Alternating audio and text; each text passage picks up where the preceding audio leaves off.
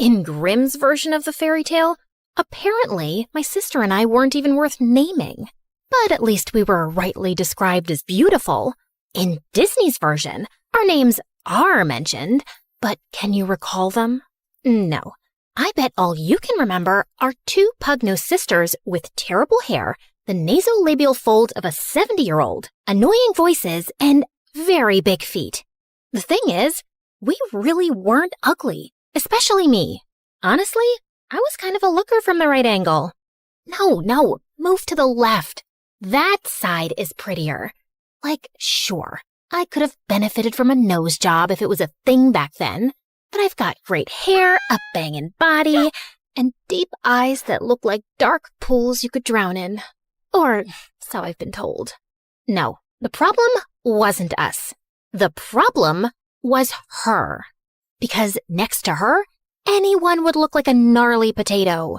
You know how one day you feel you're looking really good? The skin is skinning, the hair is hairing, the outfit's outfitting.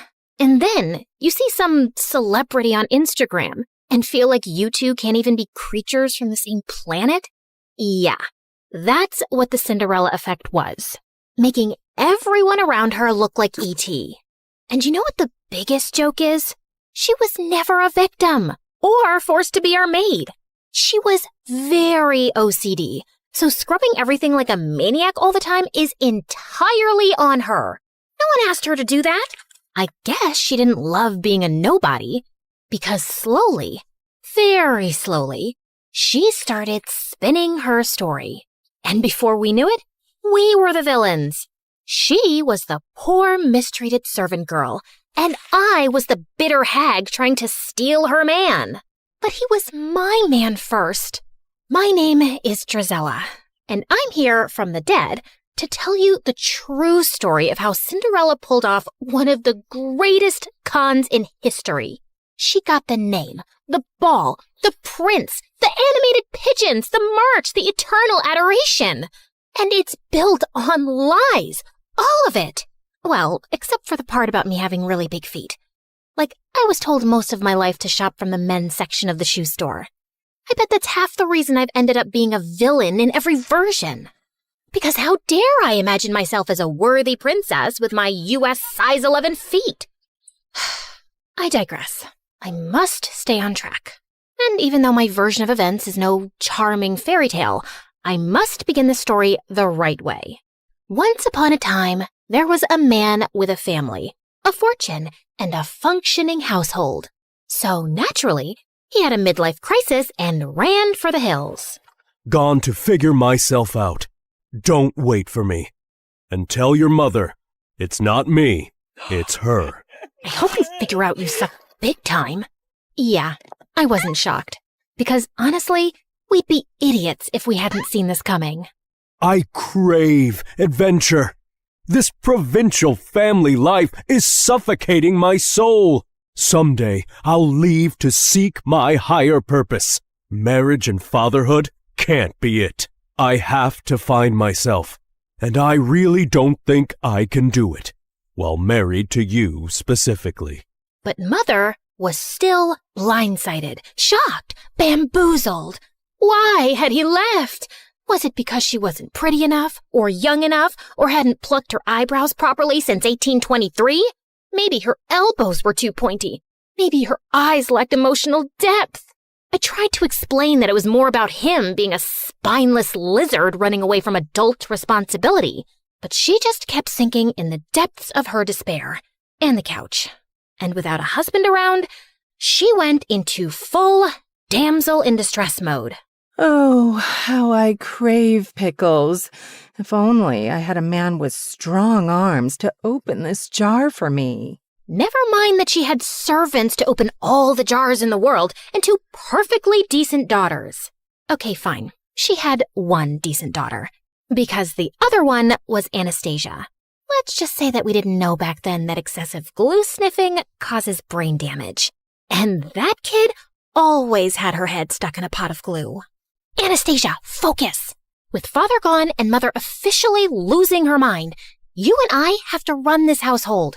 Mother has plenty of money, but we need to start budgeting. Why? Mother is always telling me to stop budgeting when I'm around horses because it makes them nervous. Like, hello, lady, I'm the nervous one here. I'm the one who got kicked by a horse in the head.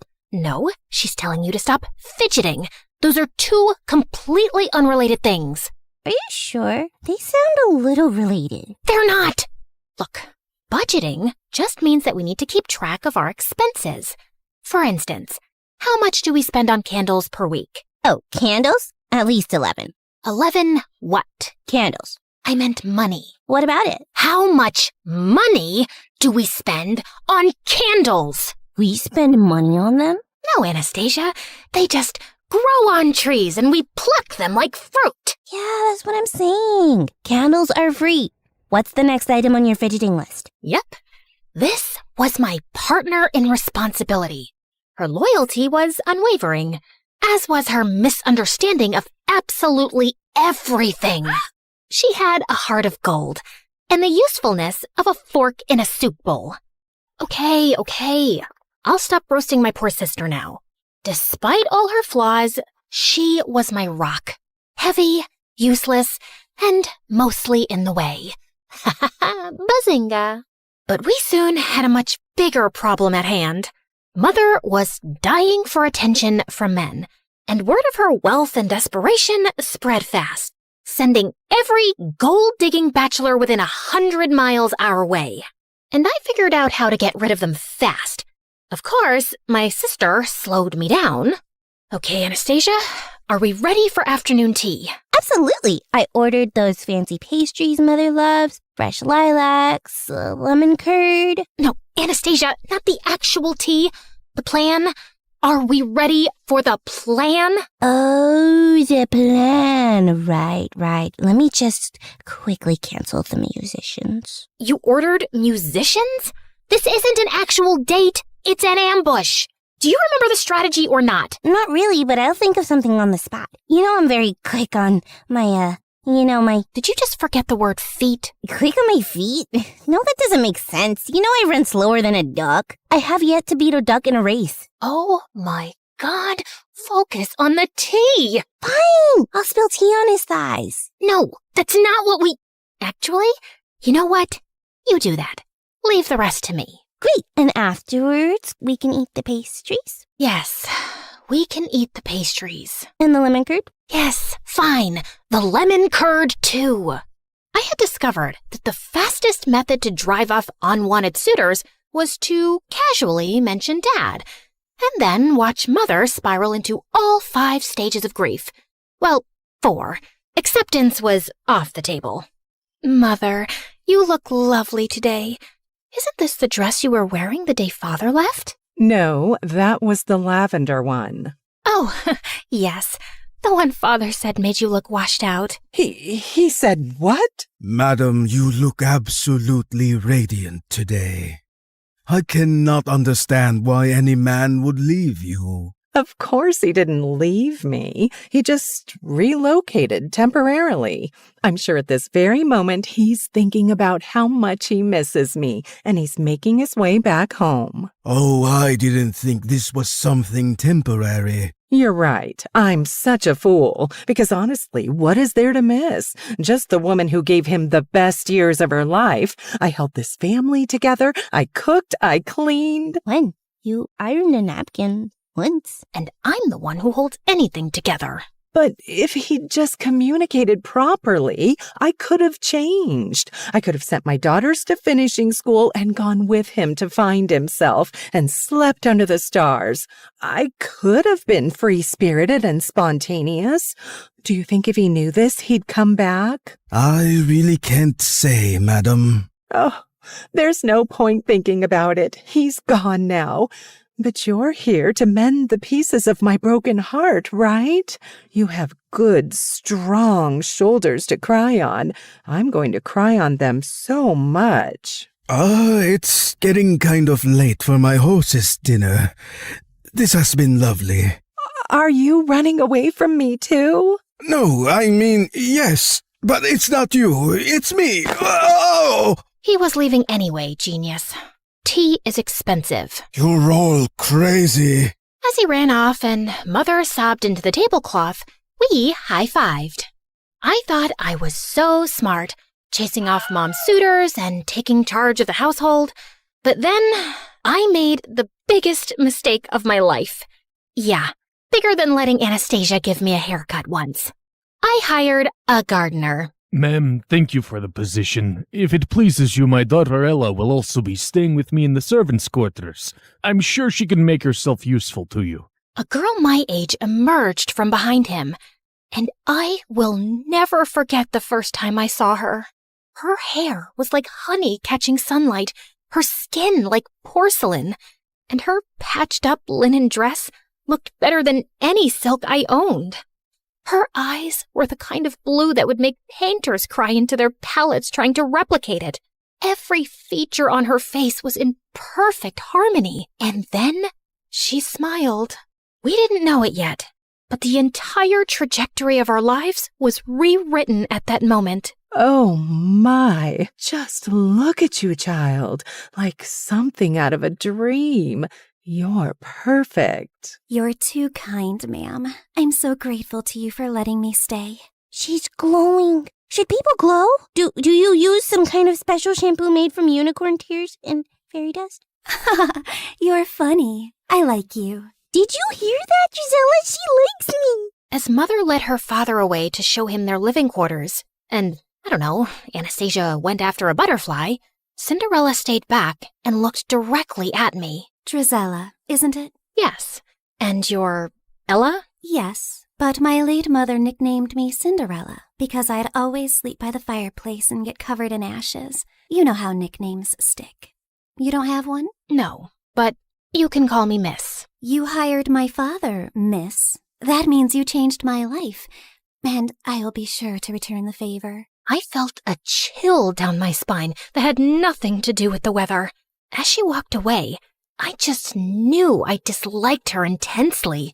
Part of me thought it was because I was jealous, and yeah, of course I was. But I just had a feeling that beneath that flawless facade was someone calculating and dangerous. And oh, how I wish I wasn't right for once. At first, she just helped. She polished the silver, dusted the bookshelves, organized the pantry, but then she started having ideas for everything. She rearranged the furniture, suggested new colors for the curtains, and started embroidering tablecloths and crocheting bedspreads. It's like watching angels knit. Even I couldn't deny her taste was impeccable. And soon, Mother wanted her opinion on everything. And then she was suddenly instructing all the maids, the butlers, and even the cook. The cook! That toad never listened to anything I said. The house sparkled, the cutlery gleamed, the food actually had flavor, and I could see my reflection in the floors now. How could I complain about that? But I couldn't help being bothered by how she had Mother and Anastasia wrapped around her little finger. She would make them face masks and hair oils, play the piano for them like she was Mozart's daughter, and sing like a nightingale. And then there was the dancing. There was a celebration, as always, at the end of the harvest season. And as the servants gathered to dance, Cinderella joined them. She didn't dance like a girl raised in servant quarters. She danced like the air was conspiring to hold her up, like the music was written just for her, like she'd spent her whole life rehearsing her steps to perfection. Everyone was mesmerized. She's so graceful. Not like my girls. That was the first time I heard her say it. Not like my girls. But it wasn't the last. Soon, Mother was drawing comparisons between her and us all the time, telling us how we could try to be more like her. And I swear, I would have given up and accepted her perfection and superiority if it wasn't for the bird incident. Come here, Gisela, look! A robin's nest right outside Ella's window. Isn't it sweet? It's going to have babies soon. Yes, lovely. But I bet it won't be so sweet when they're all screeching at dawn. The two of them continued to look utterly enchanted, and I lost interest soon and left. But the next morning, I ran outside to Anastasia screaming. I found her standing under the tree, and the nest lay on the ground, completely destroyed. The eggs and the robin were gone. Anastasia cried half the day, wondering if it was the work of an evil squirrel, or an evil raccoon, or an evil eagle. Later that evening, Cinderella walked into the living room, holding something behind her back. Mother, I made you a gift. Mother? Since when did she... Then I saw the gift, and my blood ran cold. It was a delicate comb, woven with tiny blue-gray feathers twisted through gold thread. Oh, my dear, it's exquisite. Mother kissed her on the cheek. Anastasia clapped, while I just stared, stunned. This couldn't just be my imagination running away with me, right? Still feeling uneasy, I was going up to my room for the night when I found Cinderella polishing the stairs banister vigorously. Still cleaning? You really love it, don't you? Oh, yes. It really helps me think, and all the work makes me sleep soundly at night. You should be sleeping well tonight anyway. You know, without all that chirping right outside your window. Yes, such a noisy little thing that robin was. I wonder what happened to it. And we both know it wasn't an evil squirrel. Cinderella straightened and met my gaze, smiling. Please, Drizella, do I look like the kind of girl who murders birds? No, but looks can be very deceiving. People only see what they want to see. Luckily for me, they always want to see an angel. Without a shadow of a doubt then, I knew. This girl was a psychopath. I just stayed away from her as much as possible. I was also glad that Mother was spending less time with her since she'd recently found gardening and spent hours outside taking interest in dirt and compost. I was happy she had a healthy hobby. Until I walked into the living room one afternoon to find her and Cinderella's father sipping tea and holding hands. What's going on here? What does it look like? I'm hoping he's about to flip your palm over and read your future because no other explanation will make much sense. Drizella, I know it's been hard on you since your father left and you miss him. Nope, not even a little, not even at all. Speak for yourself. Honey, a woman needs a man in her life. His companionship, his strong hands, his opinions. What I'm trying to say is, Mr. Rivers and I, we're... No.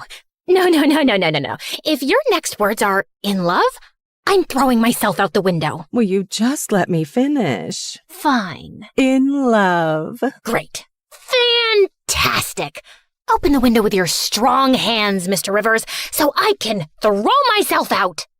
Why would you be so upset, Drizella? And then, to always make things worse, Cinderella walked in. It's a beautiful thing for two lonely widowers to find love again. My father isn't dead. We don't know that. Oh my God. Had she found a way to get rid of him too? No, she was just saying things to irk me. Cinderella put her hand on my arm. We're like family already. This just feels like it was meant to be. I really thought I might gouge Cinderella's blue eyes out with a fork. So I stormed off, grabbed a horse, and rode furiously, not even sure where I was headed. I just had to get away. I remembered an old estate on the hill that had burned down decades ago. It had never been rebuilt, but the library had survived. I'd sneaked in there a few times before, and I definitely needed abandoned ruins to rage in right now. I pushed open the creaky library door, grabbed a book randomly from the shelves, and plopped myself onto the couch next to a pile of dusty blankets. But then, the pile moved. I turned around, terrified, to see a boy emerge from under the blankets. Oh, wow, it's just one girl. I thought an army of banshees had descended upon me. Are you a ghost? No, but that scream should have woken all dead people within a 5-mile radius. Ow! What was that for? If it had passed through you, it would have meant you're a ghost. I was just checking. Did you miss the part where I specifically said no to that question? Why would I expect a ghost to tell the truth? Then why even ask? Okay, fair point. What are you doing here, blending into the furniture? Exactly that. I just wanted to disappear for a while. What about yourself? This isn't the most obvious hangout spot for a girl like you. A girl like me? Well, you don't look homeless in your silk gown. You're not exactly some local goat farmer yourself. How dare you? I'll have you know I milked a goat. Once. It ran away crying, but still. My name's Henry. Henry what? Just Henry. First name Just. Okay then. Just Henry? Countess Dracula. Charmed to make your acquaintance. Now, is there any chance we could both disappear here together for a while? We don't have to talk about what we're running away from. I like the sound of that.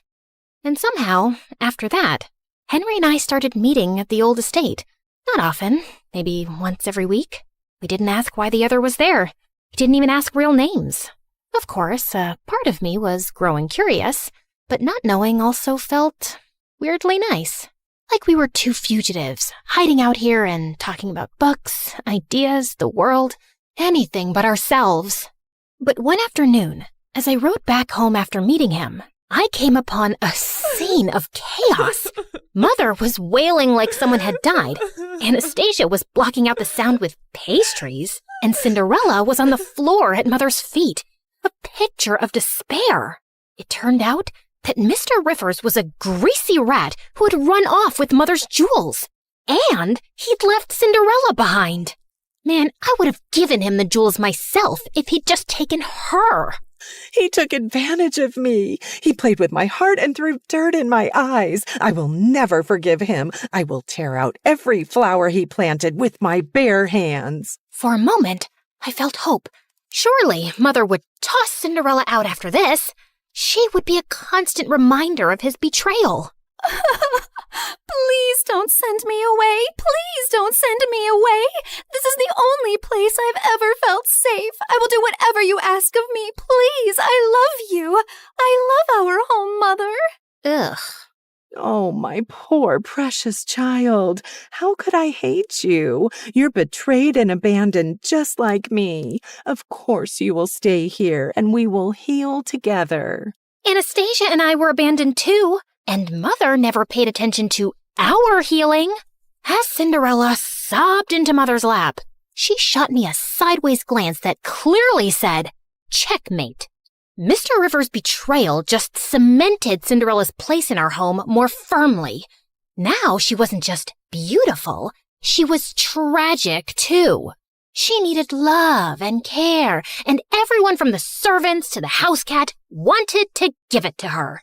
Mother now referred to her as my precious girl, while Anastasia and I were quietly downgraded to the other two. And I just found being around Cinderella unbearable. It's not like I was even needed around the house anymore. So I started slipping away more often to Henry. One afternoon, we decided to explore the woods near the estate. And barely 20 minutes in, there was a loud snap, a startled yelp, and I turned around to see Henry dangling upside down from a tree in a hunter's trap. I couldn't help laughing as he flailed around, trying to reach up and unhook himself. A little help before I pass out, maybe? I was just waiting for you to ask. I started tugging at the trap rope, but Henry kept giving me instructions nonstop. You're doing it wrong. Step to your left. Pull tighter. Then twist. No, not like that. Oh, you'll break it. Do you think I'm a helpless little girl who can't possibly figure out a rope trap for herself? Have you ever seen a rope trap before in your life? Of course not, because all I do is embroider cushions and sigh dramatically. I bet you don't even know how to embroider. You're right. I hate it. My threads get so tangled up that I want to poke someone in the eye with my needle. Violent and unladylike. You're a real catch. I yanked hard at the rope, and his face swung towards mine. Suddenly, we were too close, and his lashes were longer than any boy's had a right to be. Ooh, your eyes are really pretty. Flattery isn't going to make me help you faster. No, really. They're dark and deep, like pools one could drown in. That's just the blood rushing to your head. I quickly moved to brace the rope again, when suddenly I noticed his shirt had slipped to reveal his belt, which had a silver crest. The royal crest. Wait, are you From the palace? Define from. Define it before I drop you straight on your head. Technically, yes. Are you the court jester? The guy who polishes the king's shoes? Something like that. Yeah, I'm gonna need better answers before I help you. I pushed him hard and sent him swinging like a pendulum. Oh, come on, Lady Dracula, just let me down. That's when I heard boots thundering through the woods. And before I could react, a pair of soldiers in armor grabbed me roughly by the arms. Another two swooped in, expertly cutting Henry down and catching him before he face-planted into the dirt. Endangering the crown prince is a punishable offense, girl. Endangering the who now? Stand down, and she's harmless, unless she has a needle and thread in her hands. I just gaped at him. You're the crown prince? Yes, first name, Crown, second name, Prince. You told me just Henry. Well, I am just Henry sometimes. You never asked follow-up questions. You will say nothing of this to anyone, men. Same as you. Keep quiet about my visits here. Is that understood? Yes, Your Highness. Your Highness? Your Highness? You look like you're both spiraling and want to murder me. No, that's just my normal expression. Now, since we're being honest and going for full disclosure...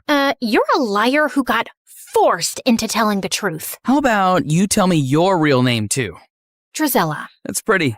Dracula suits you better. Lots of names are coming to my mind for you, but I shall refrain from using them since I know who you are now. Good day, Your Highness. Hey, don't let this change things between us. But I kept walking without turning to reply. How could it not change things between us? The boy I'd been sneaking off to meet, regularly insulted, hit a couple of times, and maybe, possibly, definitely liked, was the freaking crown prince. I didn't go back to the estate for days, still finding the truth about him too overwhelming. But eventually, I cracked, so I rode back to the old estate one afternoon, and my heart skipped a beat to find him already there, throwing pebbles into a broken fountain. Well, look what the cat dragged in. I was beginning to think you died. Or got married. Sorry to disappoint you, but still alive and unwed. You know, I was this close to going around town and knocking on random doors to inquire after a girl with violent tendencies and great hair. I just rolled my eyes, but inside, I was smiling stupidly. We just sat in silence for a while. I come here sometimes because it's all just too much. The title, the expectations, the spotlight. I don't even get along with my father mostly. I know I'm going to sound like an ungrateful brat, but sometimes I just don't want to be the prince. I come here for quite the opposite reason, I suppose. I feel invisible in my own house, completely replaced by my stepsister. My pride wouldn't let me say the gardener's daughter. She's perfect. Everyone admires and adores her. It's not hard to see why. Come on, no one's perfect. Oh no, she really is. I'm sure this sounds like some petty sister jealousy, and it doesn't compare to your royal problems. But honestly, they don't sound so bad. No one expects anything from me. Well, except maybe being more ladylike so I can marry some stuffy lord one day. But you could do so much with your life, Henry. And people expect things from you because you're important, because you matter. Henry reached across the space between us and slipped his fingers through mine. You matter to me. As my heart tripped over itself, he leaned in and kissed me. It was clumsy at first. Our noses bumped, my hair got stuck in his stupid jacket, and we started laughing. But it was so sweet and real. And for a while, I forgot Cinderella. I forgot he was royalty. I forgot about everything. It was just me and Henry. I floated through the next few weeks like some lovesick idiot. Of course, like any self-respecting lady, I didn't show it. You're grinning like you've got a clothes hanger stuck in your mouth. What is so funny about my art? I wasn't grinning.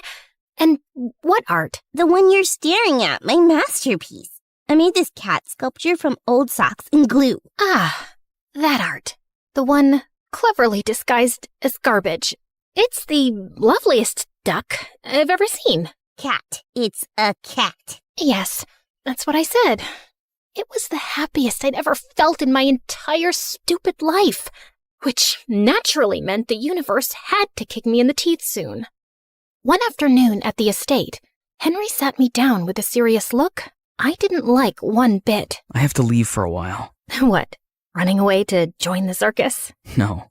Father's sending me across the sea for an official royal delegation. It could be months, even a year, maybe. I forgot how to breathe for a few seconds. Drizella, you made me realize that I need to take my position and privilege more seriously instead of whining about it.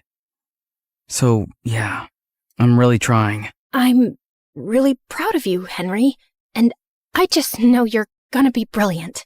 But a small, selfish part of me wanted to scream, "Don't go. Just stay." We promised to write regularly, no matter what, and for a while, his letters were the only thing keeping me sane. Of course, I always picked them up from the post office. I didn't want to draw anyone's attention to our correspondence. Dearest Countess Dracula, you will be thrilled to know that the local delicacy here is fermented fish eyeballs. Guess who had to eat 3? Smiling all the while. I cannot sleep at night because I keep imagining those eyeballs swimming around my gut, winking at each other.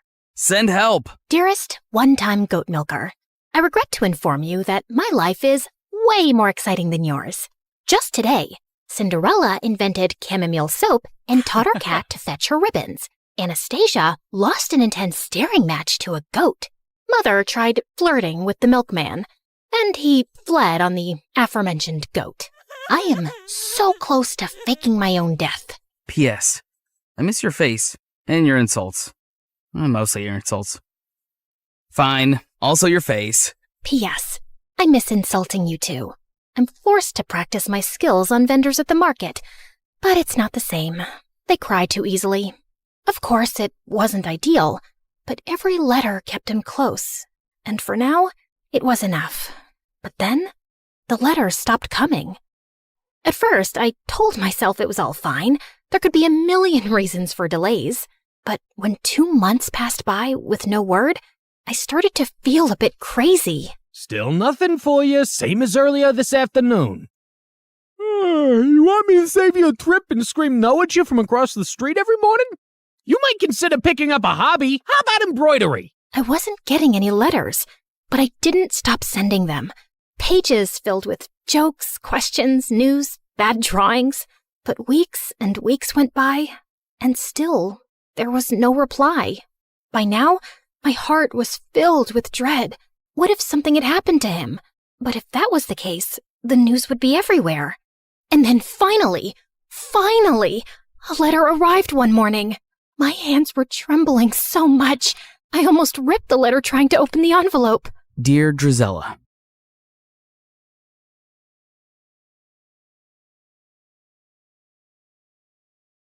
and I opened the door to find the most gorgeous boy ever standing outside. Hello, I'm Eric. You got some of your mail? I came to return it. I just stared at him, dumbstruck, feeling acutely aware of how terrible I looked. Just then, Meredith pushed me out of the way. Hey, thanks. You're such a lifesaver. Haven't seen you around before. I just moved into the house across the street. The big white one with the quadruplets? Yeah, they're my brothers.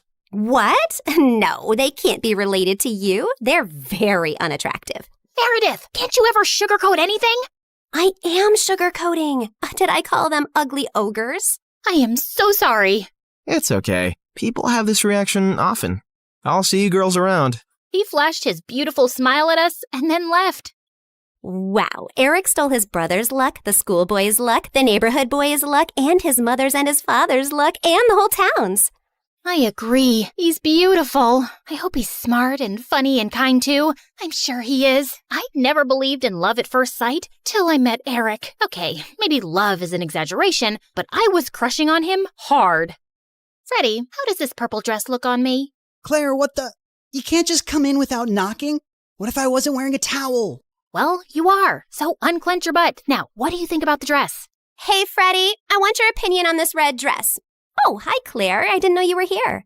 Have some respect for my privacy. What are you talking about? Actually, I don't care. Now tell me, I look hot, right? Of course I look hot. I could wear a potato sack and I'd look hot. I can do hot in my sleep. What's the dress for? The party at Eric's place? What, did you think you're the only one who got invited? The red's a bit much for a casual housewarming party, no? Yeah, you're right. It's more of a second date dress. Thanks, I'll look for something else. And your dress looks lovely. I am not your sister, and you can't treat me like this. I am a man. Okay, thanks for the news flash. Come on, Claire, let's go before Freddie has a heart attack. The party was coming up soon, but I knew there would be many guests, and I wouldn't really get a chance to talk to Eric then. So I decided to drop by to borrow some sugar one evening. But my heart sank when I spotted Meredith and Eric in the kitchen, and they were kissing. I couldn't believe that witch. It was so obvious I was crushing on Eric, wasn't it? Can you give me some mashed potatoes, Claire? I lifted a spoonful and threw it straight at her face. Claire! What the heck? Oh, I'm sorry. You didn't want them on your face? You should have been clearer then. You got a problem with me? What a genius. Since you're so smart, I'm sure you already knew I liked Eric, but you went after him anyway. Yeah, I saw you two kissing. Oh my God, what? You like Eric? I had no idea. You should have been clearer too. Cut it out, okay? You knew. Did not. Okay, so now that you know, will you stop seeing him? No, duh. Are you really into him?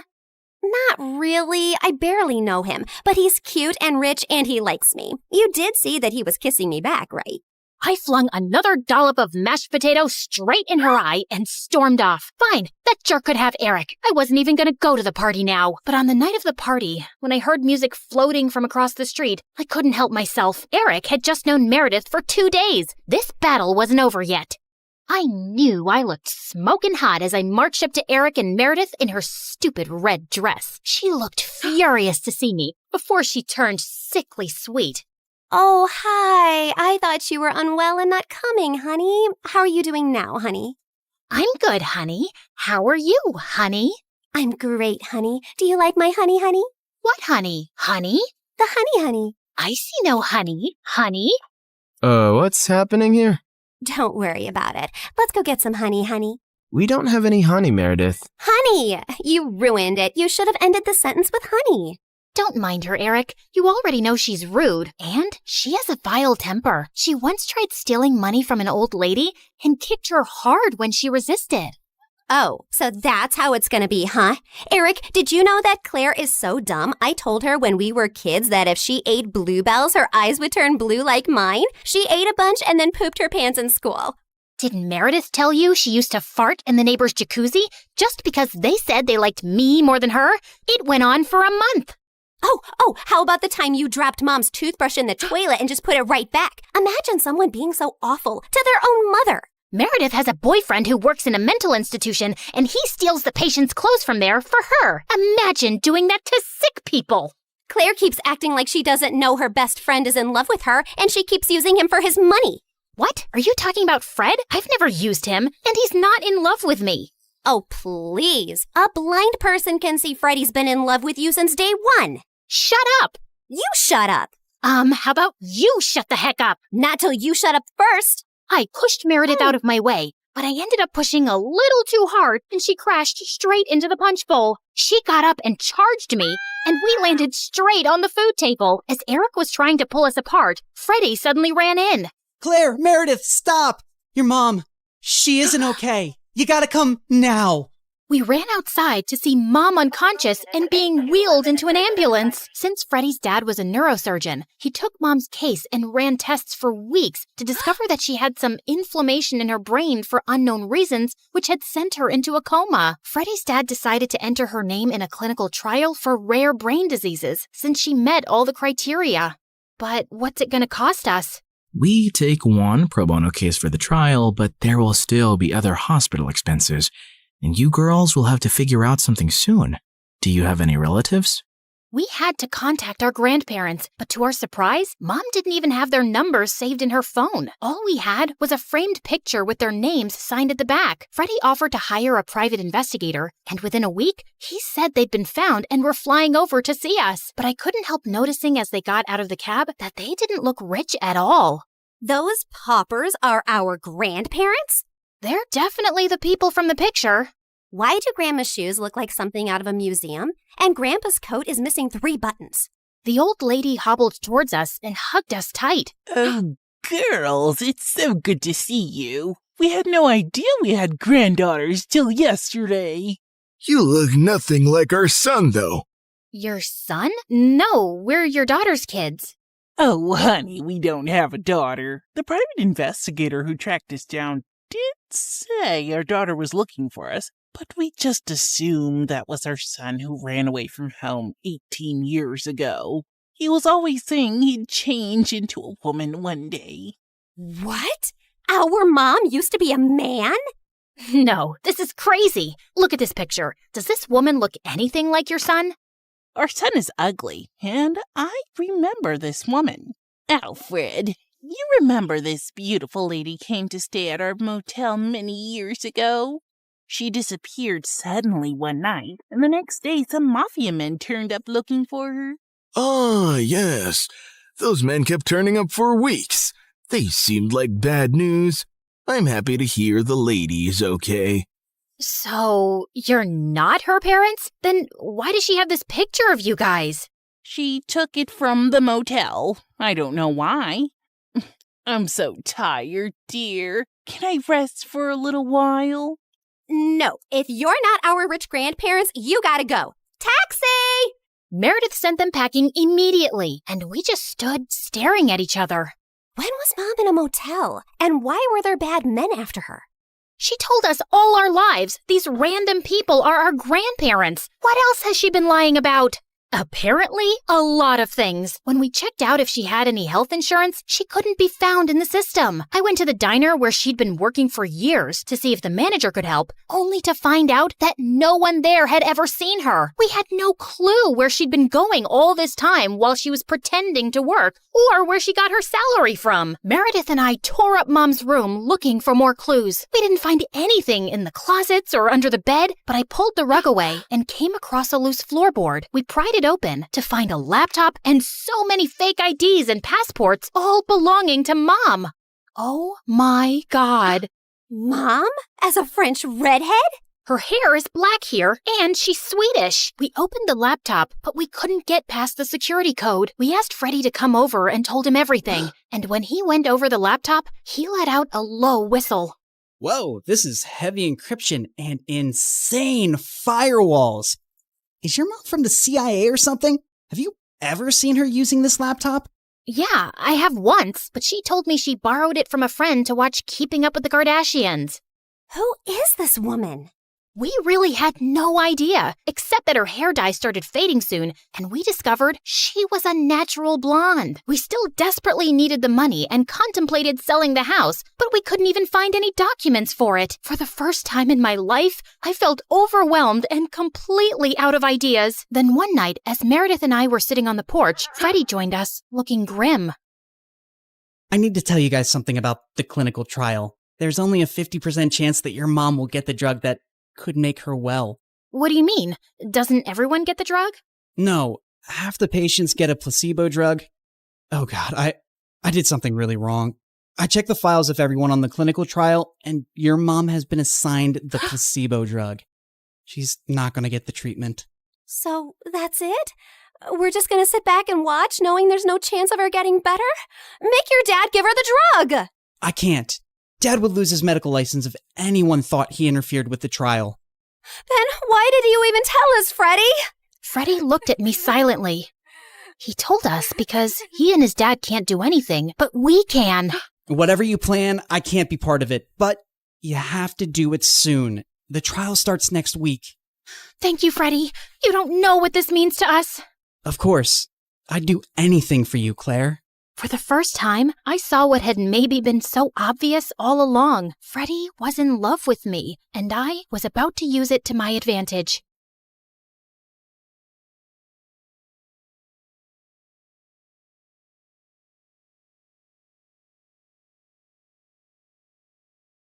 Hi, I'm Carly. This is my crazy story. Before I continue, please like and subscribe. I was born to a single mom who worked very hard to raise me and my twin sister Blake. Blake was born with a rare condition that impacted her kidneys, and she was always sick. Since Mom was busy juggling things at home and work, it was my duty to look after Blake. You can't eat milk with your hands. Drink it. Blake, don't chew on your gross shoes. Even Mom was extra paranoid about Blake, and she hardly paid attention to me. Like this one time when I was 6, Mom had to leave for some urgent overnight office trip, and she dropped us off at the neighbor's place. These are Blake's medicines. You know she drinks chocolate milk before sleeping, and I've also packed her favorite pink night clothes. Wait, where's my stuff? The bag's too small to carry both your things, but hey, I packed your toothbrush. You'll be okay, right? I wanted to say no, but Mom already looked tense, so I nodded and she left. Everything was going great, but right before bedtime, I went to get milk for Blake, and I heard a huge thud. I rushed to see Blake crying on the floor with a bleeding nose. Apparently, Blake was jumping on the bed with the neighbor's son, and he thought it would be fun to push her off of it. Thankfully, the injury wasn't big, but when Mom found out, she went ballistic on me. Carly, I trusted you to look after her. And I did. I was just getting her milk, like you asked me to. And she's okay, Mom. Everyone falls sometimes. Your sister isn't like everyone else. After that day, Mom banned both me and Blake from participating in any extracurriculars at school or playing in the park afterwards like other kids. I was always stuck at home with Blake, so I never really got a chance to make new friends. And those at school joined clubs and got busier. I missed having a normal life, but Blake needed me more. Mom got more paranoid with time and took special care preparing food for Blake. I knew how tired she was, so I'd get by with frozen meals. And over time, I started taking comfort in junk food,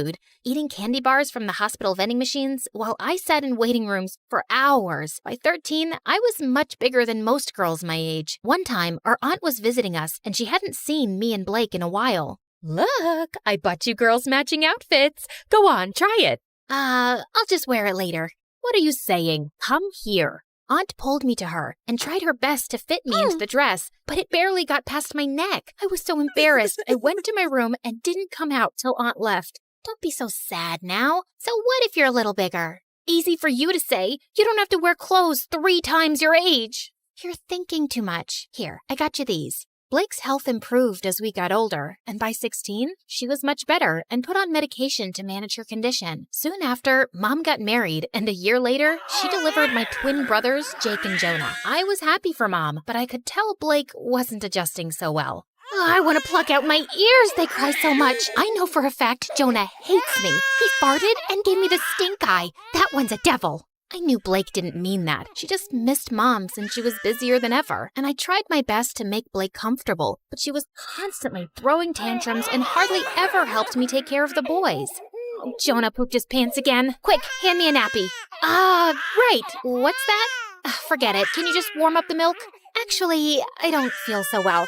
I'm getting a headache in my stomach. A stomach in my headache. You get the point, right? And when I asked Mom to hire a babysitter, she just gave me a lecture on money and expenses. My grades were getting affected too, and I was an overall mess. I knew it had something to do with my eating habits, so I started taking care of my health. I went for runs, ate better, and over time, I could see the results. One day I was jogging when I saw someone taking my picture, hiding in a bush. I caught him by the collar and dragged him out. What do you think you're doing? I just thought you were pretty. I'm good at taking pictures. Here, have a look. Wow, that's me? Yeah, whatever. But you should be asking me first rather than acting like a creep. I get it. I'm sorry. Can I make it up to you with some coffee? Fine, but I want a copy. Deal. Eli and I went to a coffee place close by and hit it off instantly, and soon we became good friends. He was into filmmaking and would always have his camera around his neck. Watching him, I got interested and tried my hand at handling a camera too, and it was love at first sight. Okay, so that's how you focus. Now look at that sunset. Beautiful, isn't it? Yeah, you know so much about the camera. It's really fascinating. I've always wanted to make movies, you know? And I love the ocean too. I'll tell you a secret. I'm part mermaid. Oh yeah? Prove it. Eli got up from the rock he was sitting on and started doing an awkward dance, flapping his arms like fins. Okay, I believe you. Well, good, because I was afraid I'd have to splash you with my tail. Really? That was on your mind? Well, that and something else. With that, Eli jumped down and pulled me in for the most magical kiss. Eli and I started dating soon after, and I decided to make him finally meet Blake. So the next time he invited me out, Blake tagged along, but the moment she saw him, she burst out laughing. Oh my God! Where did you get that shirt from? Your grandpa's closet? Actually, yeah. He has a really good shirt collection. Do you like it? I can get you one. Ew, no thank you. I'd rather wear a tent than slip into something so cringe. Come on, Blake, that's not very nice. What? I'm kidding. I'm sure Ebola can handle a few harmless jokes. Eli. Blake made it painfully obvious that she didn't want Eli around, and even though Eli kept his cool, I knew she made him uncomfortable. Then one time, Eli invited me and Blake to the launch of his dad's new restaurant. I appreciated the effort he was making with her, and I hoped she would too. But I was so wrong, because minutes into the event, Blake threw a massive tantrum over pickles. What do you mean you're out of pickles? Pluck them from a tree or something. Could you please keep it down, Blake? Everyone is staring. So, you care about all these fancy people, but not your sister? No one understands me. I just had a very big lobster, and I feel like throwing up. You know pickles calm me down. This is such bad customer service. Hey, you have pickles, and you, and you. And then she started taking pickles off of everyone's plate till Eli intervened and dragged us outside. What's the matter with you, Blake? What? It's not my fault your party sucks. At least I brought some entertainment to it. Blake, let me handle this. Eli, I'm really sorry for the mess, but what? Your sister's not normal. And you are? You're so boring, if someone stole your identity, they'd give it up because it sucks. You really need to watch your tongue. And you need to watch your hands around my sister. Guys, please. Before I could say another word, Blake started hyperventilating and fainted. We immediately took her to the hospital, where the doctors told me that she passed out from anxiety and high blood pressure. Thankfully, she was out of danger. I'm really sorry about Blake, but that girl's out of control. You've got to draw a line somewhere. You saw what happened, Eli. You can't just scream at her like that. She's my sister. I can't be around her, Carly. This is going to be a problem. I wanted to stop Eli, but there was nothing more I could say. Blake was my sister, and she came first. I didn't meet Eli for a few days, and a week later, he told me that one of his movies that I'd helped him with had gotten selected for a local film festival. He wanted me to come, but Blake was still recovering, and I couldn't leave her alone. But when he came back, he told me something shocking. Everyone loved the movie, Carly. One of the biggest film schools in New York wants to take us both in on full scholarship. How amazing is that? I don't know what to say, but I don't think Mom would let me go to New York, Eli. You're a great filmmaker, Carly, and you should give it a fair shot. And think about it. You could finally live your life on your terms. God knows you need it. I was numb for a second, and then I felt like someone gave me new wings. It did sound like an amazing opportunity. All I had to do was convince Mom, but when I told her, she looked at me like I'd asked her for her kidneys. Have you gone crazy? You can't move to New York. Your life is here with me and Blake. I applied to this marine biology course on behalf of both of you, and you guys got in on scholarship. This was always the plan, and it's the right one. But that's not what I want to do. I want to make movies. I'm really good at this. Everyone says that. Everyone or Eli? Who's Eli? Just this dumb boy she's dating. I'm sure he's the one who's filled your head with this sawdust. How can you even think about leaving me? I just want to do what I want for once. Can't you give me a few years for my own life? Oh, stop being so dramatic. And not another word about this movie business, Carly. You'll stay here with us. Is that clear? Mom left, and I turned to Blake angrily. You couldn't take my side for once? What did I do? Oh, you mean telling Mom about Eli? I don't think she even noticed. I left the room angrily and didn't speak to Mom or Blake for the next few days. I thought I could confide in Eli, but suddenly he was acting really cold. Every time I tried to talk to him, he would turn the other way, till one day I finally cornered him after class. Am I imagining things, or are you ignoring me? Neither. I'm just busy. So, I told my mom I want to make movies, and she went bonkers, but look, Carly, you and your family have issues, and I don't want to get in the middle of it. Do whatever they say. But you told me to live my life. You said... Yeah, I did. And now I'm saying I don't care. You'd choose your clown sister over everything. I've seen that. So good luck, but I don't think I can be with you anymore. Eli, wait. Tell your sister she won. I felt frozen in my place as Eli walked away, and a week later, he left for New York. I couldn't believe he'd just dumped me like that. I felt so bummed out that I didn't come out of my room for days, and Blake was the biggest pain in the butt. Come on, we need to go shopping. It's painful to watch you in those pajamas. I'm not in the mood, but I am. Also, we'll have a nice lunch, watch a movie, just like old times. I said I'm not in the mood. Back off. Jeez, why are you so snappy? Because of that stupid boy? He wasn't stupid. I loved him, Blake, and now he's gone. Because I chose you over him, like always. And you don't care about my feelings, like always. Carly, just leave me alone. Blake left with a small face, and I felt kind of bad, but I was too mad to go after her. The next day, I calmed down a bit and was about to call Blake when her phone started buzzing like crazy. I picked it up, and I was shocked to see it was Eli. Before I could answer, the call got disconnected, and a text message appeared. I did what you wanted. Leave me alone. My mind went blank, and I opened the call logs on Blake's phone to see multiple calls to Eli. Suddenly, it all started making sense. Of course Blake must have driven Eli away. No one hated him more than her. What's this? You don't understand. Oh, I understand everything perfectly. You asked Eli to dump me so you and Mom could use me as your servant all my life, right? Before Blake could even say more, I pushed her out and slammed the door in her face. I started packing my bags and stormed downstairs, only to run into Mom. What's wrong? Is Blake okay? Yes, she's fine, but I'm not, and I haven't been fine for a while now. But you don't care, do you? Of course I do, sweetie. Why would you say that? Because you never have. Not since we were kids. Carly, I knew you could take care of yourself, and you were the healthy one, and Blake... No, Mom, I was eating my feelings, and you didn't even see that. I got back to being healthy on my own, and you've stunted both my growth and Blake's. Hers by over-coddling her, and mine by always holding me back to be her guardian. And now, I'm done. I will go to New York, because I want to get away from you and Blake, and you can't stop me. I left home and booked a flight to New York. On my way, I called Eli and explained everything to him. He told me that he was proud of me for taking a stand for myself and welcomed me with open arms. We moved in together, and I was doing really well in my classes. Mom and Blake tried getting in touch with me multiple times, and even though I missed them, I needed my space. Eventually, they stopped calling. After graduation, Eli proposed to me, and I said yes. Life was going great, till one day I heard a knock on the door and opened it to see Blake and Mom. What are you guys doing here? Eli called us and told us about the engagement. Carly, I have a confession. It was me who convinced Eli to break up with you, not Blake. Wait, what? Eli never told me that it was Mom behind everything. I didn't want to stress you out more. I could see you missed your family, and this would have made you sad.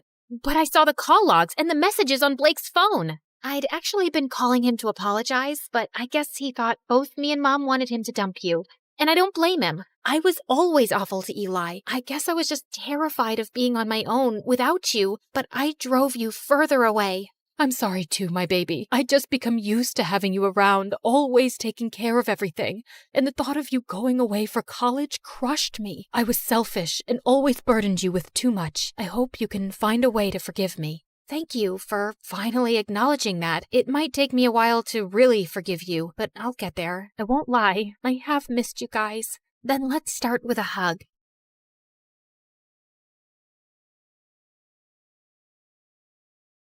Just as I got up, I found myself facing Eric. What are you doing here? Isn't the meeting going on? Nope, that's just what I told you. I sent everyone home and was now waiting for you to steal the painting and run away with it. What? After the painting was stolen from the museum, the FBI contacted me to help them catch the guy they suspected was after it. Does the name Pierre Souffle ring a bell? Nope, never heard of him. What a dumb name. They told me he would probably strike again. I really didn't suspect you until one of my brothers said something about you looking like a girl we once met in Connecticut, who had a twin. I just couldn't shake that off, and wondered if you were hiding something. I had the FBI look into you, and most of your information checked out, but then they told me that they'd seen a suspected art thief and a girl your age leave your apartment a few times. Okay, so let me get this straight. Tonight was a trap? How could you trick me? Hello? Should I get a mirror for you? You've been tricking me from the very start. That's different. Only if different means exactly the same. You'd really send me to jail? You'd really walk away with that painting? Eric, I have to do this. I don't have a choice. It's to protect everyone I love from Pierre. And I'm guessing that list doesn't include me, does it? As we stared breathlessly at each other, suddenly Pierre's van stopped beside us. Good Lord, get a room! And before I knew it, his men had grabbed both me and Eric and put some rags on our faces, and I instantly drifted into unconsciousness. When we came about, Eric and I found ourselves tied to chairs on some boat. The sleeping beauties are awake just in time for me to say goodbye. You're not getting away with this. Oh, yes, I am. It's not like you were smart enough to call the police to your house when you caught Claire. Yeah, that's her real name. You didn't call the police? What was your plan then? My guess is he was just going to take the painting from you and give you a chance to run away. I think he even gave his own security men the night off. Why would you do that, Eric? Because he wasn't going to send the girl he loves to prison. Duh. Eric sat there poker-faced as I glanced at him. Pierre, you got what you wanted. Now keep your end of the deal. Pay up and let us go. Your sister double-crossed me first, which landed you in this mess, remember? I think I'll do the same. Why is there water coming in the boat? Oh, that's because it's got oils everywhere. It's going to sink soon. You two should make up and forgive each other because life's too short to be angry. I mean, literally, your life is really short. I'd say about another 30 minutes. Adieu. So long. Farewell. And with that, Pierre and his goons left. There has to be some way out. Don't you know how to get out of such situations after all your years as a criminal? I'm a con woman. I don't know how to trick my way out of these ropes. Great. Then I'll just die here with you of all people. Who would you rather die with? Maybe that really pretty, extra smiley waitress at the restaurant you love so much? You know what? Let's just not talk. Fine by me. We sat silently for a few minutes as the water kept seeping in. I've never had boba tea. What? You know, a few years ago when everyone really got into boba tea, and I never had boba tea. I always thought I had time to drink boba tea, and now I'll never drink boba tea. It's nothing special. You didn't miss much. You really mean it? Nah, it's amazing. Who is stopping you from trying boba tea? No one? Oh, you're the worst. Let's go back to not talking. As we sat there in silence again, I slipped my fingers through Eric's. Eric, I'm so sorry for getting you into this. I really wish I'd never crossed your path. He pushed my hand away. For the first time today, I agree with you. Just then, the door burst open, and Meredith came running in. Thank God, Em. I knew you'd come for me. You could have told me too. I would have panicked less. Hi, Eric. Remember me? We kissed once. We'll talk more later. Gotta go now. Meredith cut through our ropes quickly, and we splashed through the water, climbed onto the paddle boat outside, and rowed back to shore. I had a feeling Pierre was up to no good. I followed his van to Eric's house and saw him take you two and bring you here. I had to wait for him to leave before I could rescue you, and that jerk left without giving us a dime. We have to get that painting back. He can't get away with it. What is so special about that stupid painting? Why is it for $10 million? Apparently, it's worth much more. My grandmother bought it at some auction a few years ago, but I don't think she ever knew its real worth. The FBI told me that painting has hidden codes all over it. Sensitive government secrets and coordinates of underground facilities, and Pierre wants to sell those secrets to the highest bidder. Jeez. Trust stupid men to make everything so complicated. Who put codes in a painting? Who wants them now? What is wrong with everybody? All I ever wanted from life was to go to Bora Bora, and now we have no money. If you girls know anything about where he's going, help me catch him. I'll tell the FBI you were helping me all along, and you'll go scot-free. Free but poor? Should I offer you a reward for helping me get back a painting you stole from me? That would be polite, yeah. Meredith, do you have any idea where Pierre's going? Yeah. I've bugged everything that man owns. His phone, his coat, his shoes, that painting. I know where he's going. Oh, by the way, Mom wants us to come home. She says she has something important to tell us. And yeah, her memory is back, and she's very angry we made her marry Arthur. What? More about that later. Eric immediately got in touch with his FBI contacts, who picked us up from our spot and followed Meredith's trackers on Pierre. He was headed for a train at the Grand Central Station, and seconds before he was about to get onto his ride, he was surrounded by officers. Don't manhandle me, you orangutans! My outfit costs more than your yearly salary! I lose the day I ever laid eyes on you two! I'll make sure I take you down with me! I'm taking all your coats, Pierre. They fit me perfectly, you tiny mafia boss. Get used to an orange jumpsuit, 'cause you'll be wearing that for a long time. As the FBI officers took him away, I turned to Eric with a worried face. He'll give them information against us. You've helped recover a really important painting and capture a criminal the FBI has been trying to nail for ages. I promise, I won't let you get into any trouble. Thank you. We stood there in awkward silence. Okay, this is super uncomfortable. Do you guys need privacy to talk or something? I'll grab us some hot dogs. Do you want relish or mustard or... No, actually, I think we're done here. I have to go. Good luck and goodbye, Claire. Goodbye, Eric. Meredith and I took the next flight to Connecticut to see Mom back at her old house, and I was really happy to see her with her memory back. And then, Mom shocked us with her whole story. Many years ago, I was a government scientist in Russia, working on top-secret technology, and our team later wanted to sell it to an enemy country. I refused to do that, and destroyed the technology, and after that I had to go on the run, because I knew those traitors would come after me. I had a boyfriend, and he recently found out I was pregnant, so I never told him about you girls and just escaped. I settled in America, and took on the identity of a helpless mom living in the suburbs. Before I left Russia, I set up this laptop as a way to communicate with my father, who sent me a little money every few months to get by. I was even afraid of working in any place for too long, as being part of any system by which I could be tracked down. Whoa! Mom, that's insane and so cool! I'm sorry we never had much, but I was glad you grew up independent and resourceful. Then I finally recovered my memory a week ago. I was able to access the laptop and get in touch with my father. He hadn't heard from me in so long, he thought I wasn't even alive anymore. He told me that the traitors working on the project are all behind bars now. It's safe for me to go home. So we're going to Russia? Man, it's so cold there. I always wanted to go to... Bora Bora, I know. That's all you said growing up. We'll visit Russia to see my family, and then we'll go anywhere you girls want. Mom, we're kinda poor, especially since you've left Arthur too. Oh, but my family isn't poor at all. I come from old money. We've been rich forever. There is a God out there. Thank you. Claire, we're finally going to Bora Bora.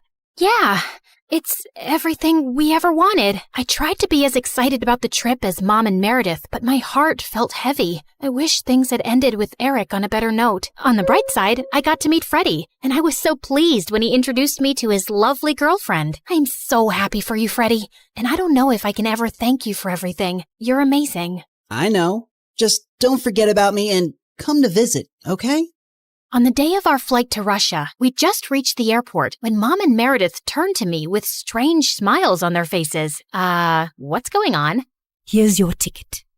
That's a ticket for New York. Why, are we going there? No, Mom and I are going to Russia, then Bora Bora. You're going to New York. What? Why would I do that? Come on, Claire. You've been so mopey lately. I can't stand your face anymore. Just go talk to Eric, okay? You're in love with him. And even though he's way out of your league, he loves you too. And that's something you shouldn't give up on so easily. Pretty sure he hates me now. Claire, go meet him once.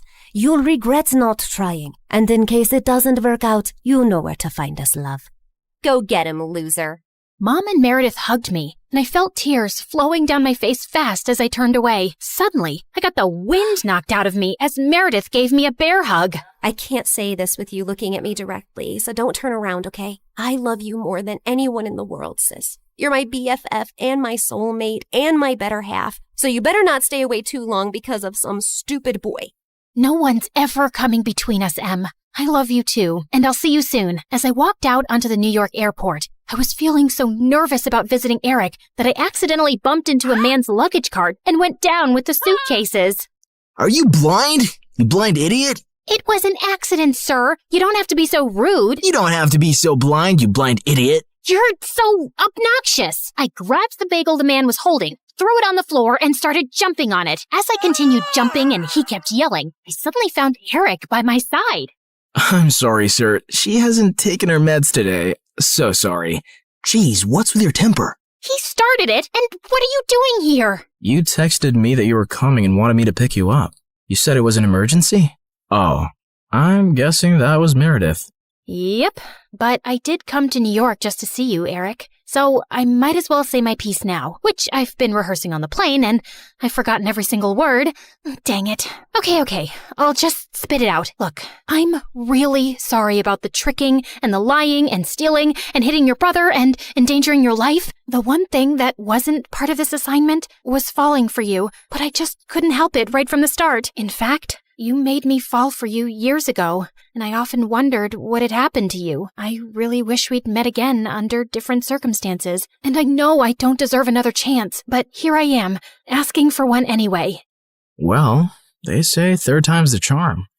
They do say that, whoever they are. Just as Eric pulled me closer, we suddenly found ourselves surrounded by federal agents. Did you set me up?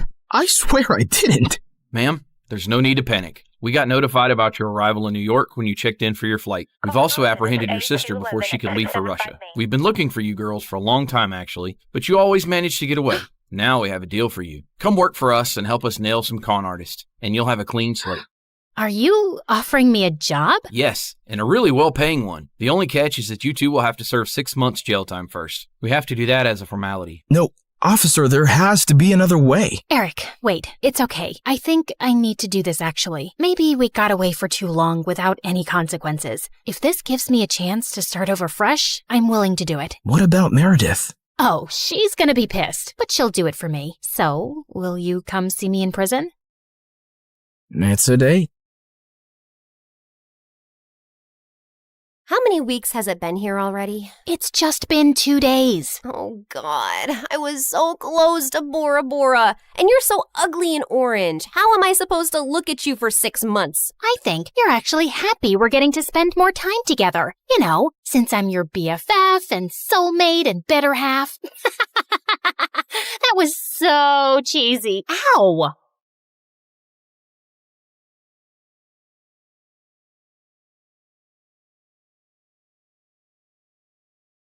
Hi, I'm Jessica from Napa Valley, and I have a weird story to tell you today. But first, please like and subscribe, because MSA will give $1,000 to one lucky person in the coming 7 days. I lived in a beautiful house surrounded by trees. I had a good life, but growing up, I didn't get along too well with my family. For starters, my mom was like a 5-year-old trapped in an adult body. All she wanted to do was run around and play. Mom's idea of having fun was a water balloon fight with me and my older brother Dylan, and I found her childish behavior so annoying. I could never study in peace without hearing Mom sing show tunes around the house. Come on, you little bookworm. Let's bake some cupcakes. Don't you know how to have any fun, you nerd? Ugh, see what I mean?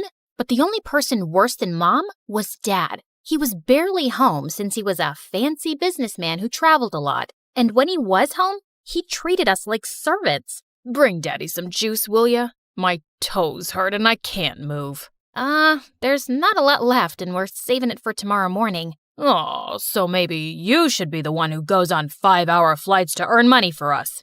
I kinda hated being around all of them, so I spent most of my time alone reading and practicing my violin. But when I got to 11th grade, things took a crazy turn. Mom told me one morning that we were taking in an exchange student. She's from Tokyo. She'll go to your school and live with us for 4 months. Isn't that exciting?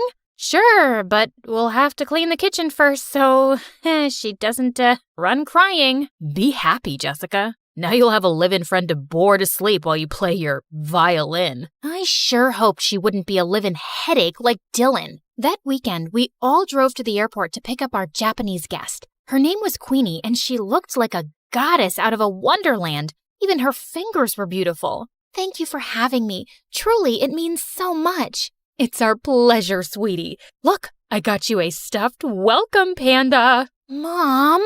Hi, I'm Jessica, and I'm the normal one in the family. Please, don't judge me based on them. Oh my goodness, this is so sweet. Can one of you help me with my bags? They're heavy because of all the books I brought. Wait, Queenie was into books? I loved this girl already. She and I were talking about our favorite authors on the way home, and after that, we really started to bond. It was nice finally having someone I had stuff in common with. Queenie was also super helpful around the house, so both of my parents adored her, especially Dad. Aren't you amazing? How about I buy a present to thank you for all your hard work? Maybe new shoes or gold earrings? I would have bought some for Jessica, but all she cares about is school and homework. That's very kind, but you guys have already done enough, really. Then one night, Queenie and I decided to go on a walk, and she grabbed a jacket from the coat closet.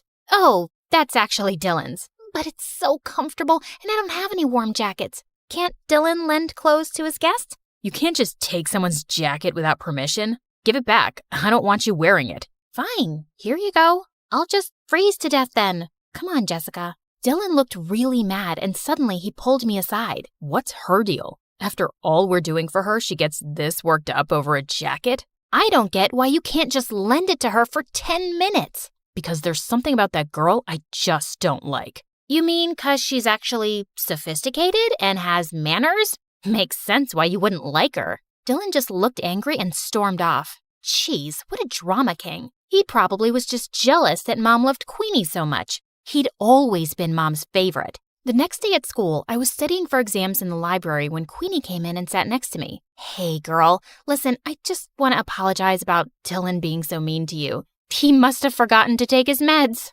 Don't worry about it. Actually, I was wondering if you could help me with my English assignment later. I'm still not fully comfortable with the language. Yeah, of course. Thank you so much, Jessica.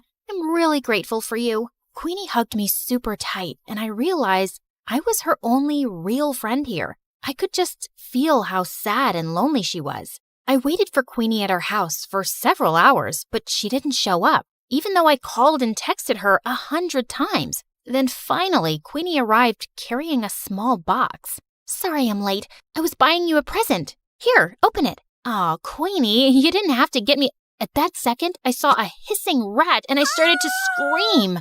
Jessica, calm down. This is a pet rat. I have one just like him at home. He's so sweet. Just hold him. Queenie let the rat crawl on my arm, but he bit me. Minutes later, I had to go to the emergency room, and Queenie burst into tears. I swear, I had no idea that rat bites were poisonous.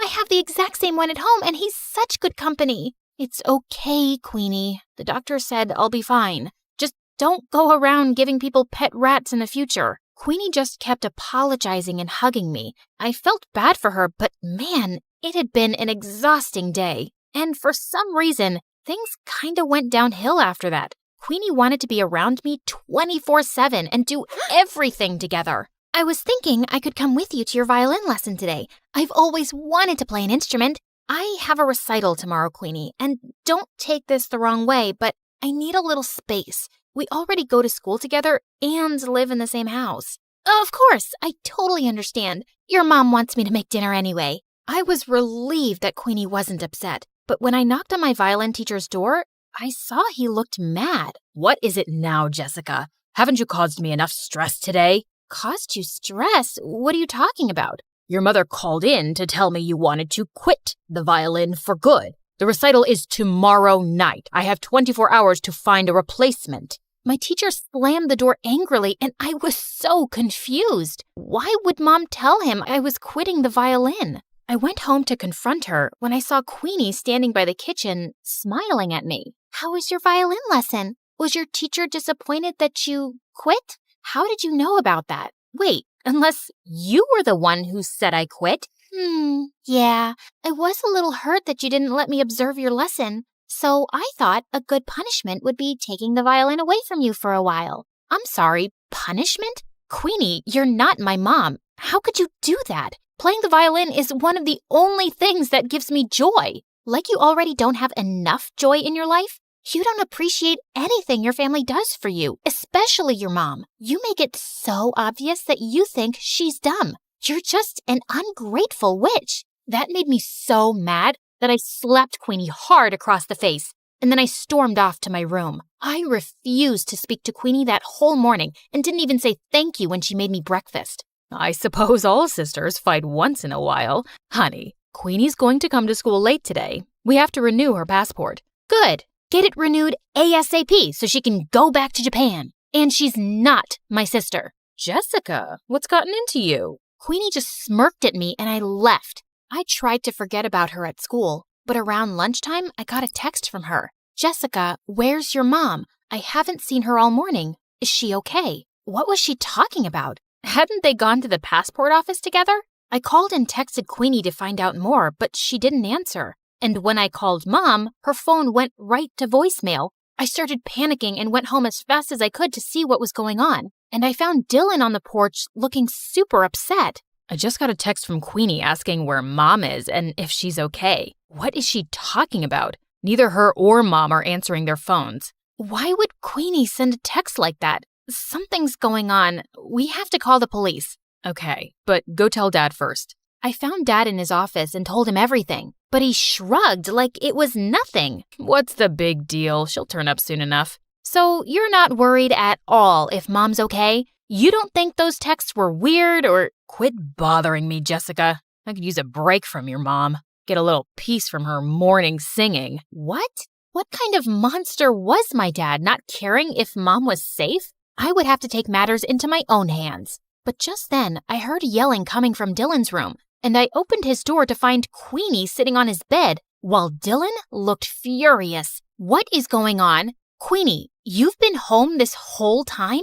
Do you know how many times we tried calling you? What is going on with our mom? Sorry, that's not a question I can answer. Jessica, this girl's a creep, and I know she had something to do with Mom being missing. Look, Queenie, I know we had a fight yesterday, but we really need your help. Queenie didn't answer me. She just walked towards the door with her arms crossed. You two won't find your mom anytime soon. I'm making sure of it. You're making sure? Queenie, tell me right now where Mom is, or what? You'll go to the police? You'll accuse a poor, helpless exchange student of making your mom go missing with no proof? I don't see that working out, and I'm not done with you guys yet. In fact, I've just started. With that, Queenie pushed me off of her and walked out of the room. Dylan and I immediately went to the police station and reported everything. They sent out a search team to look for Mom and then did an investigation on Queenie. And to our shock, they discovered Queenie wasn't an exchange student at all. She'd faked her application. She wasn't even from Japan. She lived in LA. So she's just this stranger who came into our lives and made Mom go missing? Who is this girl and what does she want from us? I don't know, but that chick gave me weird vibes from the start. She's obviously out to get us. We stayed at the police station for several hours, waiting for any news. Then finally the police came back with Mom. Oh my God, what happened to you? It was Queenie. She said she had to show me something important, then drove me into the middle of the woods and threw me out of the car. She just left me there without my phone. I was just lucky some forest rangers found me. But don't worry, I'm all right now. Just then, some policemen walked in with Queenie. Looks like Mommy made her way out of the woods. You're a monster, Queenie. We know everything. How you kidnapped Mom, how you faked your exchange student application. Who are you and why are you trying to ruin our lives? Because you ruined my life first. When I was 10 years old, your dad conned my parents out of all their money and disappeared, and we ended up having to live on the streets. My mom had a mental breakdown. Your dad is a criminal, and I finally tracked him down because I wanted him and his perfect family to suffer the way I did. I was speechless. I knew Dad had been a jerk, but he was a crook too?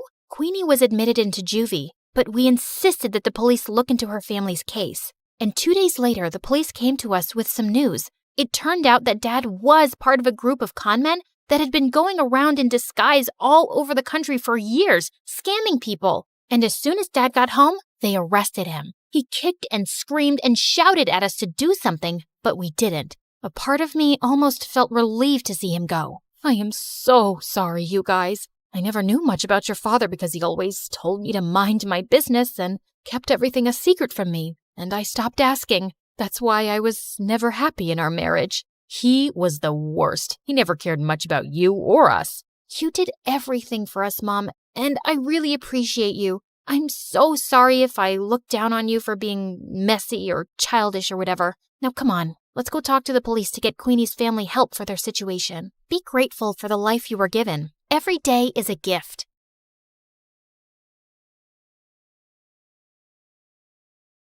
Hey friends, I'm Sabrina from Miami. Please like and subscribe. I was born to 2 high school sweethearts who loved me to bits. My parents were like each other's best friend, and people called them couple goals. But in reality, they were complete opposites. While Mom was a hardworking, no-nonsense lawyer at a big firm, my dad, Well, he was a stay-at-home dad. Polar opposites. Yeah, I know. But still, they were so much in love. As a kid, I wanted to be just like them. I was the best student in class, and I guess that came from my mom, considering what a book nerd she was, and a total goofball. That part I am 100% sure came from my dad. As a kid, I always dreamt of becoming a scientist after a field trip with my school to a science lab. I was mesmerized by the many colorful test tubes. I would read science magazines like they were fairy tales and was able to remember everything. Why is it so hard for you to wake up in the morning? Come on, we're going to be late. That's because of Newton's first law. A body at rest wants to stay at rest. 5 more minutes. Pretty please. Not happening. And don't throw your science facts at me. Ah, you little rabbit. Okay, fine. I could take a 5-minute nap too. Growing up, I was always close to Dad because he was the parent mostly around. One time, Dad took me to the water park and I was having so much fun. When I went for the water slide, I spotted a girl crying and instantly recognized her. It was Gemma from my school. Even though we were in different sections, I had often seen her. Hey, what happened? Are you hurt? No, my mom. She wants me to go down the slide. But look at it. It's so scary. It's dark. I'm scared. This one? It's for babies. Come on, I'll be right behind you. The trick is to close your eyes and enjoy. Ready? Okay, ready. Saying that, I pushed her and then followed her. When we came out on the other side, the look on the girl's face had changed. OMG! It was perfect. Let's do it again. Yay! We had a blast, but our fun was cut short when we heard some people scream and run out of the pool. I turned around and what I saw made me want to hide my face from the world forever. Dad was in the middle of the pool while the water around him was turning blue and all the kids were running out of it. No. That's your dad, right? I'm not with him. Yeah, I'd say the same thing if my dad did that. You see, my dad was adorable, but he could be pretty annoying at times. I guess that was the reason why Mom was always saying that she had to raise 2 kids instead of 1. Well, Gemma and I became pretty good friends, and the fact that she kept the whole pool thing a secret made me like her even more. While I was happy to finally have an awesome friend, things at home were going south. I started to notice that Mom and Dad were always at odds. One moment they would be smiling at each other, and the next they'd be arguing like kids. They'd bicker over the smallest things, like who would take the trash out, who squeezed the toothpaste from the middle, who left the dishes dirty, and whatnot. One time, they started a huge fight over air conditioning. Yeah, it's frickin' freezing. Where's the remote control? Do you have any idea how much last month's bill was? So, now you're gonna throw the I'm the one who brings the money in thing at me. Mom? Dad? I have homework. Can you help me? How about later, honey? Daddy has to go out with his friends. Friends? Yeah. Run away like a little boy. Ugh, you're always acting like a kid. I always hated their fights, but on my 10th birthday, they crossed all limits and started arguing on my birthday in front of so many guests. I had had enough. Oh, please. For once, I really wish you guys would either stop fighting or just leave each other. Because of Mom and Dad, I officially hated love. As if my wish came true. The next day, Mom left for New York, and when Dad found out, he was heartbroken. I can't believe it. How could she do this? I know we had our differences, but this? How come she didn't ever think about you? The realization stung. Mom didn't just leave Dad, but me too. For many days, my mind was in chaos. Seeing me so quiet at school, Gemma asked me what the matter was, and I told her everything. I am never falling in love. It's stupid. Totally. Friendship is the best ship. With Gemma by my side, I felt like things would be all right. But boy, was I wrong. With Mom gone, Dad was out of control. It was like his life's mission to embarrass me. One time when I had participated in a debate competition, Mom was a no-show and I knew the reason. As for Dad, he was in the audience all excited for me, dressed up like a cheerleader, carrying a huge sign. Oh my God, I might die because of embarrassment. Come on, your dad is so supportive and cute too.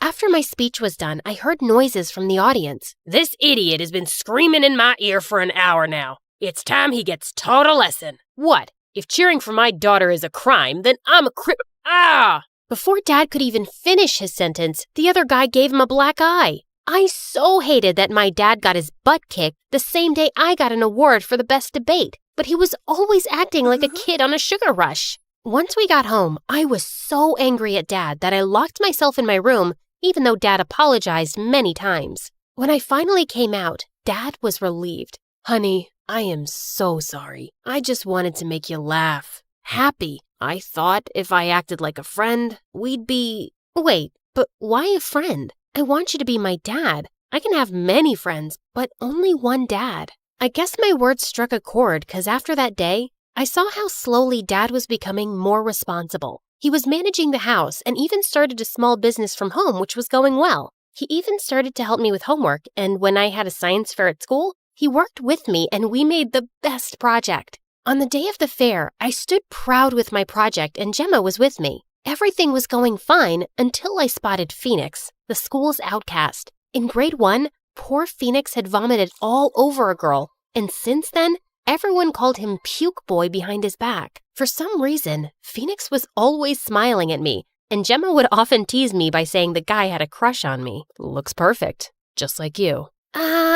You're in the way. Phoenix, can you maybe move aside with your snacks? Right when Phoenix turned, someone shoved him hard. The jerks from the basketball team were here, and Phoenix happened to be their favorite target. Puke Boy fell on his food. Again. Aw, are those tears in your eyes? Hey, want a hand? Nah.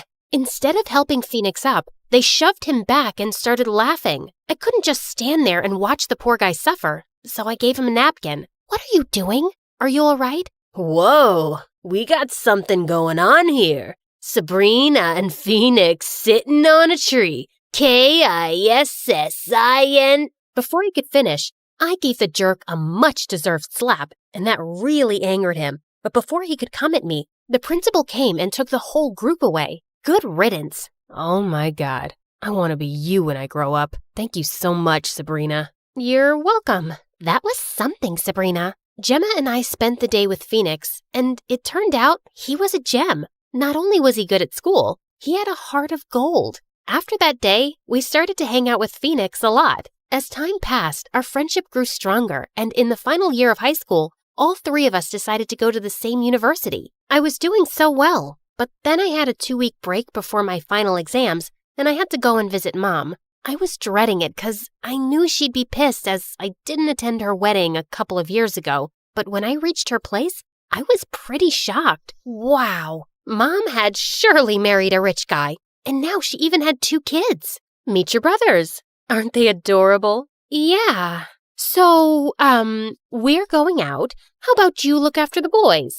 Before I could say anything, Mom and her husband rushed out and I was left to babysit. The entire week went by in a haze, and I realized one thing. Mom had moved on. I knew I should be happy for her, but I felt betrayed. At least I had Dad. But once I was back, I got a surprise at home. Dad was dating again. First, Mom has a new family. Now you're both moving on? Where do I fit in? You are our child. Nothing in the world can ever come between the love we have for you. Yeah, some love. Ugh, but why was I blaming Mom and Dad? I was the one who had wished for them to be apart. The guilt was keeping me awake at night, and to take my mind off it, I poured my heart and soul into my studies and got a scholarship to my favorite university in New York. The best thing was that Gemma and Phoenix were going to be with me, but in different facilities. It was totally worth it considering how we got to meet every single day. Things were going great, and in the 3rd year, I was one of 2 students selected to be part of a research team. That was huge! Finally, my dreams of becoming a scientist seemed so near. While working for a research assistant, I met Jacob. The guy was sure amazing, and every time I'd meet Gemma and Phoenix, I'd be telling them about him. Looks like someone has a crush. A crush? Yuck! Jacob and I, we're just good friends. Yeah, everyone says the same thing when they have a crush. Did I really have a thing for Jacob? No.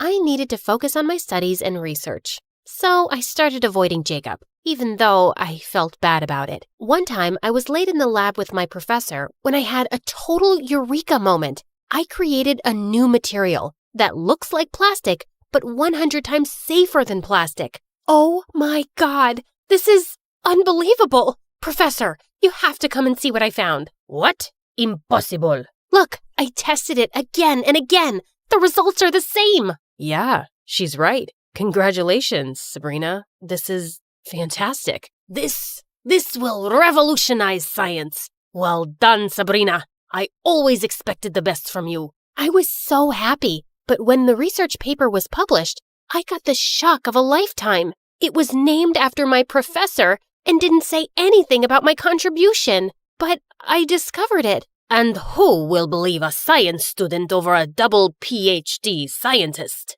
I'll tell everyone. You won't get away with this. Oh, really? Well, then be prepared to lose your scholarship and fail epically. What a monster! I had been such a fool trusting him with my research. I needed to tell Gemma and Phoenix about this and ask them what to do next. I ran to Gemma's dorm room, and right when I opened the door, I felt the air knock out of my lungs. Gemma and Phoenix were kissing. What the heck? Sabrina, wow, Finally. I was telling Gemma for so long that we should tell Sabrina about our relationship, but look how well everything fell into place. Fell into place? Are you crazy?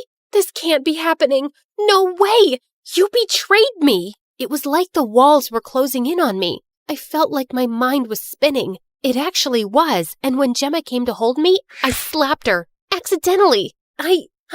Gemma, I am so... What has gotten into you, Sabrina? You hit her. I didn't mean to. Saying that, I ran out of there. I had been walking in the rain for what felt like forever. All my dreams were crushed. My family, my friends, and my career, everything. I didn't know why, but that night I ended up knocking on Mom's door. Oh my God. What happened, sweetheart? Mom? It was the first time I opened up to Mom, and in the end, I came clean. I told her how my wish had caused her and Dad to leave each other and how the guilt ate me because of them, how I hated love. It was never, ever your fault. You're a grown-up now. Listen, everything breaks if you don't take care of it. Your dad and I, we didn't take care of the love we had. Things fell apart. Don't be afraid of love. Don't run away from it. Otherwise, you'll never know the real joy of life. Remember, whatever life throws at you, you've got to be steadfast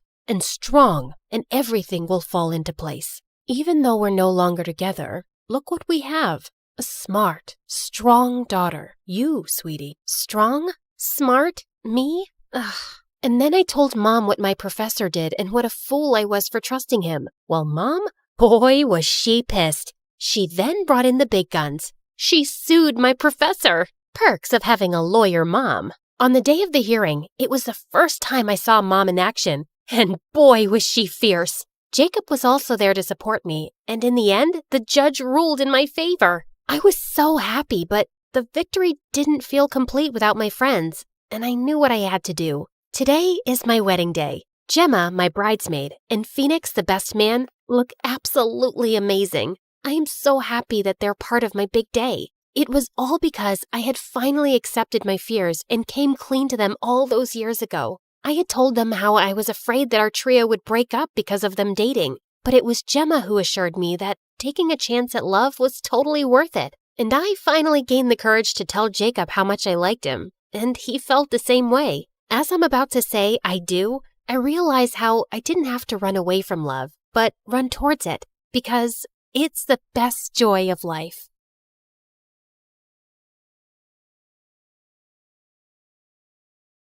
Your mom, she isn't okay. There will still be other hospital expenses, and you girls will have to figure out something soon.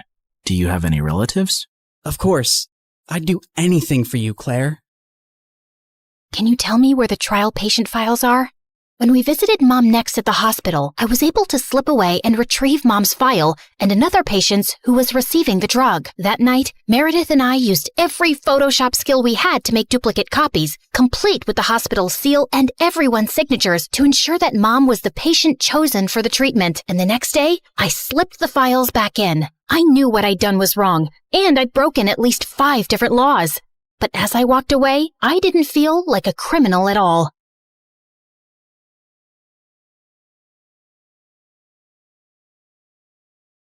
I was walking down the hospital corridor with Freddie when Meredith came running towards us. Where have you been? Mom's awake. She's finally awake. Oh my God, seriously? This better not be a joke, Meredith. I swear on my beautiful face, it's the truth. The doctors are just checking her vitals. Can you girls stop making so much noise? It's a hospital. Oh, shut it, nurse. We're in the coma ward. Who are we disturbing here? Don't you want these people to wake up? How dare you talk to me like that? This is preposterous.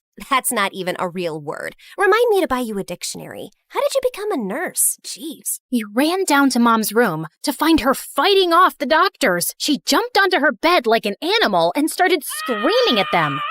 Where am I? Are you doing a science experiment on me? You will not touch the Dr. Vladimir. I learned how to catch fish with my bare hands when I was 3 and tackled a bear when I was 5. You think you are any match for me? Ma'am, we mean no harm. We're your doctors. How are you old enough to be a doctor?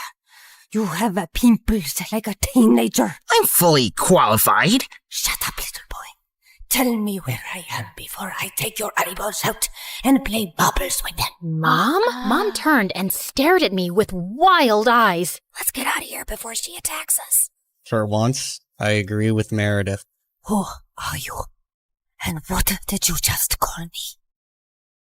Hey guys, the last time you saw me, I was walking down a hospital corridor after switching the clinical trial files. That was 2 years ago, so let me get you up to speed on everything that's happened since then. Mom entered the clinical trial, and her tests started showing signs of progress, but she didn't come out of her coma anytime soon. Freddie tried to help us, but Meredith and I had to learn to manage on our own, and it turns out there's a lot you can steal from a hospital. We never had to buy toilet paper or cleaning supplies again, and we always had endless cups of pudding and Jell-O. Meredith, is that diaper cream you're putting on your face? A girl's gotta moisturize. It's very hydrating. My face is as soft as a baby's butt. What did you score today? More useful things like new bed sheets, pads, towels, and batteries for our TV remote. Time for our show and more Jell-O. Woohoo! But we still needed money, and after high school, we went back to our conning ways. I always pushed away the guilt and justified it to myself with things like, we needed the money, we had no other choice. But I have to admit, I also felt a thrill every time we outwitted someone and got away with it. It started out small, like hitting venues of concerts and games in different cities and selling fake tickets to desperate fans, hoping to get in at the last minute for twice the regular price. By the time they figured the tickets were bogus, we were gone. Or going to the American Idol audition venues and convincing hopeful contestants that we were part of the TV show crew, and we'd get them through to the next round if they paid us a little money. Then, we set up an Instagram matchmaking business account with tons of fake success stories. We were getting booked for our services by loads of women. We'd always meet at the client's house in disguise. What is this exquisite dessert? It's like a cloud melting in my mouth. It's a Japanese cheesecake, delivered fresh every day from Japan. You are just the kind of people I like. Ow! Let's get down to business, shall we? Wow, I mean, this cake. Yes, business. This is your daughter? Oof. We know she's a bit plain. And she's 6 feet tall? With that face? Is her case hopeless? Oh no, we've dealt with a lot of uggos before. Believe me. Ow! What my partner means is there's someone for everyone out there, and we're experts at making those two people meet. We'll need a small advance, and we'll bring you a portfolio of suitable bachelors in a week. You'll be the mother of the bride soon, watching your little giraffe walk down the aisle. Sounds good, right? Make that check to cash, please. Can you also pack the rest of this cake? We'd take the advance, keep in touch for a few weeks saying we were gathering options, and then disappear. Of course, people soon started commenting on our page, calling us frauds and reporting our account, but we made a good amount while it lasted. We tried out a wedding planner service next. That's a gorgeous cake, but it's so expensive.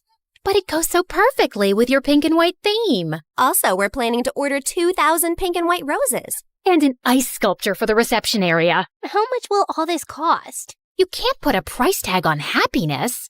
Daddy will have a heart attack. He's gonna have one anyway. I just saw him eating a block of cheese. Why should that stop you from having the wedding of your dreams? Really, you deserve the best on your big day. Okay, I'm sold. Let me write you a check. When that went bust, we became travel bloggers and influencers. With our huge number of fake followers, we managed to get into the best hotels for free as long as we wrote a review. When I'm rich, I will buy a hotel and live there. They have the best beds. Room service? Yes, we'll have 2 lobsters, 4 sushi platters, 2 beef burgers with fries, the prawn tempura, the fish tempura. Okay, anything with the word tempura. And why don't you bring up the entire dessert menu? Thanks. Of course, none of these businesses lasted too long, and we were always on our toes, traveling from place to place, changing disguises, trying not to get caught. The only person who had any idea of our activities was Freddie. But whenever we went back home, he was always happy to see us and never asked questions. 2 years had gone by like this, and Mom was finally awake, except she didn't remember being our mom. Now, we had no chance to ask her about the fake IDs and laptop we'd found, because all she seemed to remember was her childhood in frickin' Russia. We showed her pictures of us together, and the doctors explained that she'd lost most of her memory, and they were unsure if she'd regain it. Oh, my girls, I am so sorry I don't remember anything about you, but I feel a connection to you, as strong as the frost on my toes, walking barefoot in snow, and as sweet as the smell of my grandmother's honey cakes, and as deep as the violet skies of Siberia, and— Yeah, we get it, Mom. We love you too. As the 3 of us sat in a cafe later, I was still trying to process everything when I saw Meredith had a faraway look on her face. I know that face, Em. What are you planning? Oh, nothing. Just thinking how excited Arthur will be when he finds out Mom is awake. You're talking about our neighbor, Arthur? Yeah, he's been visiting Mom every week for 2 years. He's always been in love with her. He'll be happy, but she won't even remember him. That actually works in his favor. Mom always found him irritating. What are you saying exactly? What if we convinced Mom that she was deeply in love with Arthur before she went into a coma? I'm sure he won't have any problem playing along. Maybe we even say that they were engaged before she got sick. If we set them up, Mom will be taken care of for life. Arthur is rich with a capital $sign. Wow, Meredith, you're a frickin' genius. Jeez, why are you girls always scheming? Because our parents are not neurosurgeons. You can't use that excuse forever. Watch me. Like we expected, Arthur immediately agreed, and we got to work. We photoshopped tons of pictures of Mom and him, and soon he even turned up with a giant emerald ring. You chose this Russian emerald ring from an antique shop where I proposed to you. Oh, it is so beautiful. I wish I remembered all of these moments. But I do feel a connection to you, as strong as the smell of lavender on a Russian summer breeze, and as warm as Papa's fur coat, and as comforting as a bowl of kidney pickle soup, and— Kiss her, now! As Arthur and Mom kissed, Meredith and I walked out of the room and burst out laughing. We laughed till we almost peed our pants. Oh God, my tummy hurts. Are we doing the right thing? Fooling Mom?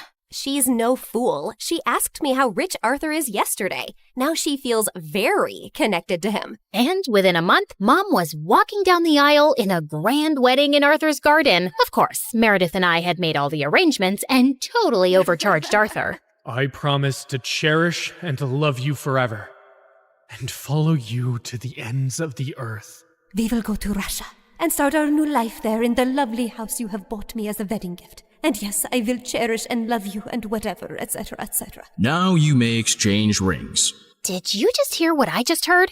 Are they moving to Russia? That can't happen. Is it too late to object to this wedding? Shh! You guys are ruining the ceremony. What's wrong with you? Are you a moron? You know she can't go to Russia. Why not? She's Russian. Isn't she? Oh, yeah, she shouldn't go to Russia. Hold it, everyone! Sorry, Mom, but you can't go to Russia. Oh, sweetie, I will take you girls with me, don't worry. We're taking them with us? No one's going to Russia.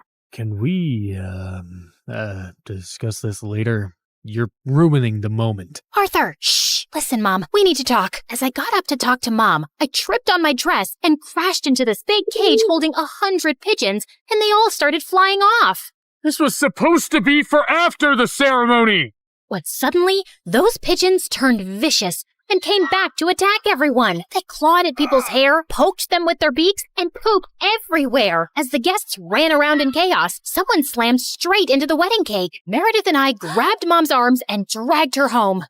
What is wrong with you two? There's something you need to know, Mom. Meredith and I ended up showing her all her fake passports, IDs, and the laptop, and she was stunned. My name is Alexi, and none of these IDs have that name. Mom, we don't know who you really are or why you left Russia. What if you were a spy or some sort of criminal? What if you're wanted in Russia? If you go back there, you might get arrested or worse. Apparently, many years ago, some bad people were looking for you, and we don't know why. You have to stay here and keep a low profile. But I want to find my parents and see my home. It's all I remember. You can't risk it. Not till you get your memory back. Or we get someone to tell us what's on that laptop and figure out who you are. We're sorry. We hugged Mom as she cried, then fixed her makeup and returned to the wedding. The pigeons had left, and the guests were leaving too. Stop, everyone. The wedding isn't over yet. And Arthur, Mom wants to move to Hawaii instead. From the top, people! Arthur was very confused, but they finally got married. Later, as everyone moved towards the dance floor, Freddie asked me to join him. So, now your mom is well and you have a rich stepfather. What are your plans? I like traveling around with Meredith. Maybe I'll do that for some time. There isn't any reason to stay here anyway. Ouch. Why don't you just hit me with an axe? Of course, there's you. I can always come visit. That's not good enough, Claire. Look, I have to say this now. I've been in love with you since forever, and let's not pretend you don't know that. Don't you think you can give us a chance? We're best friends, and I'd do anything for you. I know, Freddie, but I just can't. I love you, but not like you want me to. You can try dating me. Maybe you'll feel differently. I don't think I will. And I can give you a good life. You don't need to live like a freaking criminal anymore. Some people might call me an artist. Con artist, yeah. Still a criminal. Maybe I enjoy being one. It's kind of thrilling. I don't really believe that. You don't want to believe that. We're too different, Freddie. You're going to be a neurosurgeon like your parents, and she'll find a nice girlfriend and then marry her and live in a nice neighborhood, and you'll be content. I'm not sure that's the life I want. It sounds boring. I wish I'd said something else when I saw Freddie's hurt face, but there was no easy way to let him down. He kissed me gently on the cheek and walked away, and I felt a lump in my throat. Mom moved to Hawaii with Arthur, and Meredith and I went down a crazy path over the next few years. There wasn't a scam, fraud, or con we didn't attempt. We never stuck to the same thing for too long, in case the police picked up a pattern, but word got around in underground circles about 2 female con artists, and we actually started getting hired for our services. People were always less likely to suspect 2 pretty, innocent-looking girls than someone who looks like a thug. And working with these thugs, we learned how to forge signatures, create counterfeit money, make fake checks, and steal credit card information. I'd always been bad with computers, but Meredith even showed a great knack for hacking. We made good money, partied with rich people, traveled first class, and stayed in amazing hotels. But for me, the glitz and glamour gradually started to fade. I was getting tired living out of suitcases, always wearing disguises and looking over my shoulder. I had no real friends, and even if I met someone I thought I could like, I knew I couldn't be in a real relationship. I was almost thinking of talking to Meredith about quitting the con artist life when one day she burst into our New York hotel room looking beyond excited. You won't believe the job we just got. It's gonna pay us $250,000. Who would pay that kind of money? And for what? Turns out, the kind of people who take you to their headquarters blindfolded. As Meredith and I walked into an underground room, a large chair swiveled around to reveal...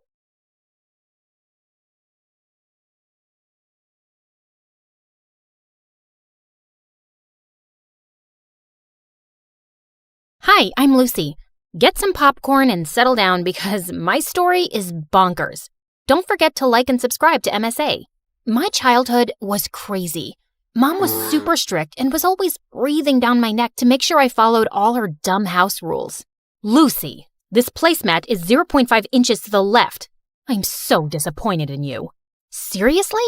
I got no dessert because of freaking placemats. And Dad was a complete weirdo. He stayed in his study all day long and only left at night with a suspicious-looking briefcase. But whenever I asked him what was in it, he would always tell me to mind my own business. So rude. One day, I was playing football by myself in the park when 2 mean-looking men grabbed my ball and squished all the air out of it. Hey, are you stupid? You're supposed to kick the ball, not squish it. She's a little firecracker. Where's your dad, little girl? He owes us an apology. Why? Who are you? And what did my dad do to you? You ask too many questions. Let's just say your father isn't a very nice man. Selfie! And they took pictures with me and left. What was going on? I ran home and confronted Dad. He looked panicked but told me it was no big deal. But I wasn't going to let it go. That night, I sneaked out of my room like a ninja and tried to get into Dad's study. But suddenly, a loud alarm went off and red lights flashed all over the house. I nearly jumped out of my skin in fright. Dad was so furious, he made me write 200 times, "I will mind my own business." But the next day, he was gone. I looked for him everywhere and called him, but his phone was off. And I felt guilty. Had he left because of me? But Mom refused to talk about him. Aren't you even a little bit worried about Dad? He's missing. He's a grown man. I'm sure he can take care of himself. People said he's a bad man. What did he do? What have I told you about listening to idle gossip? And straighten your back. Ugh, she was the worst. Rather than go to the police and file a report, she moved us to a new city. I was so mad at her that I stopped showering for a week. Then I accidentally smelled my own armpits and nearly fainted, so I finally took a bath. But I stopped doing chores according to her ridiculous rules. Lucy, I told you to dry the laundry, not dye it. Oops. But I was only getting started. I always put the forks and knives in different drawers around the house after washing them and screwed up the TV remote so it wouldn't work properly. I dyed my hair orange and got fake piercings and tattoos, but told her they were real. She was so upset, she got me enrolled in an insanely strict school. They have uniforms and rules. I'm sure they'll knock some sense into you. Not if I knock them over first. St. Mary's was a mansion with super rich kids. The lawns were perfectly kept, and the halls were so clean they shone like diamonds. But I got in trouble on the very first day. I was putting my books in my locker when suddenly someone threw a hoodie in my face. Wear this. Your ugly face is gonna make me vomit. Then look somewhere else, creep. This is a respectable school. We don't want people like you, so you better clean up. She knocked the milkshake out of my hand and pushed me down in the mess. I saw red. I was about to get up and slap this crazy witch when suddenly a boy came running down the hall and stood between us. Picking on the new kid on the first day? You're really desperate for attention, aren't you, Crystal? Mind your own business, Anthony. This is my school, not your dad's office. What I say goes. Maybe I should give him a call and we'll see who really runs this school. Crystal looked furious. She flipped her hair and left with her minions, and Anthony helped me up. Hey, I'm sorry about Crystal. Just because she's the principal's daughter, she thinks she can boss everyone around. Thanks for coming in like a knight in shining armor. I always wanted to save a damsel in distress. Oh, you didn't save me. You saved her from me. But the teachers at the school were like Mom Pro Max. They gave detention for everything. Need to sharpen your pencil twice a day? Detention. Spend more than 5 minutes in the bathroom? Detention. The last straw for me was when one of the teachers took away my bag of candies and threw them in the trash. Just keep your candy at home. Mom is a bigger candy police than the teachers. One time I had more than one M&M and she took me to the dentist for a cleaning. That's intense. Come over to my place and we can play video games and eat all the candy you want. Anthony's house was bigger than the White House. There were guards all over the place and a whole room dedicated to gaming consoles, snacks, and a freaking cotton candy machine. Fart in my face to wake me up because I must be dreaming. You are so weird. We played till our eyes hurt, and it was the best time I'd ever had in my life. Over a dinner of greasy burgers, I told him all about my parents, how we'd moved so suddenly, and how I'd never had a normal childhood, and how Dad left. I think Dad was a criminal or something. That's the only logical explanation. Is that why he disappeared? Maybe. This is the best burger I've ever had. Mom would freak out if she saw me eating this. That just shows your mom really cares about you. My dad builds bridges and has a whole list of rules that he needs to follow strictly, or people's lives could be in danger. Your mom is just trying to build a strong bridge. I'd never really thought about it like that. Maybe Mom wasn't so bad. But Anthony was so wrong, because when I got home, Mom was waiting for me in the living room, boiling with anger. How dare you go to a friend's house without permission? Do I even know these people? You'd know about my friends if you cared about anything other than your stupid rules. You're grounded. I hated my life at home, and Crystal was making me miserable at school. She was the student body president and was always after me for breaking some rule, which she made up herself. Ugh, I know you can't fix your ugly face, but at least have the decency not to smile. Your crooked teeth really make everyone cringe. Detention. For smiling? That isn't against the rules. No, but it should be for you. Well, if I'm gonna do the time, I might as well do the crime. I was getting detention so often that kids in school had started calling it getting a Lucy. It was ridiculous. So I decided to get even in the most Lucy way possible. I came in super early one day, did a little dance for the security camera, and drew poop emojis all over Crystal's locker. But why stop there? The whole school was a blank canvas. So I drew the little brown swirls on every whiteboard and bathroom stall. The school went nuts. One of the teachers fainted. The principal called me into her office, and soon after, Mom showed up with Dad's briefcase. She told me angrily to go outside for a few minutes. You're definitely going to get expelled, Lucy. That's what happens when you don't follow the rules. But just then, the principal came out looking pale and sweaty. Well, Lucy, I've decided not to expel you. I can see you don't do well with rules, so maybe we can relax a few and make learning easy for you. What? I was shocked, but Crystal had a full-blown meltdown. This loser drew poop all over my locker. She can't get away with this. I want her out, Mommy. Kick her out. The principal had to drag Crystal into her office because she was kicking and screaming like a 5-year-old. And Mom grabbed my hand and took me home for the day. What just happened? What did you say to the principal? Did you threaten her? What's in that briefcase? That's none of your business. Just keep your head down at school. I saved your butt this time, but it won't always work. No, maybe you're a criminal just like Dad. I don't trust you at all. I won't do anything you ask until I know the truth. I ran out the door and went to stay with Anthony. It was the only place I felt safe. Mom kept calling, but I ignored her calls. The next day, people in school were looking at me like I was some kind of hero. One of Crystal's minions actually dusted my locker and opened it for me, while another girl brought me coffee and offered to carry my books. What's going on here? Why are you guys doing this? Because someone finally put Crystal in her place. She's no longer the student body president thanks to you. We were all so tired of her being mean to us. Aw, shucks. But I didn't really do anything. Thanks for the coffee, but you don't have to do this anymore, okay? Life was pretty sweet after that. The teachers left me alone, and Crystal's day of ruling the school halls was over. She was always glaring at me like she was planning something evil in that petty brain of hers. And a few weeks later, I found out what. Someone had spray-painted poop emojis on every teacher's car and left a giant cat turd on the principal's windshield. Don't look at me. I didn't do it. Then who did? You're such a witch, Lucy.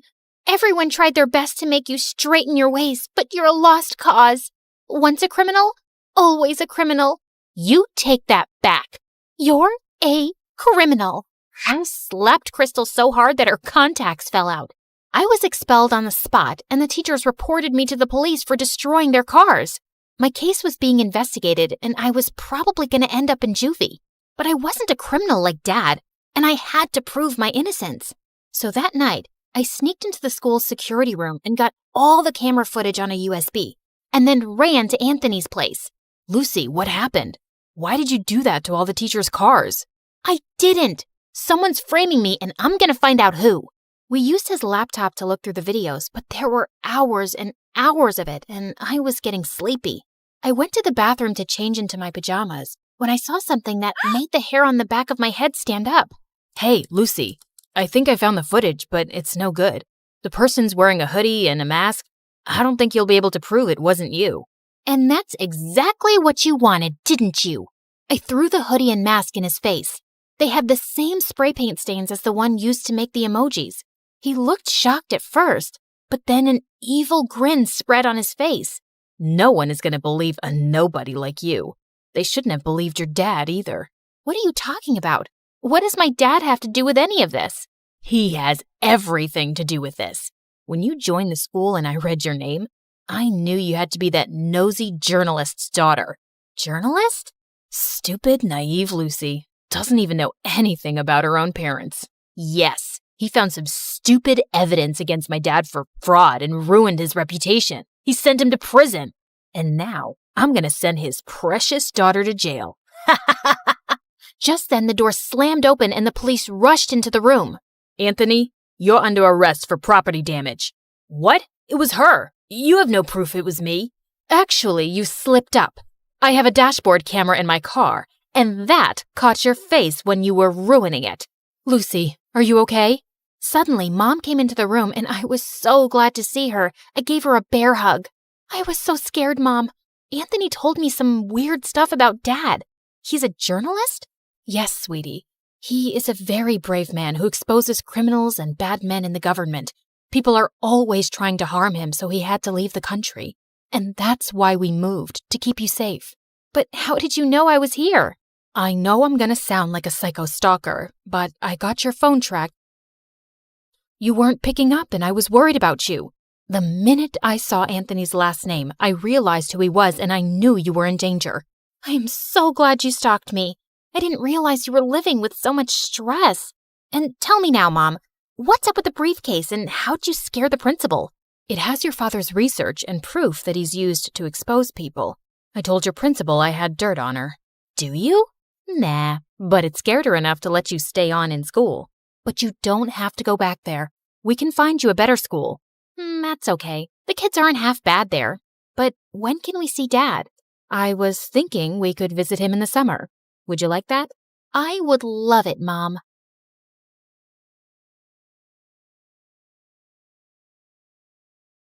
When the music kicked off and everyone started dancing, I escaped to the garden for some fresh air. As I sat down by the fountain and sighed, a soft object hit me squarely in the face. Then someone in black jumped down from the tree above me. Brought your favorite cheeseburger. Meredith, what are you doing here? And why would you hit me with a burger? Wait, are you dressed up like Catwoman? Yeah, it's been my look for weeks now. 1, it shows off my fantastic figure, which is a service to humanity. 2, every vigilante hero needs a costume, and I've always found Catwoman classy. 3, vigilante hero? You basically rob people. Yeah, like Robin Hood, stealing from the rich and giving to the poor. You steal for yourself. I am the poor. And what's all this you nonsense? Last time I checked, we were a team. But sis, what's taking so long with this mission? It's not that simple. It's pretty simple. You make this rich dude fall for you, get access to his vault, steal the painting, and we run off to Bora Bora. Are you having trouble making him fall for you? Maybe he hates your eyebrows. I don't know, but I feel like punching you in the face every time I see your eyebrows, which is basically every time I see your face. Shut up, Em. Everything's going fine. Okay, but hurry up. This catsuit is giving me a butt rash, even though I use baby powder under it. I want to put it away soon and retire on a beach in a bikini. Aren't you looking forward to it? Just take the stupid suit off. You're a con artist, not a cat burglar. And of course, I'm looking forward to it. You should go before you blow my cover. And thanks for the burger. It's not a gift. Duh. You're gonna pay me back. I've noted it in my diary. See ya. I couldn't help laughing as I saw her clumsily climb the wall, then fall over to the other side. But as I turned away, I felt troubled. The problem wasn't about making this rich guy I had to rob fall for me. He already had. The problem was, I'd fallen for him too. Let's start from the start, okay? Hi, I'm Claire, originally from Connecticut. And yes, you might have heard some fun words being used for me. Deceitful witch, manipulative liar, and con artist might come up, none of which is an exaggeration, but people change, okay? Before I tell you my crazy story, please like and subscribe. My mother was born into what she always called old money, which basically means her family had been rich for a long time and their wealth was passed down generations. Unfortunately, it skipped our generation. Apparently, my dad was extremely charming and swept Mom off her feet when she was just 20. She married him against her parents' wishes and they cut her off from their wealth. Then, 2 years later, Mom gave birth to twins, Dad met another woman, and he abandoned us. At least he left us the house in a nice neighborhood, but my grandparents refused to help Mom out and said she had to live with her decisions. Mom, how are you feeling now? Like my organs are shutting down one by one. So, same as this morning then? Here's some chicken soup. There's no chicken in it. Well, you asked for chicken soup when there was no chickens in the fridge, so I guess we all have to use our imaginations, don't we? Oh, the soup at my parents' house always had chunks of chicken and big fat prawns. What has life come to now? I was raised as a creature of luxury. I'm like that fairy tale princess who couldn't sleep because of a single pea under her mattress. So you say, but there's a bunch of sharp pebbles under your mattress and you sleep like a log and snore like a bear. What? How could you put pebbles? I do not snore. Leave me to decompose, please. Well, you have to return to your waitressing job, so get well soon, Mom. Shall not.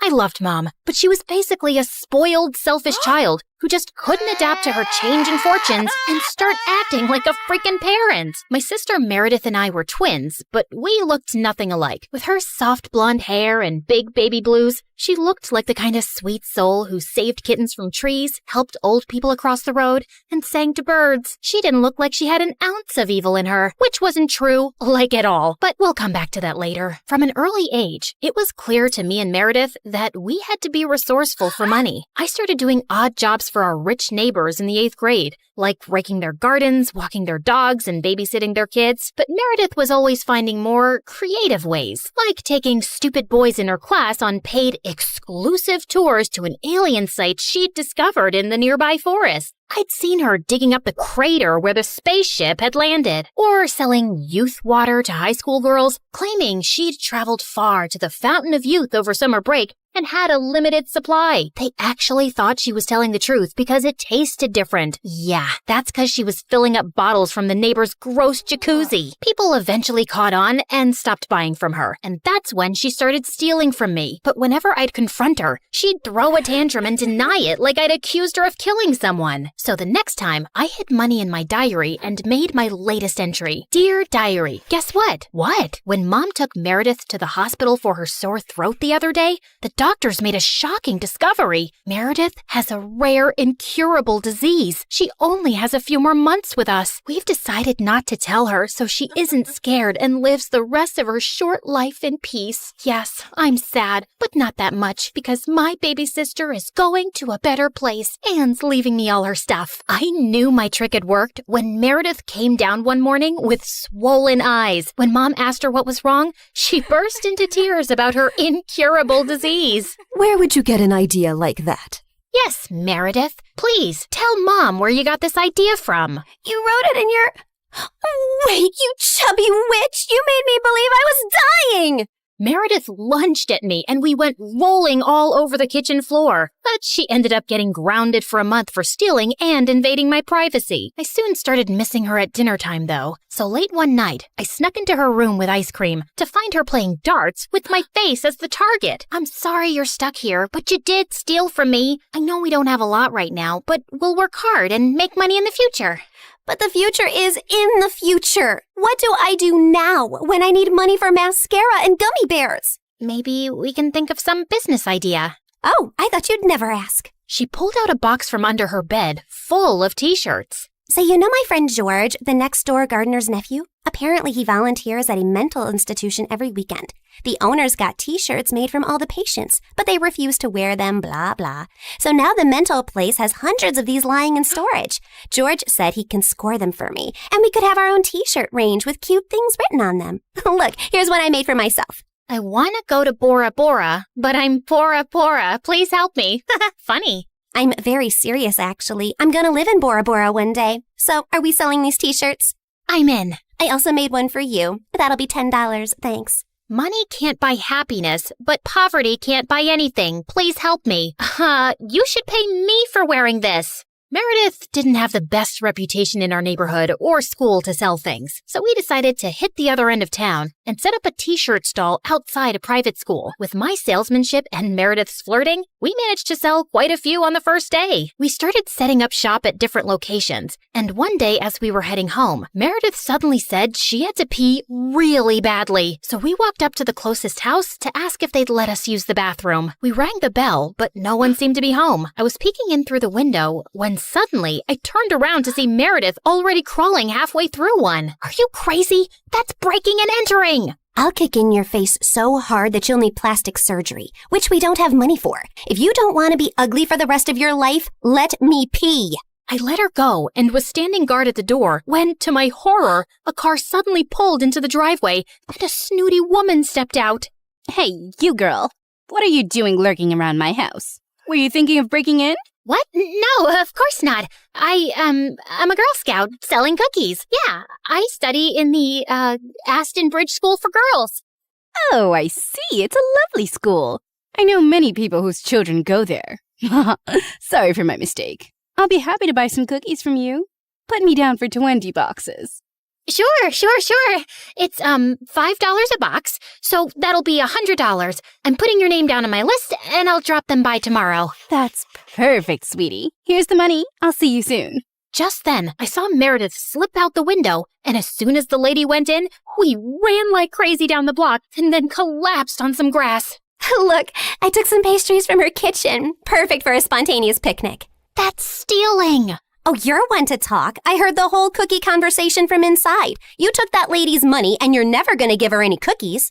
I was just trying to distract her before she caught your butt. I didn't think she'd be dumb enough to actually give me the money. I can return it. Look, she didn't do it out of the goodness of her heart. She's a rich snob who was being really rude till she thought you were someone rich too. You didn't force her to give you money at gunpoint. Oh, Claire, this has just given me the best idea.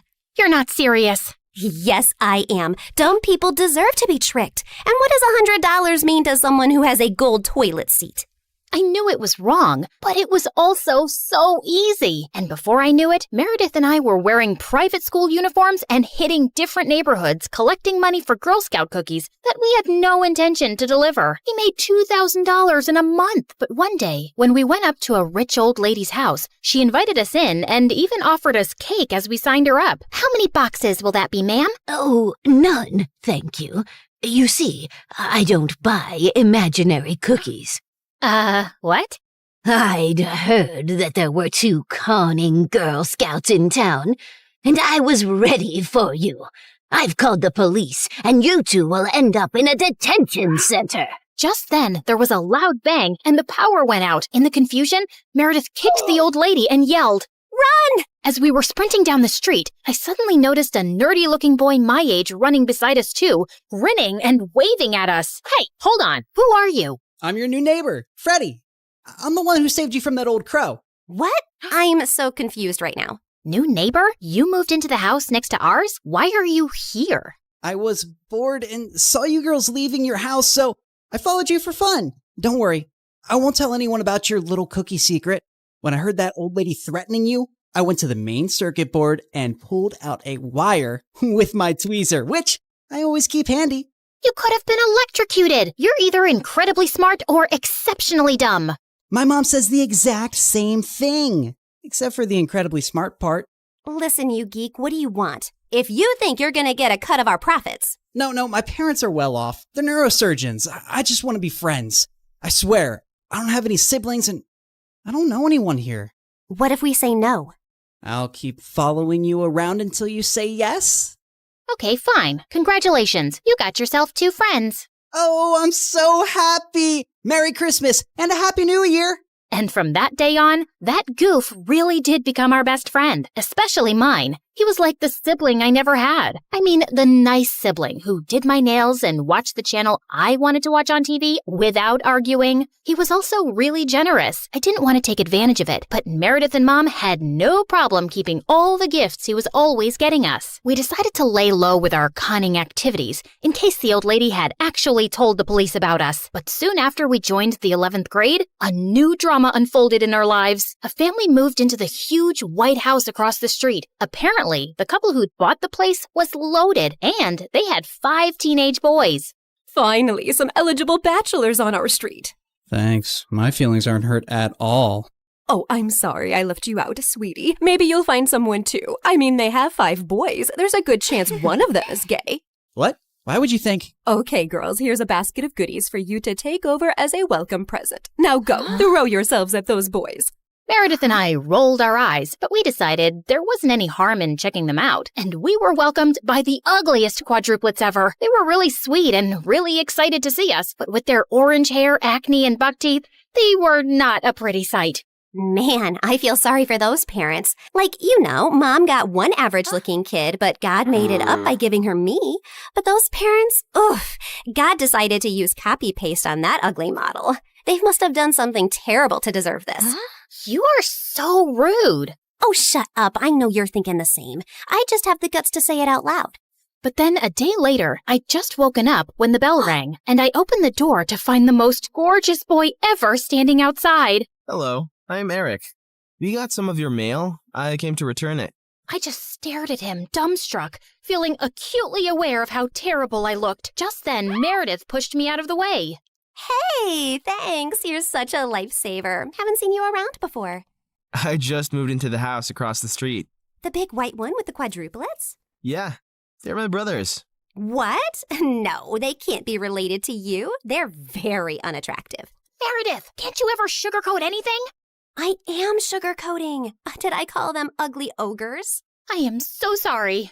It's okay. People have this reaction often. I'll see you girls around. He flashed his beautiful smile at us and then left. Wow, Eric stole his brother's luck, the schoolboy's luck, the neighborhood boy's luck, and his mother's and his father's luck, and the whole town's. I agree. He's beautiful. I hope he's smart and funny and kind too. I'm sure he is. I never believed in love at first sight till I met Eric. Okay, maybe love is an exaggeration, but I was crushing on him hard. Freddie, how does this purple dress look on me? Claire, what the? You can't just come in without knocking? What if I wasn't wearing a towel? Well, you are. So unclench your butt. Now, what do you think about the dress? Hey, Freddie, I want your opinion on this red dress. Oh, hi, Claire. I didn't know you were here. Have some respect for my privacy. What are you talking about? Actually, I don't care. Now tell me, I look hot, right? Of course I look hot. I could wear a potato sack and I'd look hot. I can do hot in my sleep. What's the dress for? The party at Eric's place? What, did you think you're the only one who got invited? The red's a bit much for a casual housewarming party, no? Yeah, you're right. It's more of a second date dress. Thanks, I'll look for something else. And your dress looks lovely. I am not your sister, and you can't treat me like this. I am a man. Okay, thanks for the news flash. Come on, Claire, let's go before Freddie has a heart attack. The party was coming up soon, but I knew there would be many guests, and I wouldn't really get a chance to talk to Eric then. So I decided to drop by to borrow some sugar one evening. But my heart sank when I spotted Meredith and Eric in the kitchen, and they were kissing. I couldn't believe that witch. It was so obvious I was crushing on Eric, wasn't it? Can you give me some mashed potatoes, Claire? I lifted a spoonful and threw it straight at her face. Claire! What the heck? Oh, I'm sorry. You didn't want them on your face? You should have been clearer then. You got a problem with me? What a genius. Since you're so smart, I'm sure you already knew I liked Eric, but you went after him anyway. Yeah, I saw you two kissing. Oh my God, what? You like Eric? I had no idea. You should have been clearer too. Cut it out, okay? You knew. Did not. Okay, so now that you know, will you stop seeing him? No, duh. Are you really into him? Not really. I barely know him, but he's cute and rich and he likes me. You did see that he was kissing me back, right? I flung another dollop of mashed potato straight in her eye and stormed off. Fine, that jerk could have Eric. I wasn't even going to go to the party now. But on the night of the party, when I heard music floating from across the street, I couldn't help myself. Eric had just known Meredith for 2 days. This battle wasn't over yet. I knew I looked smoking hot as I marched up to Eric and Meredith in her stupid red dress. She looked furious to see me before she turned sickly sweet. Oh, hi. I thought you were unwell and not coming, honey. How are you doing now, honey? I'm good, honey. How are you, honey? I'm great, honey. Do you like my honey, honey? What honey? Honey? The honey, honey. I see no honey. Honey? What's happening here? Don't worry about it. Let's go get some honey, honey. We don't have any honey, Meredith. Honey! You ruined it. You should have ended the sentence with honey. Don't mind her, Eric. You already know she's rude. And she has a vile temper. She once tried stealing money from an old lady and kicked her hard when she resisted. Oh, so that's how it's gonna be, huh?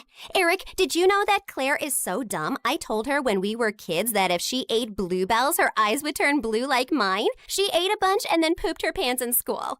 Did Meredith tell you she used to fart in the neighbor's jacuzzi just because they said they liked me more than her? It went on for a month. Oh, how about the time you dropped Mom's toothbrush in the toilet and just put it right back? Imagine someone being so awful to their own mother. Meredith has a boyfriend who works in a mental institution, and he steals the patient's clothes from there for her. Imagine doing that to sick people. Claire keeps acting like she doesn't know her best friend is in love with her, and she keeps using him for his money. What? Are you talking about Fred? I've never used him, and he's not in love with me. Oh, please. A blind person can see Freddie's been in love with you since day one. Shut up.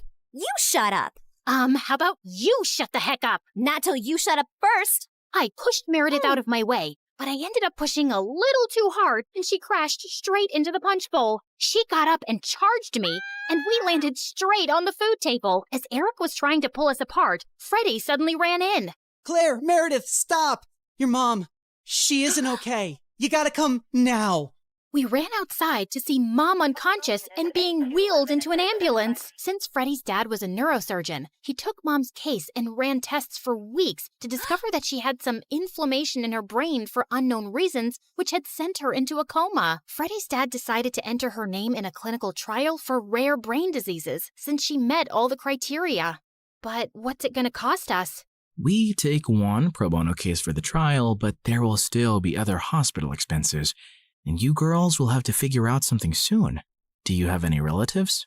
We had to contact our grandparents, but to our surprise, Mom didn't even have their numbers saved in her phone. All we had was a framed picture with their names signed at the back. Freddie offered to hire a private investigator, and within a week, he said they'd been found and were flying over to see us. But I couldn't help noticing as they got out of the cab that they didn't look rich at all. Those paupers are our grandparents? They're definitely the people from the picture.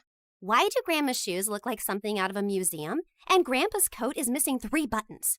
The old lady hobbled towards us and hugged us tight. Oh, girls, it's so good to see you. We had no idea we had granddaughters till yesterday.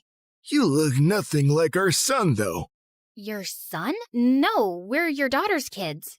Oh, honey, we don't have a daughter. The private investigator who tracked us down did say our daughter was looking for us, but we just assumed that was our son who ran away from home 18 years ago. He was always saying he'd change into a woman one day. What? Our mom used to be a man? No, this is crazy. Look at this picture. Does this woman look anything like your son? Our son is ugly, and I remember this woman.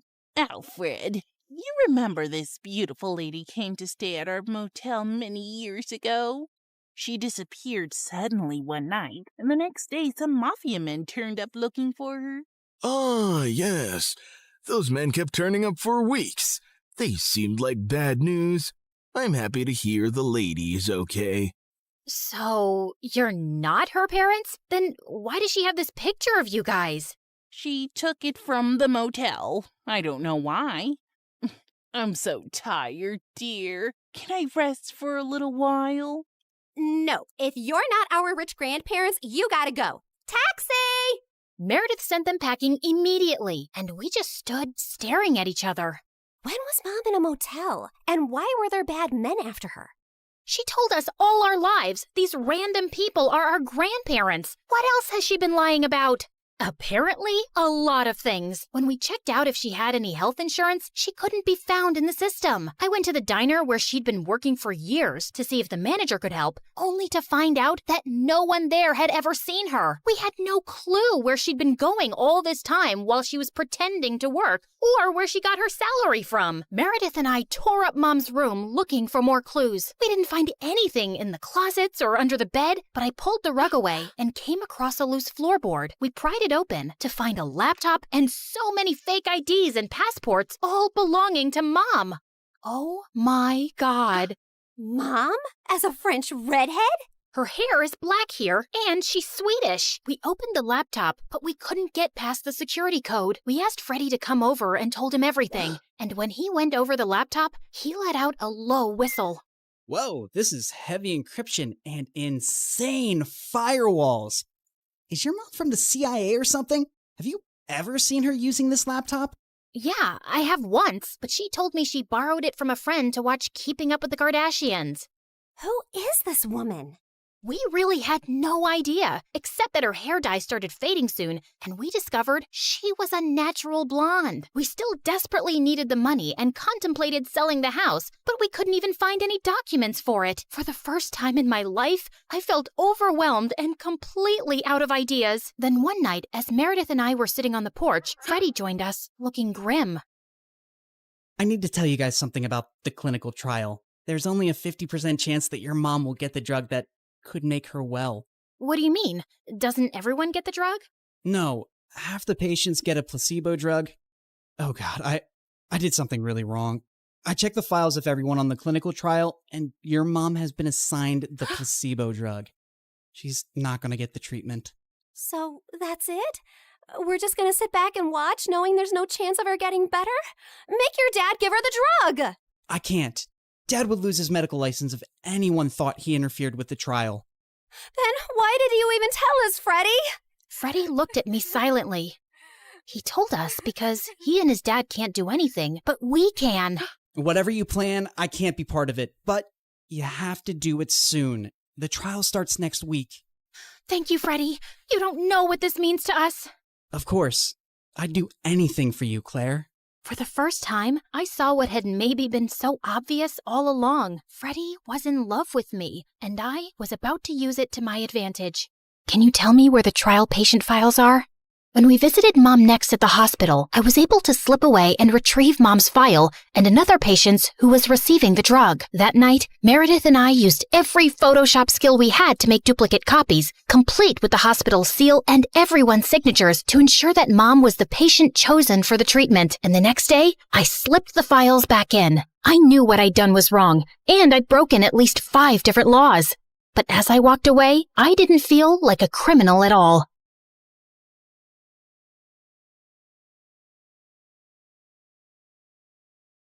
I was walking down the hospital corridor with Freddie when Meredith came running towards us. Where have you been? Mom's awake. She's finally awake. Oh my god, seriously? This better not be a joke, Meredith. I swear on my beautiful face, it's the truth. The doctors are just checking her vitals. Can you girls stop making so much noise? It's a hospital. Oh, shut it, nurse. We're in the coma ward. Who are we disturbing here? Don't you want these people to wake up? How dare you talk to me like that? This is preposterous. That's not even a real word. Remind me to buy you a dictionary. How did you become a nurse? Jeez. You ran down to Mom's room to find her fighting off the doctors. She jumped onto her bed like an animal and started screaming at them. Where am I? Are you doing a science experiment on me? You will not touch the daughter of Vladimir. I learned how to catch fish with my bare hands when I was 3 and tackled a bear when I was 5. You think you are any match for me? Ma'am, we mean no harm. We're your doctors. How are you old enough to be a doctor? You have pimples like a teenager. I'm fully qualified. Shut up, little boy. Tell me where I am before I take your eyeballs out and play bubbles with them. Mom? Mom turned and stared at me with wild eyes. Let's get out of here before she attacks us. For once, I agree with Meredith. Who are you? And what did you just call me?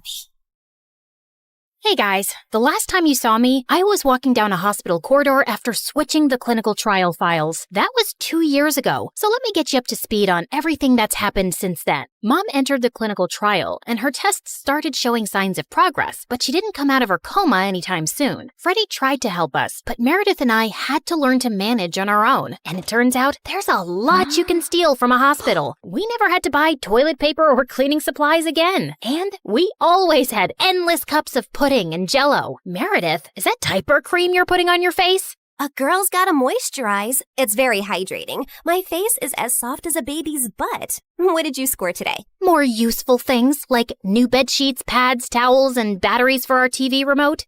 Time for our show and more Jell-O. Woohoo! But we still needed money, and after high school, we went back to our conning ways. I always pushed away the guilt and justified it to myself with things like, we needed the money, we had no other choice. But I have to admit, I also felt a thrill every time we outwitted someone and got away with it. It started out small, like hitting venues of concerts and games in different cities and selling fake tickets to desperate fans, hoping to get in at the last minute for twice the regular price. By the time they figured the tickets were bogus, we were gone. Or going to the American Idol audition venues and convincing hopeful contestants that we were part of the TV show crew, and we'd get them through to the next round if they paid us a little money. Then, we set up an Instagram matchmaking business account with tons of fake success stories. We were getting booked for our services by loads of women. We'd always meet at the client's house in disguise. What is this exquisite dessert? It's like a cloud melting in my mouth. It's a Japanese cheesecake, delivered fresh every day from Japan. You are just the kind of people I like. Ow! Let's get down to business, shall we? Wow, I mean, this cake. Yes, business. This is your daughter? Oof. We know she's a bit plain. And she's 6 feet tall? With that face? Is her case hopeless? Oh no, we've dealt with a lot of uggos before. Believe me. Ow! What my partner means is there's someone for everyone out there, and we're experts at making those two people meet. We'll need a small advance, and we'll bring you a portfolio of suitable bachelors in a week. You'll be the mother of the bride soon, watching your little giraffe walk down the aisle. Sounds good, right? Make that check to cash, please. Can you also pack the rest of this cake? We'd take the advance, keep in touch for a few weeks saying we were gathering options, and then disappear. Of course, people soon started commenting on our page, calling us frauds and reporting our account, but we made a good amount while it lasted. We tried out a wedding planner service next. That's a gorgeous cake, but it's so expensive. But it goes so perfectly with your pink and white theme. Also, we're planning to order 2,000 pink and white roses. And an ice sculpture for the reception area. How much will all this cost? You can't put a price tag on happiness. Daddy will have a heart attack. He's gonna have one anyway. I just saw him eating a block of cheese. Why should that stop you from having the wedding of your dreams? Really, you deserve the best on your big day. Okay, I'm sold. Let me write you a check. When that went bust, we became travel bloggers and influencers. With our huge number of fake followers, we managed to get into the best hotels for free as long as we wrote a review. When I'm rich, I will buy a hotel and live there. They have the best beds. Room service? Yes, we'll have 2 lobsters, 4 sushi platters, 2 beef burgers with fries, the prawn tempura, the fish tempura. Okay, anything with the word tempura. And why don't you bring up the entire dessert menu? Thanks. Of course, none of these businesses lasted too long, and we were always on our toes, traveling from place to place, changing disguises, trying not to get caught. The only person who had any idea of our activities was Freddie. But whenever we went back home, he was always happy to see us and never asked questions. 2 years had gone by like this, and Mom was finally awake, except she didn't remember being our mom. Now, we had no chance to ask her about the fake IDs and laptop we'd found, because all she seemed to remember was her childhood in frickin' Russia. We showed her pictures of us together, and the doctors explained that she'd lost most of her memory, and they were unsure if she'd regain it. Oh, my girls. I am so sorry I don't remember anything about you, but I feel a connection to you, as strong as the frost on my toes, walking barefoot in snow, and as sweet as the smell of my grandmother's honey cakes, and as deep as the violet skies of Siberia, and— Yeah, we get it, Mom. We love you too. As the 3 of us sat in a cafe later, I was still trying to process everything when I saw Meredith had a faraway look on her face. I know that face, Em. What are you planning? Oh, nothing. Just thinking how excited Arthur will be when he finds out Mom is awake. You're talking about our neighbor, Arthur? Yeah, he's been visiting Mom every week for 2 years. He's always been in love with her. He'll be happy, but she won't even remember him. That actually works in his favor. Mom always found him irritating. What are you saying exactly? What if we convinced Mom that she was deeply in love with Arthur before she went into a coma? I'm sure he won't have any problem playing along. Maybe we even say that they were engaged before she got sick. If we set them up, Mom will be taken care of for life. Arthur is rich with a capital $sign. Wow, Meredith, you're a frickin' genius. Jeez, why are you girls always scheming? Because our parents are not neurosurgeons. You can't use that excuse forever. Watch me. Like we expected, Arthur immediately agreed, and we got to work. We photoshopped tons of pictures of Mom and him, and soon he even turned up with a giant emerald ring. You chose this Russian emerald ring from an antique shop where I proposed to you. Oh, it is so beautiful. I wish I remembered all of these moments. But I do feel a connection to you, as strong as the smell of lavender on a Russian summer breeze, and as warm as Papa's fur coat, and as comforting as a bowl of kidney pickle soup, and— Kiss her, now! As Arthur and Mom kissed, Meredith and I walked out of the room and burst out laughing. We laughed till we almost peed our pants. Oh God, my tummy hurts. Are we doing the right thing? Fooling Mom? She's no fool. She asked me how rich Arthur is yesterday. Now she feels very connected to him. And within a month, Mom was walking down the aisle in a grand wedding in Arthur's garden. Of course, Meredith and I had made all the arrangements and totally overcharged Arthur. I promise to cherish and to love you forever, and follow you to the ends of the earth. We will go to Russia and start our new life there in the lovely house you have bought me as a wedding gift. And yes, I will cherish and love you and whatever, etc., etc. Now you may exchange rings. Did you just hear what I just heard? Are they moving to Russia? That can't happen. Is it too late to object to this wedding? Shh! You guys are ruining the ceremony. What's wrong with you? Are you a moron? You know she can't go to Russia? Why not? She's Russian. Isn't she? Oh, yeah, she shouldn't go to Russia. Hold it, everyone. Sorry, Mom, but you can't go to Russia. Oh, sweetie, I will take you girls with me, don't worry. We're taking them with us? No one's going to Russia. Can we, discuss this later? You're ruining the moment. Arthur, shh. Listen, Mom, we need to talk. As I got up to talk to Mom, I tripped on my dress and crashed into this big cage holding 100 pigeons, and they all started flying off. This was supposed to be for after the ceremony! But suddenly, those pigeons turned vicious and came back to attack everyone. They clawed at people's hair, poked them with their beaks, and pooped everywhere. As the guests ran around in chaos, someone slammed straight into the wedding cake. Meredith and I grabbed Mom's arms and dragged her home. What is wrong with you two?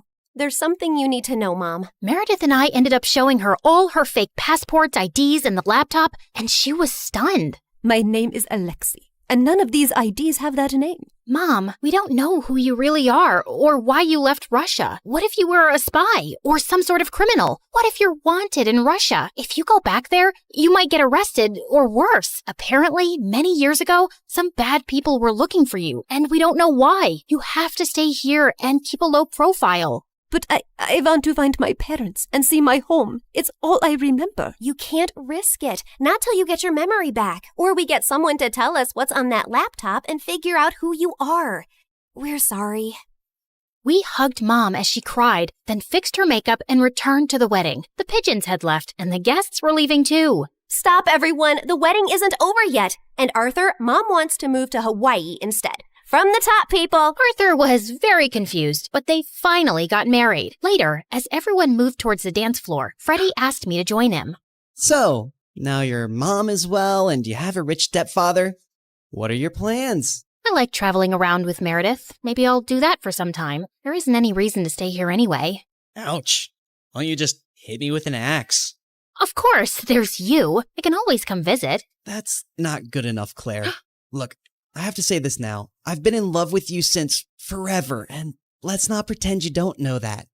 Don't you think you can give us a chance? We're best friends, and I'd do anything for you. I know, Freddie, but I just can't. I love you, but not like you want me to. You can try dating me. Maybe you'll feel differently. I don't think I will. And I can give you a good life. You don't need to live like a freaking criminal anymore. Some people might call me an artist. Con artist, yeah. Still a criminal. Maybe I enjoy being one. It's kind of thrilling. I don't really believe that. You don't want to believe that. We're too different, Freddie. You're going to be a neurosurgeon like your parents, and you'll find a nice girlfriend and then marry her and live in a nice neighborhood, and you'll be content. I'm not sure that's the life I want. It sounds boring. I wish I'd said something else when I saw Freddie's hurt face, but there was no easy way to let him down. He kissed me gently on the cheek and walked away, and I felt a lump in my throat. Mom moved to Hawaii with Arthur, and Meredith and I went down a crazy path over the next few years. There There wasn't a scam, fraud, or con we didn't attempt. We never stuck to the same thing for too long, in case the police picked up a pattern, but word got around in underground circles about 2 female con artists, and we actually started getting hired for our services. People were always less likely to suspect 2 pretty, innocent-looking girls than someone who looks like a thug. And working with these thugs, we learned how to forge signatures, create counterfeit money, make fake checks, and steal credit card information. I'd always been bad with computers, but Meredith even showed a great knack for hacking. We made good money, partied with rich people, traveled first class, and stayed in amazing hotels. But for me, the glitz and glamour gradually started to fade. I was getting tired living out of suitcases, always wearing disguises and looking over my shoulder. I had no real friends, and even if I met someone I thought I could like, I knew I couldn't be in a real relationship. I was almost thinking of talking to Meredith about quitting the con artist life when one day she burst into our New York hotel room looking beyond excited. You won't believe the job we just got. It's gonna pay us $250,000. Who would pay that kind of money? And for what? Turns out, the kind of people who take you to their headquarters blindfolded. As Meredith and I walked into an underground room, a large chair swiveled around to reveal a tiny, skinny guy. What? You think all mafia bosses are tall, fat, bald, and wear gold rings? Sorry to disappoint you with my looks, but trust me, I am every bit as ruthless. Something about his steely gray eyes sent a shiver down my spine. I believed him. His name was Pierre Soufflet, which was obviously a lie, and the job he had for us was to steal a priceless painting from a museum and replace it with a fake. That's the painting? It's, tiny. What's your problem with tiny things and people? It's also kinda stupid. What is that? A raccoon eating a cheeseburger? It's worth $10 million, so the joke's on you, dummy. Now, the owner of the painting has allowed the museum to borrow it for only 3 days, so we don't have a lot of time. Wouldn't it be easier to steal it from the owner's house? Everyone, look at Lady Einstein coming up with brilliant ideas. Why didn't we think of that ourselves? Happy to help. Of course we thought of that ourselves. Trust me, the museum is easier. Why choose us? It's a very stupid security measure, but the museum's floors are activated by pressure sensors at night. Anything above 55 kilograms and they go off. I haven't been able to find a boy who weighs less than that. Ellie, get the weighing scale. Meredith weighed 52 kgs, while I weighed 55.1. How is this possible? You eat so much more than I do. What can I say? I got all the good genes. Okay, you're out, fatty. Meredith, you're my leading lady.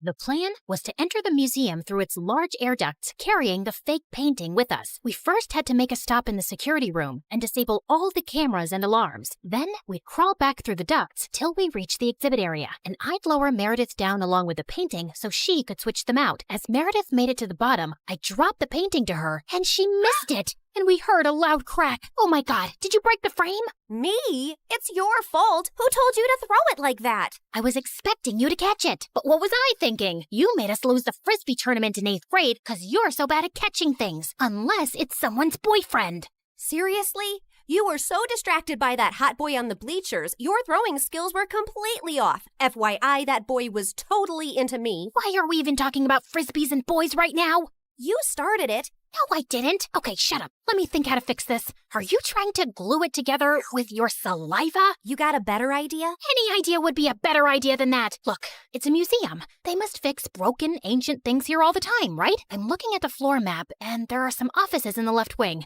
I'll go get some glue. It took me an hour to find glue and return to our spot. And I found Meredith eating a bowl of ramen. Where did you get that? I brought a packet of instant ramen with me, and you were taking forever, so I went to make it in the staff kitchen. There was someone's chicken sandwich in the fridge, so I used the meat from that. And there was also some tofu, and I added a dash of oyster sauce. I'm so happy you chose this moment in your life to become a gourmet chef. Just send the painting back up so I can fix it. Tried to fill in the crack as best I could, then sent it back down to Meredith, who took the real one off and put the fake one on the wall. But just as she started walking back, the whole floor lit up suddenly, and a blaring sound went off. Oh my God, what's happening? I don't know. Is the painting heavier than the fake one?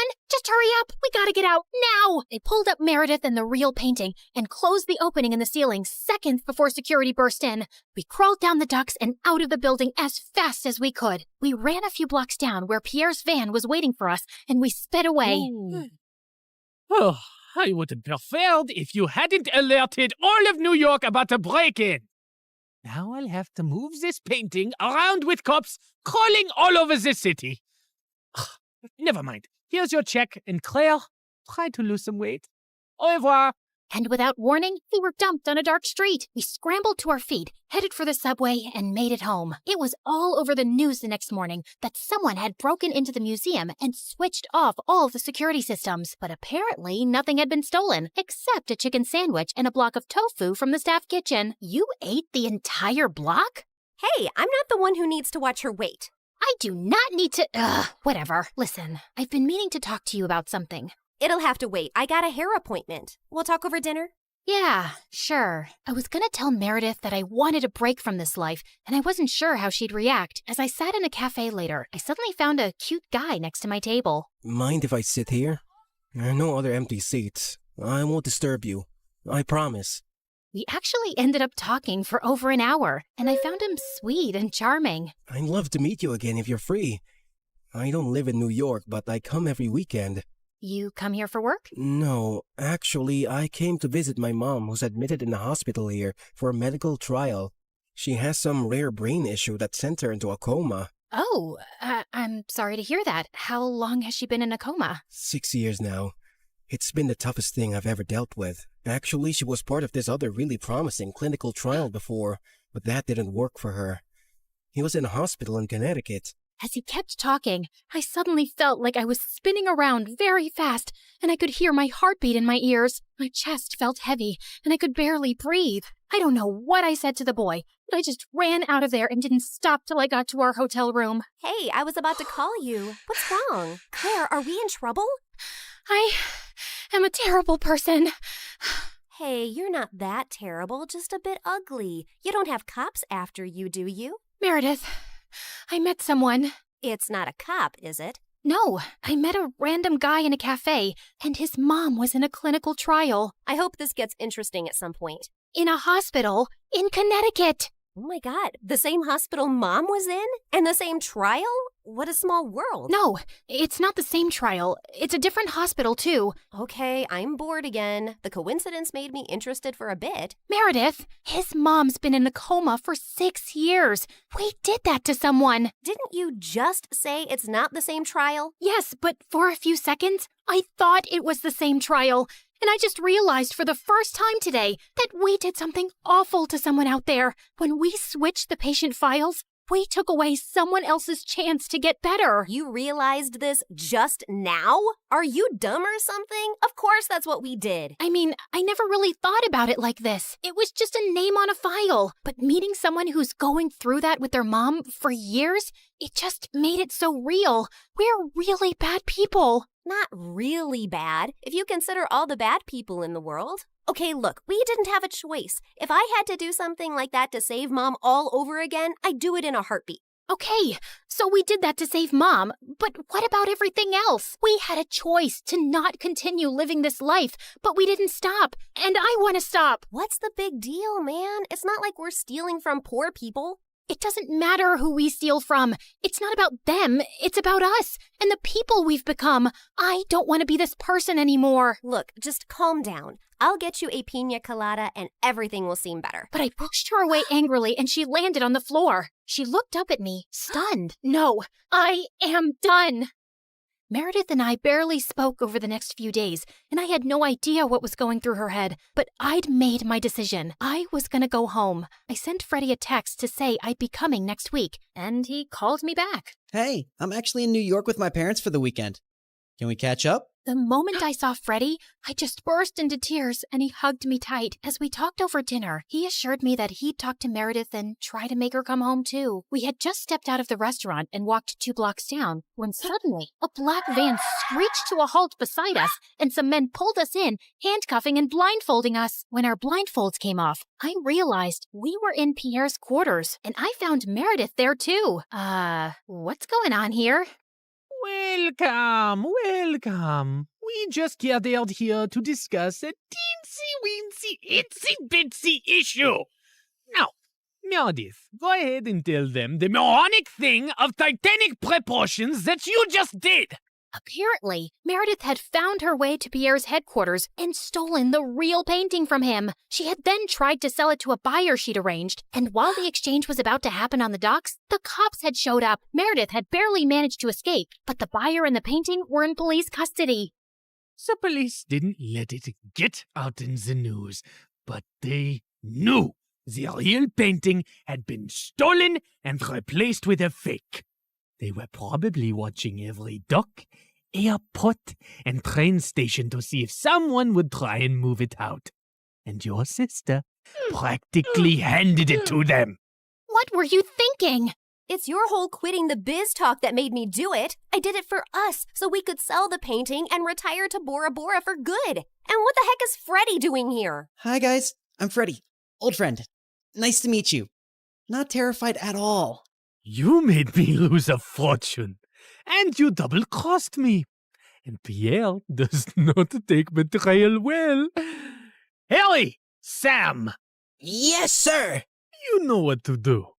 Boss? I'm not really sure how I feel about punching a girl. Yeah, boss, I am not really comfortable with this. Maybe we can just punch the boy. I'm not really a boy. I used to be a girl. Ask Claire and Meredith, we practically grew up like sisters. Please don't hurt him. He has nothing to do with this. Silence! You buffoons! I didn't say hurt anyone yet. I just wanted you to threaten them. But of course, you're useless. I'll do myself. Torture Harry and Sam after this meeting. Now, get lost. Then Pierre shifted his cold gaze to me. That painting is everything to me, and I want it back. And now the only way we can get it is from the owner himself. You, Claire, will be executing this mission. The heir of that painting is a young, charming millionaire. And you will get to know him, become his girlfriend, kiss, cuddle, yada yada. You need to earn his trust completely, so he lets you into his life and his home. Then, when the time is right, you'll steal the painting from a high-security vault inside his house and bring it back to me. You will do this if you care about your moron sister and this girl/boy and his family and your mother and your stupid husband and your whole neighborhood. What if I fail? I don't think you want the answer to that. But once you succeed, I'll give you two enough to go to Bora Bora and never return. I'd be ecstatic to never set eyes on you annoying girls again. I had my eyes on the target from across the street. As soon as I saw him walk towards the cafe, I headed for the entrance. Just as he opened the door, I bumped straight into him, spilling coffee all over his shirt. Oh, God, I'm so sorry. I wasn't looking. I'll pay for the dry cleaning. His arm rested gently on mine.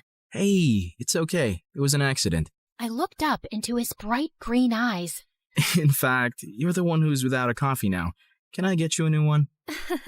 Sure, I'd like that. Can we also start over? Hi, I'm Christina. Hello, I'm Eric. Do y'all remember Eric? You know, the guy Meredith and I were fighting over the night Mom went into a coma? The guy who was so hot he made boiling water look cool? The guy whose smile shone brighter than the sun and whose eyes were deeper than the Amazon rainforest? The guy who... He looks familiar. Oh my God, I've kissed this guy once. Yeah, the guy who stole my heart the minute I saw him. And then Meredith kissed him. Do you girls know him? Not super well, but I'd rate him number 8 on my list of good kissers. And I've kissed tons of people, so that's pretty high. Oh, Pierre, you really gotta see his brothers. They look like... Ugly old girls, I know. I know everything about him, but how well does he know you? He and his family lived in our neighborhood only for a month, and that was years ago.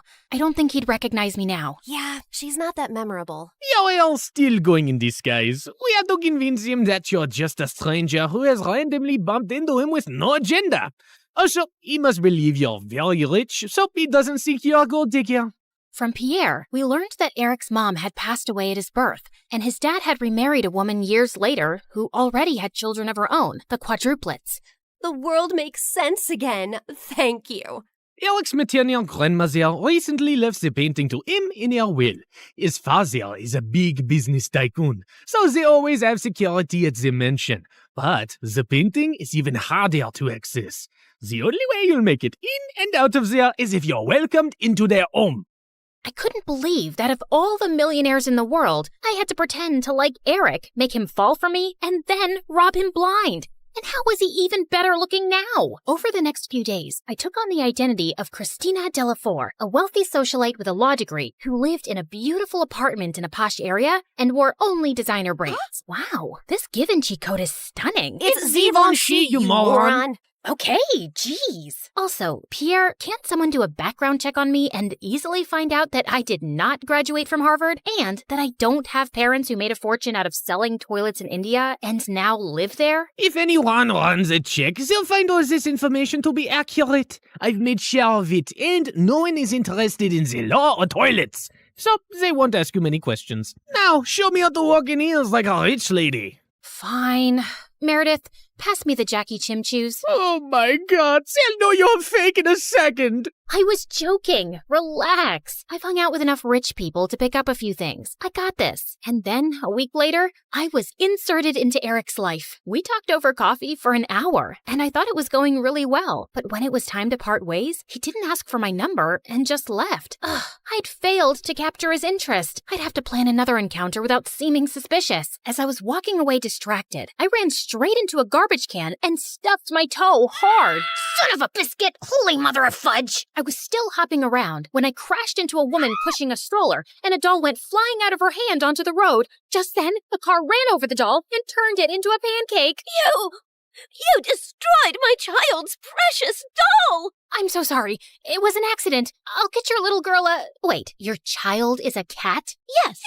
And that was my childhood doll, which I passed on to my baby. Look, here's some money. Get your baby another doll. She loves that one, and they don't make those anymore. Your baby is a cat. She doesn't love that particular doll. She probably doesn't even love you. She'd eat your face in your sleep if you weren't the one to feed her. Now, please. Just then, someone tugged hard at my purse, and I saw a thief running away with it. You've got to be kidding me! I took my heels off and sprinted after the thief. He jumped over a fence into a park, and I followed. I was gaining on him and sent a flying heel at his head. Just then, someone ran past me, pounced at the thief, and pinned him to the ground. Gotcha! Eric? The park security immediately arrived on the spot and took the thief away. Aren't you glad I followed you and came to your rescue? My rescue? I hit him with my shoe to slow him down and was about to catch him, but then you swooped in at the last minute, and now you want credit? Whoa, easy. I was just flirting with you. Oh, sorry. Wait, you said you followed me? Yeah, I felt stupid that I left without asking for your number. I definitely want it now.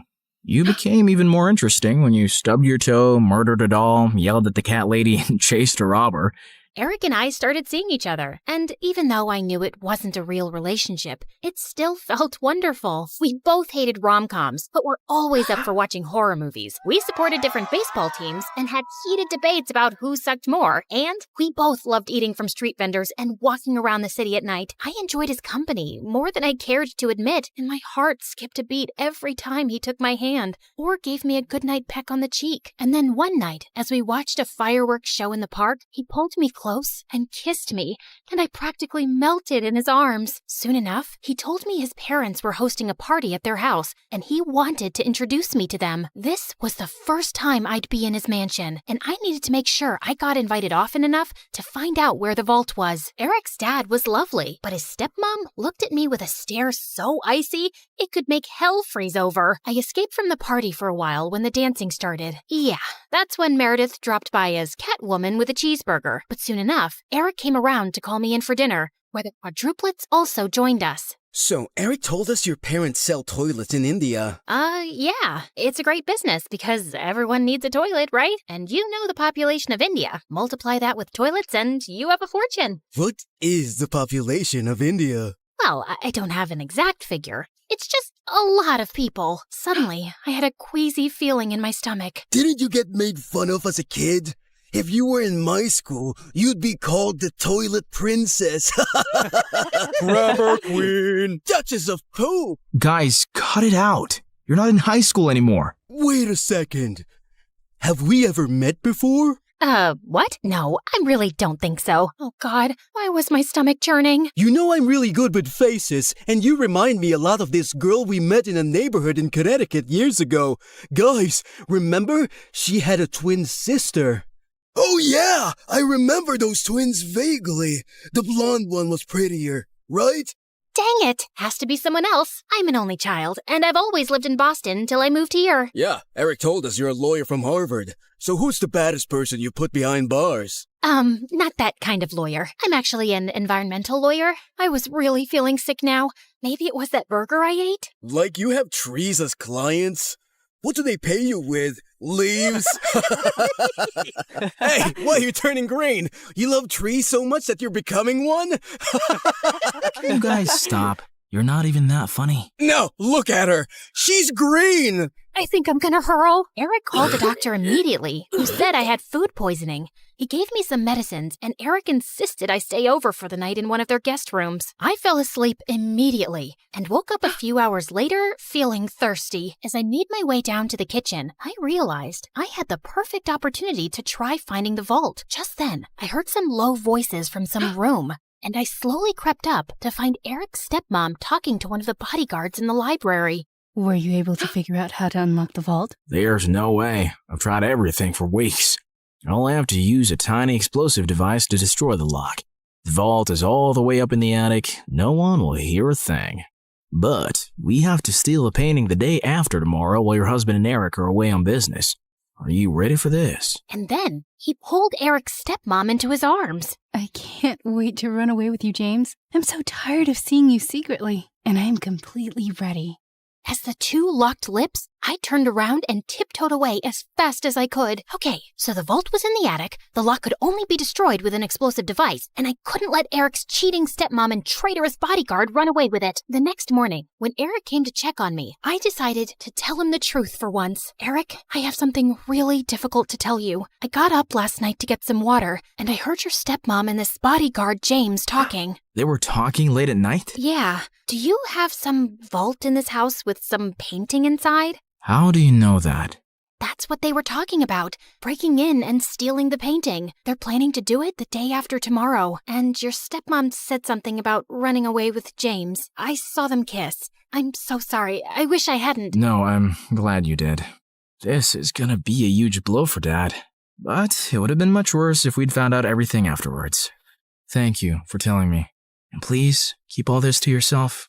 I know I can trust you. Eric kissed me gently before walking away, and 2 days later, when the bodyguard and Eric's stepmom were about to escape with the painting, police officers immediately arrested them. This is fantastic. They might link the museum robbery to the bodyguard and stepmom too, and assume the painting is now safe. So it'll be easier for you to steal. Good job, mon chéri. I knew you was a smart twin. After Pierre left, I sank into my armchair, but then I noticed Meredith staring at me. What? You should be happy, but you don't look happy. What's up? Nothing. I just can't wait for this job to be over. You can steal the painting soon, right? You know exactly what to do, and Eric trusts you. By the way, have you two kissed? I've been dating him for 2 months. Of course we've kissed. We text every day and you never mentioned it. I didn't know I had to. So, how is it? It's fine. It's whatever. It's like kissing anyone. My memory's a bit fuzzy, but you know I've kissed him. You never let me forget. And I definitely wouldn't call it a whatever kind of kiss. Yeah, okay. It's nice. It's good. Nice? Good? Oh, wow. Don't make me jealous with all the passion. Okay, you want to know what kissing Eric is like? It's like flying through space, like a meteor that explodes into 1,000 stars, and then jumping into really cold water that makes you feel alive all over, and then feeling warm and tingly down to your toes, like having hot chocolate next to a fireplace on a snowy winter night. So, I'm guessing it's better than kissing the pillow you used to practice on? I did not! Shut up! You're in love with him, aren't you? I was about to snap at her again, but then I just sighed. Yes, I am. The night of the heist arrived, and I felt sick to my stomach, but I just wanted to get it over with. Eric's dad was away, and Eric was holding an important shareholders' dinner, with which most of the household staff was busy. I'd volunteered to host the dinner with him, and got ready to leave before their meeting started. Thanks for your help tonight. You're the best. Oh, it was nothing. Don't thank me. So, I'll see you tomorrow at our coffee shop? It's a date. As Eric walked away, my heart felt like it was breaking into a million pieces. This was the last time I'd ever see him again. I gulped down my tears, and instead of leaving, I sneaked up unnoticed to the attic. Inside, I found a heavy metal door to a vault. I took out the tiny explosive device Pierre had given me, placed it on the lock, and activated it. In a few seconds, there was a tiny pop and a sizzling sound. Then, I heard the lock click open. I walked into a tiny, dark vault and found the painting under a glass case. Praying to every god that no alarms would go off, I lifted the case carefully, put the painting in my bag, and started sprinting down the stairs. But just as I'd reached the second floor landing, one of the Ninja Turtles blocked my way. What are you doing? Hey, bro! You know when I stayed over a few weeks ago? I dropped a necklace, and I was looking for that guest room, and I got lost. But it's fine. I'll just get new earrings. See you later. He suddenly grabbed my bag and pulled out the painting. Do you think I'm a moron? A moron? You? No way! Sorry, which one are you? Michelangelo. Okay, no one has time for that. Now listen, Mike, you're definitely the smartest of your brothers, and just a tiny bit better looking than all of them too. We're identical. That's what they want you to believe, but I know you're better. I think you and I can strike a deal, okay?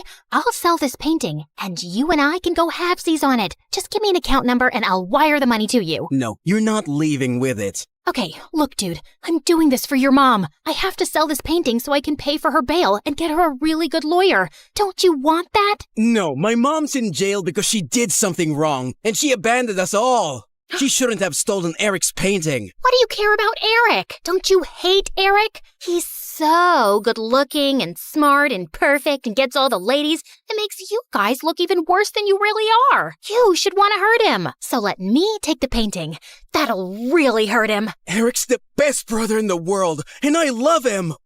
Okay. I have an offer you can't refuse. How about I become your girlfriend? I bet you've never had one. I'm gay. Jesus! All right, I surrender. Just one last thing. Without warning, I punched his face so hard that he went reeling back with shock and dropped the painting. Then I kicked him into a room and locked the door shut. I'm sorry, Mikey. You're a really good guy. I sprinted down another flight of stairs and jumped out of the first-story window. I ran across the garden to the fountain, climbed the tree next to it, jumped onto the wall, and then landed softly outside on all fours. Just as I got up, I found myself facing Eric.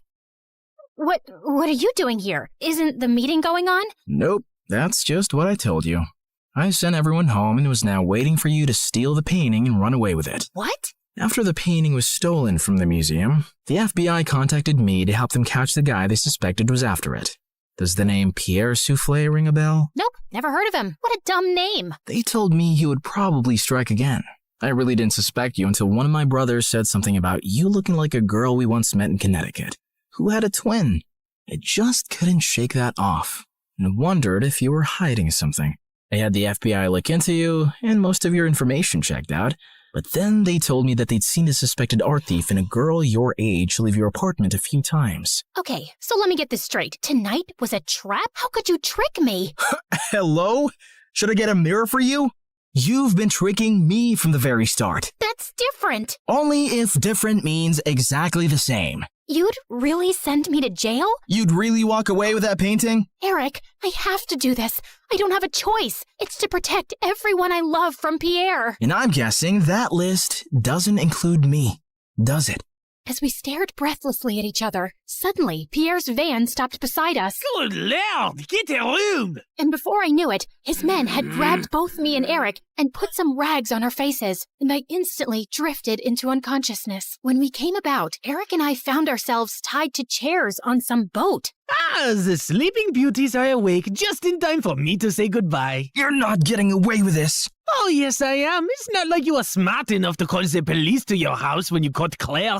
Yeah, that's her real name. You didn't call the police? What was your plan then? My guess is he was just going to take the painting from you and give you a chance to run away. I think he even gave his own security men the night off. Why would you do that, Eric? Because he wasn't going to send the girl he loves to prison. Duh. Eric sat there poker-faced as I glanced at him. Pierre, you got what you wanted. Now keep your end of the deal. Pay up and let us go. Your sister double-crossed me first, which landed you in this mess, remember?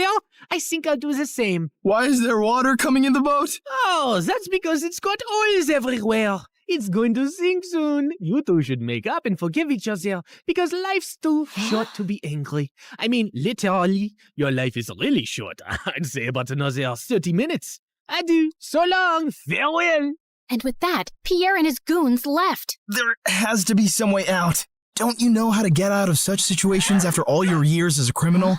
I'm a con woman. I don't know how to trick my way out of these ropes. Great. Then I'll just die here with you of all people. Who would you rather die with? Maybe that really pretty, extra smiley waitress at the restaurant you love so much? You know what? Let's just not talk. Fine by me. We sat silently for a few minutes as the water kept seeping in. I've never had boba tea. What? You know, a few years ago when everyone really got into boba tea, and I never had boba tea. I always thought I had time to drink boba tea, and now I'll never drink boba tea. It's nothing special. You didn't miss much. You really mean it? Nah, it's amazing. Who is stopping you from trying boba tea? No one? Oh, you're the worst. Let's go back to not talking. As we sat there in silence again, I slipped my fingers through Eric's. Eric, I'm so sorry for getting you into this. I really wish I'd never crossed your path. He pushed my hand away. For the first time today, I agree with you. Just then, the door burst open, and Meredith came running in. Thank God, Em. I knew you'd come for me. You could have told me too. I would have panicked less. Hi, Eric. Remember me? We kissed once. We'll talk more later. Gotta go now. Meredith cut through our ropes quickly, and we splashed through the water, climbed onto the paddle boat outside, and rowed back to shore. I had a feeling Pierre was up to no good. I followed his van to Eric's house and saw him take you two and bring you here. I had to wait for him to leave before I could rescue you, and that jerk left without giving us a dime. We have to get that painting back. He can't get away with it. What is so special about that stupid painting? Why is it for $10 million? Apparently it's worth much more. My grandmother bought it at some auction a few years ago, but I don't think she ever knew its real worth. The FBI told me that painting has hidden codes all over it. Sensitive government secrets and coordinates of underground facilities, and Pierre wants to sell those secrets to the highest bidder. Jeez. Trust stupid men to make everything so complicated. Who put codes in a painting? Who wants them now? What is wrong with everybody? All I ever wanted from life was to go to Bora Bora, and now we have no money. If you girls know anything about where he's going, help me catch him. I'll tell the FBI you were helping me all along, and you'll go scot-free. Free but poor? Should I offer you a reward for helping me get back a painting you stole from me? That would be polite, yeah. Meredith, do you have any idea where Pierre's going? Yeah. I've bugged everything that man owns. His phone, his coat, his shoes, that painting. I know where he's going. Oh, by the way, Mom wants us to come home. She says she has something important to tell us. And yeah, her memory is back, and she's very angry we made her marry Arthur. What? More about that later. Eric immediately got in touch with his FBI contacts, who picked us up from our spot and followed Meredith's trackers on Pierre. He was headed for a train at the Grand Central Station, and seconds before he was about to get onto his ride, he was surrounded by officers. Don't manhandle me, you orangutans! My outfit costs more than your yearly salary! I lose the day I ever laid eyes on you two! I'll make sure I take you down with me! I'm taking all your coats, Pierre. They fit me perfectly, you tiny mafia boss. Get used to an orange jumpsuit, because you'll be wearing that for a long time. As the FBI officers took him away, I turned to Eric with a worried face. He'll give them information against us. You've helped recover a really important painting and capture a criminal the FBI has been trying to nail for ages. I promise, I won't let you get into any trouble. Thank you. We stood there in awkward silence. Okay, this is super uncomfortable. Do you guys need privacy to talk or something? I'll grab us some hot dogs. Do you want relish or mustard or... No, actually, I think we're done here. I have to go. Good luck and goodbye, Claire. Goodbye, Eric.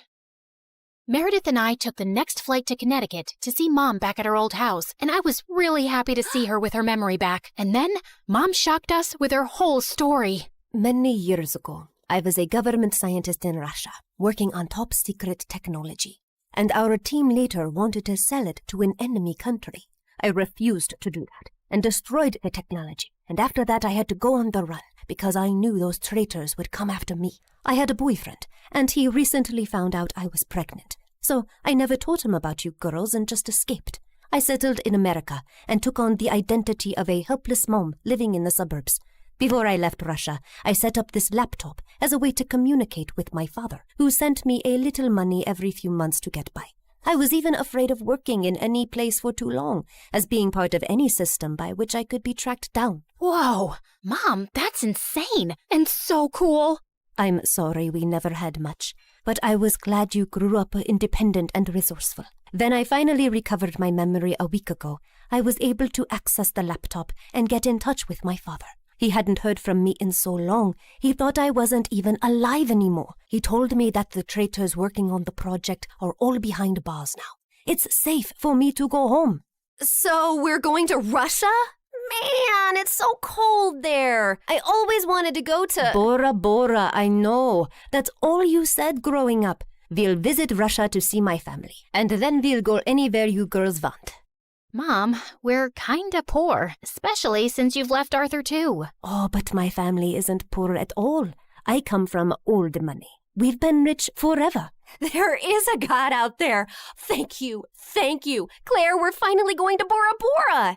Yeah, it's everything we ever wanted. I tried to be as excited about the trip as Mom and Meredith, but my heart felt heavy. I wish things had ended with Eric on a better note. On the bright side, I got to meet Freddie, and I was so pleased when he introduced me to his lovely girlfriend. I'm so happy for you, Freddie, and I don't know if I can ever thank you for everything. You're amazing. I know. Just don't forget about me and come to visit, okay?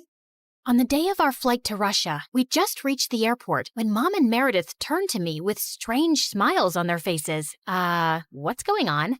Here's your ticket. That's a ticket for New York. Why, are we going there? No, Mom and I are going to Russia, then Bora Bora. You're going to New York. What? Why would I do that? Come on, Claire. You've been so mopey lately. I can't stand your face anymore. Just go talk to Eric, okay? You're in love with him. And even though he's way out of your league, he loves you too. And that's something you shouldn't give up on so easily. Pretty sure he hates me now. Claire, go meet him once. You'll regret not trying. And in case it doesn't work out, you know where to find us, love. Go get him, loser. Mom and Meredith hugged me, and I felt tears flowing down my face fast as I turned away. Suddenly, I got the wind knocked out of me as Meredith gave me a bear hug. I can't say this with you looking at me directly, so don't turn around, okay? I love you more than anyone in the world, sis. You're my BFF and my soulmate and my better half, so you better not stay away too long because of some stupid boy.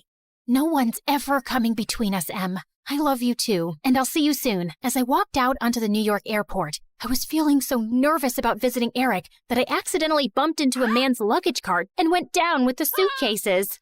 Are you blind? You blind idiot? It was an accident, sir. You don't have to be so rude. You don't have to be so blind, you blind idiot. You're so obnoxious. I grabbed the bagel the man was holding, threw it on the floor, and started jumping on it. As I continued jumping and he kept yelling, I suddenly found Eric by my side. I'm sorry, sir. She hasn't taken her meds today. So sorry. Jeez, what's with your temper? He started it, and what are you doing here? You texted me that you were coming and wanted me to pick you up. You said it was an emergency? Oh, I'm guessing that was Meredith. Yep, but I did come to New York just to see you, Eric. So I might as well say my piece now, which I've been rehearsing on the plane, and I've forgotten every single word. Dang it. Okay, I'll just spit it out. Look, I'm really sorry about the tricking and the lying and stealing and hitting your brother and endangering your life. The one thing that wasn't part of this assignment was falling for you, but I just couldn't help it right from the start. In fact, you made me fall for you years ago, and I often wondered what had happened to you. I really wish we'd met again under different circumstances, and I know I don't deserve another chance, but here I am, asking for one anyway. Well, they say third time's the charm. They do say that, whoever they are. Just as Eric pulled me closer, we suddenly found ourselves surrounded by federal agents. Did you set me up? I swear I didn't. Ma'am, there's no need to panic. We got notified about your arrival in New York when you checked in for your flight. We've also apprehended your sister before she could leave for Russia. We've been looking for you girls for a long time, actually, but you always managed to get away. Now we have a deal for you. Come work for us and help us nail some con artists, and you'll have a clean slate. Are you offering me a job? Yes, and a really well-paying one. The only catch is that you two will have to serve 6 months jail time first. We have to do that as a formality. No, officer, there has to be another way. Eric, wait. It's okay. I think I need to do this actually. Maybe we got away for too long without any consequences. If this gives me a chance to start over fresh, I'm willing to do it. What about Meredith? Oh, she's gonna be pissed, but she'll do it for me. So, will you come see me in prison? It's a date. How many weeks has it been here already? It's just been 2 days. Oh, God. I was so close to Bora Bora. And you're so ugly and orange. How am I supposed to look at you for 6 months? I think you're actually happy we're getting to spend more time together. You know, since I'm your BFF and soulmate and better half. That was so cheesy. Ow!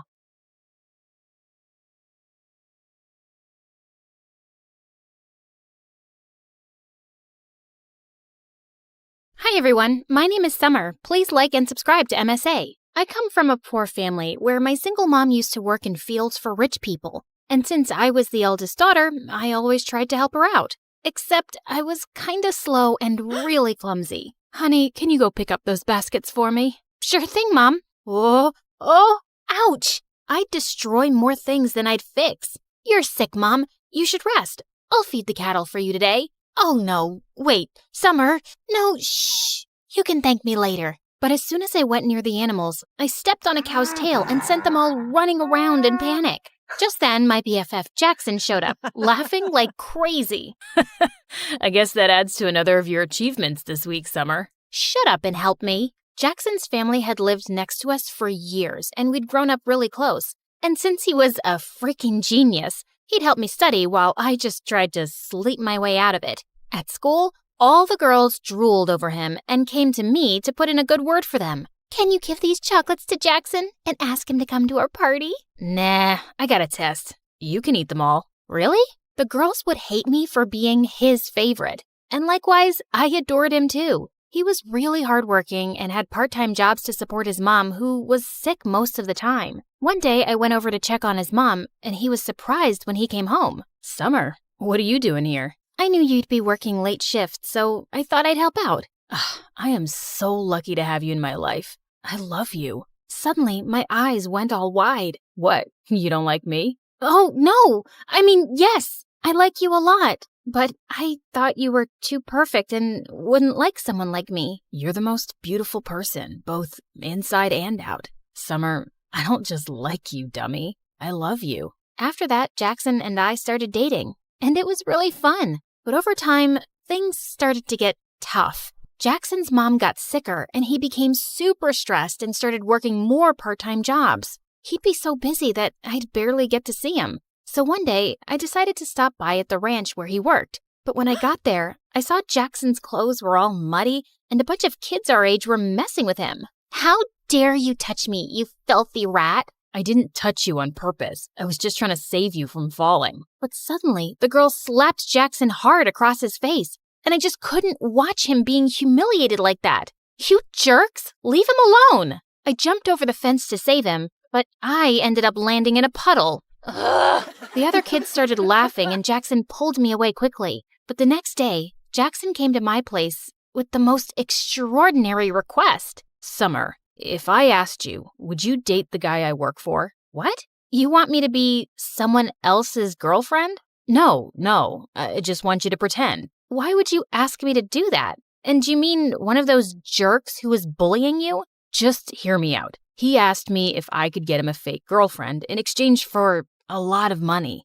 Summer, you know I'd never even think of such a thing if I didn't really need it. Mom needs that surgery soon. So, you'll put me up for sale? No, don't say it like that. It's just like any job. It doesn't mean anything more. Please, help me. I knew his need was genuine, but this was insane, and I refused. The next few days, Jackson kept texting me to apologize, but I didn't want to talk to him. Until one day I came home, and Mom told me that Jackson's mom had been admitted to the hospital. I went there as fast as I could, and it broke my heart to see how defeated Jackson looked. and I decided to go along with the fake dating plan. I was going to get him that money and maybe even teach those jerk kids a lesson. When I told him I'd do it, Jackson was shocked. Are you sure, Summer? Yeah, I'm sure. I can't thank you enough. You're the best. The next day, I went to see that guy Aiden at his ranch. Interesting. Aren't you Jackson's girlfriend who tried to save him that day?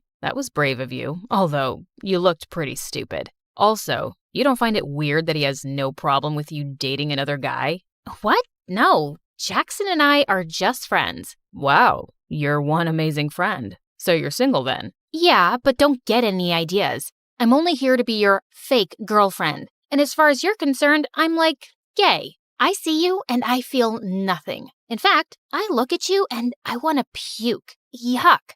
Oh, really? How are you going to be a convincing fake girlfriend for me then? 'Cause I'm a top-class actress and I've played major roles in school plays. I played Juliet once, and in the end, I laid so still, some people actually thought I'd died. Pretending to be your girlfriend will be a piece of cake. Why do you need one, though? Is it hard to find someone to actually like you? None of your business, girl. And I might regret this deeply, but you're hired. He told me he was going to enroll me into his school, and we had to make everyone believe that we were super in love. But I wasn't going to make this easy for him, especially after the way he and that girl had treated Jackson. I was going to be the most annoying girlfriend ever. On the first day, I put on a hideous outfit to embarrass him. God, who is that clown with you, Aiden? What is she even wearing? Ew, she smells like cattle. But my plan failed because Aiden shut everyone up and told them I was his girlfriend, with pride. Just then, the same girl who slapped Jackson at the ranch came catwalking towards us. You must be crazy, brother. I mean, just look at her. Our maids dress better. Turns out that witch was Aiden's stepsister, Meg. It is what it is, and you gotta deal with it, Meg. But later that day, as we were heading home, Aiden warned me, look, take my credit card and get yourself some decent clothes. This is very important to me, so don't joke around. People have to believe you're my girlfriend, so you need to look and act the part. I nodded and smiled sweetly, but I wasn't gonna stop so easily. The next day during lunch, all eyes were on us, so I filled my tray to the top with food. Seriously? What's wrong with you? A girl's gotta eat, man. I have a healthy appetite. I kissed him on the cheek and danced back to our table. I ate like a pig and let out the loudest burp. It was so funny to see Aiden act like this didn't bother him. But just then, a skinny guy with glasses walked up to our table and asked Aiden's friend for some money he owed him for doing his assignment. You want money? Here you go. And he threw some of his loose change at the poor guy's face. I suddenly lost my temper and flung my orange juice at him. What the heck? Aiden, control this ill-mannered girl you got from some jungle. Aiden suddenly leapt up and grabbed that guy's collar, but the rest of them quickly separated them and the jerk stormed off, fuming. But then Aiden pulled me away angrily. Stop! What are you doing? What is wrong with you, huh? Why are you acting like this? Those people are my friends. They're jerks, and so are you. But I already knew that. And I hate rich, entitled brats like you. And I hate poverty. And I hate that I have to pretend to be your girlfriend and— Oh, shut up. I don't care about your whole poverty speech. You agreed to do a job, and whether you like it or not, you'll act like my girlfriend who's dying to make me happy. And I know you're doing this because your friend's mom is sick, and the treatment is super expensive. It's nothing he can afford, even if he works his butt off for the next 5 to 6 years. You better behave or I'll fire you. Gosh, I hated him even more now. I even stayed late at school so I could avoid going back with that jerk. But then Meg and her friends caught me and locked me up in the janitor's closet. Hey, open up!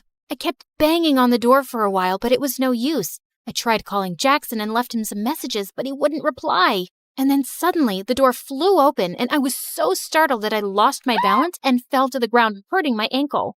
Ouch! Are you okay? Aiden lifted me up in his arms and took me to his car. How did you find me? I heard my sister talking on the phone with her friends, and I ran here immediately. Also, I'm sorry. What? It's because of me that they're treating you like this. Also, I'm sorry about what I said to you earlier. I acted like a jerk. It's just that my life will fall apart if this plan doesn't work. What do you mean? My dad wants me to get engaged to his business partner's daughter, but I don't want to do that. I want to become a musician and be with someone I love, not be part of some business deal. So I lied, and I told him I already love someone else. But now he wants to meet that person. That's why I hired you. I could tell that he was having a really hard time, and I decided not to make things worse for him anymore and play my part properly. Later, when we reached home, Aiden even dropped me to the doorstep in his arms. But as I limped in, I saw Jackson waiting for me. What do you think you're doing, Summer? You're supposed to pretend and not actually jump into his arms like his girlfriend.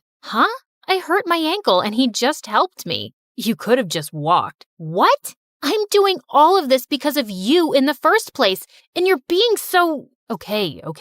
Don't get mad at me, please. It's just that I love you and I got kind of jealous, and I'm sorry, okay? It felt kind of weird, but I could understand his jealousy. And now I just wanted to get this job done as soon as possible. My weird and clumsy habits would come in my way often, but Aiden didn't make me feel bad about it. And I discovered that he was actually a nice and kind person. Once when he was dropping me off at home, he suddenly dialed someone's number and wished them a happy birthday, warmly. That was my old nanny. I adored her when I was a kid, and we've stayed in touch. That was actually really sweet. I couldn't remember the last time I'd even called my favorite aunt on her birthday. And it was things like this that made me warm up to him. And we slowly became good friends. A few days later, it was my birthday, but Aiden told me he had a party at his place and wanted to introduce me to his parents. When he picked me up that evening, I saw him in a suit looking so handsome.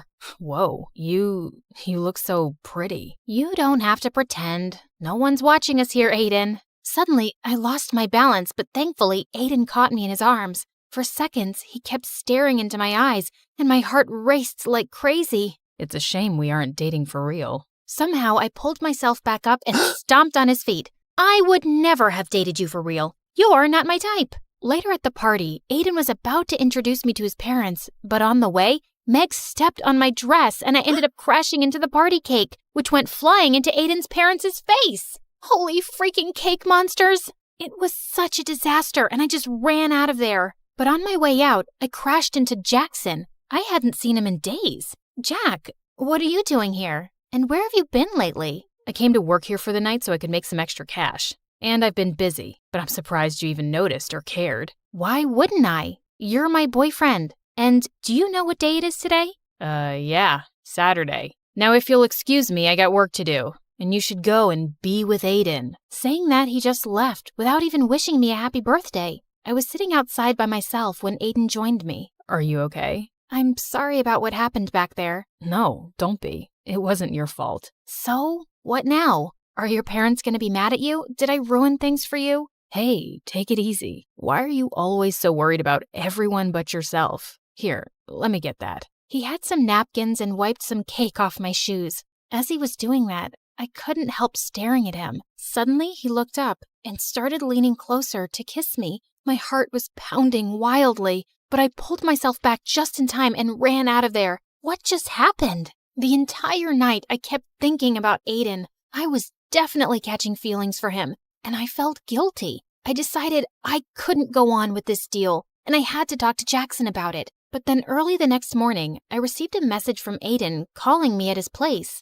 When I got there, I didn't see Aiden, but his parents and Meg were there, and so was Jackson. Look who's here. The famous gold digger who's trying to rip my brother off. I have no idea what you're talking about. Your brother and I love each other. Oh, really? Then who is this? Meg told us she heard you calling him your boyfriend last night. So, you've just been playing with my son's heart because he's rich? That's why rich people like us can't trust you filthy lowlives. You're all liars and frauds. I looked at Jackson, but he just stood there. But Aiden suddenly appeared and stepped in front of me. Leave her alone. I told you, I love her, Meg, and if you hurt her again, it's not going to end well for you. Then it's not going to end well for you either, son. If you're going to be with this girl, you can just leave with her as well. I already felt so humiliated, and I didn't want Aiden to get in any more trouble. So I ran out of there, and Jackson followed me. I'm really sorry, Summer, but it would have messed up our plan if I'd jumped in to save Aiden's girlfriend. Jackson, I think the plan is already over. Aiden's family won't accept me as his girlfriend now. But Summer, you still asked Aiden to pay for you, right? This can't have been all a waste. I failed at the job, and I don't want to ask him for the money. I was going to talk to you about ending the deal anyway. Why? 'Cause Aiden kissed you last night? What? I actually left before he could kiss me. But you thought we kissed? And you still didn't want to break the deal? Do you even care about me? Of course I care about you, Summer.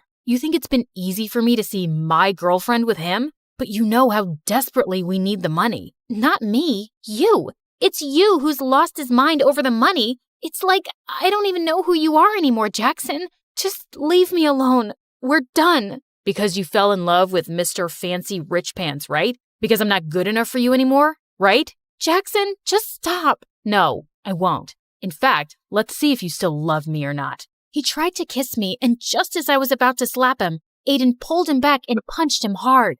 You piece of garbage. Step away right now if you ever want to see a penny of that money. Jackson stood there looking furious for a minute, then walked away. I couldn't believe him. So, Jackson is your boyfriend. So what? It shouldn't matter to you anyway. It matters to me, Summer. You deserve so much better than this jerk who didn't even hesitate to sell off his girlfriend. I knew he was right, but I was too embarrassed to accept that in front of him. The next few days, Aiden kept calling me and I didn't answer. Jackson didn't even bother, and I'd sure he'd gotten his money. And then soon after, I left for college, cutting contacts with everyone. But only a few months later, I was walking down my college campus when I heard a familiar voice. You look great, Summer. Aiden, what are you doing here? I came to look for you. But why? Because I want to be with you. I was always under so much pressure from my family, but after you left, I left home too. Somehow, you've made me stronger. I chased my dreams and started my own music band,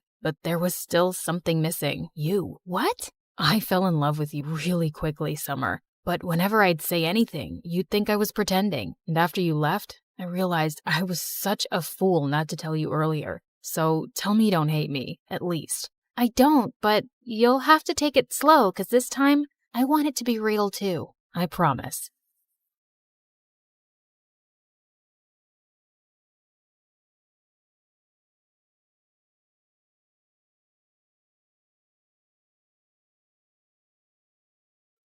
Good day, everyone. My name is Odette, and I'm in the 10th grade. They say you can tell a lot from someone's face. Mine says, please look away. I'm an only child with only child parents, meaning I have no aunts or uncles. My life is boring. My parents are calm and reasonable in that polite, suburban way. I always believed even my face looks boring. You know, Odette, it's time to have some purpose in your life. Well, I'm just waiting for the tragic twist in my life arc, because you guys didn't give me a dramatic backstory to work with. Okay, maybe start with a job? Yeah, Sharon, lead with that next time. Don't make it sound philosophical. You just want another income stream. Whatever. I'm going to my room. Where did we go wrong with our one and only? A few days later, I started babysitting. It was the worst decision of my life. I got an email from a woman saying she had a disabled daughter and needed someone to start immediately. She'd already left for work, but there was a note on the fridge with a list of instructions and $300 on the kitchen table. The daughter was quiet, sweet even. I gave her food, helped her to the bathroom, and for a few hours, everything was fine. Then I started noticing things. Shadows in the hallway, footsteps behind me. You know, classic horror movie nonsense. Long story short, she wasn't disabled. She was just pretending, for fun. People are weird. Yeah, I think my purpose in life can wait. Maybe my purpose was to find a boy instead. I saw my classmates getting boyfriends and having cute relationships. Except me. I have this friend in particular. Her name is Lila, and she genuinely loves boys. God created Adam and noticed he was bored. Imagine being in heaven and still feeling bored. So Eve was made to entertain him. Can't you see it? We girls are men's heaven. All you have to do is just smile and entertain them. But Odette, you're a frowny, boring little creature. Smile so you attract good energy. And by that, I mean boys. But I didn't know how to smile to attract boys. I didn't have it in me. Whenever I saw a boy, I'd just frown and keep my head down and walk away. I once tried with the new boy. He was wearing sunglasses indoors. I don't know if he thought he was famous or had an eye infection. Either way, I decided to smile. Are you sneezing or threatening me with your face? I stared at him, frozen. Okay, I'm calling you Snarly, like Charlie, but with a snarl. People laughed, even me. That was Rafe. He went from being the new student to the popular one instantly. He had this annoying way of making fun of you and still making you laugh. From that moment on, he kept showing up in my life. Unfortunately, so did the name Snarly. Every girl tried to be his girlfriend, especially Lila. Oh, the heck she tried. He said he was waiting for someone special to have a relationship with. What does that even mean? He's a teenager, a popular, cool one. Just hang out with the prettiest girl in the school, which is me. But seriously, what's wrong with him? Maybe romantic guys do exist. Ugh, you're so naive. Anyway, what did your mom cook today? I smelled meatloaf, so that. Again? Hey, beggars can't be choosers. Hey, you. First of all, I really don't want to stay with that ugly stepmom of mine. Second of all, I'm doing you a favor. It's not like you found a better friend. The heck, you only have me. So shut up and get me some meatloaf. Lila didn't exactly have a calm life. Her dad was a useless, handsome man who somehow got tricked into divorcing her goddess of a mom, thanks to a stepmom so ugly she could curdle milk. Her real mom either ran away or fell into depression. We don't know.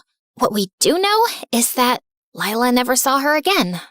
Then one day, Rafe was playing in the final, super important basketball game of the year. Everyone was cheering for him. Some girls were even crying. If they lose, I'll spit on their faces. Except Rafe. He can spit on mine if it helps him release some of that frustration. Do you not have even a shred of self-respect? Everyone glared at me. Apparently, I was the fun killer. And an idiot. Why are you like this? You don't have to take life so seriously. Just chill and enjoy the vibe. Then Rafe scored the final shot, and our school won. The crowd went feral. People were chanting his name. They lifted him up on their shoulders like he was a national hero. But then Rafe asked them to put him down.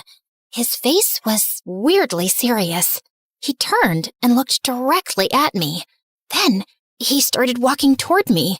Everyone fell silent, even me. He looked deep into my eyes and said, Would you go out with me, Odette? The crowd gasped, but not the cute, supportive kind. More like an, is this a prank gasp? Rafe, nice one. But Rafe didn't laugh. He just kept looking at me with this soft, serious expression. I wanted to laugh it off. I really did. But something about the way he looked at me made my stomach flip. Some girls laughed nervously and touched his shoulder. A few boys joined in, filming the whole thing. One guy grabbed Lila's hand. Will you be my girlfriend? Oh no, wait, what did Rafe say? Oh yeah, would you go out with me, Lila? Then, out of nowhere, Rafe shoved him hard. The laughter died instantly. Then he just turned back to me, calm as ever. So... Just say yes for now. Let's see where this goes. Yeah, I'll go out with you, Rafe. He grinned from ear to ear, picked me up on his shoulder, and carried me away. Everyone just stood there, blinking, whispering, filming, trying to figure out what had just happened. And from that day on, my life changed forever. For a while, everything felt perfect. Rafe and I became that couple, walking the halls hand in hand, skipping class to sit behind the gym and share terrible vending machine snacks. My parents were totally against me dating Rafe. I don't get it. He's handsome, funny, and successful. Yeah, but something's off. Like how he just sat in our living room with his feet on the coffee table.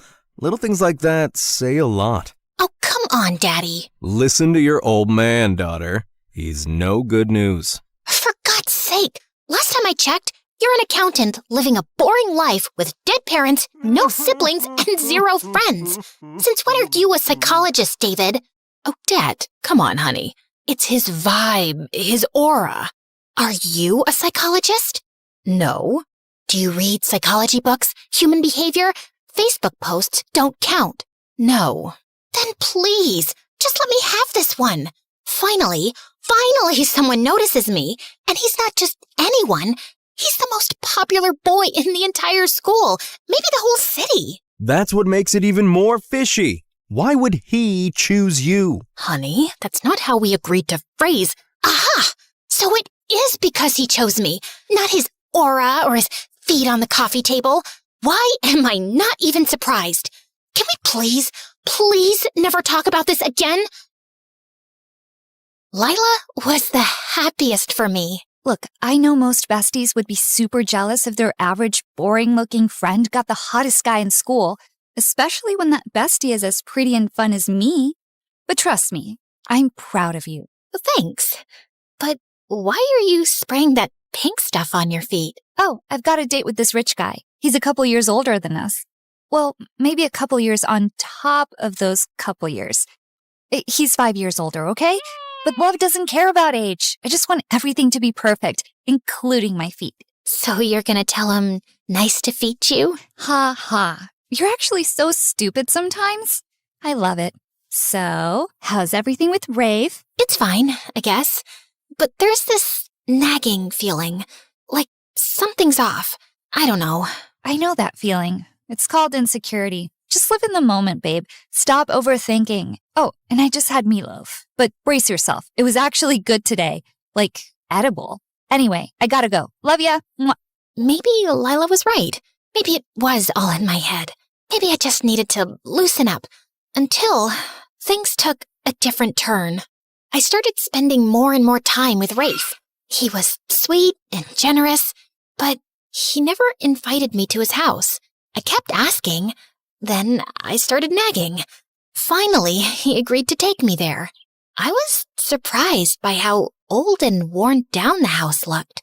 The front porch creaked under her feet. Just as Rafe opened the door, a glass flew past us and shattered onto the street. Rafe yanked me back. Where did you put the money, you useless witch? I bought food with it. What, you want me to leave money here so you can waste it on more cigarettes, you junkie? Well, welcome to my house. We stepped inside. The place was a mess. Dark, musty, with dishes piled up and clothes tossed over furniture. His mom looked pale and worn out. His dad looked like he hadn't showered in weeks. Mom, Dad, this is Odette, my girlfriend. Oh, so now it's Mom, Dad, and not Dad, Mom. Why is she first, huh? You stinking little disappointment. You can't tell me how to speak. I said what I said. What are you gonna do? Hit me? Burn me? Go ahead. What do you even want from us? Why are you still alive? Oh, trying to show off in front of your girlfriend? Like you're the man of the house? Joke's on you. She's not even pretty. Don't listen to him, sweetheart. Don't talk about her like that. Fine, let's talk about you then. Hey, bimbo, this kid you're dating still wets the bed. His mom dragged him to every doctor in town, but some people are just born failures. How dare you? She grabbed a rolled-up newspaper and smacked him across the head. I stood there, frozen. Rafe took my hand without saying a word, and we walked out. Well, I guess I'll never complain about the boring life my parents gave me again. Yeah, I get it. Now you know why I never wanted you to meet them. I'm sorry you had to see all that. Don't be, Rafe. I'm your girlfriend. I'll accept you no matter what. Cool. I like acceptance. So, not leveling up yet? You know, like love? Because, Odette, I love you. Finally! What took you so long? It's been, like, a few weeks, but yeah, I mean, you're amazing. I'm lucky to have you. And when I become this huge, successful basketball player, I'll give you the best life. He was ambitious. He had dreams, and I liked that about him. Then he leaned in to kiss me, and my stomach flipped. But just then, my phone rang. Ugh, it's my mom. Don't answer, Snarly. Let me kiss you and take you to your favorite diner. Rafe and I were only getting closer, which I didn't want my parents to know about, so I kept lying more and more to them. My grades slipped, but I told myself it was fine. I'd catch up later. I just needed time. Time to be with Rafe, to support him, to listen to his rants, to calm him down when he got angry for no reason and swore he wasn't actually mad. We had a routine. After school, I'd meet him behind the gas station near the edge of town. We'd sit on the curb, share a soda, and talk about how fake everyone else was. He said I was the only real person he knew. He started asking for little favors, borrowing my phone, asking me to cover for him when he missed something, lying to his mom. I did it all. That's what you do when someone loves you, right? Sometimes he disappeared for a day or two, and when he came back, he acted like nothing happened, and so would I.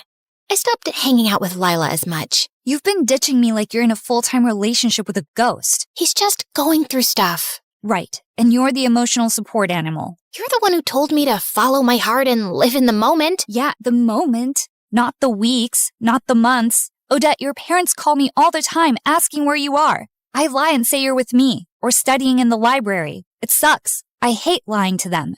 Then don't. If covering for me is such a burden, maybe you weren't a good friend to begin with. Whoa. Since when do you talk to me like that? Oh, wait. Since you started hanging out with Rafe. Open your eyes, Odette. Don't lose yourself. Oh, please. Says the girl dating some guy 5 years older than her just because he's rich?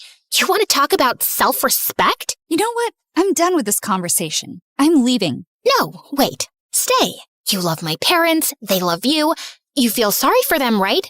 You can play the perfect daughter they wish they had. I'm leaving. We have SATs coming up, Odette. Don't you care? You're ruining everything for yourself over that dumb jerk.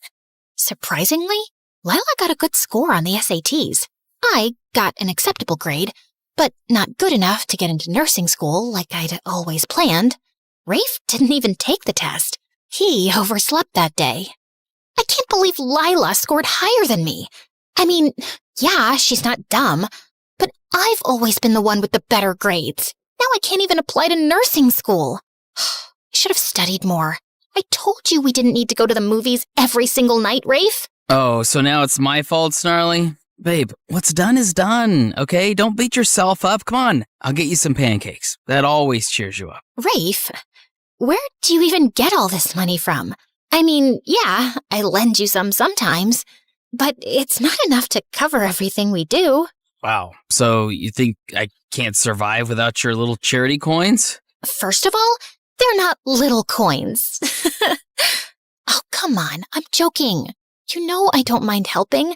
I was just asking. No, you weren't. You were judging me, belittling me. Why do you care where the money comes from? I take care of you, don't I? I feed you, I spoil you. Isn't that enough? I'm sorry, babe. You're right. I didn't mean it like that. I'm sorry, okay? Tell me what I can do to make it up to you. You can come with me on a country tour. I got this RV from my uncle. We'll travel, see the world, hit every state. Just you and me. But what about college? And my parents? What about them? I'm sure your parents don't mind you having fun and taking a break from all the stress. And in college, you said yourself, you're not doing nursing anymore. Take an online course, finance or something. That's a good career too, babe. I told my parents I needed time to think about my future. They begged me to stay, but I'd already made up my mind.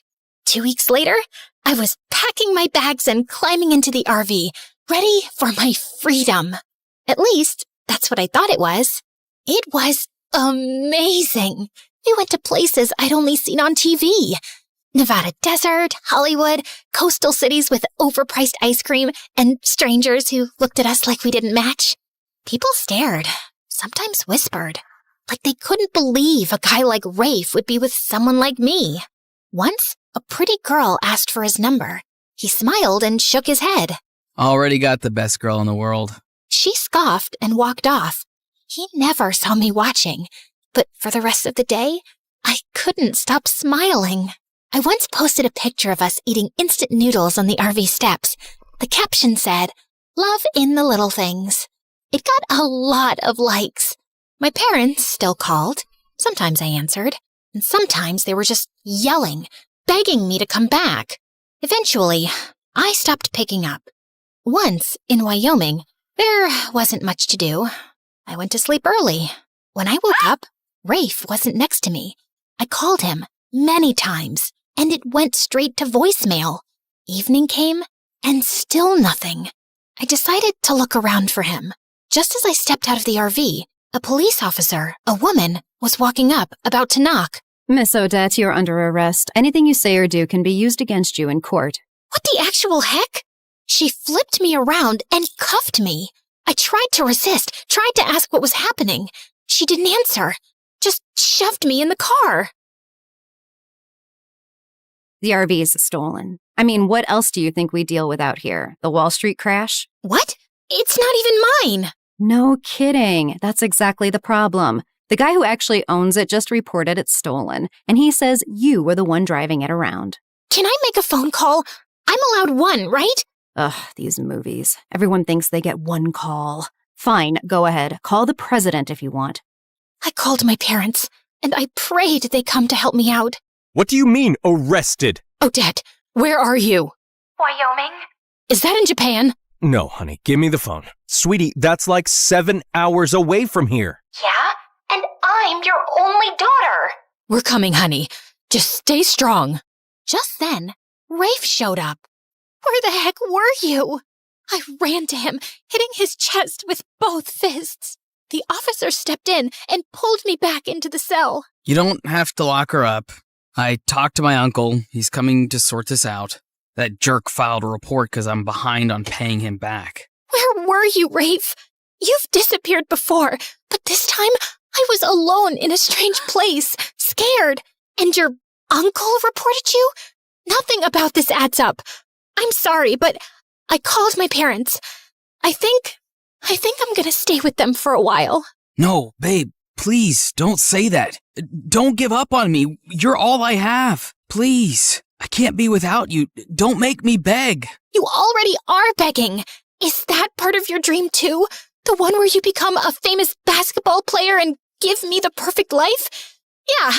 How's that going so far? Funny thing, I once had someone beg like that. I didn't give him a chance. Thought I was being smart. And then I lost him. Not saying what you should do, but some things haunt you. I hated how much that got to me. The thought of losing him, of him disappearing forever, made my stomach twist. I wasn't strong enough yet. Fine. I'll call my parents. Then let's go, babe, before they get here. As we walked out, the officer leaned in and whispered in my ear. How'd you land someone that hot? Good for you, girl. You know what might even make him hotter? Liking this video and subscribing to MSA like everyone else? I called my parents, but they had already booked their flight and were heading to the airport. When they landed and kept calling, I let it ring. Then I let it ring again. And then I stopped checking. 2 months went by, and the fun life I'd been living started to feel dull. My parents barely called anymore. I opened Instagram and saw that Lila had gotten into the nursing school I always wanted. She even posted a picture of her engagement to that rich, successful guy. Funny how I used to be the one with the bright future, while she came from a messy home and had this weird obsession with impressing men. That night, someone knocked on our door. Rafe started acting weird, like he didn't want me to see who it was. But I pushed past him and opened the door, and saw a bunch of dangerous-looking guys with tattoos on their faces. Why am I not even surprised at this point? Babe, it's not what it looks like. I just borrowed some money and they're being dramatic. You're saying it like we just met you yesterday. You've been working for us for years. Now, are you paying up, or can I take a closer look at your pretty little girlfriend? Don't touch her! I mean, babe, he thinks you're pretty and not boring. Don't touch her, you idiot. How much do you owe them? Just $25,000. Add a zero to that. 250,000 US dollars? And just like that, my stomach flipped. I gagged and nearly threw up on the mafia guy's boots. Whoa! She's so shocked she's about to hurl. I'm pregnant, you idiot. Rafe looked shocked, but also happy. His eyes lit up. Then he turned to the mafia guy and said, So, no baby discount? Are you seriously negotiating right now? I started hitting him, and one of the mafia guys actually pulled me away. Relax, miss. It's not good for the baby. For the next few days, Rafe was acting super nice. It was almost humiliating how hard he tried to please me, cutting my toenails, kissing my feet, and deep down, I felt sorry for him. With that dysfunctional family and the belittling jerk dad he had, I was sure it all made him the way he is. But I also believed I had lost so many years with him. I knew what was happening was wrong. It was just too hard to let go. That night, I left while Rafe was asleep. I had contacted Lila on Instagram sometime earlier, and we'd agreed to meet up. When I saw her, she didn't even look happy to see me. She was cold and dry. What, you want money now that you know I'm engaged to that rich guy? Whoa, you've changed a lot in the past 2 years. What the heck, Lila? Okay, fine. That was too much, I know. But still, why did you want to meet up, considering your poor life choices? I know you've had problems ever since that thing happened when we were kids, and you can't carry a baby. So, I'm offering you something. Please don't take it as charity. I'm pregnant, and I thought maybe you'd want to adopt the baby. Lila looked shocked. Then her eyes lit up. She smiled wide and hugged me. Oh my God, my man doesn't even know I can't have kids. I've been too afraid to tell him. He'd probably leave me. But this is perfect. I'll just fake being pregnant, and when you give birth, I'll take the baby as mine. Wait, you don't mean legally? You don't want the papers to show I'm the biological mom? Who cares? You always said your life was boring. Abandoning a baby just fits you. I know this might feel hard because, well, having a baby might be your only achievement in life, but babe, if cats can do it, it's not that deep. Let me get this straight. You think this is about achievement? Do you even know how hard it is to give up a baby that came from your own body? Not so hard for you, apparently. I mean, you're handing the baby away the second you found out you had one. What kind of mother does that? And bam! I slapped her. She slapped me back. This'll slap you back to reality. You were my safest place, idiot. Look at you now. Take this. Do you hear yourself? Wake up, you stupid witch. Take this and this and this. So, what are you gonna do? If you can't adopt my baby, then maybe adopt me. Odette, nothing is forcing you to stay with him. But he loves me. And let's be honest, Lila. Girls like me don't exactly get love stories. That's a lie Rafe told you to believe. You're lovable. You just forgot. And sometimes love destroys people, Odette, especially when it's too much, when it blinds you. But he's a victim, Lila. He grew up with an abusive dad and a wrecked home. That messed him up. Maybe so, but your support has to stop when it starts destroying you. Don't turn yourself into the victim of your own choices. I don't even know why I gave him another chance. Maybe I didn't have the strength to leave, or maybe I was afraid of being pregnant and alone. Maybe I believed him when the tears came and he promised he'd change.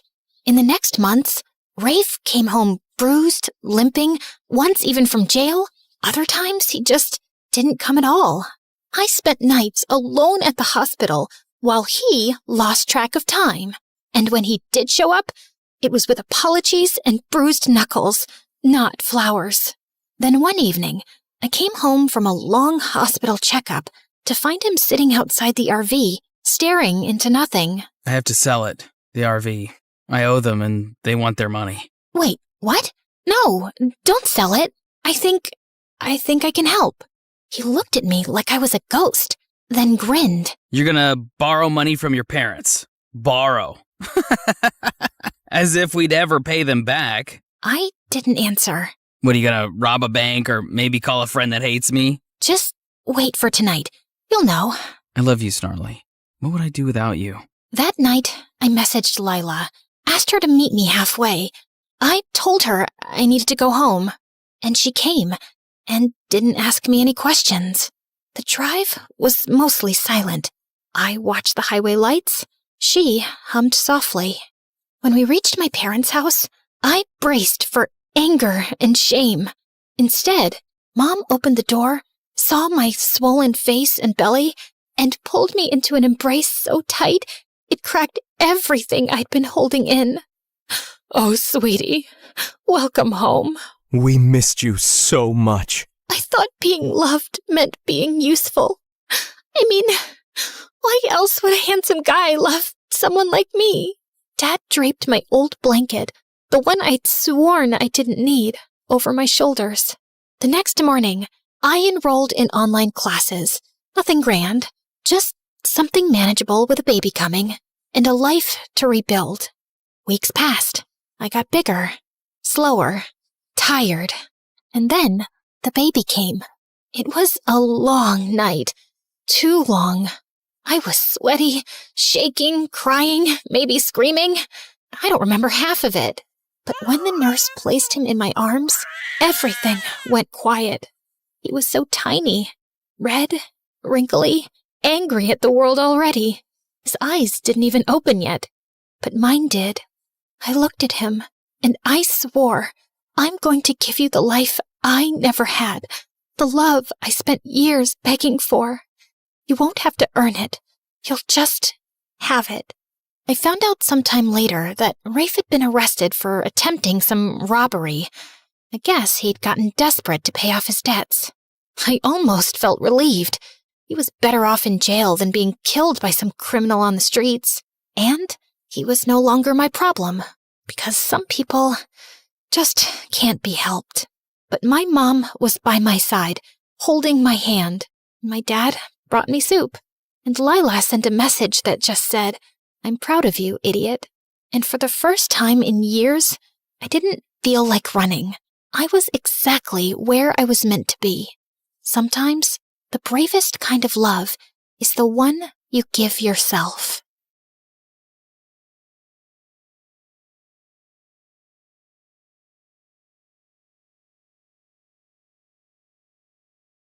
Hi everyone, my name is Marina, and I'm from Nevada. Please like and subscribe. I was raised in a small town by my aunt who owned a small bakery and loved me to bits. Aw, honey, today's your first day at school, so I packed muffins for all your classmates so you can make a lot of new friends. You're awesome, Aunt June. She wasn't super rich, but she was the richest person at heart, and that's why everyone loved her so much, including me. I always wanted to be just like her, so I'd help her out at the bakery. Marina, I'm going to go out for a bit. Can you put the pink icing on the cupcakes? Sure thing. Later, when the customer came to pick up her order, it turned out I'd caused a disaster. This was supposed to be for a gender reveal party, but you put yellow icing on the cake. Ugh! That wasn't the first time I mixed up colors. My aunt knew something was wrong with me. Turned out I had color blindness, and I couldn't differentiate between certain colors. Is it going to be like this forever, Aunt June? I'm afraid so, honey. But cheer up, because I've got a brilliant idea. The next day, everything in the house and all the ingredients in the bakery were labeled along with their colors. Aunt June made things so easy for me, and our life was just perfect. Until one day, when I was in second grade, an old man walked into our bakery and offered to buy it. This bakery has been passed down from generations in our family, and there's no way I'm going to sell it. But the man's tone just got more rude. You should have signed these papers while I asked you nicely, but now you're just going to pay for your stupidity. If you don't leave now, I'm going to smash your car and then you'll have to pay for your stupidity, sir. The old man left at my warning, but the next week, another man was back with some papers that claimed that the bakery didn't belong to my aunt because her parents never signed the deal in her name, and now we had to move out. My aunt looked around for help, but the legalities were too complicated and no one was ready to help. So eventually we had to give away our bakery and move to the city. Thankfully, Aunt had enough savings to rent a small place, and she started working in a small grocery store. And while I was trying to adjust to this new life, I saw a kid my age in the front yard one day, choking on something. I immediately ran to help him, but the moment the food stuck in his throat came out, I was shocked. Why were you eating a doll's head? I wasn't. He pushed me back and ran into his house next to ours. Turns out he was the landlady's kid, Timmy, and he was so weird. Whenever I'd try to go close to him, he'd just run away. Even when I joined school, I saw some kids throwing popcorn at him, but he wouldn't budge. Hey, why won't you say anything? Why do you let those kids bully you? But instead of answering me, he just ran out of there, and I decided I wasn't going to bother with this guy anymore. But later that night, I was in my room when I heard someone crying. I looked out of my window and saw it was Timmy crying in his room. So I climbed onto the tree outside my window and jumped into his room. And he freaked out.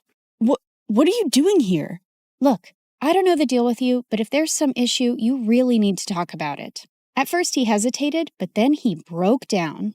I miss my dad. Ever since Mom and he got divorced, I haven't seen him, and the kids at school always make fun of me because of that. I hate it here. Hey, it's gonna be all right. I told him things were gonna be easy only if he fought back and didn't let those kids get to him. And it seemed like my advice worked. The next day, I saw Timmy was surrounded by a bunch of kids. I heard the cupcakes we gave you last time had Barbie heads in them. We're so sorry for that. Here, take these. They have cockroaches. And to my shock, Timmy pushed the bad guy away. Get away from me. And don't trouble me anymore or I'm going to tell the principal about you. The other kids ran away scared, and Tim turned to me with a bright smile. Did you see that? I wasn't scared, and what you said worked. After that day, we started getting along and became the bestest of friends. And Tim grew up to be really protective of me. He'd keep me away from all the bad guys and trouble in school. Then on my 16th birthday, I told him I was going to start working to support my aunt, but he had a weird reaction. No, you can't do that. Your aunt wants you to study and make a life for yourself. You shouldn't be waiting tables, and if you need money, you can always tell me. Tim was a genuine friend, and I loved how he always cared for me. But now I really wanted to support my aunt, so I took the job without telling anyone. But the very first week of my shift, something weird happened. I ended up making a mistake because of my color blindness, and the customer went bonkers on me. I want to see the manager right now and get you fired. But I told you it was a genuine mistake. But he kept shouting and started pulling my hand when one of his friends got up and stopped him.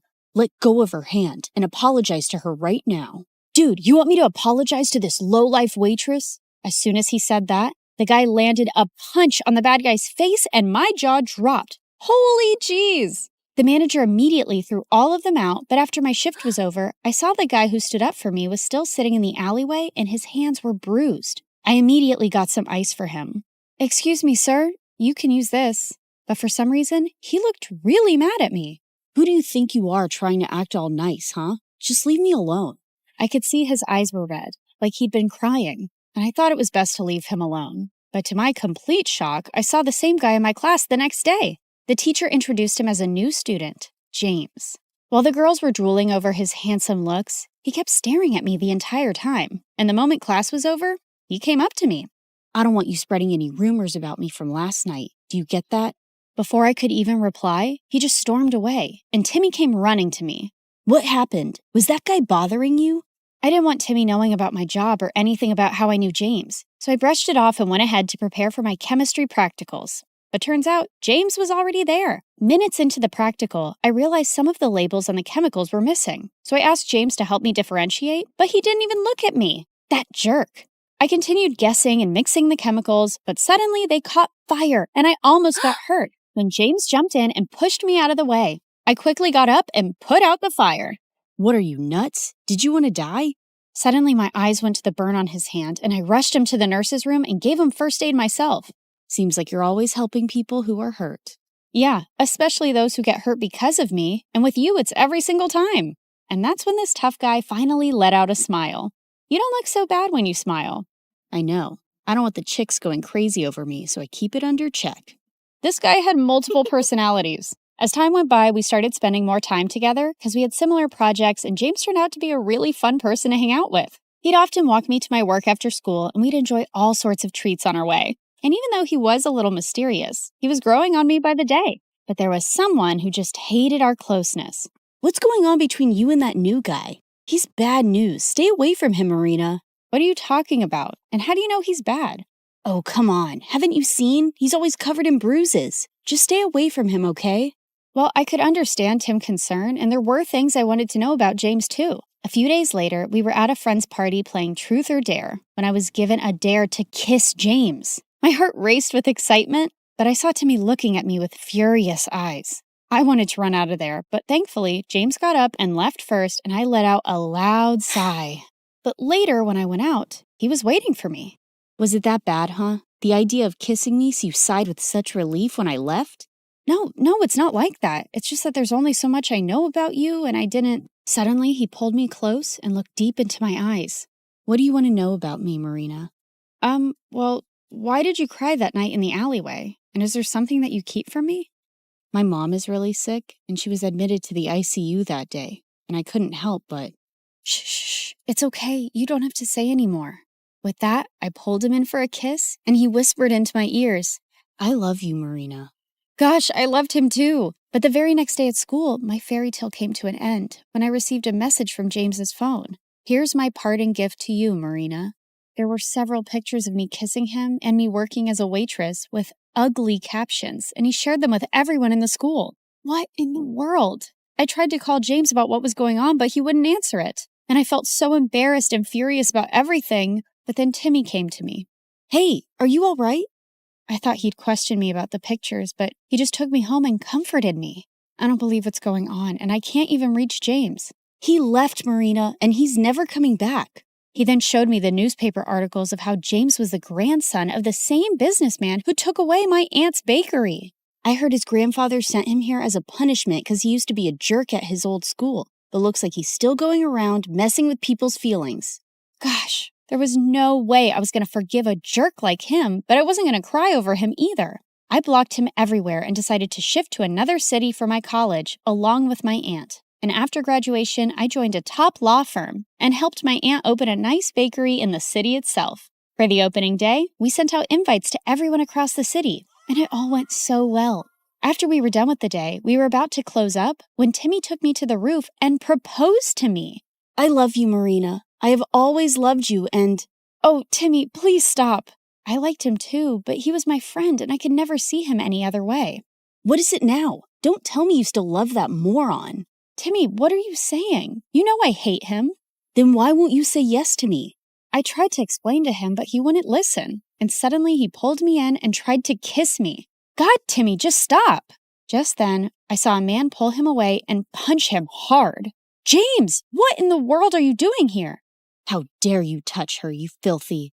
I pulled him away before he could hurt Timmy anymore and slapped him hard in the face. Who do you think you are walking into my life again? Didn't you already mess around enough last time? Marina, what are you saying? I never messed around with you. Oh, really? Then why did you leave? And what about those texts and pictures? What? I have no idea what you're saying. I know it was my fault to leave you like that, but I told Timmy everything. What?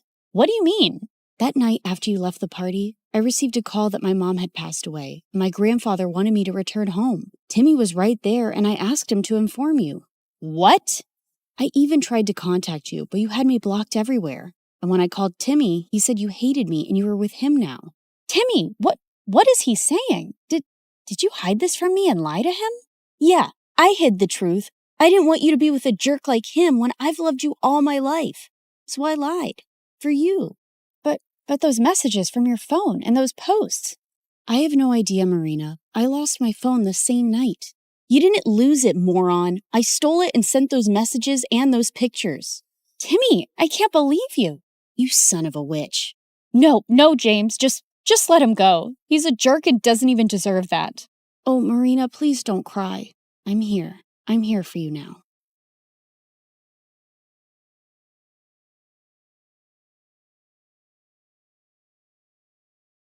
Hi, I'm Blair, and I'm about to tell you a crazy story. Before we continue, please like and subscribe to MSA. Growing up, my parents fought constantly over money. Dad was a struggling sculptor, and Mom, who was a waitress, cursed the day she met him because we constantly had money problems. She always said dropping out of school was her biggest mistake, so she made sure I studied hard. That's how I earned a full scholarship to one of the city's top schools. But my true passion was painting. I fell in love with it at 5, taught myself through YouTube, and by 13, I was winning major school competitions. Dad was proud, but Mom didn't like it one bit. Art's a hobby, Blair. You can't make a career out of it. Definitely not a successful one. It was my dream to become a world-famous artist. Well, mine and my best friend Ashley's. She was an artist just like me, and we'd been best friends since middle school. Ashley was rich, so she got to go to amazing art classes and shared everything she'd learned with me. And whenever my parents argued, I'd sneak over to her mansion. Life was just better with Ashley around, except for her annoying twin brother Dexter. He mocked our art, hid our supplies, and chased us with his paintball gun. Whenever we complained to Ashley's parents, Dexter would just put on his innocent face and get away with it. Even at school, everyone adored him for his sense of humor. Ashley absolutely hated him, and I could see why. Like on their 15th birthday, Ashley spent hours getting ready, and she looked beautiful. But the moment Dexter walked in, everyone gathered around him, completely ignoring Ashley. Look at him. Smiling like he owns the world? I will never understand what people see in him. Probably his athletic body. I mean, if you look at it from an artistic point of view, Dexter's pretty much perfect for a portrait. What? I mean, so what if he's good looking? You've got a great personality.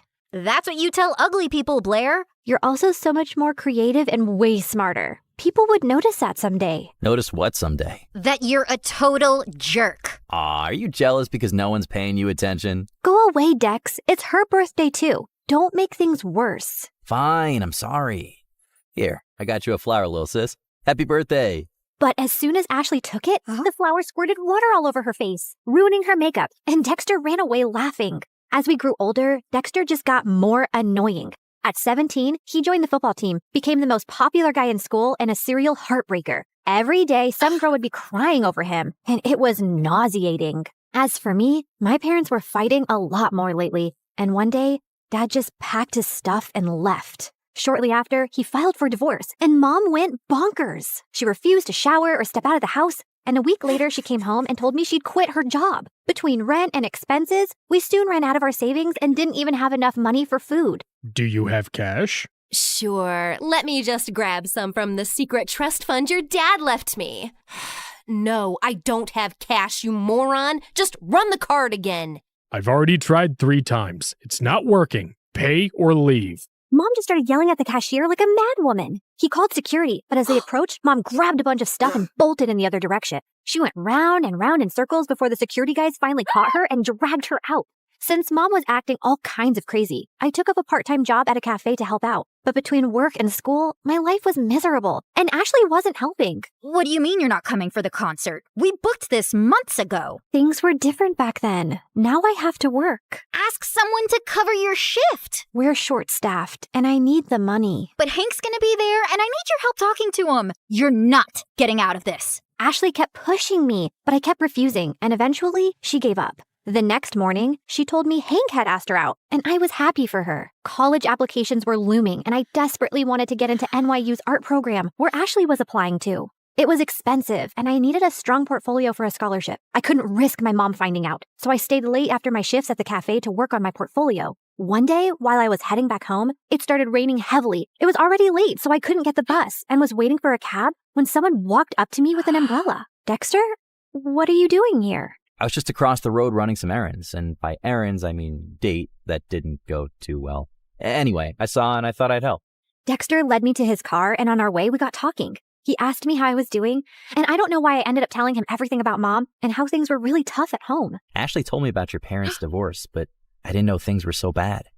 If you need anyone to talk to, I'm here. Something about the way he said it made my heart melt. And after that day, Dexter and I got closer. He would wait for me at the cafe and then walk me home. We'd debate over classic movies, argue over music, and bond over our favorite MSA videos. The more time we spent together, the more I saw a different side of Dexter. One that was kind, funny, and surprisingly thoughtful. And before long, I started having feelings for him. You know, I've always had a bit of a crush on you. Really?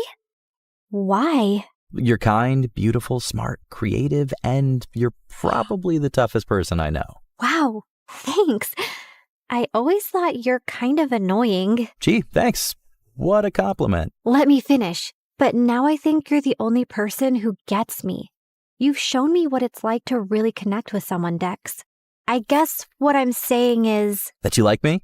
I like you too. And then Dexter kissed me, and it was perfect. I wasn't sure how Ashley would take it, but before we can even gather the courage to tell her, we found her crying in the school garden the next day. Hank dumped me. He says my nostrils are too big and that my face reminds him of his dead cat. What kind of reason is that? The kind that's a lie. Hank's a total player. Why would you ever fall for him, you dumb... Ow! I mean, I'm sorry you're hurting, but don't weep over that idiot. You're stronger than that. Be a man, woman, girl, be a girl. Did you hit your head or something? Why are you even talking to me? Blair, I need a hug. The next few days were a mess. Ashley was hung up on Hank and dragged me along for endless shopping sprees and salon visits to distract herself, and I didn't think it was a good time to tell her about me and Dex, who I wasn't even getting to spend any time with. She was also home all the time. So Dexter started sneaking into my room late at night. This is not fair. You're totally ignoring me. I know, but she's miserable and she needs me. Hey, Han, remember when you needed her but she was too busy falling in love? Anyway, my football team's having a party tomorrow night, and I'd love for you to come. It's low-key, just close friends. How close are we talking? Close enough to do this. Dexter leaned in to kiss me, but before he could, someone knocked on my door. Ashley! He hid under the bed as I opened the door. Who were you talking to? No one. I was just humming to myself. La la la. See? You tell me, what's up? No time long see. You're being weird. Anywho, I need your help. I've heard the football team is having a party tomorrow and Hank's gonna be there. I need him to know that I've moved on and this party is perfect for that.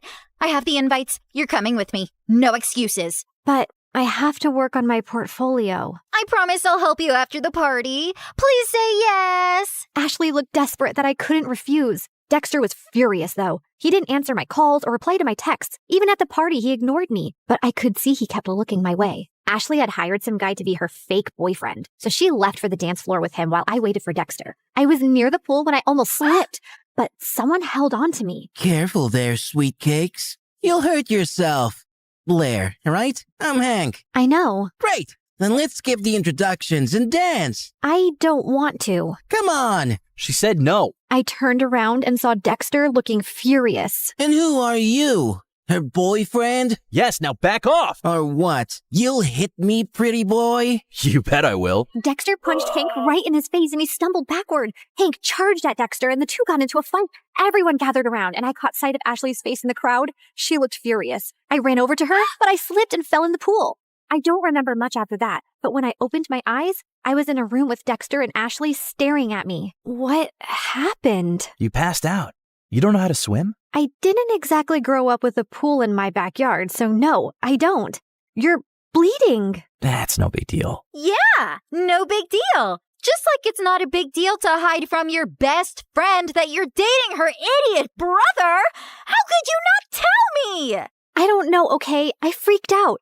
You've always hated Dexter, and then you'd just broken up with Hank, so I didn't want to rub my relationship in your face. You don't have to treat me like I'm a child who doesn't have a handle on her emotions. Anyway, you've chosen Dexter. Although I can't understand why him out of all the boys on the planet. But you did, and you're my best friend. So I'll accept it on one condition. Never, never make out in front of me, or I'll projectile vomit all over you. Deal? Deal. After that, things went smoothly. Dexter and I could now date openly, which made me really popular. One of his friends asked me to create a portrait for her dad. He loved it so much that he gave me a lot of commissioned work. Soon, I was making enough to quit my job at the cafe, and life became a lot easier. I even finished my art portfolio and was working on some last-minute changes one night when Mom barged in. You're applying to an art college? Why didn't you tell me? Who told you? Doesn't matter. Have you forgotten how much we've struggled because of Dad? And who will even pay for this college? I don't have that kind of money. I'll get a scholarship, Mom. I made a portfolio. Look. No, art school is too expensive and not worth it. You'll join a community college and stay close to me. Now give me that. Mom snatched the portfolio from me and left. I followed her, but she locked herself in her room. No matter how much I begged, she wouldn't open the door. Mom didn't get out of her room the whole day, and since submission was only 2 days away, I had no choice but to give up on my dream. I was talking to Ashley and Dexter about it when he came up with a brilliant idea. Dad knows the dean personally. How about I talk to him and get you a personal interview?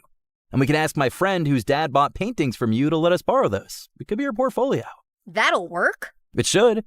I'm not letting you give up on your dreams, Blair. What about Mom? She just has to make peace with it. I know you love her, but what she's asking of you is not fair. She's acting like the kid in this relationship. The interview was scheduled for 2 days later, and I spent every second preparing. On the big day, I felt really confident. But as I was on my way, I got a call from the admissions office saying that my interview was canceled. Apparently, I had called and canceled my interview, claiming my mom was unwell, even sending medical reports as proof and withdrawing my application because I needed to take care of her. I tried telling them so many times that it wasn't me, but they just cut the call. I had no idea how Mom had found out about my interview, but I was furious that she'd done this. I went back home to confront her, but to my shock, I found her passed out on the floor. I called 911 and immediately rushed her to the hospital. On my way, I messaged Dad, and by the time we reached, he was already there. And what he told me next shocked me. A month ago, your mom fainted at work and was diagnosed with a rare heart disease. She needs a transplant, but since she couldn't afford it, she turned to me for help. But why didn't you tell me? We're trying to arrange money, and we wanted to wait till then to tell you. She didn't want to worry you. And here I thought she was lying when she submitted those documents. What documents? I explained about NYU and my interview with the dean. I don't think your mom's behind this. She was skeptical, but after seeing your portfolio, she was impressed. She told me she was changing her mind about you pursuing an art degree. I thought she threw my portfolio away. No, sweetie. She was proud of you. But Dad, if Mom didn't call them, then who did?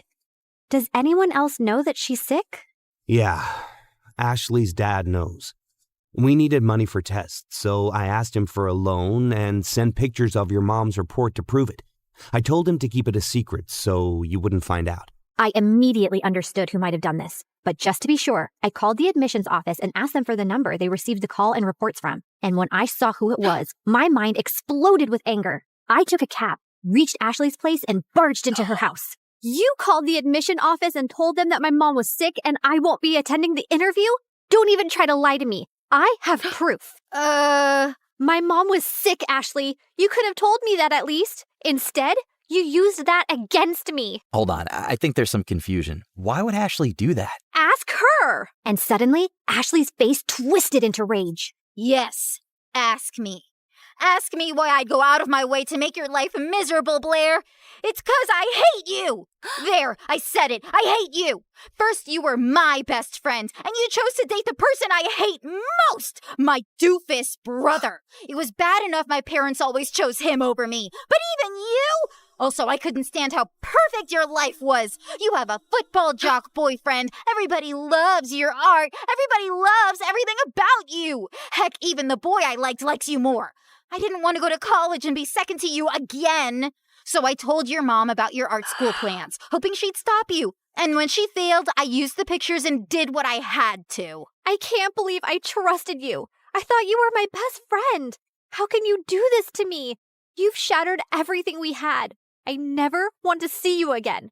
We're done. Don't think I'll cry over it. I'm going to NYU, Blair. I'll make new friends. You disgust me. Whatever. I never saw Ashley's face again, and Dexter told me that his parents heard her entire confession and ended up grounding her big time. She didn't even get through NYU, but I did, thanks to Dexter's dad who got me a second interview.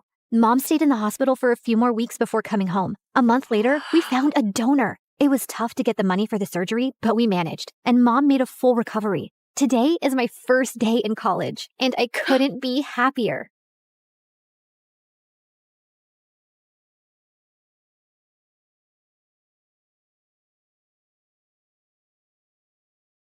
Hi, I'm Catherine from Arizona. Please like and subscribe. When I was born, my parents were very young. Dad was an inventor and Mom was an aspiring model. Mom spent most of her time at auditions and fancy parties, while Dad and I stayed home in his lab. The two of us would go from business to business trying to sell Dad's inventions, but no one ever bought anything. I love that Dad let me help with his experiments, even though I was clumsy. Like once when I was 7, I tripped over my shoelace and ended up spilling some beakers, and the whole lab stank of rotten eggs. Nobody could pass by our house for a week without gagging. Another time, I left a burner on the lab and went to the park, and by the time I returned, I found a fire brigade outside the house. Mom was furious when she came home, but Dad always had my back. He was the sweetest, but Mom fought with him over everything, especially the fact that he didn't make enough money. And then one day, Mom just left with her new friend. Dad said she was going on a business trip and would be back soon. Well, Mom never came back, and Dad did his best to keep me happy. Once when I was 9, we were at the supermarket and Dad picked up the last bag of marshmallows when suddenly a lady started yelling at him. Hey, I was about to take that. Give that to me. Ma'am, I picked them up first. So what? I saw them first. Don't you have any manners? It's ladies first. Dad gave the bag to her, but I was furious. He was just too nice, and I had to protect him. Plus, there were marshmallows on the line. I acted nice and offered the lady some gum. And seconds later, the witch started to scream. It was a spicy gum that made your mouth feel like it's on fire for 10 hours. One of my favorite inventions. Dad and I kept working together, and by the time I was 12, we had developed something spectacular. He sold our invention to a huge corporation, and overnight, we became millionaires. We moved into a huge house, and Dad started his own company. But I couldn't help noticing that sometimes he was really sad. What's wrong, Dad? Nothing, honey. I'm totally fine. Then one day, a magazine named him the city's most eligible bachelor, and suddenly, he was going on dates every weekend. I was jealous. For so long, it had been just the two of us. But Dad seemed happier. Dad had always homeschooled me, but now he was too busy. So I started school for the first time in 9th grade. We had a test in science class soon, and I turned in my exam in 5 minutes and got all the answers right. My teacher, Mr. Johnson, swore I cheated. I didn't cheat. I studied the chapter last night. I stood up and recited everything from the chapter word for word. Mr. Johnson was stunned and immediately apologized. After that, he was much nicer to me and even asked me to assist in class. Soon, I was even tutoring kids after school, and people called me a genius. Everyone loved me, except for a kid named Gabe. Gabe and I had competed against each other on the school's debate team. Every time I came in first, and he came in second. Later that year, Gabe and I competed in the science fair. The teachers were really impressed with Gabe's project. That is, until they saw mine. I won first place, and Gabe came in second. You think you're so awesome, don't you? Well, you're not. Things are just easy for spoiled brats like you. Excuse me? You heard me. You're a billionaire's daughter. You have everything handed to you. People only love you because of your money. Your dad probably buys you the first prize every time. I didn't want to admit it, but his words did hurt. I knew Dad gave a lot of donations to my school. Did everyone just like me because of my father? A few nights later, Dad brought home a pretty blonde woman. Catherine, this is Layla. She's my new friend. The next thing I knew, Layla had moved into our house. Dad was head over heels for her. He showered her with gifts and followed her around like a lovesick puppy. Ew, can you two get a room? Layla was the worst. First, she threw out all my favorite foods. She painted my room bright pink, and on one occasion, she dragged me out of the lab to take me to her stylist. You're such a pretty girl. Don't hide your face with all that hair and baggy clothes. Wow, honey, you look like a clown. Layla is the worst. Don't be rude. She's just trying to help. She's ruining everything. After a while, I hardly recognized our house anymore, and Dad spent all his free time taking Layla shopping and on romantic getaways. I didn't trust her one bit. She was probably just after his money. But it didn't matter what I thought, because soon, Dad and Layla were married. A few months later, while Dad was away on a business trip, I woke up at night to get water when I found Layla talking outside with a man in a hoodie. The two argued for a while, then she hugged and kissed him. I saw her coming back in and ran upstairs. What? The next morning, Dad was back and I found him with Layla in the kitchen. Good morning. I made your favorite pancakes. What's the matter, honey? Is something wrong? Yes, it is. I saw Layla with a strange man last night. She kissed him. What? Kat, are you sure you're okay? I was out like a light last night. It was probably just a dream, silly. I felt like an idiot. Layla just lied to Dad's face, and he was too love-struck to believe me. A few weeks later, Dad went on another business trip, and at 2 a.m. in the morning, I heard a strange man whispering with Layla in her bedroom. I was pissed. I grabbed my cell phone. This time, I'd get evidence. I crept towards their room. The door was closed, but I could hear the man's voice through the walls. I pressed record and sent the audio to Dad. The next morning when Dad returned, he and Layla confronted me. Are you spying on Layla? Dad, she's cheating on you. I sent you the evidence. I left the television on, Kat. That's what you heard. I love your dad. I'd never cheat on him. That wasn't the television. It was another man. I swear. She's a liar. I am so disappointed in you, Catherine. She's done nothing but be nice to you, and you've treated her horribly. You need to accept that Layla and I are together, and your lies won't change that. Dad grounded me for a week. After that, I didn't say a word about Layla's late-night excursions. If Dad wanted to be with a cheater, so be it. I focused on school and preparing for the next big debate competition, but I noticed that Gabe wasn't there. He wasn't my favorite person, but I started to worry when a few weeks passed and none of the teachers or students knew why he was absent. Then I remembered that Gabe worked at a local deli after school. One afternoon, I decided to stop by the deli. I saw Gabe at the counter looking like he hadn't slept in days. Gabe, are you okay? What are you doing here? I was just worried about you. I brought you the homework you missed from class. Why are you being nice to me? No one's ever nice to me. You might be my nemesis, but I still care. Suddenly, Gabe burst into tears. He told me about how his mom was sick and he was working day and night to pay for a special surgery she needed. I'm scared I won't be able to raise enough money in time. I can give you the money. I don't want your charity. It's not charity. Consider it an investment. Competing with you keeps me on my toes. Gabe accepted the money, and a week later, he ran up to me and gave me the biggest hug. Whoa, I can hardly breathe, buddy. Mom's surgery was a success, and it's all thanks to you. Also, I'm sorry, Catherine. It's not true that you win everything because you're rich. You're just better than me, and I know that. Soon, Gabe and I started spending all our time together. We studied together every day, texted late into the night, and sent each other our favorite MSA videos. I was happy being at his place anyway because I wanted to avoid Dad and Layla as much as I could. One day as we were walking home, he was unusually quiet. What's wrong? You look like you swallowed a lemon. I don't know how to say this, but I was thinking, just contemplating if maybe you would consider or like to, Just spit it out, man. Do you want to go with me to the winter dance? Oh, I don't know. That might not be such a good idea. It's okay, I get it. You'd rather go with some rich, cool guy, not a poor nerd like me. No, I don't care how much money you have, and we're both nerds, duh. It's just that I'm a horrible dancer. I'd probably embarrass you. You'd never embarrass me, Catherine. You're perfect. Then Gabe kissed me, and it was so romantic. That weekend, Gabe came to pick me up in his mom's car for the dance. Gabe walked up to Dad to meet him, but Dad ignored him and pulled me to the side. Are you sure you want to go out with this boy? He drives that piece of junk, and it looks like he pulled out his suit from the trash. Dad, what is wrong with you? I like him. He's a sweet guy. And since when do you care about how much money someone has? You were never this way before. Not until you met Layla. Don't drag Layla into this. You're my daughter, and you deserve better than a poor loser.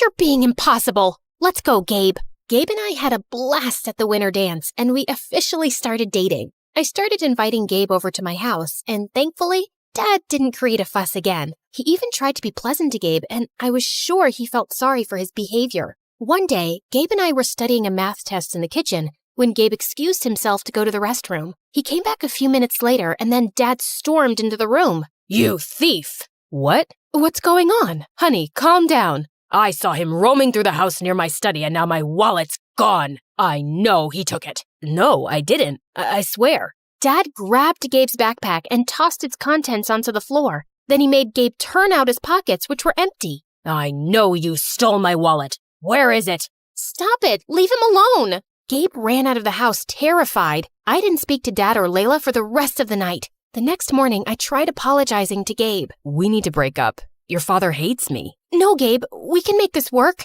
No, we can't. You're a millionaire and I'm poor. Your dad'll never accept me. I love you, Catherine, but I can't do this. I have my pride too. After that, Gabe didn't speak to me again. He blocked my calls, and when I went to his house, his mom said he didn't want to see me. Days passed and I focused on my studies, but I still missed Gabe and felt so angry. Catherine, your father is upset that you've been ignoring him completely. He didn't mean what he said about Gabe. The things aren't always what they seem. He's been under a lot of pressure at work, and I don't care about your excuses, Layla. All I know is that my dad was amazing and we were happy till you came along, and now he's changed and everything's awful. A few weeks later, Dad and Layla had their anniversary, and Dad made dinner reservations for us at a fancy restaurant. I said I didn't want to go, but Dad looked upset, so I reluctantly agreed. I was getting ready and decided to wear my favorite diamond necklace, which was in Dad's safe. I went into Dad's office and opened his safe, and inside there were suitcases full of money, stacks of gold bars, and duffel bags full of diamond jewelry. But then my eyes wandered to the table, to Dad's lost wallet, and next to it were some newspaper clippings that made my blood run cold. They were all from unsolved bank robberies with pictures of the masked robber. I examined the photos, and one of them had a close-up of the robber's neck and the birthmark on it. It was just like my dad's. Dad? What's wrong, honey? I showed Dad the newspaper clippings. This is you? How could you do this? What? No, I don't understand. This can't be. I didn't. Then Dad fainted and hit his head. Layla called the ambulance and Dad was rushed to the hospital. I sat in the waiting room while Layla spoke to the doctors. Then she asked me to come into Dad's room. Layla and I have been keeping a secret from you. I have dissociative identity disorder, also known as a split personality. I struggled with it when I was younger, and I had it under control for years. I was his psychiatrist and fell in love with him. He was good for a while, but then his condition got worse. That was your dad in the hoodie outside the house that night, and he was the one you heard in the bedroom. He was supposed to be out of town getting treatment, but both times, he came home acting strange and saying things that didn't make sense. He didn't ever let me tell you because he didn't want you to worry. I have no memories of the robberies, Kat, I swear. I didn't know things had gotten that bad. I'm so sorry, honey. I hugged my dad and Layla. I felt so bad for Dad and for how I'd treated Layla. Dad was released from the hospital. The judge decided not to press charges for his crimes, but ordered him into therapy, and we returned all the stolen goods.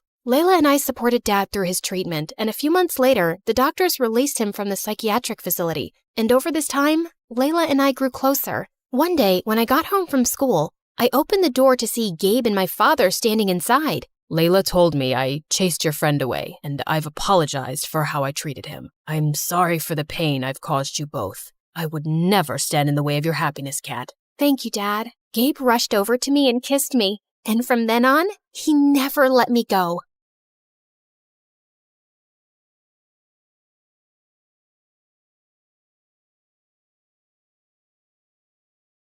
People call me the Queen of Entertainment, a famous pop icon, a musical superstar. You can take your pick. As for me, I like to be called the Queen of Hearts. Hi, I'm Ariana Grande. I was born in 1993 in Florida to overachiever parents who were super successful in their careers. Right since I was a toddler, I loved to sing. Mom would sing me lullabies and I'd sing along with her. You have a beautiful voice, my baby, just like an angel. I'm not so sure.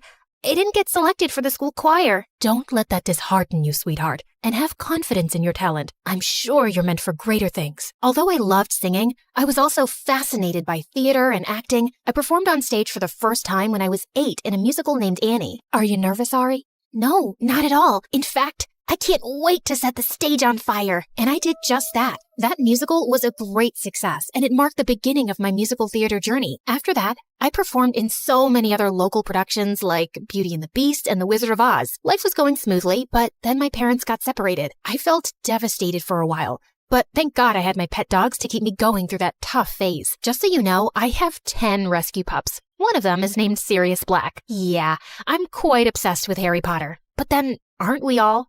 So by the time I turned 14, I decided I'd acted enough and now wanted to make a career in singing. I packed my bags and moved to Los Angeles to meet my managers. Guys, I think I want to make an R&B album. That's a hell of a goal, but who do you think's gonna buy a 14-year-old's R&B album? Well, that kind of made sense. So I went back to Florida and decided to focus on theater for the time being. Then when I was 15, I got chosen from among thousands of girls to play one of the main characters in a Broadway musical called 13, for which I later bagged a prestigious award. By this time, I had moved to New York, so I was missing school a lot. Mom, I want to continue performing, but what about studies? I want to finish high school at least. Don't worry, sweetheart. Your school has agreed to send study materials so you don't miss out on your studies. That was pretty cool. I was studying and focusing on my career, even though I was miles away from home. Then in 2009, I bagged the role of an adorable goofball named Kat Valentine in the famous Nickelodeon TV show named Victorious. Since the show was set in a performing arts school, it gave me an opportunity to showcase my acting as well as my singing abilities on a national platform. Thanks to the show, I was suddenly a teen idol. So, Ariana, what's next? Are you looking at a career in Hollywood? To be honest, acting is fun, but music has always been first and foremost with me. I was determined to give singing a shot, so I kept uploading my videos on YouTube where I sang covers of songs by Adele, Mariah Carey, and Whitney Houston. Meanwhile, the second season of Victorious premiered in 2011 to 6.2 million viewers, becoming the highest-rated episode of the show. Victorious ran for 3 seasons until it was finally wrapped up in 2013. Then one day, I got the most unexpected call. Hello, Ariana. I'm Monte Lipman, CEO of Republic Records.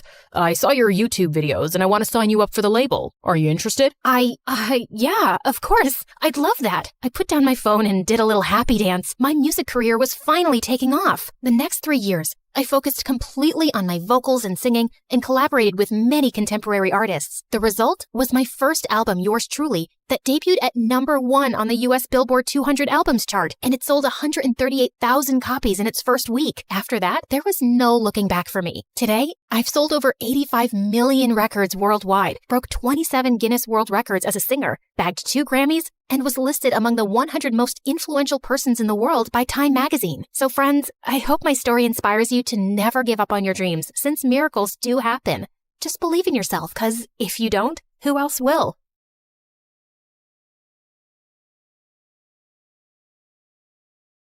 Hi, I'm Hope from Honolulu. Please like and subscribe to 4Eve. My parents always said I was born beautiful. I received so many compliments and modeling offers for baby products that they launched my modeling career when I was just 3. But I never really knew my parents. When I was 6, they started a clothing line named after me and got really busy with it. So they mostly left my older sister Leilani in charge, and she hated me. You promised we'd play with the dolls. You can't always be the center of the universe. I have to take this call. Fashion Kids magazine wants you again. She'd always lie and say we'd do one thing, but we'd do another thing instead, and I'd suffer. You said after my fashion show, we'd go home. I'm tired. Just sign a few more autographs and don't be so ungrateful. Sometimes I wondered if she was so mean to me because she was jealous of my fame. Once when I was 12, I was at a signing event and I escaped from the crowd. I stumbled into an alley where a girl my age was looking through the trash with her mom.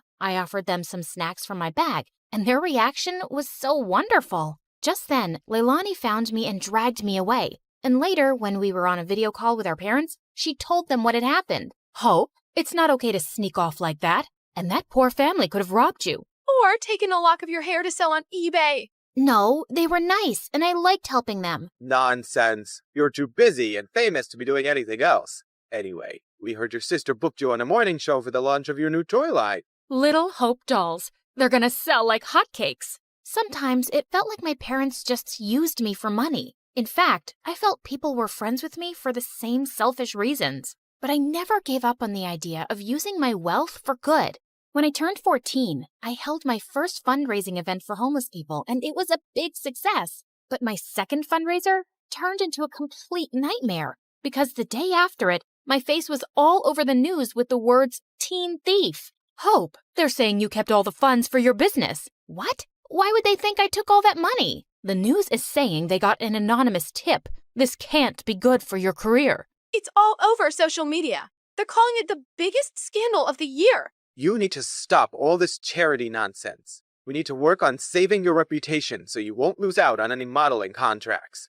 I didn't care if I never modeled again. I didn't understand how anyone could think I'd steal charity money. I was too embarrassed to even leave the mansion. Soon after, I was about to join a new high school, and I went to Leilani with an odd request. Help me make a disguise for high school. You're my makeup artist. If anyone can do it, it's you. Look, it's hard for me to trust people. They'll probably use me for my money and fame or spread more lies. I'd rather just go as a regular kid so I can be active in the school's charity clubs. You don't think you could just go as yourself? Doubtful. I always become the center of attention without meaning to. And because of that scandal, the charity clubs might not trust me. I just want to fade into the background and do the things I care about. Please. To my shock, she agreed to the makeover. She gave me cute short hair as part of my disguise. I decided to keep my disguise a secret from my parents. They were not happy about my short hair, but my agent had advised me to take a break from modeling and stay out of the public eye anyway till the scandal died down. At home, I was Hope, the supermodel on a break. But at school, I was Minnie, the humanitarian. I joined the charity club, and the volunteer work I was doing felt amazing. And I was making friends pretty easily. But one day at school, I was lifting a heavy box of canned food donations when I suddenly threw out my back. Whoa, are you okay? I suddenly noticed there were 2 really cute guys watching me struggle to stand up straight. Guess I'm an old lady who's not used to heavy lifting. Ouch. Let's take you to the school nurse, Granny. I'm Kai. And I'm Crane. Here, let me take your bag. What was in that box? Canned stuff for a food drive. Crane immediately dropped my bag to the floor. You're part of a food drive? Not gonna help you. What? Come on, Nan. Let's just take her to the nurse. She's hurt. Whatever. Not my problem. And then he just left. What was that about? Are you seriously doing a stupid food drive, Granny? My name is Minnie, and what's wrong with food drives? Minnie? Minnie. Everything about them is wrong, Minnie. If the poor just got off their butts and worked, they wouldn't be poor. Why should we treat them like babies and take money from people who do work? Wow. Sometimes it's hard for people to find work or earn enough, and they need help. Maybe lame losers do. Well, Minnie, here you are. Kai winked at me as he left. What a jerk. But I wasn't going to let his arrogant opinions stop me. I organized a school dance to raise funds for the food drive, and it was a hit. But just as I was dancing with some friends, Kai and Crane busted through the gym doors with crowns on their heads. To the rich, stand with the rich. What are you doing, Kai? We're here to tell everyone the poor are pathetic and charities are scams. Don't be fooled.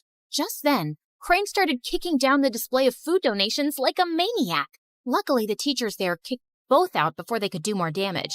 What planet were these jerks from? But I forgot all about them when I got home that afternoon and saw Dad running out to me. Didn't you check your phone, Hope? I think the battery died. What's wrong? Your mom and sister got into a car accident, but the doctor said they'll be okay. They both had some broken bones and will need bed rest. I started to cry, and Dad hugged me. I couldn't remember the last time he'd done that, and I decided I'd stay home for the next few weeks to take care of Mom and Leilani. The next evening, my bodyguard drove me down to the food bank to drop off the school's donations. To my shock, I saw Kai step out of his car in front of us, and he was dropping off bags of donations. What the hot fudge? I snapped a picture of him, and I confronted Kai in the school hallway the next day. Saw you at the shelter last night. What are you talking about? This? How did you...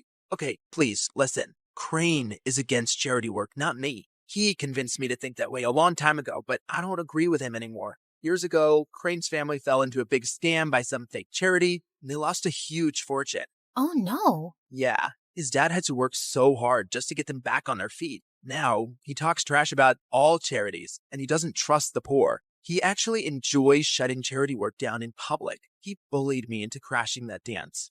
And well, I'm sorry I did, really. He looked really sincere. If that's the truth, I understand. But you gotta stand up to Crane sometime. You can't keep pretending to be someone you're not. Kai offered to walk me to class, but I explained I was just there to collect my books as I was homeschooling for a while. He asked for my number, and I kinda left with butterflies in my stomach. Kai and I texted every day for weeks, and he even started coming over. I kept saying it was best to give my mom and sister space to recover, so we'd always hang out in my backyard. Keeping Minnie away from my parents and Hope away from Kai was getting exhausting. I was also developing the biggest crush on the real Kai. He was nothing like the jerk I'd first met. Once I found him waiting for me in my backyard with the most amazing picnic laid out. Hey, what's all this? Just a little surprise for your big day. Happy birthday, Minnie. Kai, my birthday isn't for another 5 months. What? Really? I looked for you over social media, but I couldn't find you because you're apparently the world's most private person. Then I went to go check the school records,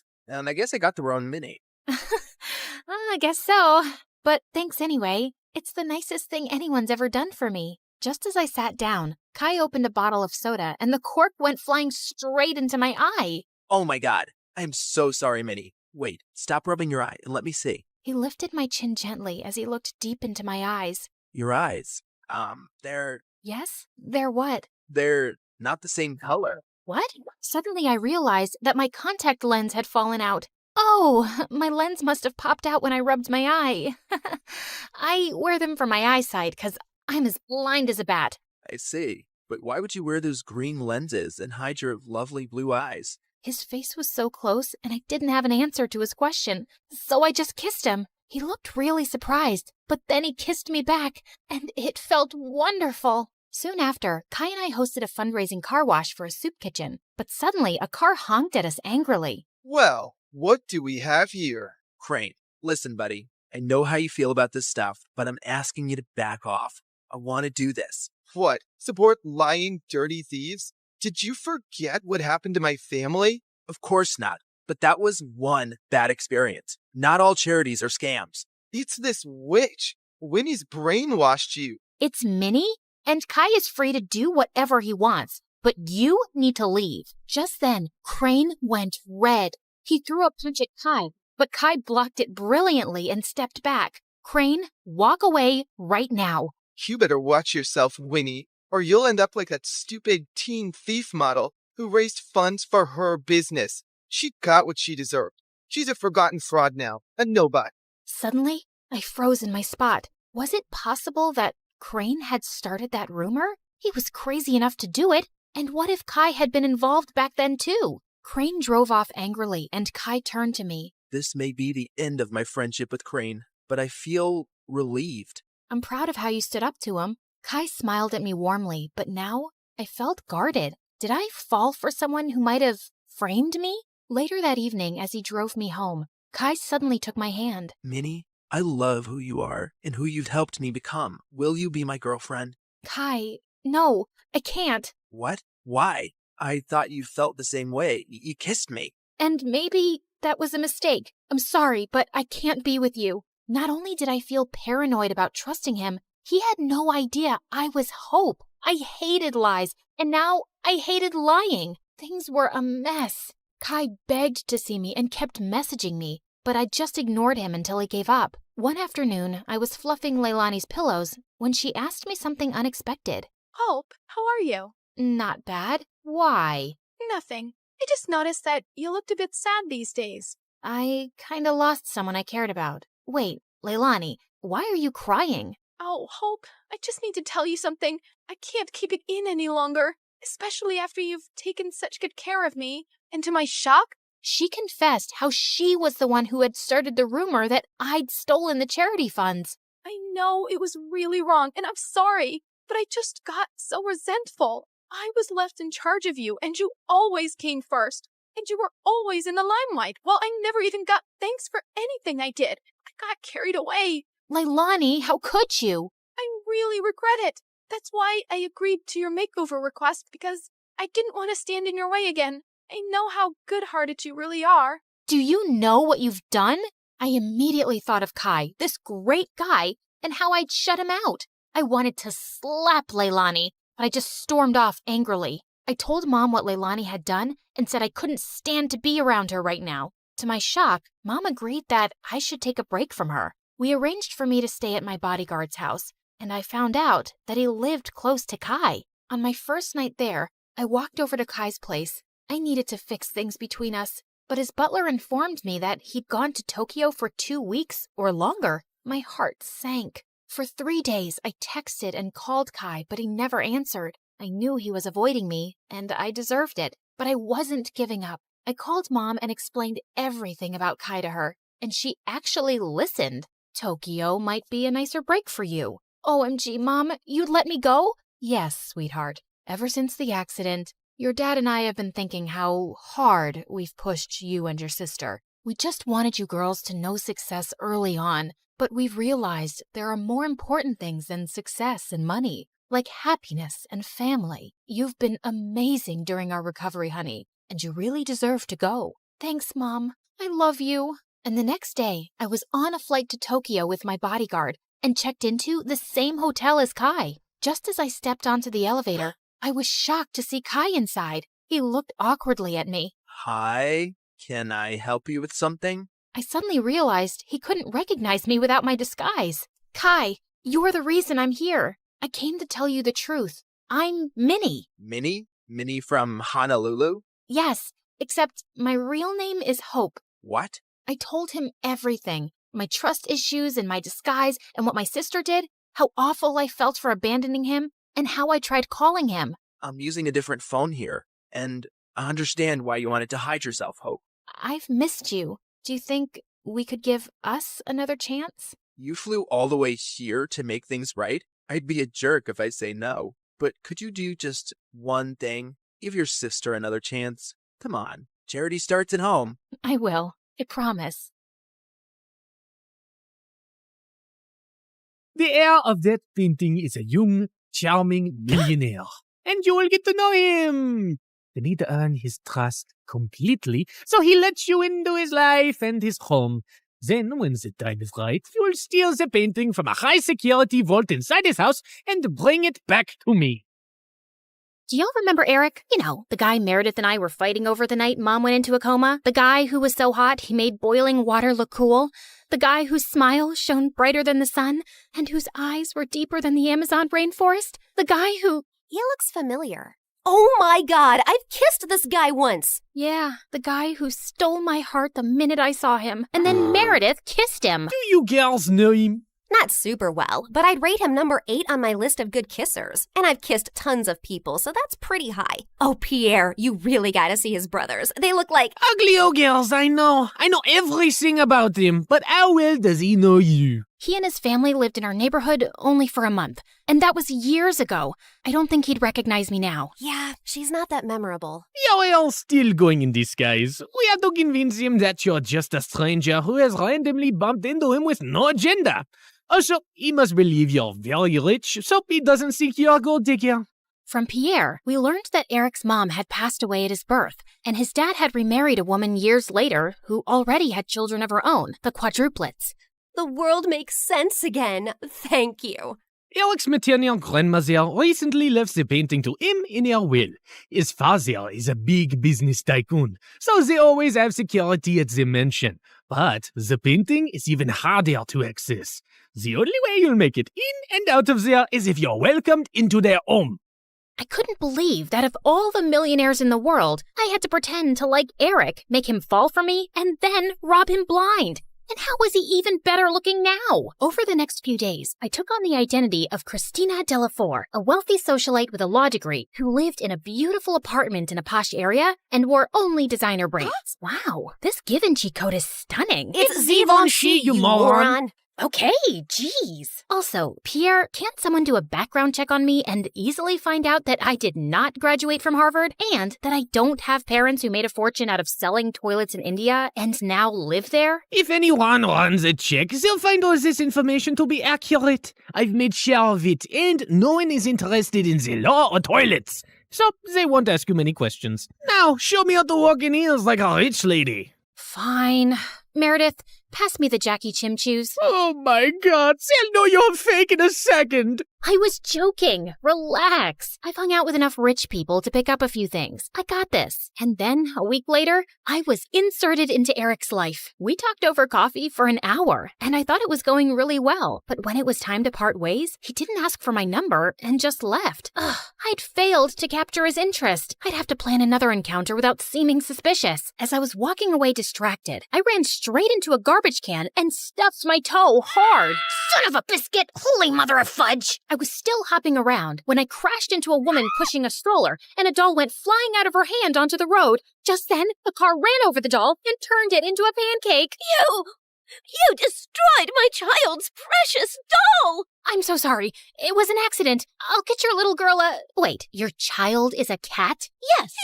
And that was my childhood doll, which I passed on to my baby. Look, here's some money. Get your baby another doll. She loves that one, and they don't make those anymore. Your baby is a cat. She doesn't love that particular doll. She probably doesn't even love you. She'd eat your face in your sleep if you weren't the one to feed her. Now, please. Just then, someone tugged hard at my purse, and I saw a thief running away with it. You've got to be kidding me. I took my heels off and sprinted after the thief. He jumped over a fence into a park, and I followed. I was gaining on him and sent a flying heel at his head. Just then, someone ran past me, pounced at the thief, and pinned him to the ground. Gotcha!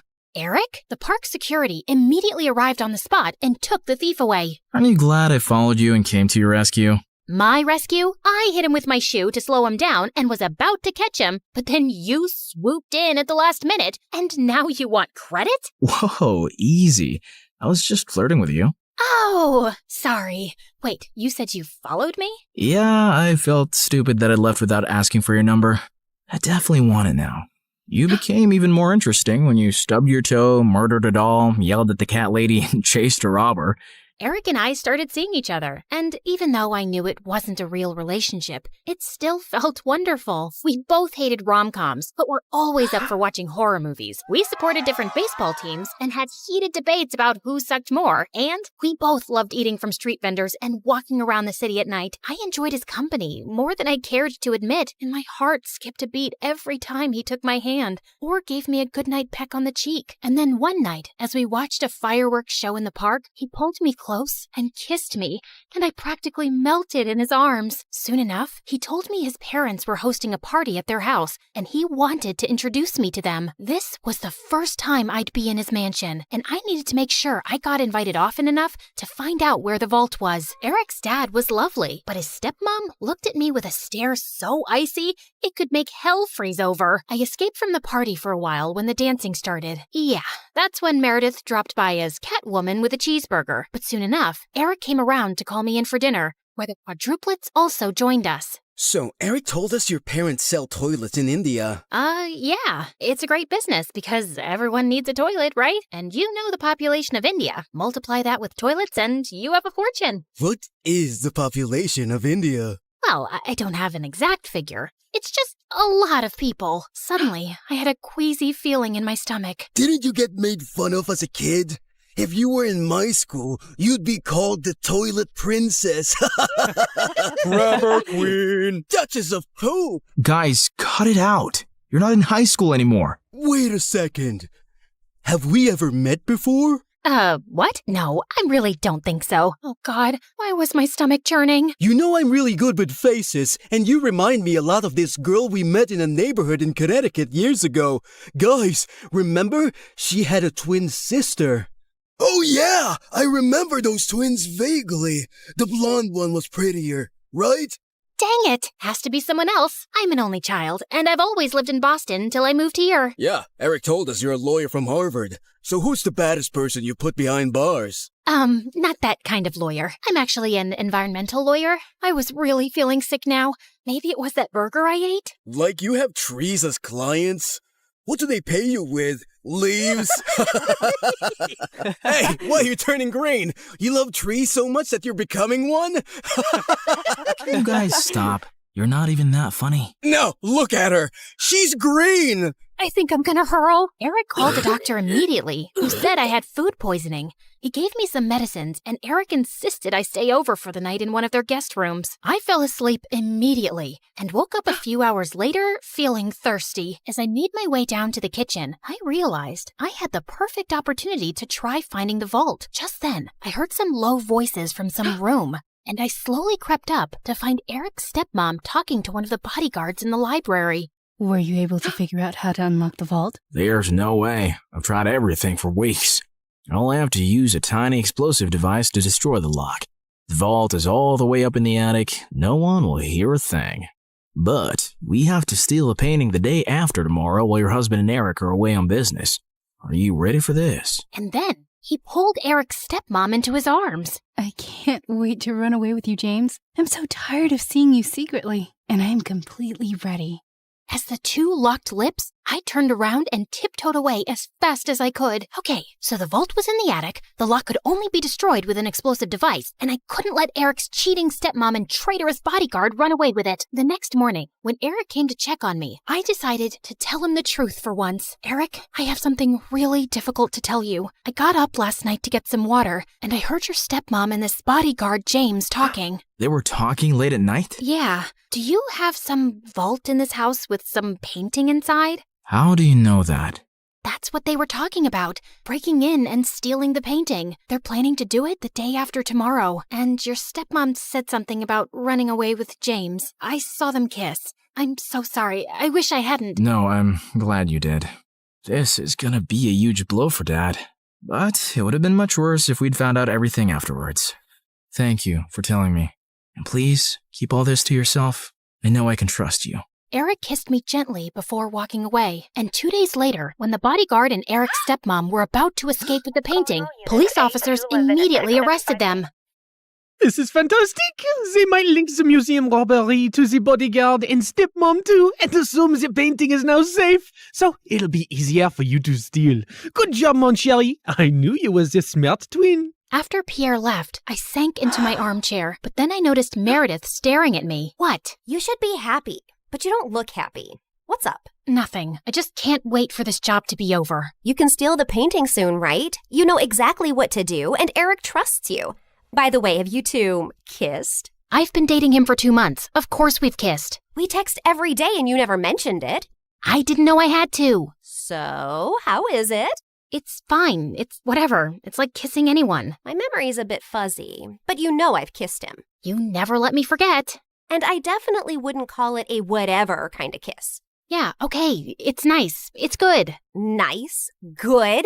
Oh, wow. Don't make me jealous with all the passion. Okay, you want to know what kissing Eric is like? It's like flying through space, like a meteor that explodes into 1,000 stars, and then jumping into really cold water that makes you feel alive all over, and then feeling warm and tingly down to your toes, like having hot chocolate next to a fireplace on a snowy winter night. So, I'm guessing it's better than kissing the pillow you used to practice on? I did not! Shut up! You're in love with him, aren't you? I was about to snap at her again, but then I just sighed. Yes, I am. The night of the heist arrived, and I felt sick to my stomach, but I just wanted to get it over with. Eric's dad was away, and Eric was holding an important shareholders' dinner with which most of the household staff was busy. I'd volunteered to host the dinner with him, and got ready to leave before their meeting started. Thanks for your help tonight. You're the best. Oh, it was nothing. Don't thank me. So, I'll see you tomorrow at our coffee shop? It's a date. As Eric walked away, my heart felt like it was breaking into a million pieces. This was the last time I'd ever see him again. I gulped down my tears, and instead of leaving, I sneaked up unnoticed to the attic. Inside, I found a heavy metal door to a vault. I took out the tiny explosive device Pierre had given me, placed it on the lock, and activated it. In a few seconds, there was a tiny pop and a sizzling sound. Then, I heard the lock click open. I walked into a tiny, dark vault and found the painting under a glass case. Praying to every god that no alarms would go off, I lifted the case carefully, put the painting in my bag, and started sprinting down the stairs. But just as I'd reached the second-floor landing, one of the Ninja Turtles blocked my way. What are you doing? Hey, bro! You know when I stayed over a few weeks ago? I dropped a necklace, and I was looking for that guest room, and I got lost. But it's fine. I'll just get new earrings. See you later. He suddenly grabbed my bag and pulled out the painting. Do you think I'm a moron? A moron? You? No way! Sorry, which one are you? Michelangelo. Okay, no one has time for that. Now listen, Mike. You're definitely the smartest of your brothers, and just a tiny bit better looking than all of them too. We're identical. That's what they want you to believe, but I know you're better. I think you and I can strike a deal, okay? I'll sell this painting, and you and I can go halvesies on it. Just give me an account number and I'll wire the money to you. No, you're not leaving with it. Okay, look, dude, I'm doing this for your mom. I have to sell this painting so I can pay for her bail and get her a really good lawyer. Don't you want that? No, my mom's in jail because she did something wrong, and she abandoned us all. She shouldn't have stolen Eric's painting. What do you care about Eric? Don't you hate Eric? He's so good looking and smart and perfect and gets all the ladies. It makes you guys look even worse than you really are. You should want to hurt him. So let me take the painting. That'll really hurt him. Eric's the best brother in the world, and I love him. Okay.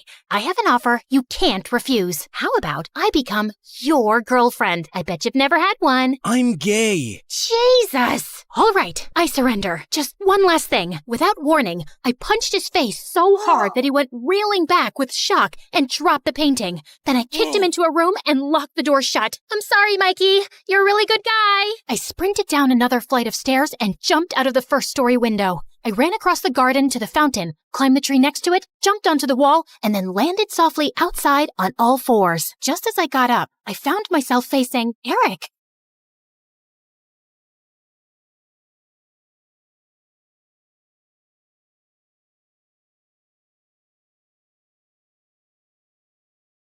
Hi there, I'm Ellie, and I've got a story that'll make you laugh, cry, maybe even question your own sanity. But hey, don't we all need that from time to time? So like and subscribe and strap in, because this roller coaster is about to take off. You see, I was born with a slight anger problem, the kind that made me want to karate chop a stuffed animal when I was just 5. Yep, I had anger issues. On a sunny day at the park, 5-year-old me just wanted to have fun on the swings and slides, but things took a different turn. I'm gonna slide like a penguin. Move it. I'm going first. Hey, no cutting. That's not nice. Do I look like I care? The bully pushed past me, smirking. Feeling furious, I climbed the ladder fast with my juice box in hand. You'll be sorry, mister. I squeezed the box hard, squirting juice straight into the bully's eyes. Then I slapped him and pushed him down the slide, and his nose started bleeding. He started crying like a baby, and his dad came running over. What is wrong with you? Behaving like a monster? You should be ashamed of yourself. I picked up a pebble and threw it at him, but it missed him by an inch. Don't tell me how to feel. You should be thanking me for teaching your awful kid a lesson. I threw another pebble at him and then ran away. Mom and Dad yelled at me all the way back home. I cried and said sorry. Then I jumped onto my parents and smothered them with kisses till they forgave me. Yeah, I think I'm a kind person in general. I mean, as long as I'm not angry. Fast forward to first grade, and there I was, little Ellie, eager to make friends at school. One day during recess, I spotted a group of girls playing hopscotch, and I approached them. Hey, you, I think we should be friends. No thanks. I already have friends. Well, that didn't go as planned, but I wasn't giving up so easily. Oh, yeah? Well, you haven't met a friend like me. I started shouting and spinning with my arms spread out like a wild little windmill. I even threw my sandwich on the ground. I'm fun. I'm cool. And I'll bring snacks to share. So why wouldn't you want to be my friend? Say yes, or you'll regret it. Say it. The girl hesitated, then let out a sigh. Okay, fine. I'll be your friend. Please, just stop yelling at me. And just like that, I made a new friend. Her name was Lucy, and she was the best. 2 years later in third grade, my family told me one day that we had to move for Dad's job. Scared of losing Lucy, I got really angry. I won't leave Lucy. She's my best friend, and I'm not going anywhere. I protested by staying in our backyard treehouse, and I refused to come down till my parents changed their mind. We know you're upset, but we have to think about what's good for the family. But when I didn't budge, my parents caved after a few days. I was so happy, I finally climbed down from the treehouse. And I learned that standing up for what matters can make a difference, and that my anger was the best thing I had. It gave me whatever I wanted. What I didn't realize back then, though, was that Lucy eventually figured she could take advantage of my anger issues to get her way, too. If she wanted something from someone, she'd come up with a sneaky plan to get me all riled up against that person. Yeah, it always made me the bad guy fighting and bullying people, while Lucy looked like she was the nice, calm friend of a monster. But no one got seriously harmed. As we entered middle school, though, Lucy started doing it more frequently and for bigger things, and I began getting into serious trouble. Like one day, Lucy came to me saying that Mrs. Thompson had called her into her office and said she was giving her a C- on her project. You know what else she said? She told me that I should get myself a better friend because you're distracting me with all your fights and affecting my grades while you get good grades yourself. She even said that you hang out with me just so you can feel better than me. Can you imagine? What? That's not true. Of course I know that. Listen, in today's lesson, I'm going to confront her about this psychological manipulation. And if she sneezes a lot, it means she's nervous that I've told you everything she said. You know all the teachers fear you, but Mrs. Thompson is always sneezing because of her allergies. Yes, but sneezing a lot means she's nervous and she's hiding something. She told us that once, but I guess you forgot. Lucky you have me to remind you. When it was Mrs. Thompson's class, Lucy gifted her a red nose, and seconds later, when she confronted her about the manipulation, Mrs. Thompson started sneezing like crazy, and I felt furious. How could you? I thought you were a nice teacher, but you're just like the rest. And with that, I pushed her hard. She fell down and screamed in pain. While everyone's attention was focused on me, Lucy sneaked into Mrs. Thompson's laptop and changed her own grade on the project. Mrs. Thompson broke her arm, and I got suspended for 3 weeks. My parents were furious with me and insisted that I tell them exactly what happened. When I did, Mom said that Lucy was the manipulative witch here. I yelled at her and didn't talk to her for days. How could she say that about my BFF? Days later, I visited Lucy, and her mom opened the door and looked at me like I was some cockroach. Ugh, you again. What do you want? I heard what happened with Mrs. Thompson. Why can't you be a normal human being? Poor Lucy, she almost failed her project because of you. What? Yeah, you're crazy and you're affecting my child. She'll end up failing all her classes because of you. Why does everyone keep saying that? Because it's true. Hey, listen, you silly woman. I was about to scream at her when Lucy showed up and pulled me inside her bedroom. Please, Ellie, you can't talk to Mom like that. that no matter what she says. But I'm a good friend, and I forgive you. Now calm down, girl, and take the Snickers bar. I know it's your favorite candy. Lucy had clearly been spreading lies about me, but I was too blind to see it back then. And when I returned to school, things were a bit different. A new girl, Isabella, had joined our class. She was rich, pretty,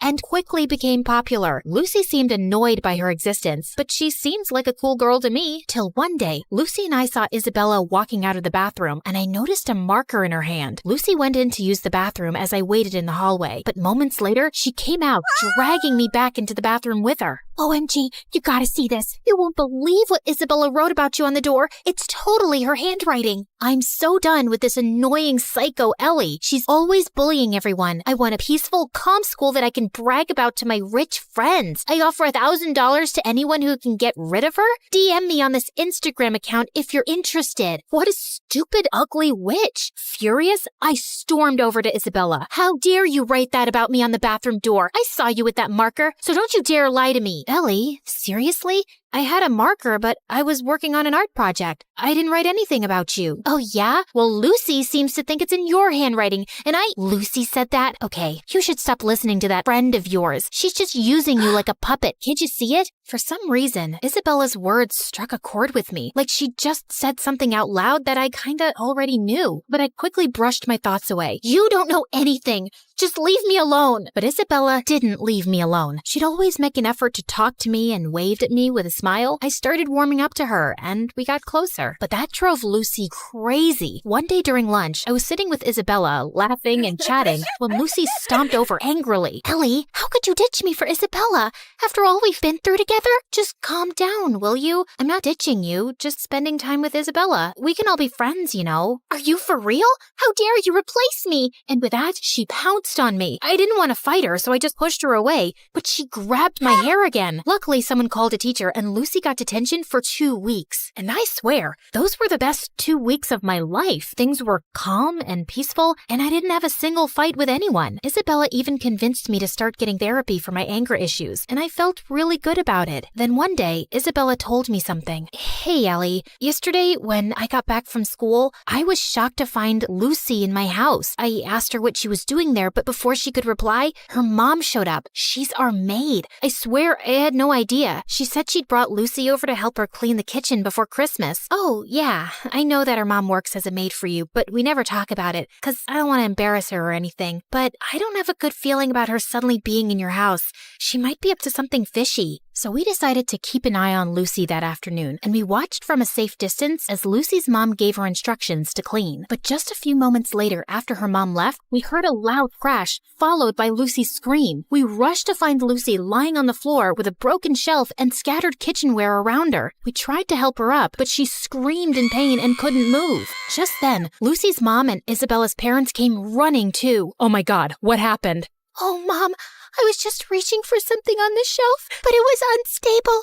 It just all came crashing down on me. Lucy's mom turned to Isabella's parents furiously. This is all your fault. You knew this shelf was broken and you never bothered to fix it. I told you so many times. Now my daughter is injured because of your negligence. I'm gonna sue you for this. You'll pay for the harm you've caused my daughter. Isabella's parents tried apologizing repeatedly, but Lucy's mom didn't listen to a word and called an ambulance to take Lucy away. I couldn't help feeling sorry for Lucy, although I was almost sure she'd hurt herself on purpose to cause trouble for Isabella and her parents. She probably hadn't expected it to be this bad. And sure enough, the injury was very bad, and Lucy couldn't walk for a few months. A few days later, the teacher planned a visit to Lucy's house for the class to cheer her up. But the moment we entered Lucy's room, she went ballistic, calling me a horrible friend who'd betrayed her, and calling Isabella bad names too. I was feeling angrier by the second, but I tried staying calm. Just then, Lucy's mom walked in, and she started calling me a bad friend too. Are you here to hurt my Lucy even more, Ellie? You've made it obvious whose friend you really are. But be aware, Isabella, I'm certain she only chose you because you're rich. Ellie has always been a bad, rotten egg. Suddenly, I just snapped. I jumped at Lucy's mom and she fell back and hit her head on the floor. Everyone looked shocked, and I knew I'd messed up big time. I ran out crying. When Mom found out about it, she was so mad. Ellie, I can't believe you attacked Lucy's mom. She called me, threatening to contact child services and telling them that you need to be put in some rehab center because you're a danger for other people. I honestly felt terrified hearing that, and my first instinct was to lash out and scream in my defense. But instead, I took a deep breath and thought of my friendship with Isabella, and it helped calm me down. Mom, I know it was wrong, and I'm really sorry. I'm working on controlling my anger. I'll be better, I promise. Mom looked really surprised and then nodded, but she still took my phone away and grounded me for a month, and I didn't protest. I knew I deserved that. Back at school, Isabella told me Lucy's mom was going ahead with the lawsuit, and I really wished there was something I could do to help. Lucy or her mom wouldn't listen to a word I'd say. But then one day, I was in the school's bathroom when someone knocked on the stall door. It was Lucy's mom. Ellie, I need to talk to you.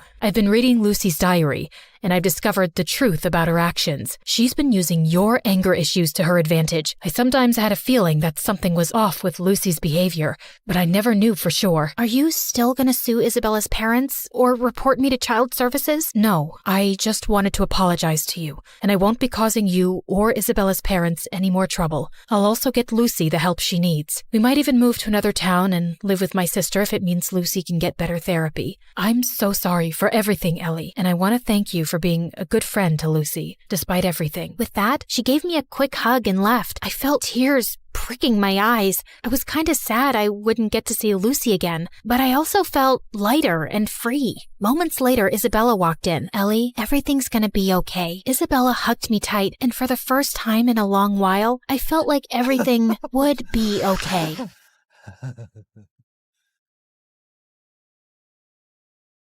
My thumbs flew over the controller at lightning speed as I battled my coworker Andy while everyone else cheered from the sides.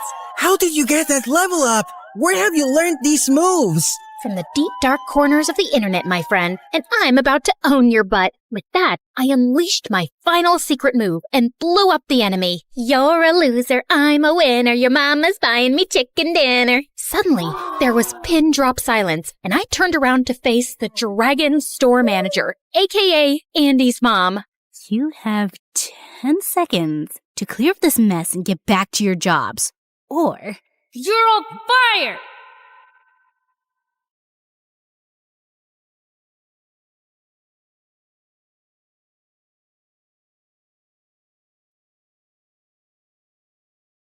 Hi, my name's Ellie. I'm a computer expert, gamer, hacker, and overall top-notch geek. I led a very exciting life in the virtual realm, but in the real world, my life was pretty average. Until one day, everything changed. Yeah, we say that a lot around here, don't we? But before I continue, please like and subscribe. Ever since I was a kid, I was obsessed with computers. And by the time I was 12, I was writing code, developing software, and even doing some basic hacking, and I was addicted to video games. I thought I was cool, but that was not a popular opinion. By the time I reached high school, I was pretty much used to having a seat at the outcast table, and things weren't much different at home. I was raised by my single mom, who was my polar opposite. She was a social butterfly who loved throwing lavish parties for her wealthy friends and was always trying to set me up with her sons. A nightmare. Mom, can I go to my room? I ate too many dumplings earlier. I don't feel so good. You're not fooling me, Ellie. See that boy over there? He's single and very rich.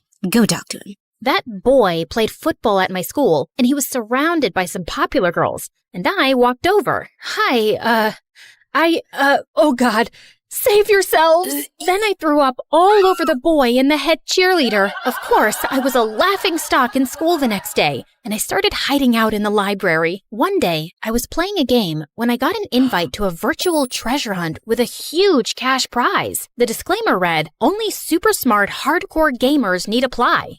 It was like someone was describing me. I breezed through each challenge, but when I got to the last level, my computer suddenly froze, and then it became lifeless.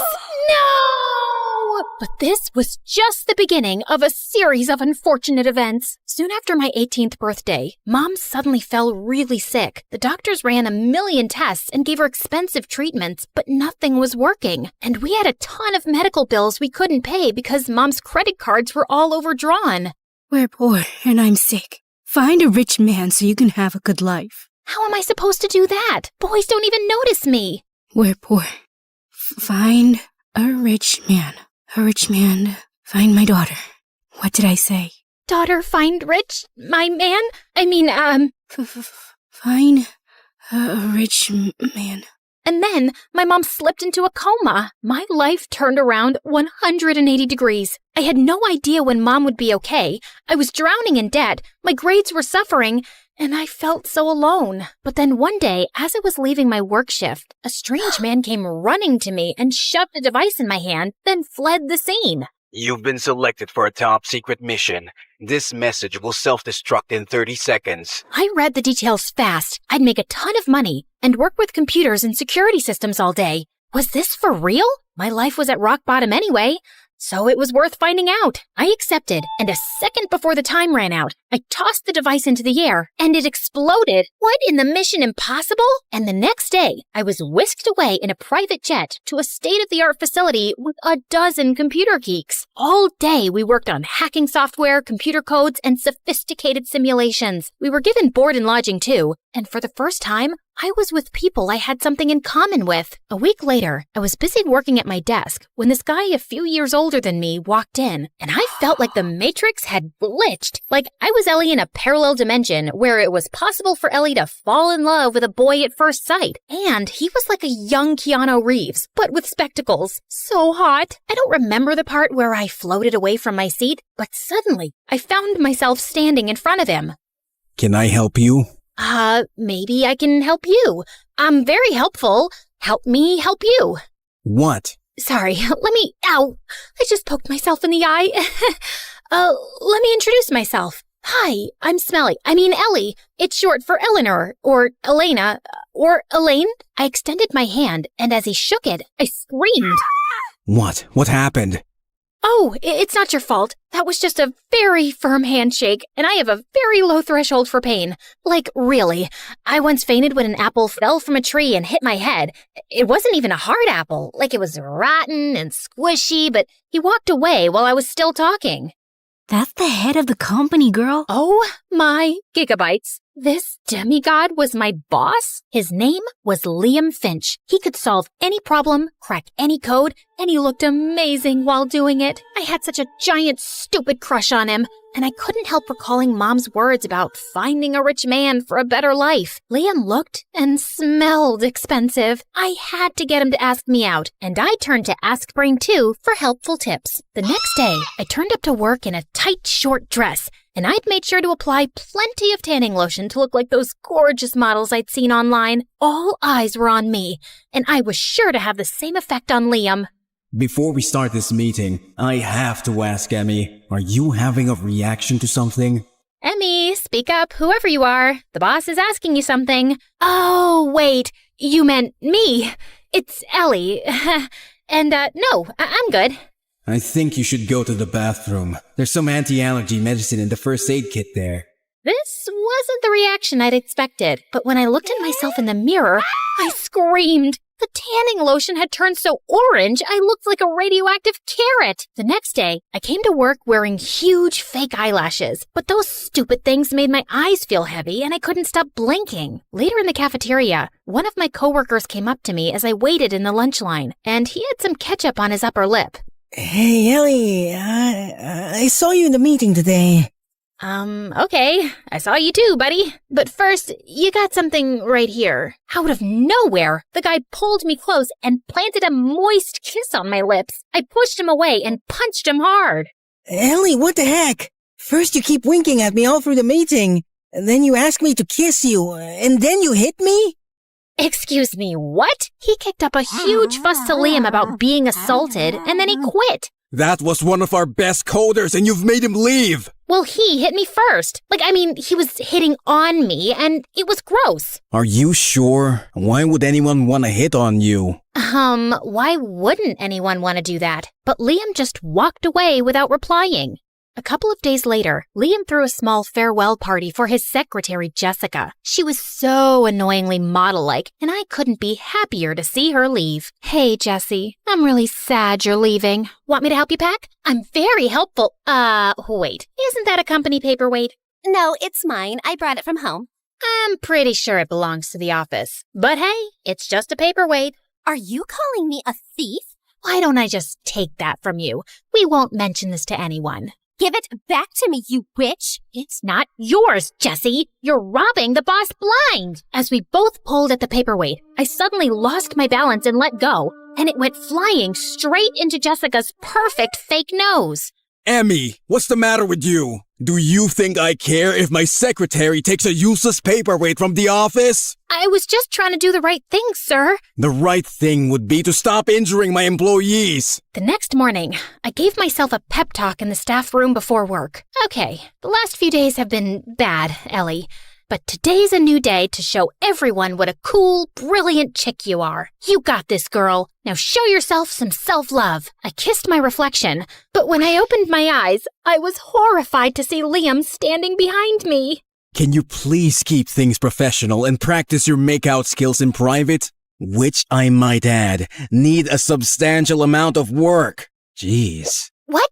No, that's not what it was. Oh, God. This was almost as bad as the day Mom went into a coma. The next day, while I was busy coding, I couldn't help thinking about my makeout skills. I turned to my trusty advisor, Google, but when I opened up the first link, some kind of virus popped up on everyone's screens. Your system is under attack and will be immediately destroyed. Goodbye. And then every screen went blank. There was a wave of shocked silence across the room. Who the heck opened an insecure link? I felt about as small as an ant. I am so sorry, Liam. It was a small error of judgment. Small error? Your small error may have catastrophic consequences for our national security. Sorry, what? I thought this was a private security company. I recruited people I believed I could train to be the very best. Because every code we write and every firewall we construct has massive importance. But you've caused a major breach, and now I have to fix your mess.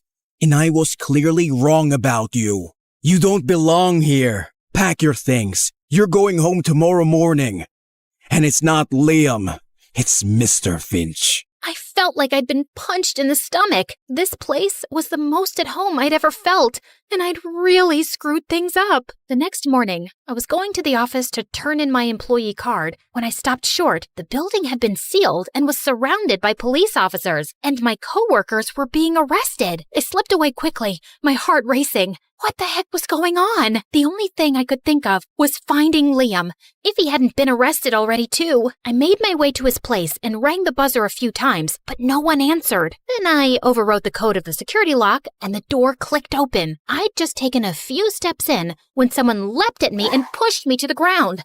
And I found Liam on top of me with a chopstick. Emmy, how did you get in? And why do you know where I live? It's a top secret location. We sell that lock at the store where I worked at before, so I'm very familiar with the software. And I, hacked your smartwatch to track your whereabouts a few weeks ago. Just for fun, I swear. See, smartwatches aren't actually that smart. They should be kind of called dumb watches. Also, were you gonna poke my eye out with a chopstick? Get up.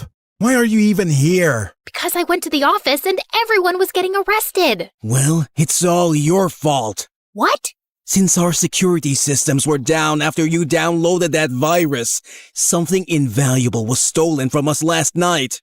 And now, we're all in big trouble, and I have to go into hiding.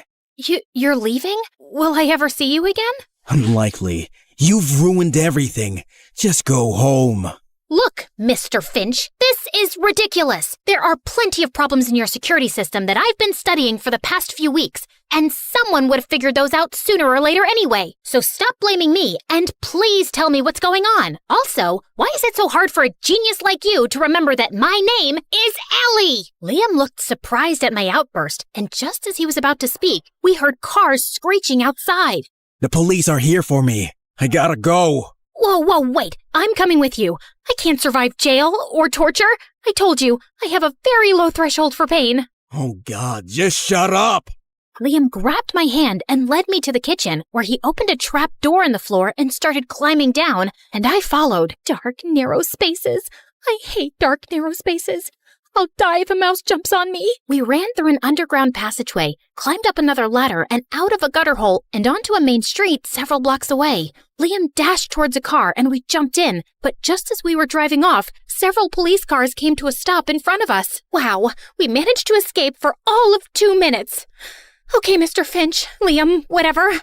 If I never see you again, I just want to say that you're the most beautiful— Suddenly, Liam hit the pedal hard and started driving in reverse like a maniac. Oh my God, what are you doing? I'm too young to die. I've spent all my life behind computer screens. I haven't seen the world. I've never even been on a beach. You know what? I'll go to jail. You can drop me off anywhere convenient. Liam took a sharp turn into a street, avoiding a truck by half an inch. He turned the car around 180 degrees and started driving even faster. I saw 2 black cars hot on her tail. Emmy, I need you to get a freaking grip and tell me the coordinates of the city's main bridge. We're gonna be jumping off of it. You can swim, right? Of course I can't swim. I'm terrified of water. That's why I've never been to a beach. We're not jumping off any bridge, you psycho. Can you please do what I'm saying and just trust me? There's a life jacket under the seat. Strap that on and find me the bridge. Now! With shaking fingers, I located the bridge and fed the coordinates into the car's GPS. Undo your seatbelt, and when I say go, open the car door. Your seat will automatically eject, and you'll land in the water. Don't panic. You're wearing a life vest, and I'll get to you quickly. You ready? I've never been less ready for anything in my life. Okay then, go! Liam swerved the car off the bridge and into the air. My seat ejected immediately and I landed head first into the water. Before I could panic completely, Liam swam over to me swiftly, grabbed me by the waist, and pulled me onto the shore. We ran down some docks where Liam found an unlocked car and we sped away in it. I was too shocked to even speak anymore. Liam drove us out of the city to some abandoned warehouse where we were let in by an elegant older woman. Hello, Agent Skywalker. I was expecting you to be alone. So was I. Agatha, trust me, this wasn't part of the plan. All right, I've had enough. Can you tell me what's going on, Agent Skywalker? Liam finally told me that he was a CIA agent who had been assigned the task of recruiting a special security team to protect the government databases and national secrets. But there's another CIA agent who has gone rogue, and yesterday, she broke into our facility and stole the key to a new weapon the government's developing. And she's framed me for the theft. Now everyone thinks I'm a traitor. Luckily, the key's heavily encrypted, but someone will break the code soon, and I have to get it back before they do. It's the only way to clear my name. That's why I couldn't let myself get arrested. And Agatha here's an old friend. She's the only one I can trust right now. So, what's the next plan of action? I have a fairly good idea where the rogue agent took that key, so I'm going there, and you will stay here. Look, I can hardly believe I'm saying this after the horrible day I've had, but I think you should take me with you. I'm a really good coder and hacker, and I can help. I'm very helpful, actually. I just haven't had a chance to— Okay then, let's go. What, now? I thought you'd offer me some food first, and I wouldn't mind a nap. Now! Wait, Agent Skywalker, aren't you forgetting something? What? You know, the thing. Agatha, I really don't have time for riddles, so just say it. Okay, you're forgetting your lucky underwear from your Star Wars collection, the one you always wear before an important mission. I looked at Liam's face and burst out laughing. Lucky underwear? Oh my God. Oh geez, I think I peed my pants. Oops, I really did. Can I get some underwear too, please? According to Liam, the key was in a highly secure facility inside a toothpaste factory. The only way we could get in was to wear employee uniforms and hide in the back of one of the company trucks taking some supplies inside. Dark, confined spaces. I hate dark, confined spaces. Why don't you try distracting yourself?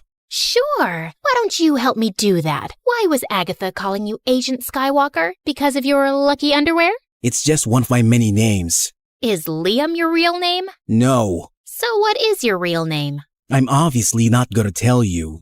Okay then, do you tell your girlfriends your real name? Depends. I haven't dated in a while, especially after what happened with the last one. Why? What happened? None of your business. Let me guess. She couldn't put up with your cold heart anymore? Or she found out you're lying about your identity and thought you're a cheater. Oh, no, wait. I've got it. Some enemy of yours killed her. Liam went quiet, and my heart suddenly sank. Oh, my God, no! She really died? I couldn't save her, Ellie. I'm sorry, Liam. I'm so sorry. That's so tragic. And it also explains why you're a cold-hearted robot now. I mean, this kind of stuff changes a person.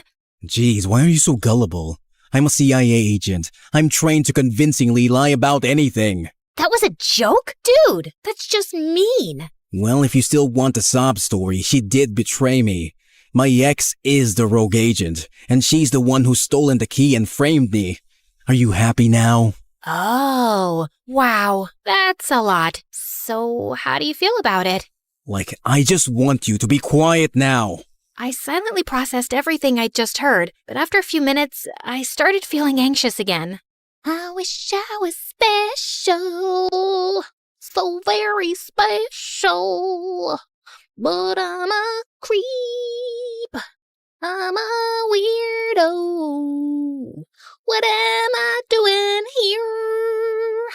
I don't belong here. Please stop. You're sucking up the limited oxygen in here. You're not the boss of me. Well, you were, but then you fired me, remember? And since you won't talk to me, I'm gonna sing. How you gonna make me shut up, huh? I can think of at least one way. Suddenly, Liam moved closer and put his hands on my face. Oh my God, was he about to kiss me?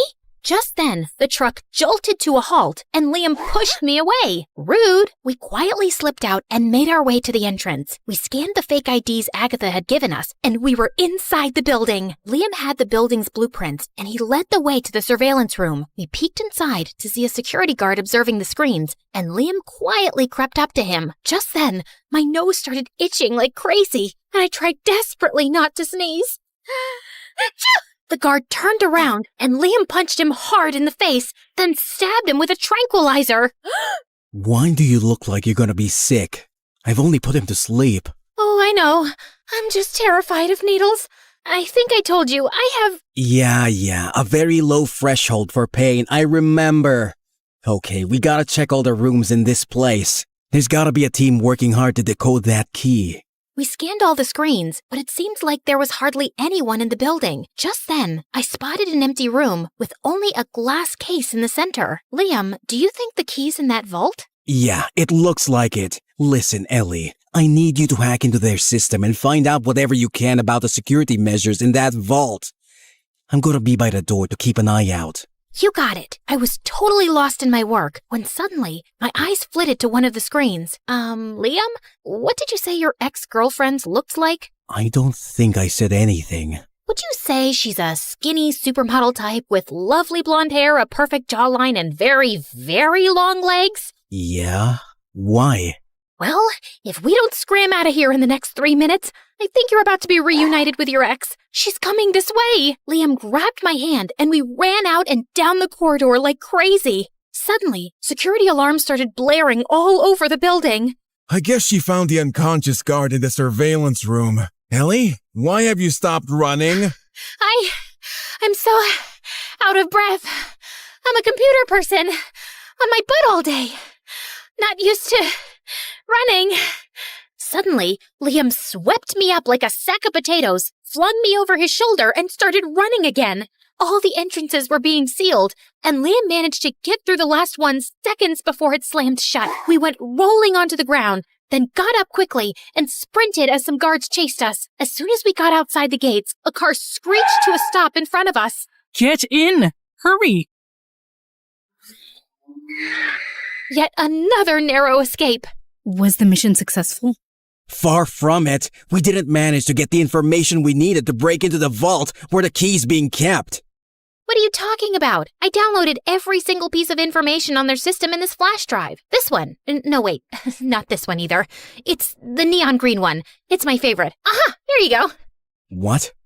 Oh my God, Ellie. You're amazing. He pulled me into a hug, and I was so startled that I didn't even hug him back. I wanted to kick myself for this wasted opportunity. And when we got back to the safe house, I crashed onto my bed like a malfunctioned hard drive. I was exhausted, but I kept having nightmares, and at some point, I woke up in a cold sweat. Just then, I screamed to see a dark shadow hovering over me, and I punched it hard. Ow! Liam, what are you doing here? You were shouting in your sleep. I was just checking on you. Aw, you came to see if I was okay? Well, that's too much to hope for. I already know you're unhinged. Jeez, I think you've broken my nose. What, with these jelly arms? Come on, don't be a baby. A baby could punch harder than me. I'm not being a baby. Ugh. Since you're finally up, let me show you what we found from that information you got.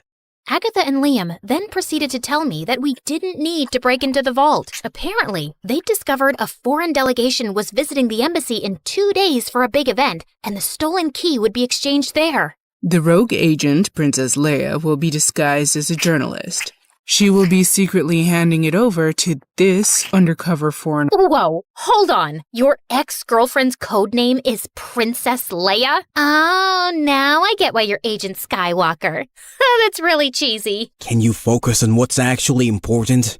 Leia might recognize you, Liam, even in disguise. I can get you in the building as the kitchen staff. But we need to send someone else in as a guest, preferably a pretty harmless-looking girl who can get close enough to the arms dealer to find out when the exchange is happening. I'm not sure I can. Wait, Ellie, you're a girl. Gee, thanks for finally noticing. She's not a trained agent. It's too dangerous. Yeah, man, stop putting me in danger. You'll just be like any other guest at the event, and I'll be close by and constantly in touch with you. Please, Ellie, this is my last chance before the key leaves the country. Okay, fine. You can act like a cute, flirty girl, right? I'm used to my mother throwing me at rich guys, so yeah, I have some practice. You should be prepared for anything. You know, once I was working the field, I had to kiss a mafia boss to distract him. It brought down his whole operation. She's not very good in that department, Agatha. I've seen her practicing in a mirror. That's not what I was doing.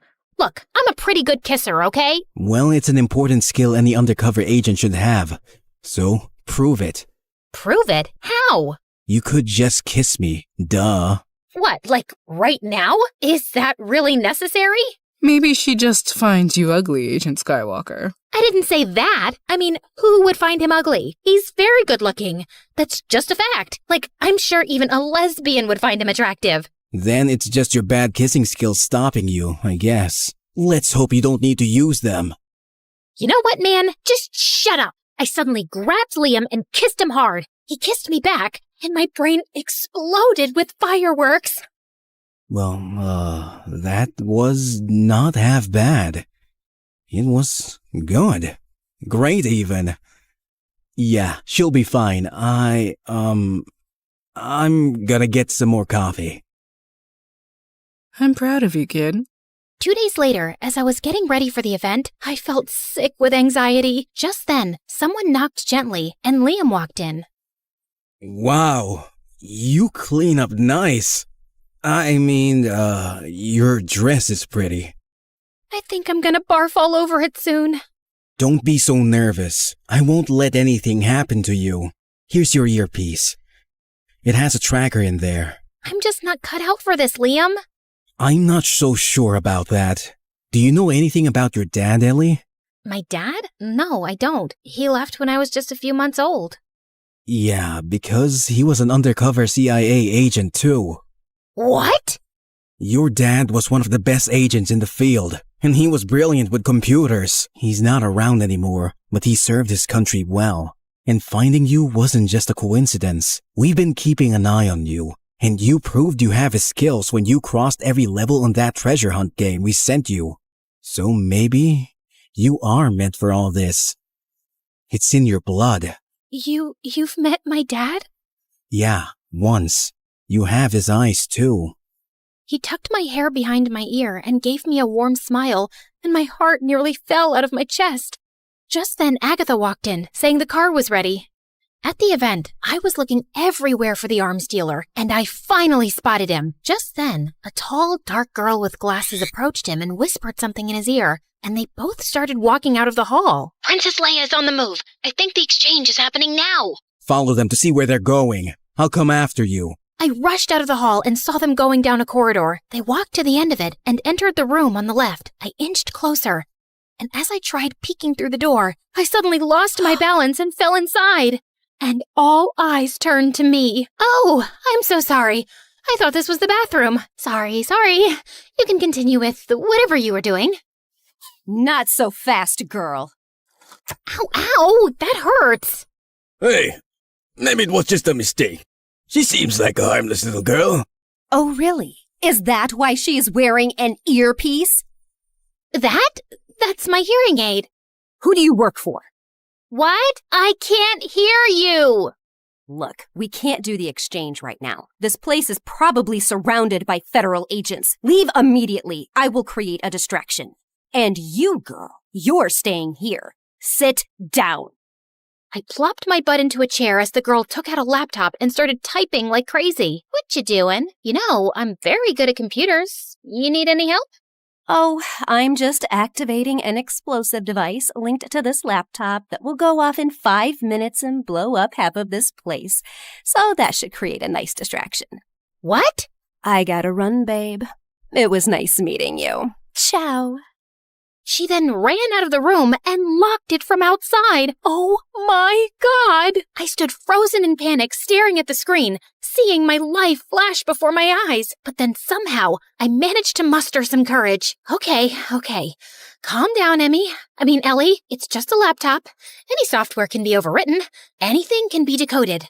You can do this. You got this, girl. I tried everything I knew, but nothing was working. And then I had a brainwave. I opened Google and typed in the website from where I downloaded the virus at work. I clicked on it and the screen turned red. Your system is under attack and will be immediately destroyed now. Goodbye. And then the laptop went blank. I'd actually done it. Oh my God. I collapsed to the floor. And just then the door burst open and Liam pulled me into his arms.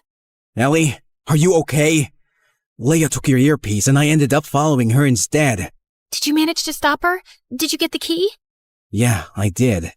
Agatha hadn't told me before, but she'd call in the other agents to help. And I'm really glad. We needed it. Leia's under arrest, and so's the arms dealer. That's amazing! And Liam, did you know that I just defused a very large explosive device and saved many lives? You did what? The federal agents evacuated the embassy and scanned the entire building and found the device that had been linked to the laptop. You're a hero, Ellie. Seriously. You're the smartest girl I've ever met. I'm hiring you back immediately. We can train you to be a field agent. That's very kind of you, but I'd actually like to go home. Earlier today, I got a message from the hospital that my mom's out of her coma. She's been asking for me. Oh, wow, that's great news.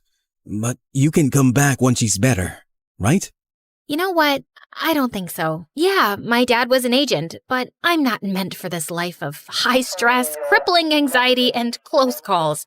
I'm just an ordinary nerd who's happy behind a computer screen. Okay, no field agent, just a desk job then. Ellie, I'm trying to say something here. I would personally like you to stick around. Maybe we can even go out for dinner sometimes. I owe you a decent meal. Look, Liam, it's not exactly a secret that I've had a giant crush on you since we met. But the truth is, I don't have a crush on the real you because I don't know the real you, and I probably never will. I mean, what's your real name? Liam just looked at me silently. Yeah, I thought so. But I get it. You're meant for this life, and it suits you. But it's not for me. Just one thing. Can I take this dress with me? It's all yours. I extended my hand and he shook it gently. Then I got into the car waiting for me and left. Back at home, I was overjoyed to see Mom doing well. And with my large paycheck, I was able to take care of all our bills and then some. Oh, my daughter, we're rich! Did you find a rich man? No, Mom. I worked very hard for this money. And I'm in charge of the finances now. But to celebrate Mom's recovery, I decided to throw her one lavish party with all her friends at Christmas. And I was trying not to zone out of a very boring conversation with some rich, dumb jock when suddenly the doorbell rang. Liam, What are you doing here? It's Norman. Huh? What's Norman? My real name! Oh, Norman! Ouch! That's not a cool name, dude. I know that. Listen, Ellie, I miss you, okay? You're crazy and you talk a lot, and you're an awful singer. There's never a dull moment with you around, because you're also smart and beautiful and adorable. And I tried to keep a cold front because I didn't want to get too close. But despite my best efforts, I can't stop thinking about you. You're anything but ordinary. So yeah, my real name's Norman, and I'm willing to tell you more if you agree to go out with me. I'm not even your type. Evil Longlegs Barbie is your type. Not anymore. Geeky Jelly Arms computer nerd is my type now. And then he pulled me into a kiss.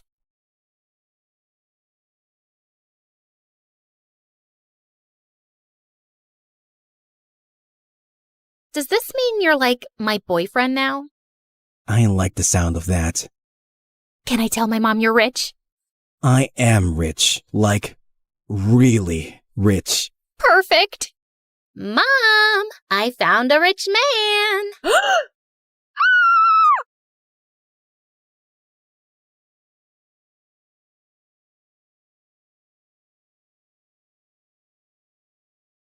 I was just a month into my freshman year at college, and I never in a million years would have guessed that the night I was pinned against the bleachers of the school football field by bullies was the night that would change my life forever. Well, Sydney, you have two choices. You can kiss my shoe or lose your hair. I have a rule that I never kiss cheap shoes. Now get away from me. Oh, look, she's gonna cry. I have a lot of practice holding in my tears, and these bimbo bullies weren't gonna break me. Hair grows back. I guess you've made your choice then. After they threw me to the ground, I prepared myself for what was coming, but a voice boomed from behind them. What the hell do you think you're doing? Leave her alone. The girls turned around and sprinted away. The person walking toward me was silhouetted by the field's lights, so I couldn't see him. When he got close and helped me up, I saw who it was, and my jaw nearly fell off my face. Are you okay? Did they hurt you? It was Ian Gallagher, the son of the president. He also just started at my school and was the image of perfection. Flowing blonde hair, a chiseled jaw, and deep green eyes. Other than my pride? No, but there wasn't much of that to begin with, so I'm good. Thank you. Maybe you and Sydney should go get some food, Ian.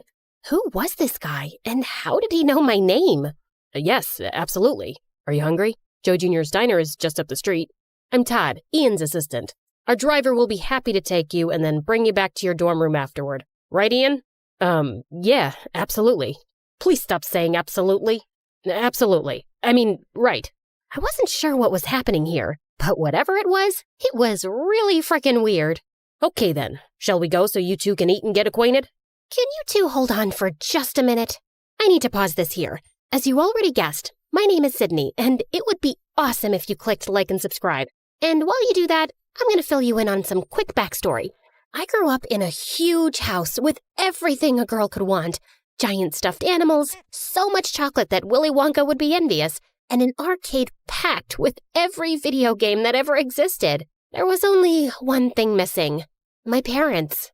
Sure, I had an amazing nanny who hated children and would lock me in my room when she wanted to be left alone. But all I wanted was to spend time with my mom and dad. They ran an international hotel business and traveled the world visiting their properties. Even when they were home, all they would do was criticize me and compare me to others, like my spoiled brat of a cousin who screamed whenever she didn't get what she wanted, or their friend's daughter who was forced to perform at the most ridiculous beauty pageants, or even the little girl on the cereal commercial who ate the cereal, acting like it was the best thing ever. That little girl appreciates her life. I've never seen you enjoy your cereal that much, Sydney. I felt so bad about myself that I developed this nervous facial tic where I would squeeze my eyes shut and then open them really wide. Yeah, weird facial tics are like catnip for bullies at school, and when you're the smartest kid in class, it just adds to their joy when they stuff you in the garbage can. So I kept to myself and didn't care about my appearance because there was no point. No makeup, big glasses, and my hair in a bun. I looked like a mini version of the school librarian. Okay, I did have one friend, Monty. We were friends since kindergarten because he was as awkward as me. He was also really smart and had asthma, so he was always walking around sucking on his inhaler. Also catnip for bullies. Okay, that's enough backstory. I think you get it. I thought college would be better, but clearly I was mistaken. Once an outcast, always an outcast, it seems. Now, back to the night I met Ian, because it just gets weirder from here. He took me to the diner, but our table was guarded by his two big, serious-looking Secret Service agents. His tiny assistant, Todd, sat in the booth across from us, just staring. Sorry about all this. It must be really weird for you, Sydney. This? Weird? Nah, I'm used to it. Happens every time I meet a president's son. He laughed. Someone actually thought I was funny besides me. And then he leaned in. Just imagine that your whole life is like this. It was manageable when I was a minor because the media left me alone. But now that I'm 18 and my father is running for re-election, it's like every move I make is under a microscope. Sometimes I just want to disappear. In a weird way, I completely understood. I felt the same way, except I always wanted to disappear. Just then, reporters swarmed into the diner and started taking photos of us. Todd signaled for us to smile, so I did, but I had absolutely no idea what was happening. Okay, that's enough. Everybody out. Why do they want pictures of me with the president's son? My own parents didn't want pictures of me. I think it's time you head back to your apartment, Ian. If it's okay with Sydney, I'd like to stay and chat some more. Considering all the insanity of the last couple of hours, the one thing that didn't feel completely nuts was the connection I had with Ian. It's like we instantly got along. I'd like that. Yeah, no. Sorry, we're leaving. Car's waiting outside to take Sydney home, so it's time to say goodnight. I couldn't believe how Ian's assistant was treating him like a child. And then I felt something touch my hand underneath the table. Ian slipped me a piece of paper with his cell number. But then Tiny Todd stuck his face in mine. Listen to me carefully, Sydney. Under no circumstances are you to try and make any contact with Ian unless you check with me first. Is that clear? Sure. Good girl. And if he or the press tries to talk to you, you call me. Wow, this little man just good-girled me. Yeah, no. Maybe I won't feel like it. Well then, I'll make a single phone call and have you expelled, which I will also do if Ian learns about this conversation. So we're going to keep this between you and me, right? I was frozen. If I got expelled, my parents would disown me. All I wanted to do at that moment was to wrap my fingers around Todd's throat and choke him. But instead, I just nodded. When I got back to my dorm room, the first thing I did was call Monty. Yeah, we both applied to and got into the exact same colleges. And then, like the weirdos that we are, we chose to go together. That's crazy. So you hit it off with Ian Gallagher, like for real? I wouldn't say we hit it off, but I feel like we kind of get each other. You mean like you and me? Yeah, but the difference is, he's the president's son. But why me? Because you're amazing, Sydney. You're like the smartest person I know. You're funny, you're not deserving of Ian's attention, that's for sure. That's not true. You're deserving of anyone's attention. You're just saying that because you're my best friend. I want to call him, but I'm scared his tiny jerk assistant will find out and get me expelled. So don't let him find out. I stared at the number on the piece of paper for like an hour before I got the courage to call Ian. And then, late that night, he snuck out of his apartment and picked me up. I'm so glad you called. Now hold on to me. They let you have a motorcycle? Nope. They have no idea. And then we sped down the road, and it was thrilling. I actually had to pinch myself to believe that I wasn't dreaming. We raced up to a narrow, twisting road to a spot that looked out over the city below. Wow, this view! I found this spot when I first got to school. I needed a secret place to get away from everything. My dad, his re-election campaign, Todd. He was so sincere. When he looked into my eyes, I thought I would melt into a big puddle. He's such a jerk. He really is. Why do you let him treat you like that? Why don't you just fire him? I wish I could. My dad hired him to manage me, and now you're in it too. I'm so sorry. What do you mean I'm in it too? He then handed me a copy of the morning newspaper. On the front page was a photo of Ian and me at the diner with the headline, Ian Gallagher's new college girlfriend? I couldn't believe what I was seeing. If you never want to see me again, I totally understand. This is my life, but it doesn't have to be yours. I had spent my whole life avoiding attention, and here I was, about to be on the front page. My instinct was to run away as fast as I could, but Ian needed someone, and for some reason, that someone was me. We just sat on a rock and talked and laughed for hours, but as the sun came up, Ian looked at his watch and panicked. Oh no, they're going to be looking for me. We have to go, now. He sped down the road, but suddenly there were flashing lights behind us. It was the police.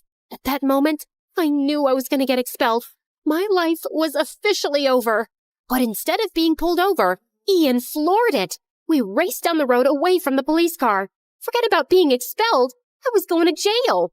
Ian pulled behind a tree and shut off the motorcycle lights. We watched as the police car sped by. My heart was racing, but Ian looked at me, and we both just burst out laughing. The next day, when the papers came out, I walked through campus, and everyone at school was just staring, including the 3 bullies. All I could do was smile. For the first time ever, I cared about how I looked. Monty went with me to get a prescription for contact lenses, then to the salon to get my hair done, and finally to Sephora to get a makeover. Listen, Sid, something feels off about this whole thing with Ian. Wow, is somebody getting jealous because someone else is taking up my attention for once? No, that's not it at all. You said it yourself. Why did Todd know your name? But I wasn't listening.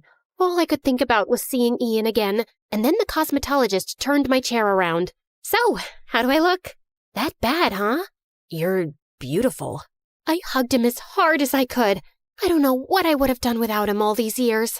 For the next few months, Ian and I snuck out nearly every night and went on crazy adventures. We went to a closed amusement park and turned on one of the rides, did a Ouija board in an abandoned house, and went for a midnight swim in the park fountain.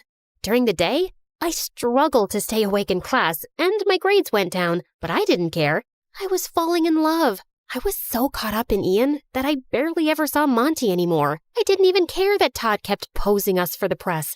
Until one day, when things took a dark turn, Todd had Ian and I meet.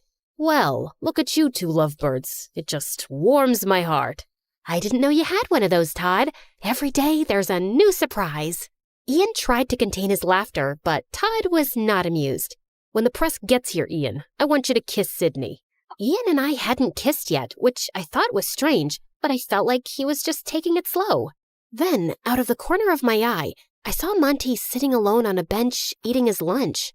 Is that necessary, Todd? Of course it's necessary, Ian. And I want you to kiss her like you mean it. Understand? What the heck was that supposed to mean? Why wouldn't he mean it? And like clockwork, Ian's bodyguards ushered a dozen reporters over to us. But Ian looked so uncomfortable. He gave me the most awkward, quick kiss. Now, I'm no kissing expert, but I would have to say it was pretty terrible. I looked over and Monty was gone. Ian and I got to the back seat of his limo. Todd got into the front and just exploded. What the hell was that? I'm sorry, Todd. I'll do better. For your father's sake, you better.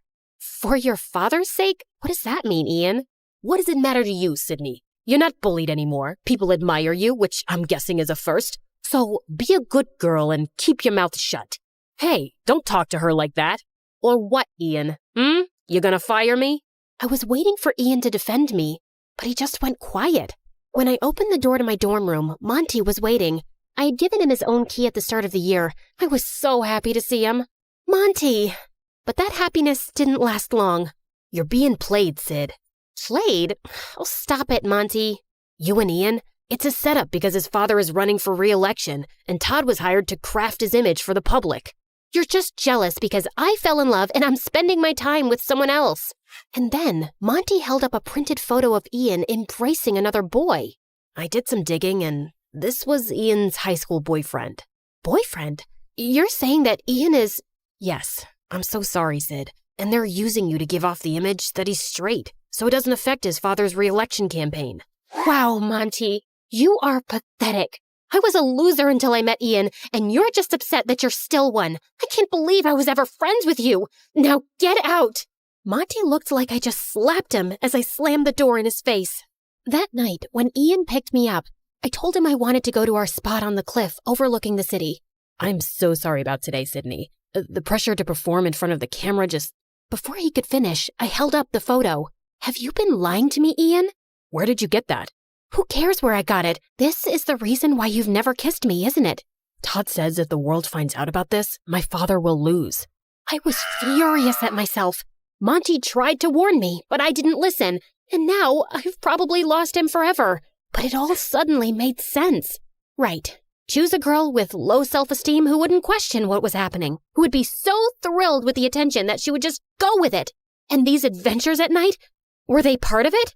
Not at first, but the police officer that first night ID'd me, and Todd thought it was a great idea to keep them going. He threatened to tell my dad if I told you. I'm so sorry, Sydney. I never wanted to hurt you. Your dad doesn't know about you? No, that was the only photo ever taken of my boyfriend and me in high school, and Todd found it too. Goodbye, Ian. Sydney, you need to see this through until the election. My dad is coming to campus tomorrow, and if you're not there, Todd will have you expelled. Doesn't matter. I'm dropping out anyway. I'm done. Ian dropped me off in front of my dorm, and I turned to him one last time. If you want to live your life trying to be someone you're not, just to prove yourself, it will crush you. Trust me. The next morning, my face was puffy from crying. I loaded up my car with all my stuff and was preparing to head home, back to a life where I wasn't worth anything, back to face the judgment of my parents who already thought so little of me. I got into the car and tried to close the door, but it didn't budge. Monty was standing there holding it. What are you doing here? Stopping you from making a huge mistake? Didn't you already try that? Yeah, well, that's what best friends do, right? And then I just lost it. I am so sorry. I was such a huge jerk. Why do you even want to talk to me after those horrible things I said? I don't deserve you. Because I love you, Sid. I always have. Why do you think I chose this school? It was to be with you. And then he kissed me with a passion that I had never experienced before. My body felt like it was plugged into an electrical outlet. The president's about to speak. Shall we go watch? Why would I want to watch? And so we went to the football stadium, where Ian was standing on the stage next to his father. Todd was standing behind them. And as I stand on the cusp of the next presidential election, I want to hand the mic over to my son Ian, who means more to me than anything in the world. During my dad's first election, nobody paid attention to me because I was only 14 years old. But now that the world is paying attention, I want them to meet my true love. And suddenly, the boy from the photo walked onto the stage. The whole stadium burst out into applause. It was incredible. And then Ian turned and hugged his father. Todd looked horrified. After the speech ended, the Secret Service let Monty and me backstage, just in time for Todd to walk out. I hope you enjoyed your time here, Sydney, because you're as good as expelled. Nah, but you're as good as fired, Todd. Ian walked over, and for the first time, Todd looked terrified. You can't fire me, but I can. Mr. President, I was only doing this for you. Who told you to do that? You harassed my son for years and misused the power I gave you. Get him out of here. And the Secret Service dragged him away, kicking and screaming. It was glorious. I forgave Ian, and 4 years later, he and his boyfriend became the best men at Monty's and my wedding, at the White House. My parents were there, glowing with pride, but winning their approval didn't matter to me anymore. I was happy that at least they were there. And finally, I was just happy being me.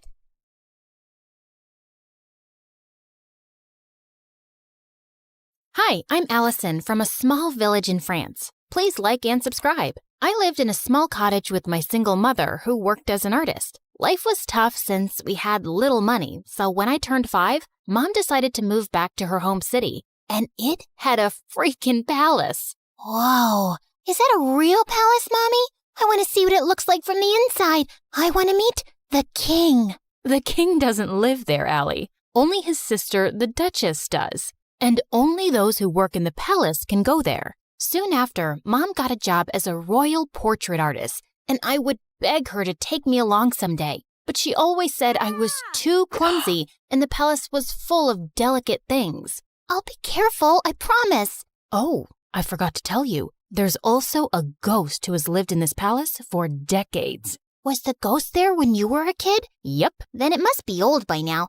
I can easily outrun it. Of course, I didn't believe her. If anything, it made me more curious about the palace. When I was 9, Mom was called by the Duchess to make her portrait, and this time, I followed her. Somehow, I managed to sneak inside without getting noticed. And boy, was it pretty! As I wandered around, I slipped into a nearby room full of toys and blingy things. I'd never seen anything like that before, and it was so fascinating that I grabbed a few of them. But when I reached home, I felt guilty and scared. If anyone at the palace found out, Mom could lose her job, and this was stealing. I'll bring you guys back someday when I work at the palace. Till then, you can hide here. My passion for working in the palace grew stronger as time passed. I begged Mom to teach me how to paint so I could become a royal painter just like her. And by the time I was 17, I was better than her. One day while I was painting, Mom came home with some big news. The king is coming to town after 17 years, and they want paintings for the whole palace. We started working day and night, finishing all 20 paintings in under a week. But a day before the delivery, Mom slipped and sprained her ankle. I'll ask someone from the palace to pick them up.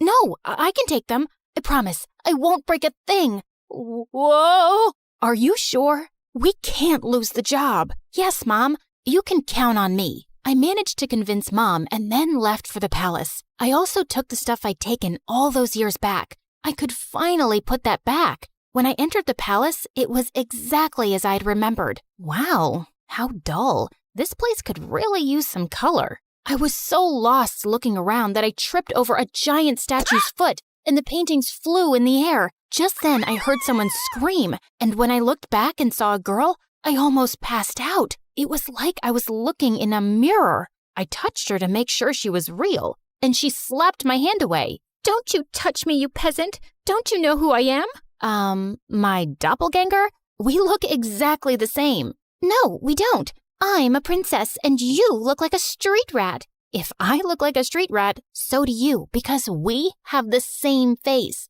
Wait a minute. Is that gold?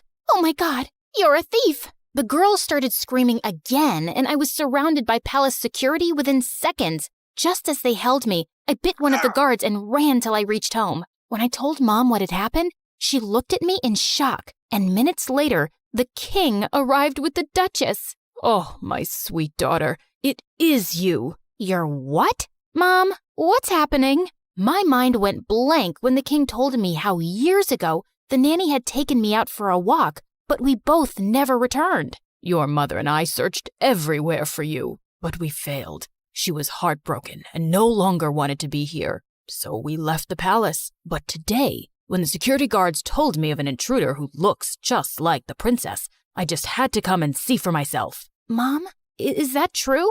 I'm not your daughter?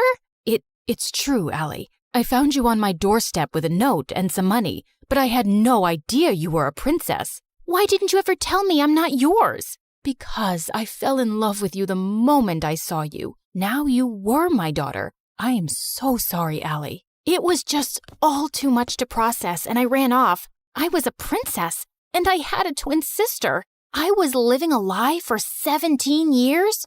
I was walking along the road trying to clear my head when a big sports car pulled up next to me, and a handsome guy got out. Cherry, what are you doing here? It's not safe. Cherry? Do I look like a stupid fruit? Leave me alone. I called you pumpkin before, but you hated that too. What the heck's your problem, dude? This is not a good time. I was saving this as a surprise. But here, will this make you come with me? Holy moly! That diamond was bigger than my fist! Calm down, Allie. Okay, you've got the wrong girl. Whoa! Sorry, I'll have to carry you back home if you don't listen.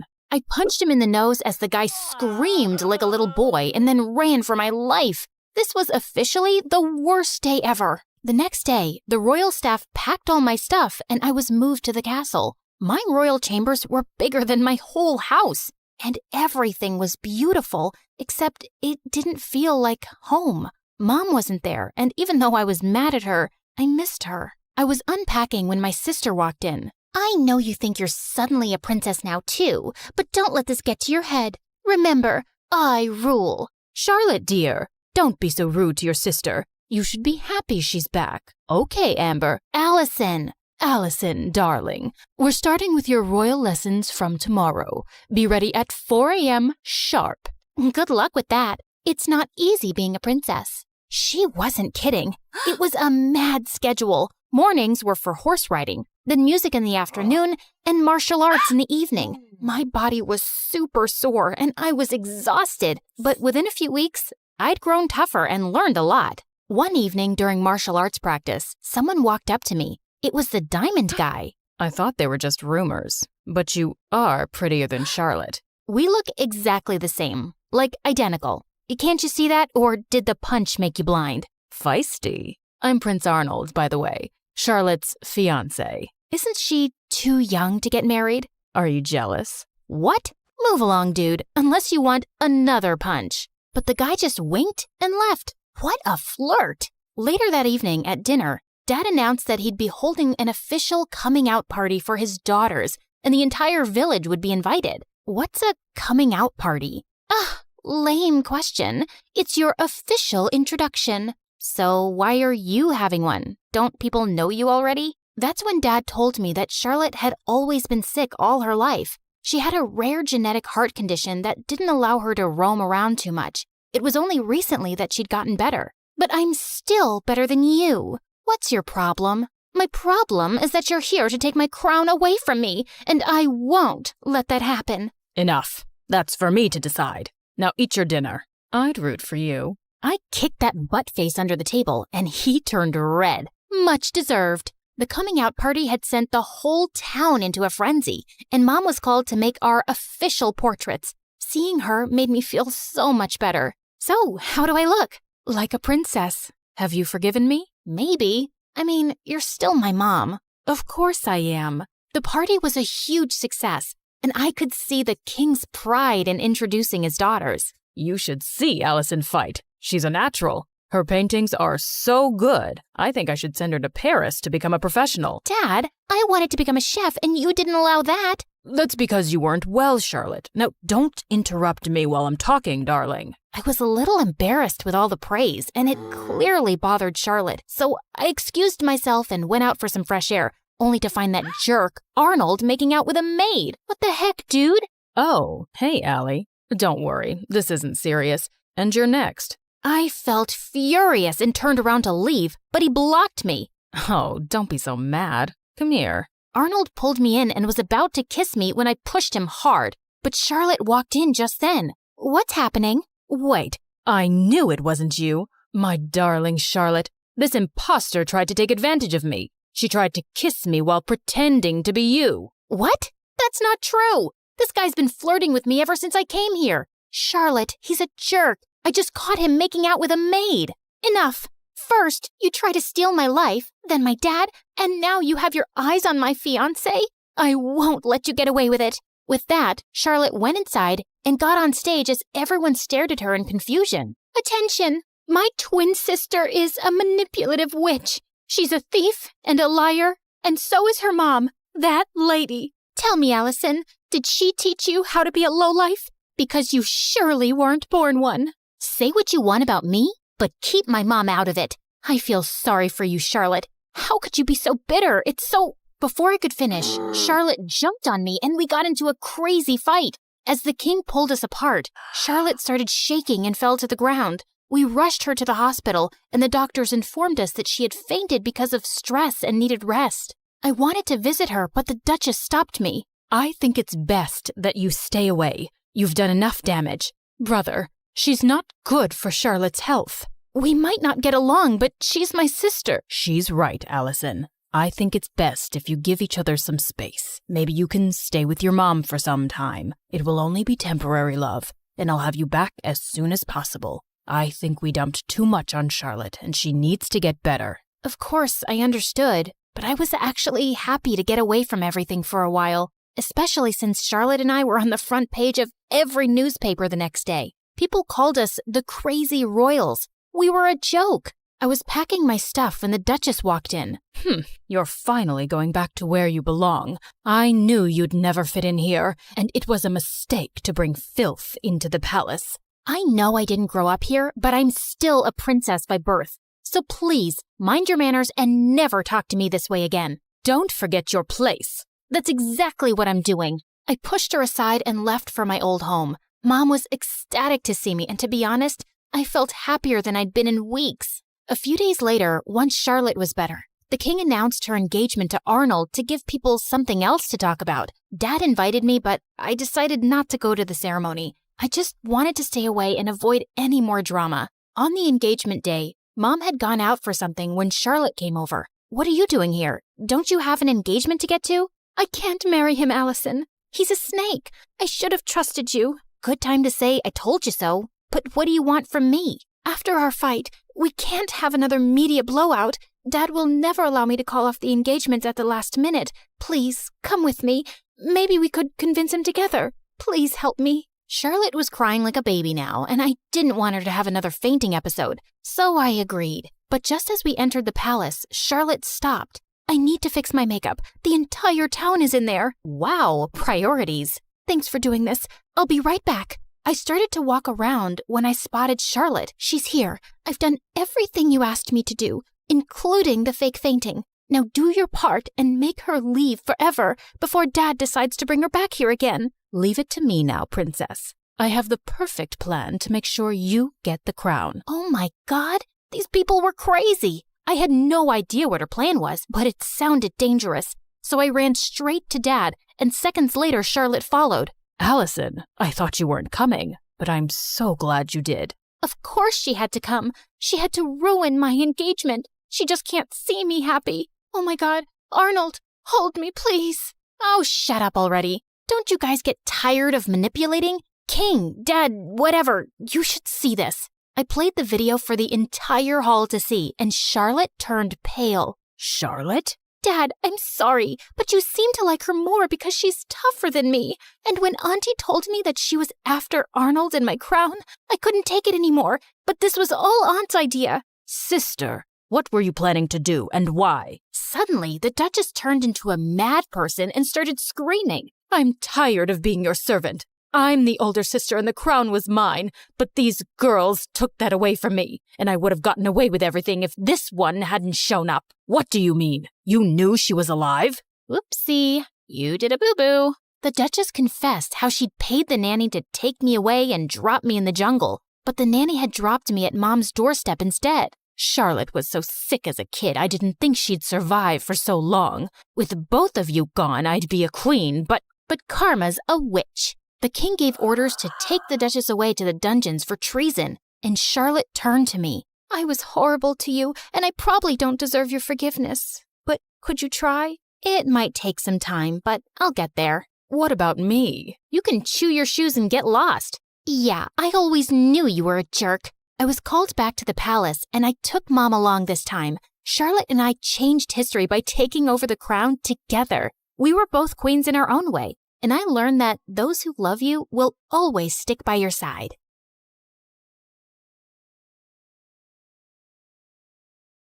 Hi, I'm Emma from Chile. Please like and subscribe to MSA. Show your love for MSA with their awesome bottles and notebooks. Peek at the collection in the description and pick your favorites. My childhood was tough. My parents were always fighting. But when I grew up, I met Clara, and my life started to become better. We met on the first day of high school, and I remember it like it was yesterday. Hi, is this seat taken? No? Right. I saw you sitting alone and thought you needed some company. Is that a choco chip muffin? I love them. You get the best muffins at this coffee house nearby, but if you eat too many, you might get gas or a sugar rush.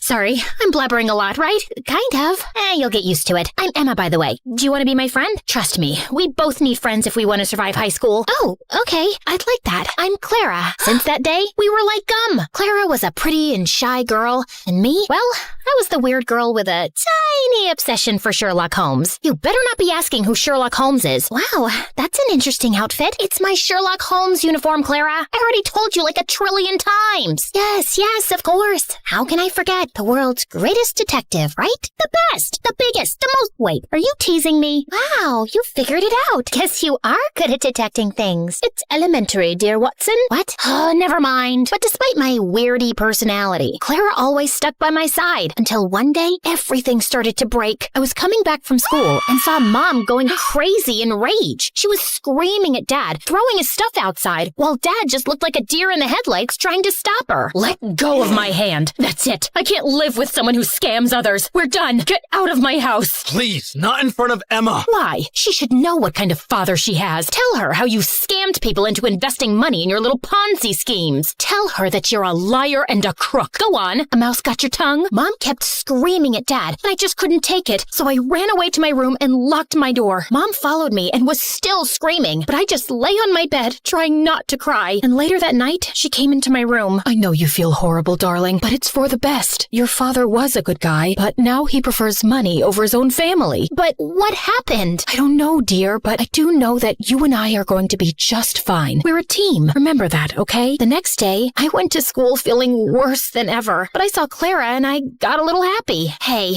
I had the most awful day yesterday. Can we skip classes and talk? I really need to vent. And why do you think I have the time to listen to you whine? Excuse me? Clara started to walk away from me, but I stopped her. No, wait, I don't understand. Did I do anything wrong? We can talk about it. Oh, God, if I have to listen to you talk one more time, I will kill myself. I don't even know how your parents tolerate you. You're so childish and annoying. I can't be around you anymore. But we're best friends. And now we're not. So please don't talk to me again. Clara left, and I felt completely broken. Did she always think of me like that? I tried to talk to Clara between breaks, but she ignored me, and she did so for the rest of the week. I had no other friends, so I just spent my time in the school library reading some Sherlock Holmes. At least the books were loyal. But one day, I was walking to my next class and saw a notebook by the lockers. I opened it out of curiosity, and what I saw blew my mind. The notebook was full of pictures of Clara. Clara going to class, Clara in the gym, Clara walking to her house. What kind of creep would do something like this? I was flipping through the pages when I noticed someone familiar in one of the photographs. It was this guy from our class, Gerardo, and he was holding a camera in a mirror reflection in the photograph. I'd seen Gerardo following Clara around in school, and I always felt that there was something off about him, but Clara would never let me chase him away. And now he was taking her pictures? This guy was a freak, and I had to do something before Clara was in some serious trouble. So I went to the principal and explained everything to her. I can't accuse any student without real proof, Emma. I mean, Gerardo is the official photographer for our yearbook. He could be taking pictures of anything else. But if you feel so strongly about this, I'll tell the teachers to be on the alert, okay? But nothing ever happened. Since telling the principal blew up in my face, I fell back on the one thing that I knew would work, my awesome detective skills. I spent the entire night stalking Gerardo on social media, but it was a dead end. The only possible solution was to confront him. But the next morning when I entered school, I saw Clara walk in with Gerardo looking completely different. Her face was painted with makeup, and her hair was all red. Oh my God, Clara, what happened? Did a radioactive spider bite you or something? What happened to your hair? And what's with the makeup? Can you stop touching her, you freak, and get out of the way? I wasn't talking to you, creepy stalker. Clara, what are you doing with him? Did he torture you? Do you need my help? She doesn't need anything from you, so get lost if you have nothing to say. Clara didn't look at me, so I walked closer to her, ignoring Gerardo's protests, and pulled out the notebook. Clara, this guy is a stalker. He's been taking your pictures since God knows when.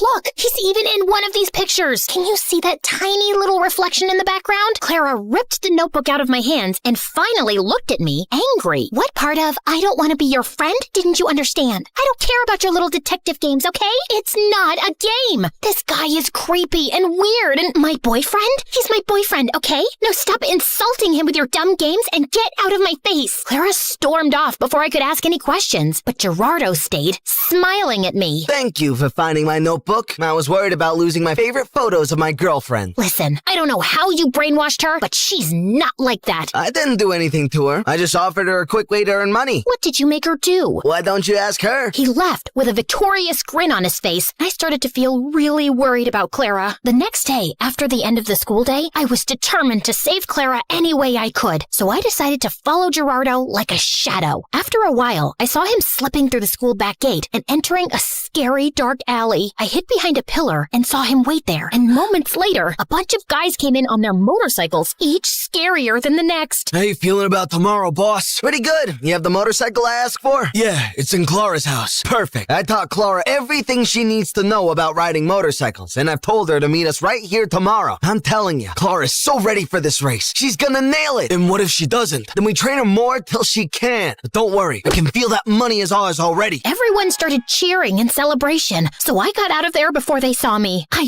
ran until I found a bench and sat down. Clara was participating in a motorcycle race? Why? I had so many questions, but right now, the only thing on my mind was to save Clara from this dumb race. The plan was simple. I was gonna go to the dark alley after school and wait for Clara to show up, and then I would just grab her arm and run till we were safe. So the next day, I went to the alley extra early and waited for everyone to show up. Everyone, including Gerardo, was around, but Clara was nowhere in sight. Half an hour went by, and when she didn't show up, I decided to leave. But my jacket got caught in one of the boxes, and I fell, and all eyes turned to me. Whoopsie! I was just making sure there was no rats here. I think it's safe to say that this place is officially rat-free. Okay, bye! I turned around to run for my life when suddenly Clara popped in front of me looking like a raging bull. I thought I asked you to stay away. I just want to help you, Clara. This is too much. I don't know what's happening with you, but I can help. How? You didn't even know your father's a scamster till your mom told you. I know you think you're some great detective and you can help everyone,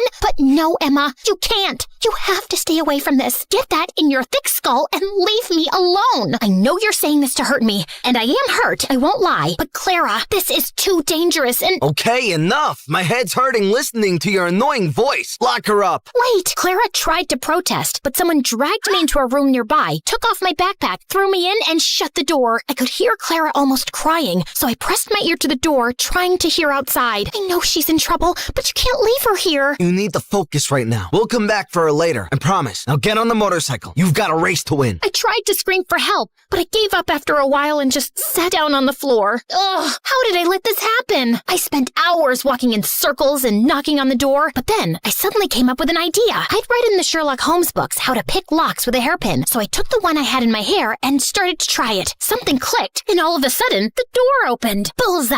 I knew I had it in me. Okay, now focus. I left the alley and started to run without direction, but then I heard sounds of motorcycles. I went down a stone stairway and found a giant tunnel full of motorcycles and people. And Clara! But before I get Clara out of there, I need to do something else. Hello? 911? Come to Keller Street, down the stone stairway, and hurry up. There's an illegal motorcycle street race happening. Can you provide me with your name? There's no time. Hurry up! I hung up and ran down the stairs. All the motorcycles were already lined up, and Clara was on one of them. I could see Gerardo talking to some guy, so I ran to Clara without him seeing me. Come with me.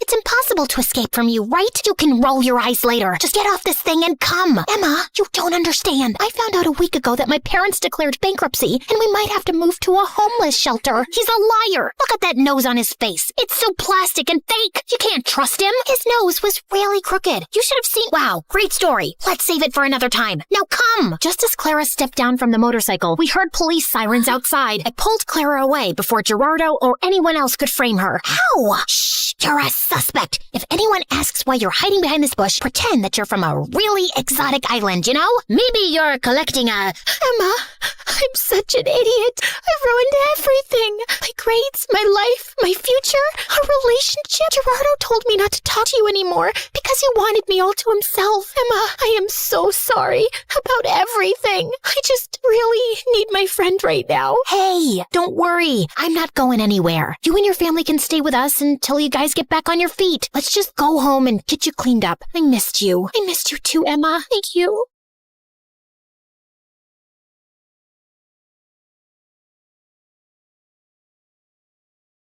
Brianna waited impatiently in the cinema parking lot. Her date was 40 minutes late. Just as she was about to leave, the car door pulled open without warning. Whoa, gotcha! Are you a clumsy dummy, or did you plan this to fall into my arms? How would I plan— never mind. We've probably missed half the movie, Elijah. I booked a hall just for us. The movie starts when I say it starts, babe. Once the lights went off, Brianna turned pale. The Ring? I told you, I hate horror movies. But you don't know what you're missing. You're gonna love it, sweet cheeks. Trust me. Brianna cringed as she watched with eyes half closed, and at one point, she screamed and jumped off her seat. That's it. I'm leaving. You call yourself an actress, but you can't appreciate this masterpiece? You're such a baby. And you're such a jerk. I don't know why I agreed to this. Want me to call you an ambulance, baby Brianna? Brianna dumped her popcorn on his head before storming out, and then she walked straight into somebody carrying sodas and fell on her butt. Brianna, are you okay? Jeez, can this night get any worse? Yeah, there are infinite possibilities. You could get struck by lightning, or get robbed, or be kidnapped, or get hit by a bus. psychopaths, then there are serial killers. It wasn't really a question, dude.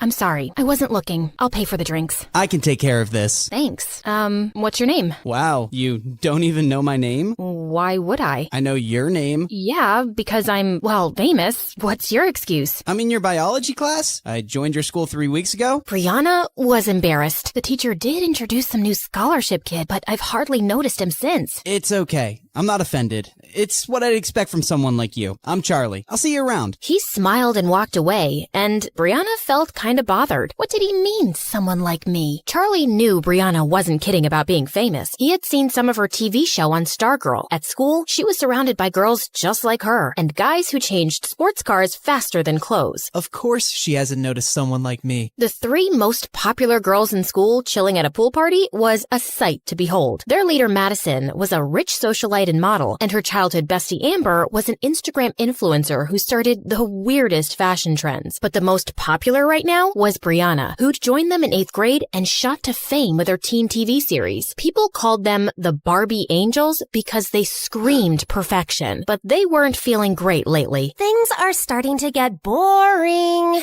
It's not a challenge to get any of these guys around us, and it's even harder to lose them. I made out with a red-haired model last week, and later my boyfriend found a red hair on my sweater. I said I'd hugged a sad clown on my way home, and he actually believed me. I dumped his stupid butt. Seriously. I went on a horrible date with Elijah, and he texted me to say he was going to Korea, and we'd go out again once he returned. What made him think that would happen? Crazy, right? Ugh, even blind guys are drooling over me. I feel you, girl. Remember my blind stalker who tried to climb my bedroom window, but he fell down and was taken to the hospital? Ugh, so clumsy. Yeah, what a dummy. Girls, we need to spice things up. I want to find someone really different. Make him fall in love with me, mess around with him, and then dump him. Wouldn't that be fun for us? OMG, yes. I haven't felt this excited since the 11th Harry Potter book came out. Just then, something caught Brianna's eye, and she left. I wasn't even done talking. Amber, do you feel sometimes that she isn't as nice as before and her fame's gone to her head? Her head does look a bit smaller than usual. Anyway, who cares, Maddie? You've got me. I'm your favorite girl, right? You know you are, babe. Brianna had spotted the DJ at the party, and it was Charlie, looking much cuter. Wow, you're full of surprises, DJ Charlie. What? I said, you're full of surprises, DJ Charlie. Brianna, I heard you the first time. Then why did you say what? I just meant, what's the surprise? Oh, well, you're a scholarship student, so I thought you'd be a nerd. Didn't imagine you as a DJ. Guess you have a limited imagination then. My imagination's just fine, thanks. In case you didn't know, I co-wrote the series I acted in, the one that's really famous. That reality show with a bunch of rich girls doing rich things? Yeah, my coworker made me watch a few episodes. I'll have to get your autograph for her sometime. She's a huge fan. And with that, Charlie switched up the music louder. Every time I speak to him, why do I end up feeling insulted? So annoying. I have just the guy for Project Plaything, Maddie. See the DJ?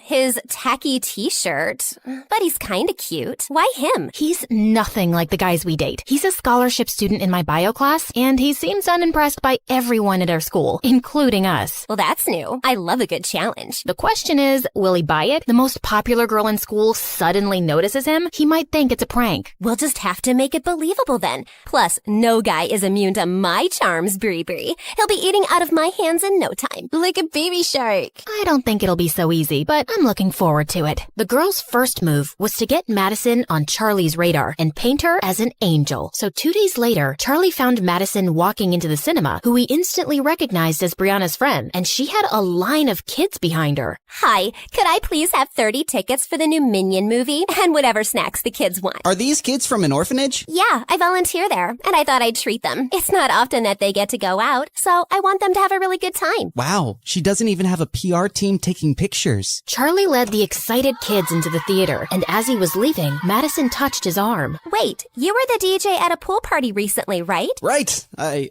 also go to your school. How did I not know that? Oh, don't beat yourself up. I'm super easy to miss. I'm like a pigeon in a school of peacocks, but I prefer my own company anyway. It's the best. I'm sure it is.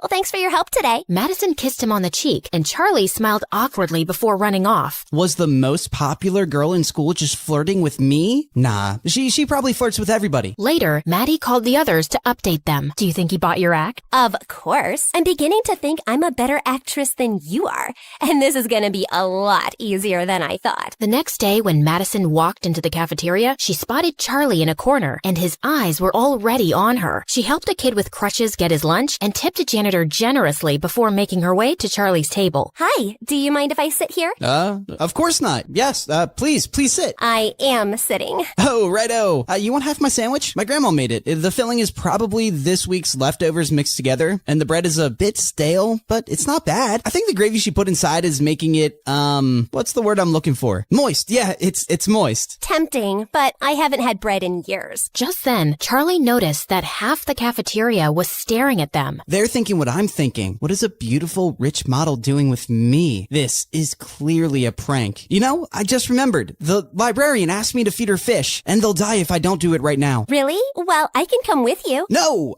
I'd rather you didn't, okay? They like their privacy. The fish. They're private people. She stared at him, and he felt more flustered as he reached for his bag and ended up stepping hard on her toe. He turned to apologize and knocked his sandwich on her clothes. I am so sorry. So sorry. Gotta run. And later in the bathroom, as Maddie cleaned up, Brianna and Amber howled. Will you two stop laughing? He had to feed the librarian's fish? Girl, that is the lamest thing I have ever heard. He couldn't get away fast enough. Oh, that was so funny too. My grandma made me this gravy sandwich. Yeah, right. His grandma came back from the dead to make him a sandwich. Maybe his grandma is just alive? But both my grandmas are dead. Aren't everyone's grandmas dead? Oh my God, focus! He seemed smitten with me when I took those gross kids to the movies.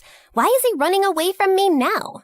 Maybe I just make him really nervous. Or maybe he isn't stupid and he's not buying your sudden interest in him. Well, you're in the same class with him. Do something. I'll get the teacher to make me his lab partner tomorrow. Let's see what I can pull off. Charlie just wanted some peace, but the universe literally said no when he got paired up in the lab with Brianna. Are we really gonna open up that frog? There's no way I'm touching that thing. Charlie ignored her and started doing it himself. Oh my God, look at those intestines. Ew, I'm gonna throw up. Why don't you just stop looking at the frog? It's not like you're helping me. Yeah, that sounds good. Anyway, I have to talk to you about something. I think Madison's really into you. Don't ask me why. The heart wants what it wants. So, I was wondering, what do you think about her? Brianna, I don't know what you girls are up to, but I don't have time for this. I'm just here to study hard so I can get into a good college, and Madison can literally have any guy. What do girls like you want with a poor nobody like me? Wow, you just made us sound so arrogant and judgmental, but you've basically written us off without even knowing us. Look, I didn't mean... Yeah, you did. You think girls like us wouldn't like a poor guy since we're shallow, right? And yeah, Maddie could have any guy, but maybe she saw something different in you. Trust me, if it was fancy things we wanted, we don't need a guy for that. Charlie felt unsure. Maddie is beautiful, and she seemed sweet. Maybe I misjudged her. So, how'd it go? Brilliantly. I think I've convinced him a bit that you're genuinely into him. We've got to keep the ball rolling. Let's find out more about Charlie's personal life. Madison hired a private investigator and found out that Charlie lived with his grandma. She also found out that he worked in a small club as a DJ on weekends. We know where we're going tonight. Oh, please say Tokyo. I've been craving sushi for weeks. No, to this nightclub, silly. But I'll take you for sushi anywhere after the success of Project Plaything. Later, when the Barbie angels walked into the small club, all eyes turned to them, and Charlie was just as surprised. This really wasn't their kind of place. Once he sees my heart-stopping dance moves, he'll be following me around like a lovesick puppy. The girls moved to the dance floor and had everyone's attention. As the song ended, Madison walked over to Charlie. The music here is amazing. You're really talented. Gee, thanks. Listen, Madison, I've been avoiding you, but I want to say I'm sorry for that day in the cafeteria. I was such an idiot. I'll forgive you if you dance with me. Oh no, there's a reason why I'm in charge of the music. Those who can't do, teach. Those who can't dance, DJ.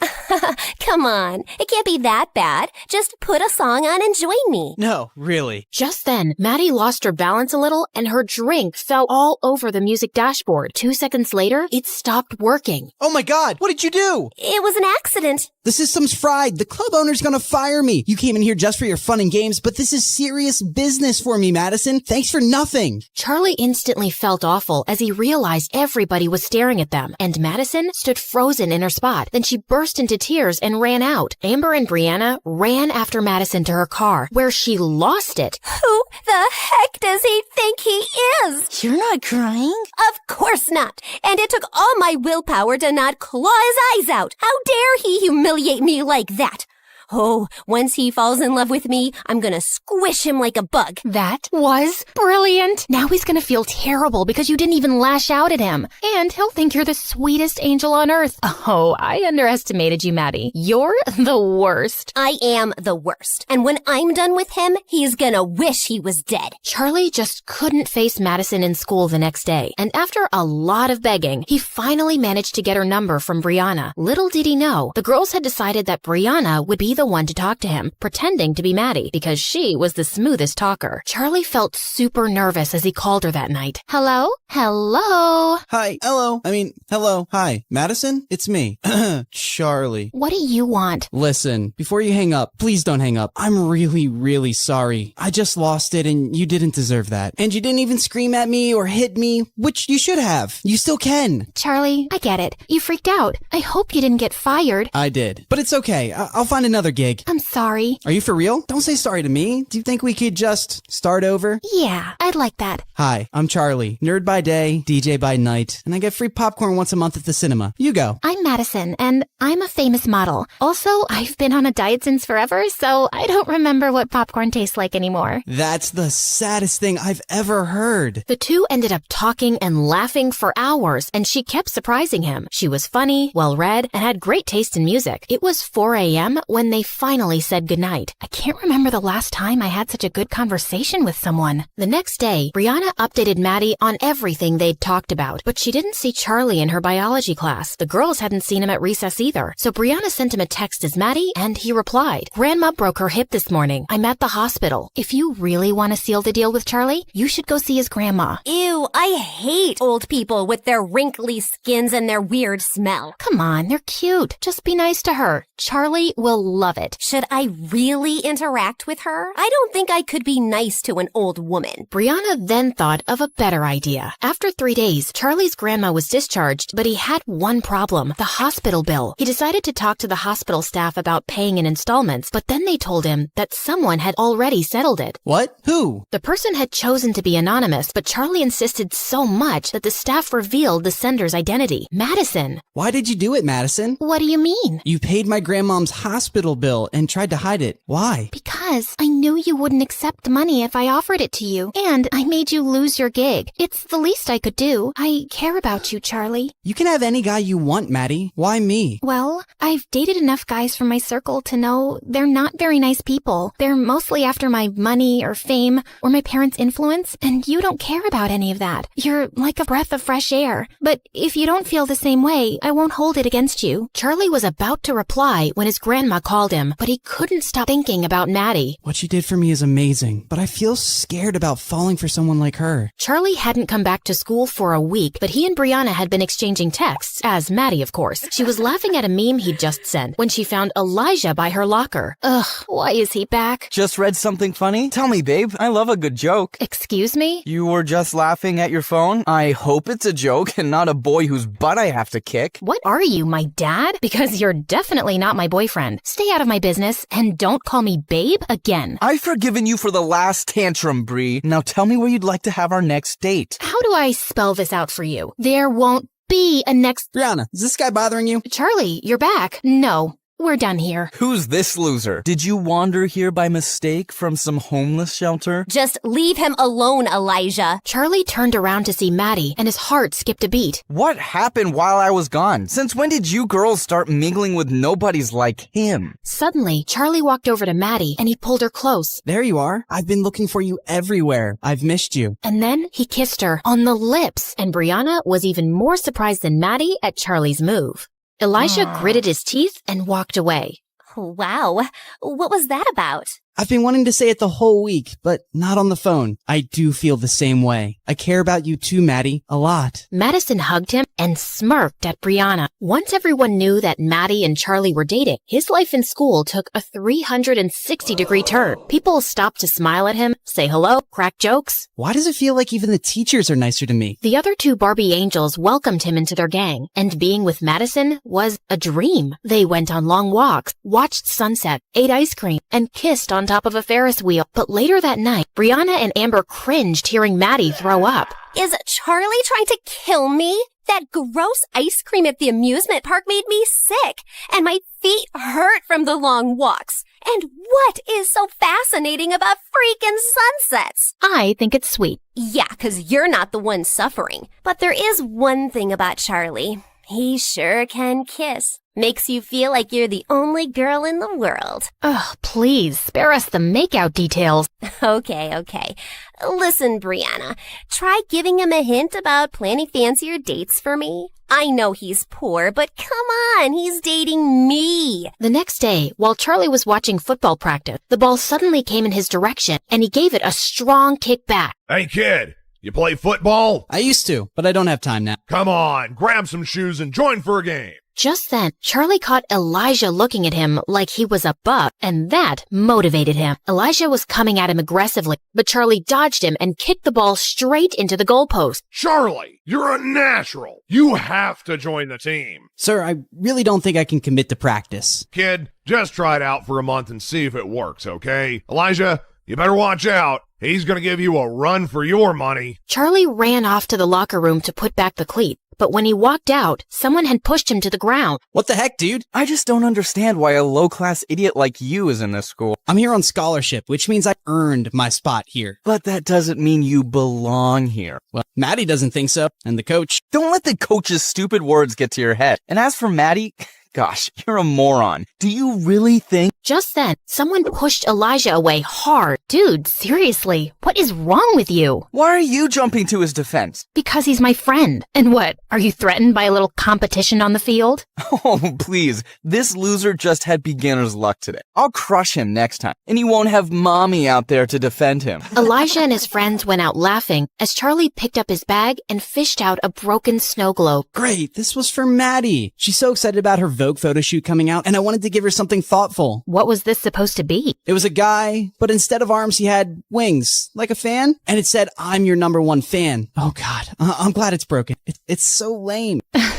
No, it's cute. Yeah, maybe you could do something a little extra. Rent a car, get some flowers, go out for a nice dinner. Girls like being pampered. Wow, yeah, that sounds nice. Thanks, Brianna. Also for saving my butt. Also for calling me your friend.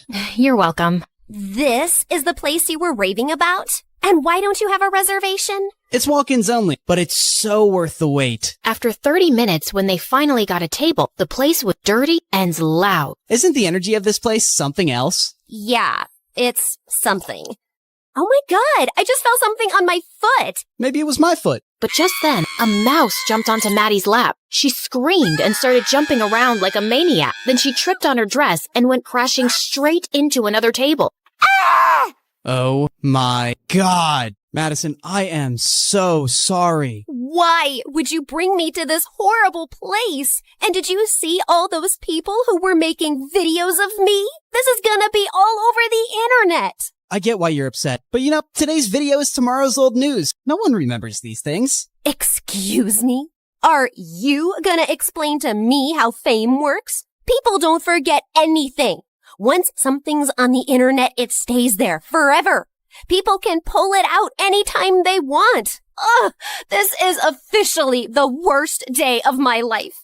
With that, Madison stormed out of the car. Brianna couldn't stop laughing as she watched Madison's video posted online, but now she had to do some damage control. So she called him as Maddie. I've had some time to cool down, and I'm sorry for going off on you like that. And I'm sorry about the mouse and the video. You're right. I don't know what it's like to be famous. It's the best and the worst. It's great to have people look up to you, but sometimes they talk about you like you're not even a real person. And imagine having your failures or embarrassing moments splashed across the news as entertainment. It sounds brutal. I'm almost glad I'm a poor nobody. As they they were talking, Charlie ended up telling Brianna all about his amazing grandma and how she'd made him apply to the school. I just want to get myself into a good university so I can make something of myself and spoil my grandma rotten. She deserves the whole world. Well, you're definitely the guy who'd get it for her, Charlie. Over the next few weeks, Charlie found himself bewitched and confused by Madison. He felt closer than ever over their late-night talk, but in person, she was totally unpredictable. One moment, she'd be all over him, and the next, she was snapping his head off.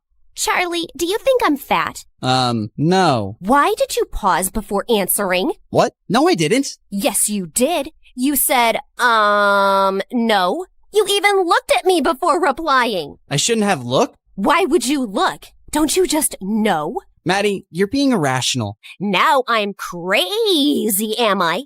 Well, I'm not fat. I'm PMSing, so I'm bloated. I hadn't noticed. Really? Ugh, you're so insensitive. You have no idea what it's like to go through this every month. Right now, I feel like killing someone. And I also really want that Thai red curry ice cream. I'll get it for you, babe. Whatever helps you feel better. You getting out of my face would make me feel better. And yes, the ice cream. Now. You got it. Amber and Maddie started laughing hard as soon as Charlie was gone. I really hope he gets a few tubs of that ice cream. Sounds delicious. I'm pretty sure there's no Thai red curry ice cream, but let's see what he does. Anyway, for Christmas, my parents and I are going to our ski resort as usual, and I'm inviting you girls with your parents. Should I invite Charlie? You have to, right? He's your boyfriend. Yeah. And at least 3 of my exes will be there. And I'd rather not show up single, but I'm gonna have to give Charlie a makeover before I take him. On his first day at the resort, Charlie slipped out of his room at 5 in the morning and found Brianna waiting in the kitchen. Oh, you're here. I almost thought you wouldn't come. I almost thought that too. I don't know why I agreed to the early morning skiing lesson. Because you're a good person and you like me? I'm just saving Maddie some embarrassment, because you'll definitely make a fool of yourself without my help. Couldn't agree more. They headed out to one of the smaller slopes, and she explained skiing techniques to him. I think you're ready. Well, as ready as you'll ever be. If I die, please break the news gently to Grandma. You play football against Elijah. You'll survive this too. Now don't be a wuss. Time to go! Brianna whizzed down the slope, and the cold wind in her face made her feel alive. She turned around to look at Charlie, who looked like a baby goat learning to walk. Charlie, just loosen up. Come on, I'm racing you down to the end. Charlie took deep breath and relaxed. He was gaining momentum and actually starting to enjoy it. Brianna was flying ahead effortlessly, but he was catching up. But then suddenly, he was going too fast. He tried to slow down, but he just couldn't. And moments later, he felt himself crashing straight into Brianna, and they went tumbling into the snow. Oh my God, Brianna, are you alive? Is your neck broken? Please don't die. Say something. Oh, can you shut up for just 1 second? Yes, of course. Oh, I thought I'd killed you. Charlie pulled her into a bear hug. You're really okay? Yeah, I just got the wind knocked out of me. Imagine the headlines if something had happened to you. Stupid, worthless nobody injures beautiful teen goddess. You think I'm beautiful? Well, duh. It's not even opinion. It's just a scientific fact. The sun rises in the east, water boils at 100 degrees, Brianna's beautiful. You got some snow on your face. As they started making their way back, Brianna felt her heart racing. Oh, shake it off, Brianna. You cannot be attracted to your best friend's fake boyfriend. After an exhausting day of skiing, Charlie wanted to crash, but he had to dress up for a fancy dinner instead. The seats next to Maddie were taken, so he quickly took one next to Brianna. Please tell me, why are there 6 forks in front of me, and which one can I use to stab myself in the eye? Oh, definitely the meat fork for a quick death. Madison watched the two laughing, and she didn't like it. I don't want her getting more attention than me, even if it's from stupid Charlie. Hey, Charlie, could you sit next to Amber, please? Her parents couldn't come, and she, broke up with her boyfriend. She could use some cheering up. Charlie nodded reluctantly and took the seat next to Amber. So, Amber, you want to talk about your breakup? Okay, sure. Why not? It happened 3 years ago, and his name was Leo. And that's what you're sad about today? That's a bit offensive. I'm not sad. Do I look sad to you? Charlie was relieved as they were served their first fish course, but Amber was staring down at her plate in tears. I'm so sorry. Please forgive me.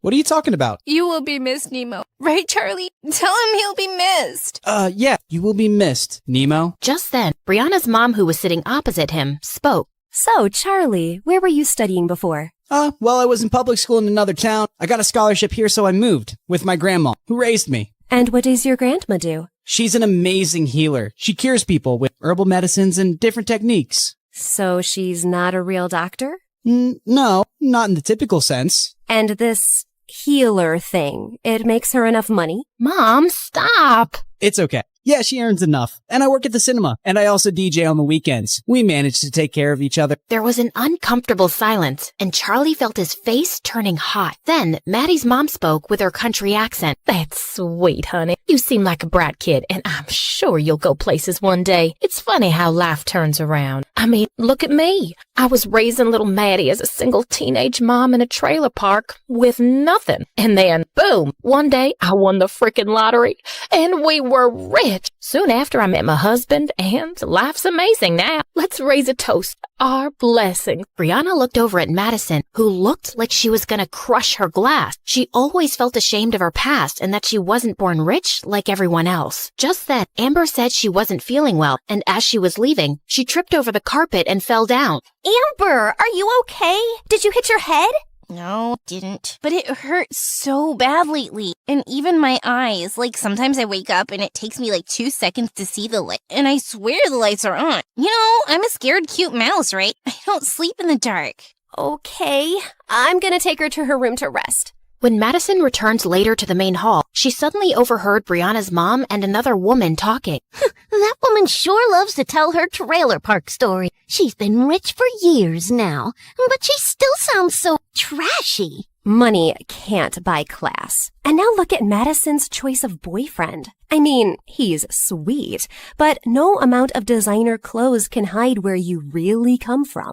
Madison's ear burned as she stormed off and ran straight into Charlie in the hallway. Hey, I was looking for you. How's Amber? Why did you say all that nonsense at dinner? What? Oh, I'm on scholarship, and I work at the cinema, and my granny does voodoo. It's not voodoo. And why would I hide all that? It doesn't embarrass me. And even your mom was poor, and she's not ashamed of it. Well, she should be. I don't know why she keeps telling that story so proudly. No one respects her for it, and I don't want to be reminded of the cheap start of my life. She said all that stuff because of you. I've been trying to please you all day, Maddie, but I'm really tired now. I hate skiing, these clothes are pretentious, and I don't like talking about my grandma like that. Charlie stormed off to his room, packed his thing, and called a cab. Charlie didn't speak to Maddie for a few days, but he gave in after all her apologies. I'm really sorry, okay? I just wanted my stepdad to like you, and he's a bit difficult. But I shouldn't have asked you to act differently. I like you, just as you are. Well, if you really want to make it up, you'll have to spend more time with my family now. Of course. I volunteer at the community center for old people and take Grandma there every Saturday. You should come. Can't wait. Madison had begged Brianna and Amber to accompany her. Eek.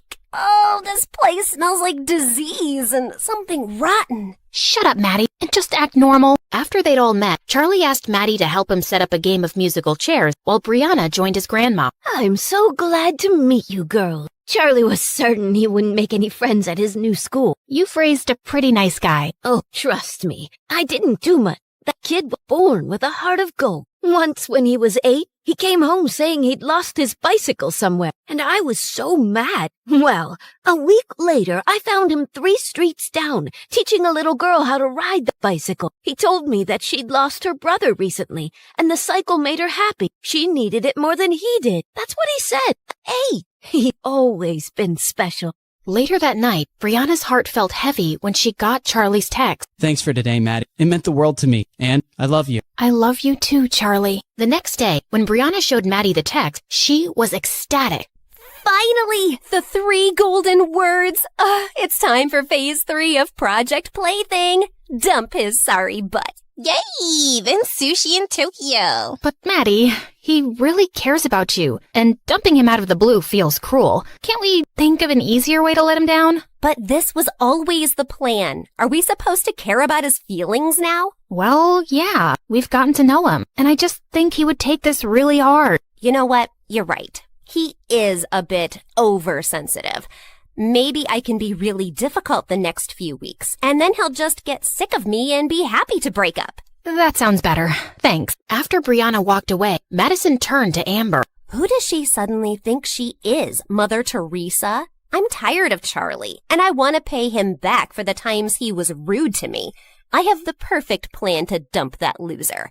But don't say anything to Brianna, okay? Oh, I love it when we have secrets. Just the two of us. 3 days later, it was Madison's birthday, and she was having a big party in a dance club with Charlie as DJ. Then suddenly, she climbed onto a table with a mic. May I have everyone's attention, please? I have something to say to our resident DJ. Everyone fell silent, and Brianna suddenly had a horrible feeling. As you all know, I've turned 17 today, and I just want to start this year fresh. So Charlie, I'll start with you, 'cause I just can't fake things anymore.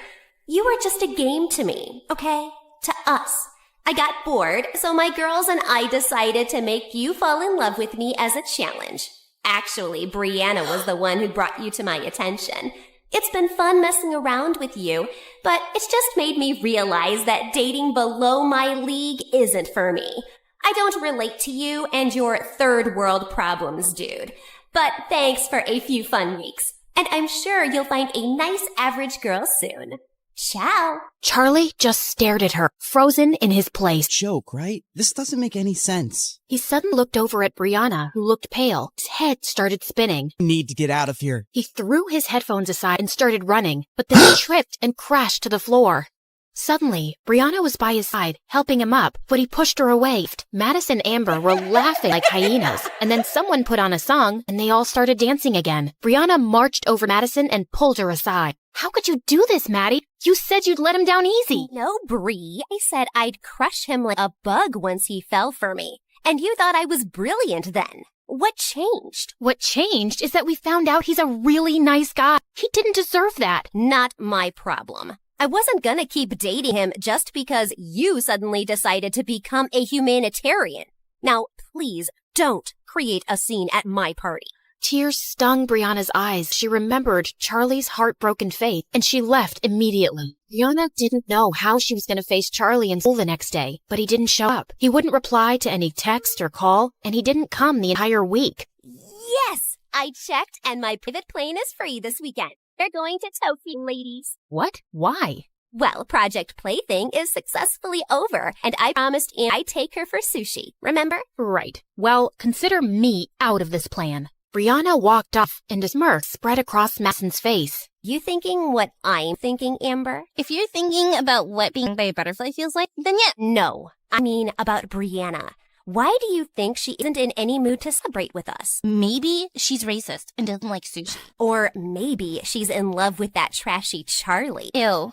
Who likes trash? Looks like our Bree does. Imagine crushing on someone with that social status. You know, maybe you're right. When we were at the resort, I saw those two sneaking out at 5 a.m. I had a headache and I went down to lift some gummy bears. They always make me feel better. Maybe Charlie loves her too. Of course he doesn't. He fell for me, not her. She's pathetic for wanting him.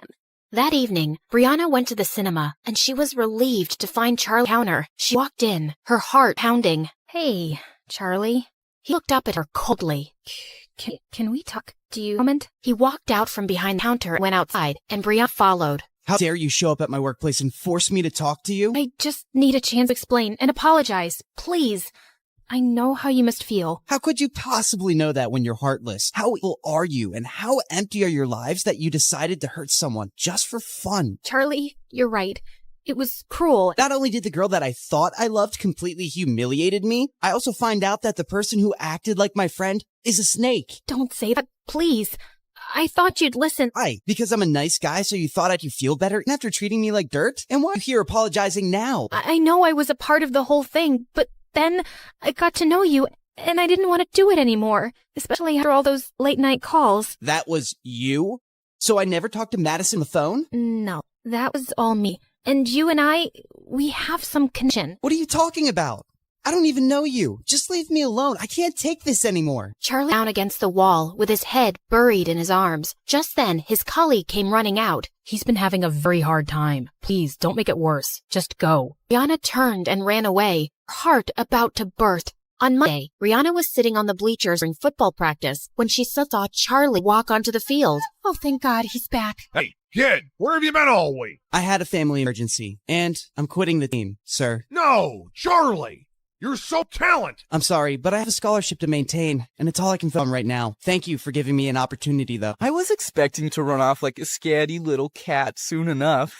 No trash talk, Elijah. All right, let's take a break, everyone. Just then, Madison and Amber came and sat on the bleachers, and Charlie made eye contact with Maddie for a few seconds, then walked off. Wow, he really looks heartbroken over me. And me, or does Charlie look kinda hot with that broody cold face? He was just too nice before, like a puppy. Looked like a loser before, looks like a loser now. I just knew you couldn't be dating him for real. He's twice the guy you'll ever be. You said something, Brianna? Yeah, I said he's twice the guy you'll ever be. Oh, really? How'd you reach the conclusion? Well, firstly, he's clearly better than you at football. Secondly, he's definitely smarter than you. Thirdly, he's a pretty cool DA. And fourth, and most importantly, he's not some arrogant, self-absorbed jerk like you who makes me cringe every time I look at him. There was a stunned silence as everyone stared at Brianna. Elijah forced a grin. Feisty. I like that. So how about we go on third date and you can continue talking about there? Not even in your dreams. As Brianna started walking off, Elijah blocked her way to tease her, but she suddenly pushed him with unexpected force. He fell down a couple of steps and his knee hit the ground hard. What is wrong with you? Brianna looked just as shocked by what she'd done. At the dinner table, Brianna's dad was cheerfully trying to make conversation, but Brianna seemed lost. Just then, her mom walked in, looking mad. Brianna, do you just enjoy making my life difficult? Look, if this is about Elijah, you pushed him down the bleachers? He was pestering me, so I just pushed him away. I didn't mean for him to fall. He's hurt his knee seriously, and he's on bed rest for 2 months. His mother, my new business partner, is furious if she pulls out her investment. She said it was an accident. Surely his mom would understand. Well, it's not like Brianna hasn't rejected Elijah or been rude to him before. I don't expect his mom to understand anything. I don't care what his mom thinks. Because you don't care about me. I've built everything for you. But no, you'd rather be an actress. And now you're upon ruining. Oh, God, I can't have this conversation again. Just because I don't want your company doesn't mean I don't care about you. And stop trying to make me feel bad. If it's any consolation, I feel terrible already. Brianna stormed off with her mom staring after her. She's always been difficult, but something extra's been going on with her lately. I never thought she'd be violent. That's an exaggeration. And you never try to actually talk to her. She doesn't talk to me. I'm going to ask her friends what's up with her.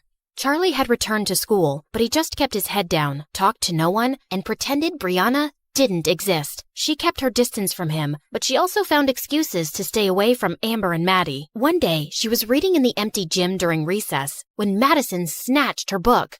Come on, Bree, this is getting ridiculous. It's time for an intervention. What? We know you're going through something. Even your mom is so worried. I told her you've been avoiding us too.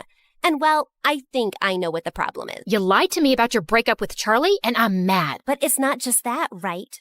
I think you have feelings for him. Yes, I have feelings, 'cause I'm not a robot. And I'm also mad at myself for being a part of this horrible plan. It's making me think about the kind of people we are. Kind who like to have fun. We have everything, Maddie. And we decided to pick on the poor orphan who's working hard to support his grandma for fun? Who the heck cares? I care. I don't want to be this person, and I don't want to have friends like that either. So, are you saying you don't want to be a Barbie angel anymore? Yeah, I don't. And for the record, that's a really stupid name. Wow, you're so ungrateful. When you came to school as a nobody, I made you one of the most popular girls. And in case you've forgotten, I got you your first audition. How could I forget? You never let me. Yes, you got me the audition. But I got the role because of my talent, and it's not a good enough reason for me to follow you and do whatever you say anymore. We're done. Oh, if you think. Just then, Amber fell to the floor with a thud. Amber, get up! That's not funny. But Amber was unresponsive. She'd actually fainted. They immediately rushed her to the hospital, where she regained consciousness, and the doctors ordered some tests. Oh, my head. It feels like there are 1,000 cactuses inside. You're gonna be okay. Just go, Brianna. It's not like you care. You made her faint by stressing her out. You were the one shouting at me. Please, both of you, shut Oh. All of Amber's tests turned out clear. Her parents even sent her reports to the best doctors around the world, but no one could figure out her problem. Meanwhile, her headaches and fainting spells continued. But one day, Brianna's mom brought up something unexpected while visiting Amber. Someone at work had a back problem, and she swears this healer fixed her after the doctors gave up. I know it sounds a bit ridiculous, but maybe you could try it? At this point, we'll try anything. Who's this healer? Well, these girls know her grandson. It's Charlie's grandma. Amber's parents went over to Charlie's house, and they were told she can't see them. What did you expect? She hates us, of course. Why is she making this personal? Why won't she help someone if she can? Look, maybe if we go in there and convince her how sorry we are, she might listen. Fine. The three girls went over to Charlie's place one evening, and to their dismay, Charlie opened the door. What are you doing here? Don't flatter yourself. We're not here for you. We want to talk to your grandma. She doesn't have time for people like you. I made that clear before. Charlie, please, I need your grandma to take a look at me. Something's really wrong with my head. You got that right. We're not messing around, really. Amber is suffering, and the doctors can't figure out what's wrong. Not my problem. You people are rich enough to find someone else. Just leave me and my grandma alone. Wait, I'll see her. No, you don't have to do that, Grandma. Step aside, Charlie. Charlie stormed off angrily, while Grandma led the girls to her healing room. After Amber described all her symptoms, Grandma made her lie down and prepared her healing herbs, then started a strange ritual on her as the others watched. Once she was done, Grandma made Amber drink some tea. How do you feel, dear? I feel good. My head feels lighter, like there was a whale sitting on it before and now it's jumped off. I haven't felt like this in weeks. Thank you, thank you. Grandma told her to come for 2 more sessions, and the girls got ready to leave. I need to apologize to you for what we did. Maybe you think I'm lying, but I really am sorry. I wish I could take it back. I don't think you're lying, Brianna. I'll see you girls soon. After they left, Grandma found Charlie sulking in his room. You turned away Amber before, too. I wasn't expecting this from you, Charlie. Why does everyone keep expecting me to be an angel? You know what they did. They're awful. But it's my duty to heal people, whether they're awful or not. And what they did was wrong. But you have to let go of the anger and move on. I'm trying, Grandma. I really am. I just feel so stupid. How could I let someone treat me so badly and humiliate me? It's because you see the good in people. Yeah, it's called being an idiot. Don't lose that heart of gold, kid. You'll find the right person one day who will really love you for it. Charlie decided not to let the spoiled brats get to him anymore. He worked really hard for the midterms, and when the results came, he was at the top of his class. What are you grinning about, Charlie? Found a golden ticket in a chocolate bar? Wow, I'm surprised you actually read a book. And I'm just happy about my grades, which have improved since we stopped hanging out together. Maybe your dumbass was rubbing off on me before. You can't talk to me like that. Just because your grandma helped Amber doesn't mean you're anything special. You're still a nobody. I'd rather not talk to you at all, Madison. And thanks for making it so easy to move on from you. I can't even remember what I liked in the first place. You go, Charlie. As Charlie walked away, Brianna impulsively called out, "Hey, Charlie, wait." What is it? I just wanted to say thank you to your grandma for helping Amber. I'm sure you already thanked her. Yeah, but I was hoping, Charlie, is there no way we could be friends again? We used to get along so well. But that wasn't real, right?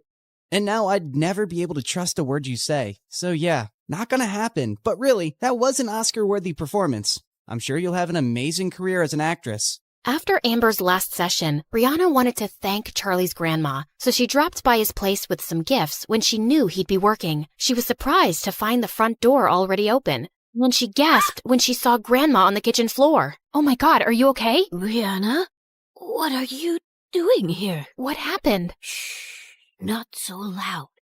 You have to leave. What? Someone broke into the house, and he's upstairs right now. Please. I don't want to put you in danger. I'm not leaving you. Brianna heard the thief coming down the stairs and quickly locked the kitchen door and called 911. He kept kicking the door, but minutes later, when he heard the police siren, he ran out and escaped. From your description, he seems like a crazy homeless guy who's been bothering other people too. We'll get him. Did he hurt you, ma'am? No, I just fell when he pushed me aside, but I'm fine. We should still get a checkup. I should call Charlie. Sweetie, He's out of town for a day. Please don't tell him right now. Well, you can't be here alone for the night. I'll be just fine. But Brianna was so persistent that Grandma had to give in. Brianna took her home and made her comfortable in one of the guest rooms. You should have asked me before inviting your guest. Maybe I would have liked to say no. Mom, she cured Amber. Letting her stay for one night is a pretty small thing to do. Charlie hurried over to Brianna's house as soon as he was back. Hey, is Grandma okay? She wasn't hurt, right? She's completely fine, but she's asleep right now.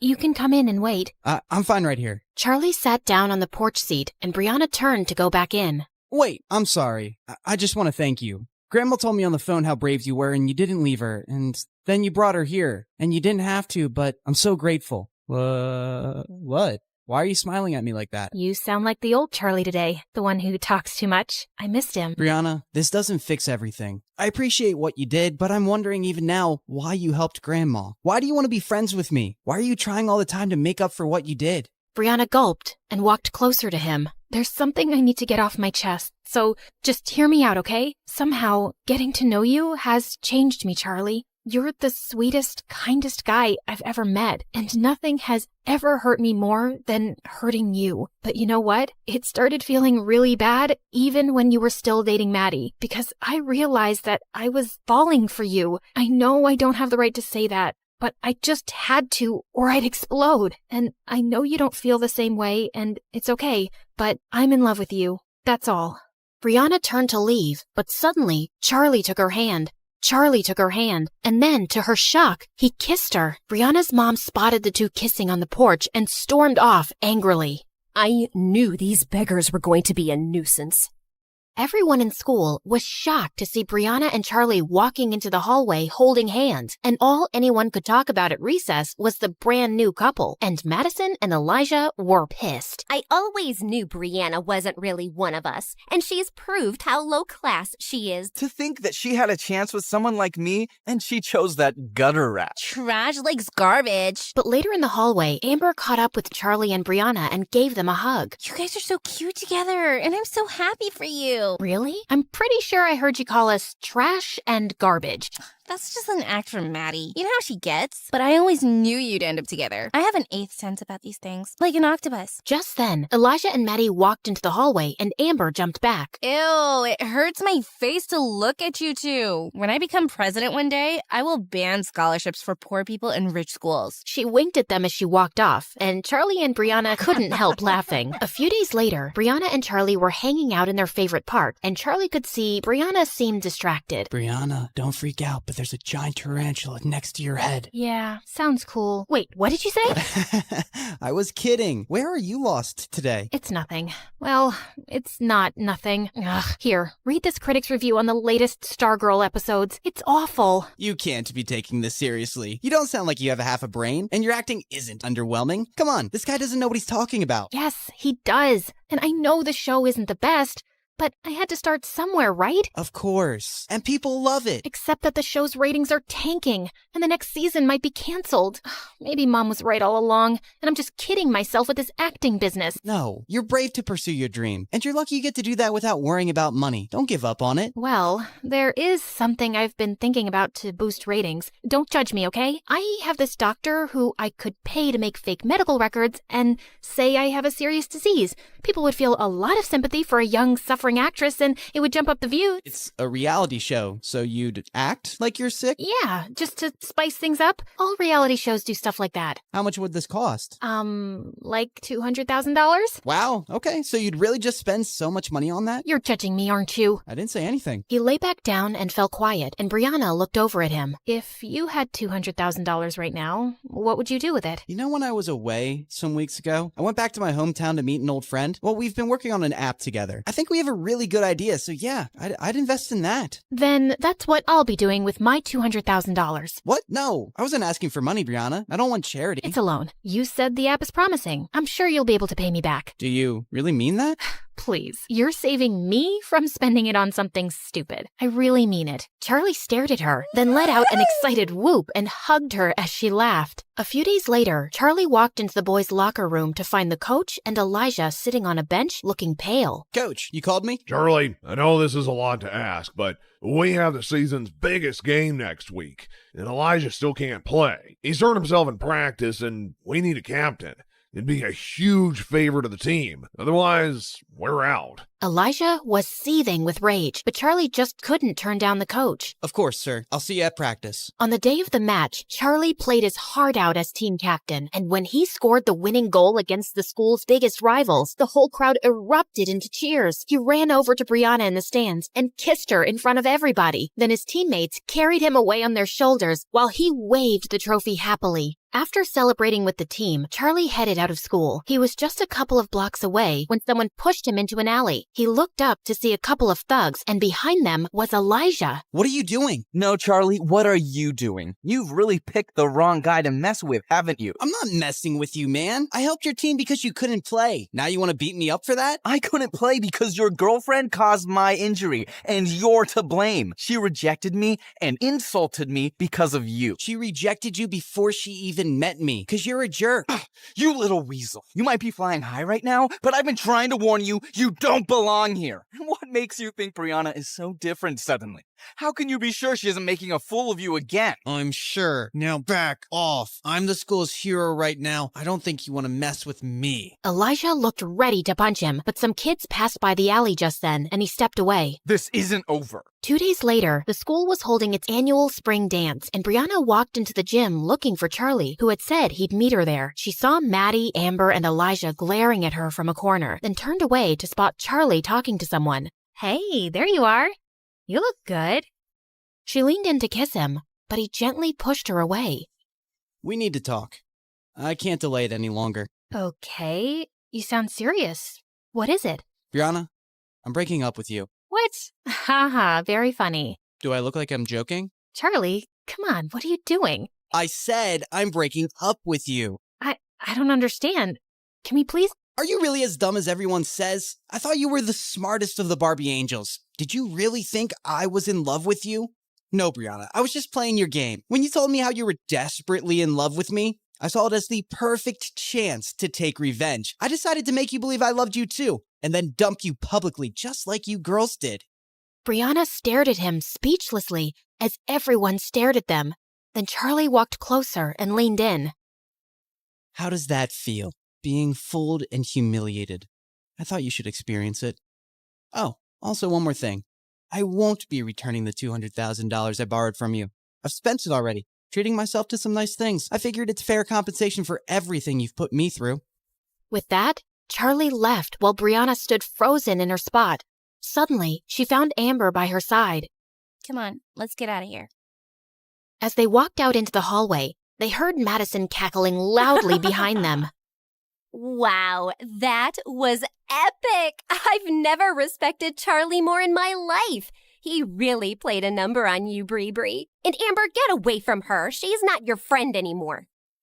Brianna didn't respond and continued walking away. We really broke him, didn't we, Brianna? Turned a perfectly nice guy into a heartless jerk. Now that's a high school project I'll always remember. Suddenly, Brianna turned around and lunged at her. Madison screamed as she tried to fight Brianna off.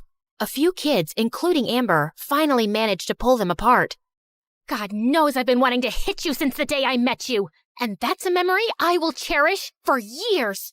Brianna turned away and ran out, breaking out into sobs. Brianna refused to go to school and just stayed in bed for days, feeling completely miserable. One morning, a maid brought her a letter. It was from Charlie. She anxiously ripped it open, and the check she'd given him for $200,000 fell out. He didn't even use it. He was just teasing me. I really don't get this jerk. He's completely messed me up. She buried her head in her arms and started to cry, but then she stopped and picked up the check. I don't care what Charlie thinks of me. I'm going to use this to save my show. She jumped out of bed, stuffed the check in her bag, and put on her coat. A few days later, Charlie and Grandma were watching the local news on TV when suddenly Brianna's face appeared on the screen with the headline saying, "Young TV star diagnosed with Crohn's disease." Charlie stared in shock, then his face darkened. Poor girl. That's terrible news. Charlie, I don't know what happened between you two, but I think we should go see her. She's lying. What do you mean? She's not sick, Grandma. This is all an act to get ratings and views for her show. What? No, she wouldn't do that. Why do you have to assume the worst about people lately? Because they are the worst. She told me of her plan to do this herself. Well, she must have some reason. Brianna isn't like that. Yes, she is. Why do you need to see the good in everyone, Grandma? Least of all these people. They're awful and shallow, and they think people like us are more worthless than the gum stuck to their shoes. I made a huge mistake convincing you to attend this school. I thought nothing could ever change you, but I was wrong. I hardly recognize you these days, Charlie.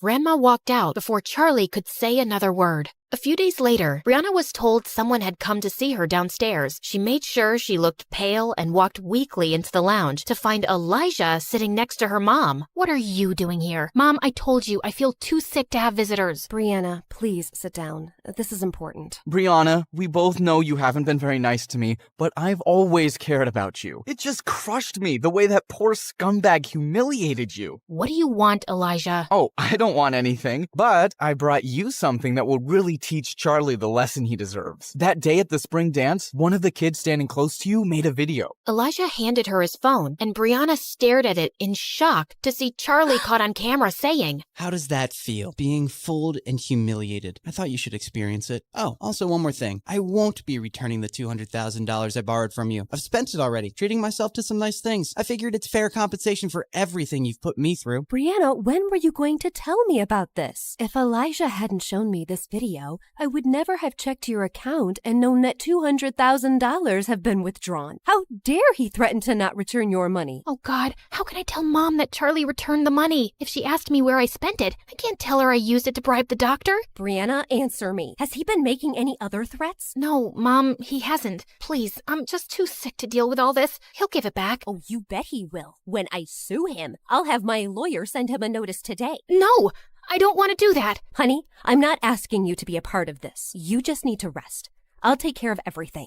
There is no way I'm going to let some good-for-nothing beggar rob us blind. He's treated you very poorly, Brianna. Don't worry, we'll make him pay. Brianna got up and left the room, feeling panicked. When Mom accuses Charlie, he'll rat me out. What if the news gets out and everyone discovers that I faked my illness? My reputation will be ruined for good. Oh God, what have I done? The next night, Charlie found a courier at his door, handing him over a legal notice to appear in court the next morning. It was served by Brianna's mother, accusing him of stealing $200,000. He crumpled the paper and threw it aside, holding his head in his hands. Moments later, he got up and looked at himself in the mirror. I gave her back the money, and she used that to bribe the doctor. But of course she didn't tell her mom, and now she's too scared to tell the truth. So her mom thinks I still have the money and I'm some thief. If I said the truth, Brianna's reputation would be ruined. I won't stand a chance against people like them in court. Why should I suffer anymore because of Brianna? I shouldn't even go. But I will, because I'm in love with her. The next morning in court, Brianna nervously stole glances at Charlie as she sat next to her mom and Elijah. Charlie just sat there blankly, not turning to her once. Would the plaintiff's lawyer please read out the charges made against the defendant? The defendant, Mr. Charlie, is accused of the theft of $200,000 from Miss Brianna. We have submitted video evidence where he admits himself that he has no intention to return money given to him as a loan. The defendant is also accused of bullying and harassing Miss Brianna, causing severe emotional and psychological damage. We have submitted documents of Miss Brianna's recent illness triggered by extreme distress. Objection, Your Honor. Is there any medical evidence to prove that? Your Honor, I know it's not my place to speak, but as a mother, I simply cannot stay silent. My only child has fallen extremely sick after being harassed by him. Her school, her work, her health, everything has been affected by his actions. Her doctors will vouch for it. And people like Charlie are predators who prey on the feelings of rich young women to get money out of them. He must be made to pay for it. Brianna's mom burst into tears as she took her place, while Brianna stared at her in shock. She's a better actress than I am. Would the defendant like to say something in response to that? Charlie rose from his seat, slowly. No, Your Honor. Did you intend to return the $200,000? No, Your Honor. And do you believe your actions have caused Miss Brianna psychological and emotional damage? Yes, Your Honor. Young man, Do you understand that the charges against you are very serious? If you are unable to return the loaned money as well as damages, you could land for 2 years in prison. Charlie looked up and hung his head. I understand, Your Honor. Very well. Since you have pleaded guilty on all counts, the court gives you a day to arrange $500,000 or face prison. No, this is enough. Brianna, what are you doing? What I should have done before. Your Honor, I want to immediately withdraw this case. There is no case against Charlie. He returned the money, and I spent it on bribing a doctor to say that I'm sick. I did it to increase ratings and views for my stupid show. Everyone stared at Brianna in shock. How could you lie to me like this? Because you've made me feel like I'm a failure as an actress, and I just wanted to fix things on my own. I was feeling down, and I wasn't thinking clearly. It was desperate and stupid, and I would have never told you, but this has gone too far. Young lady, you will be fined for wasting the court's time. I understand, Your Honor, and I will pay it, and I am so sorry. Case dismissed. The judge walked out of the courtroom, and Brianna held up a hand to her mom. We'll talk, but not now. Please, just leave me alone, Mom. Just go. Brianna's mom and Elijah stormed off, and soon it was just Charlie and Brianna in the room, and suddenly Brianna pushed him really hard. Oh my God, what is your problem? You! I swear, Charlie, I don't understand you one bit. Yeah, I wouldn't expect someone like you to. If you hate me so much, why were you about to go to freaking jail for me instead of telling the truth? You answered your question yourself, but I'll give you a few minutes to figure it out. I know you're slow. What are you saying?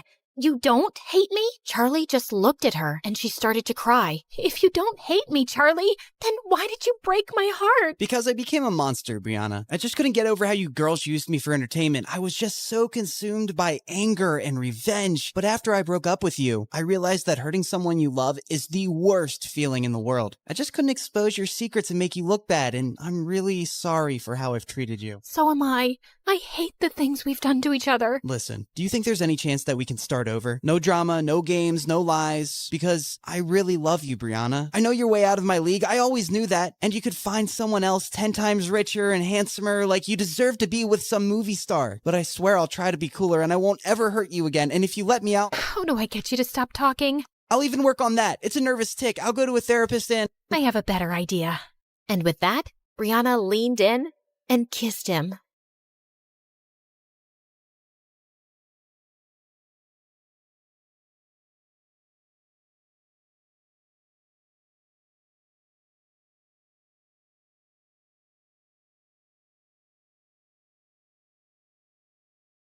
Hi, I'm Joyce, and I'm from China. People think my life is perfect. A pretty face, wealthy parents, and an elite school. But what good is any of that if my family doesn't love me and favors my genius brother? All I ever wanted was for my dad to be proud of me. But I made my brother disappear, and that ruined my life. Let me start from the beginning. I look like Mom, thankfully. Dad's beauty is mostly internal. Mom is the prettiest woman I've ever seen, and she looked more like my big sister than my mom.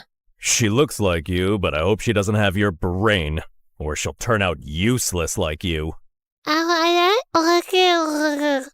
I had learning difficulties and barely spoke more than a few words until I was 5. Dad hated me. He spoiled my brother Dustin rotten. I wanted to impress him too, but Dustin, 3 years younger than me, was already a genius. Dustin loved me, no matter how much Dad compared us. He never let it get between us. Like this one time on my 8th birthday, Dad decided to celebrate Dustin instead of me. He invited all his employees and business partners. Dustin was on stage reciting this long old English poem called Beowulf, and people were already yawning and checking their watches. Mom and I were late because we were at the salon, and when we finally walked in halfway through the poem, every single head turned our way. People looked at us like we were movie stars. Dad came rushing over, looking pissed.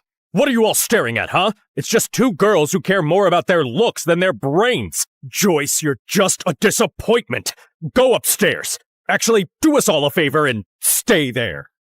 I went to my room, and a few people, including Dustin, gave me the thumbs up and told me how pretty I looked in my dress. So I gave them my best princess bow, threw a couple of kisses like a celebrity, and kept walking. Once Dustin started 1st grade, my parents adored him even more. Dad gave him the entire 2nd floor, 3 private drivers, and 1 jet. Maybe you're wondering why a 6-year-old needs a private jet. Yeah, me too. But when you're that rich and that obsessed with your genius kid, I guess a bicycle just doesn't cut it. Anyway, once, Dustin took me on his jet to France for breakfast.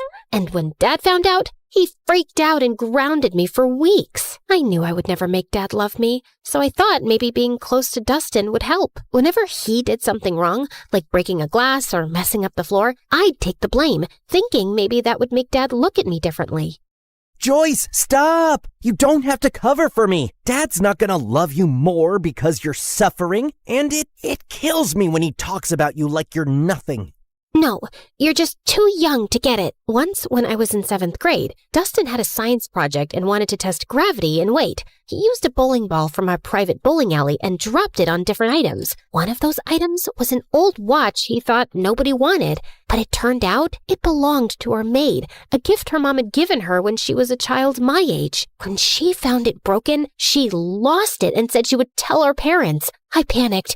I couldn't let them think their perfect kid could be this careless. So I did something I'm not proud of. I knew our maid had a sick mother, so I called her. This is Joyce. I'm sure you know who I am. Your daughter is threatening me and my brother, and I don't like that. I know you're sick and you need monthly medications, and your husband is useless and your son steals from you. And your only provider is our maid. So I advise you to talk to your daughter and tell her to back off, or I'll talk Daddy into firing her. Do it before it's too late. Then I hung up with a tight feeling in my chest. The maid didn't say anything after that. She just kept working quietly for days, and I felt terrible. I kept giving her money from my pocket anonymously for years. Then 9th grade arrived, and something completely unexpected happened. One afternoon, I was humming in the school bathroom when the music teacher happened to be hiding in one of the stalls trying to catch girls who were vaping. She heard me, asked me to sing, and ended up loving my voice. She even said I could be the lead singer for the Christmas choir. I was over the moon. And no, of course Dad didn't come to the choir. Only Mom came. And she didn't even stay until the end because Dad called her to come home for whatever reason. But everyone else was so impressed by my voice that a few people came up to talk to me afterward, including this kind-looking man who honestly resembled Keanu Reeves. If Keanu had a paunch. I'm Peter Anderson. I'm a music producer. You've probably heard the rumors that I'm a fraud, but this town loves gossip more than the truth. Anyway, I see real talent in you, and if you're interested, I'd love to help you become a singer. Here's my card, and maybe we can talk more in my office. I was so happy that someone finally noticed something in me and wanted to help me shine, even if it was this half-fraud kind of a mess person. Of course I kept his card with me, and I didn't tell anyone except Dustin. So I guess you're the child who'll make our family proud after all.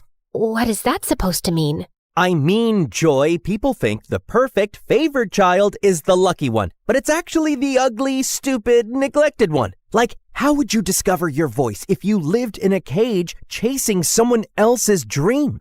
Okay, wow, this is getting deep. Don't worry, I won't go that deep. I know your IQ. Anyway, I need a favor. I know you're going to that Halloween party this weekend, and Dad would never let me go. So maybe you could sneak me out with you? I really, really want to go. They're bringing Chicago-style pizza. And if Dad finds out I snuck out, at least he'll know I was with you.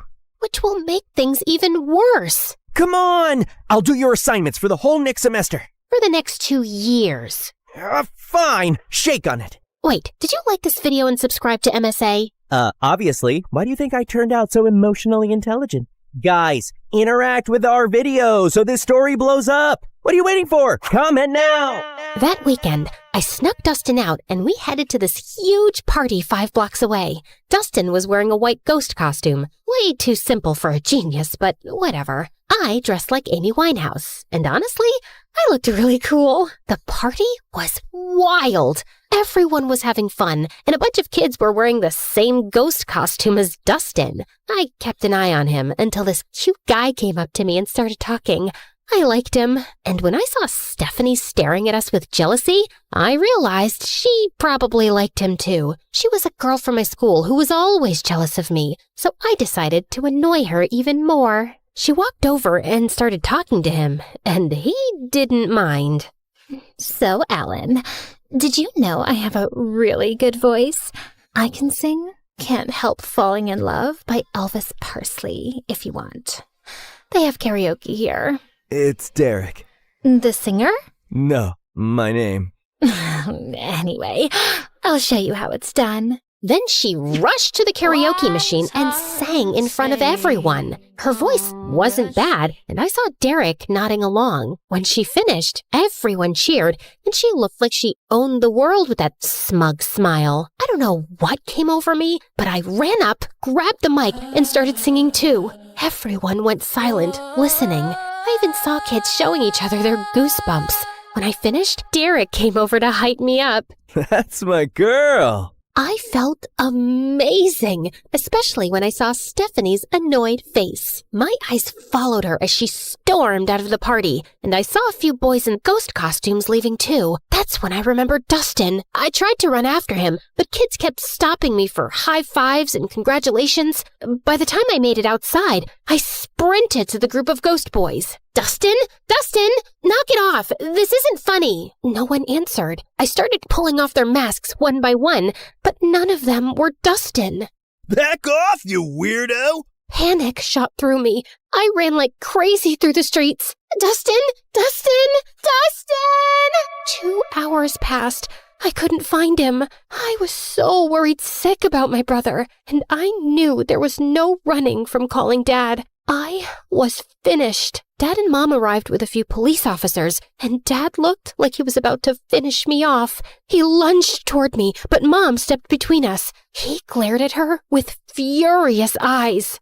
So now you're protecting your kid? Oh, that's funny because I didn't see you stopping them from sneaking out in the middle of the night. The officers tried to calm him down while everyone started searching for Dustin. But another day passed, and still no sign of him. The whole town volunteered. People searched through the nights, but nothing. Every second felt heavier than the last. I isolated myself. I text Dustin every day. Stupid messages like, "Where are you?" and "Please come home," as if he'd somehow see them and reply. At night, I'd sneak into his room and sleep in his bed, burying my face in his pillow until his smell faded away. Some nights, I'd just sit on his floor holding his favorite hoodie, feeling like I'd lost the only person who ever really saw me. Dad barely talked to me anymore. Mom didn't yell at me or blame me, but sometimes I'd catch her crying alone, and she'd wipe her tears the second she saw me. "I'm sorry, Mom." She didn't answer.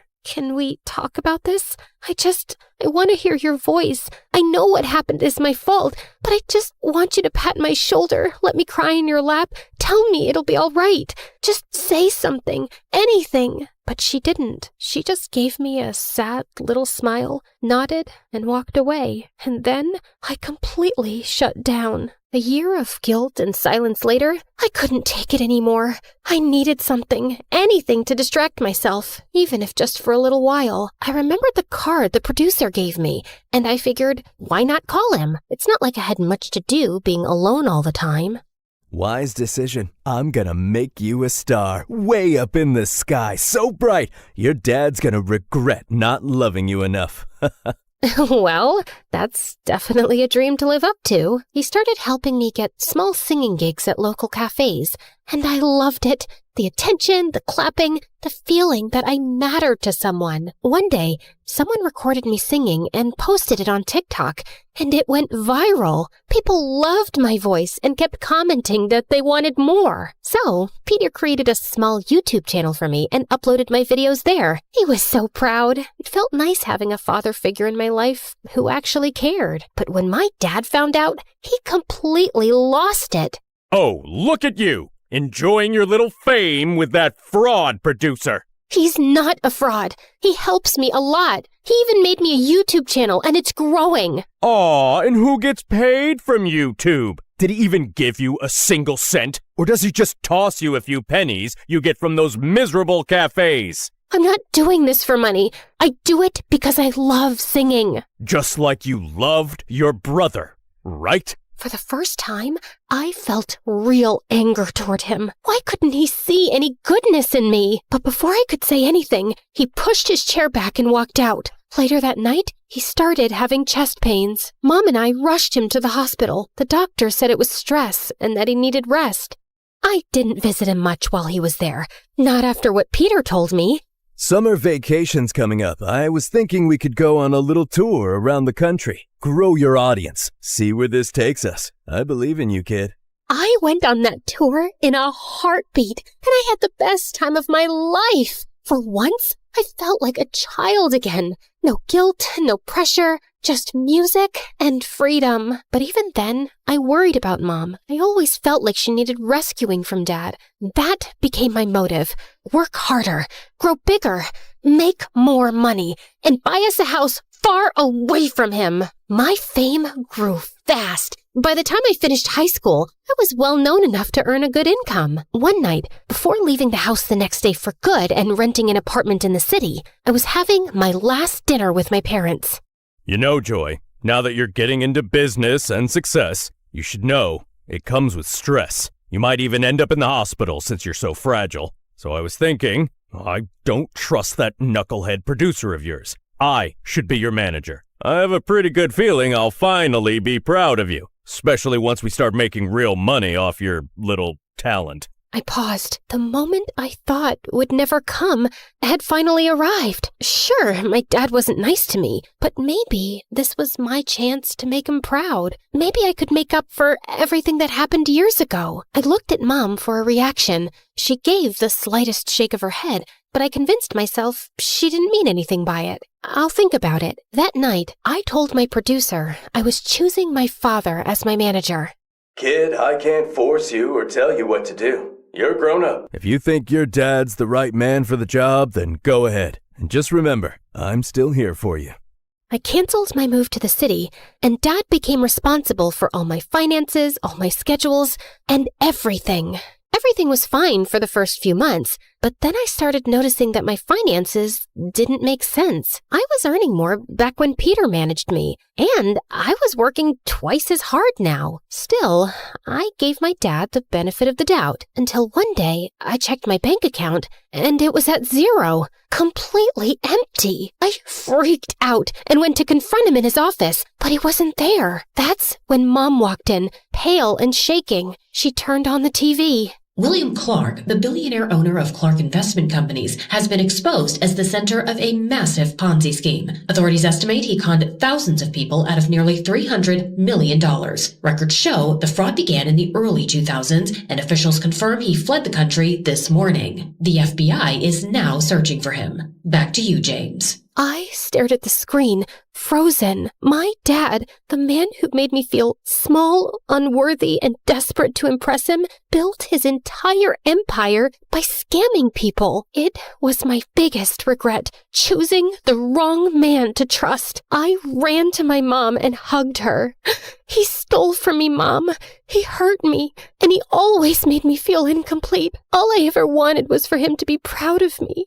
Where did I go wrong? Mom wrapped her arms around me. You were focused on the wrong parent, honey. Every time I tried to hold you, I could feel myself breaking. And I didn't want you to see that. I didn't want you to carry my pain on top of your own. Words were never my thing, but I always loved having you around. After Dustin, everything fell apart. You shut yourself away, and I didn't know how to reach you. But your father's gone now. Good riddance. It's just us. I've saved some money. Let's start over. I hugged her tighter. Her words came late, and in the hardest moment of my life, but somehow I felt happy. I never knew you could feel so happy and so sad at the same time. After that, everything happened in a blur. The FBI seized our mansion, our cars, and everything inside. Mom and I moved into a tiny apartment and hardly left it. Then one day, someone knocked on the door. It was Peter. Didn't I tell you? I'll always be here when you need me. But who's gonna listen to my music after what my dad did? Joyce, what defines Joyce is what Joyce does, not her father. It's time to rock again. Remember your YouTube channel? I've been saving everything we earned from it for something big, and today's the day. No, I can't. I just want a quiet life with Mom. I'm sorry. Actually, I gave an interview this morning. I told everyone what your father did, including how he stole from you. People are sympathetic. I've read the comments. They love you, Joyce. They want you back. Wait, you You did an actual interview? For me? Wow. Peter helped me restart my career, and people were happy to have me back. And soon enough, I was a huge success and making good money too. One day, before one of my biggest concerts, Mom told me that Dad had been arrested and was facing decades in prison. She said he wasn't feeling well and wanted to see me. I decided to see him one last time before closing his chapter for good. I know you probably think I was stupid, Joyce. No, you committed every sin in the book, but stupidity wasn't one of them. You know what? I actually feel sorry for you. You spent your whole life putting down an innocent little girl without a shred of guilt. Well, you weren't like Dustin. For Christ's sake, he was the only one who made me proud, and you had to take that away from me.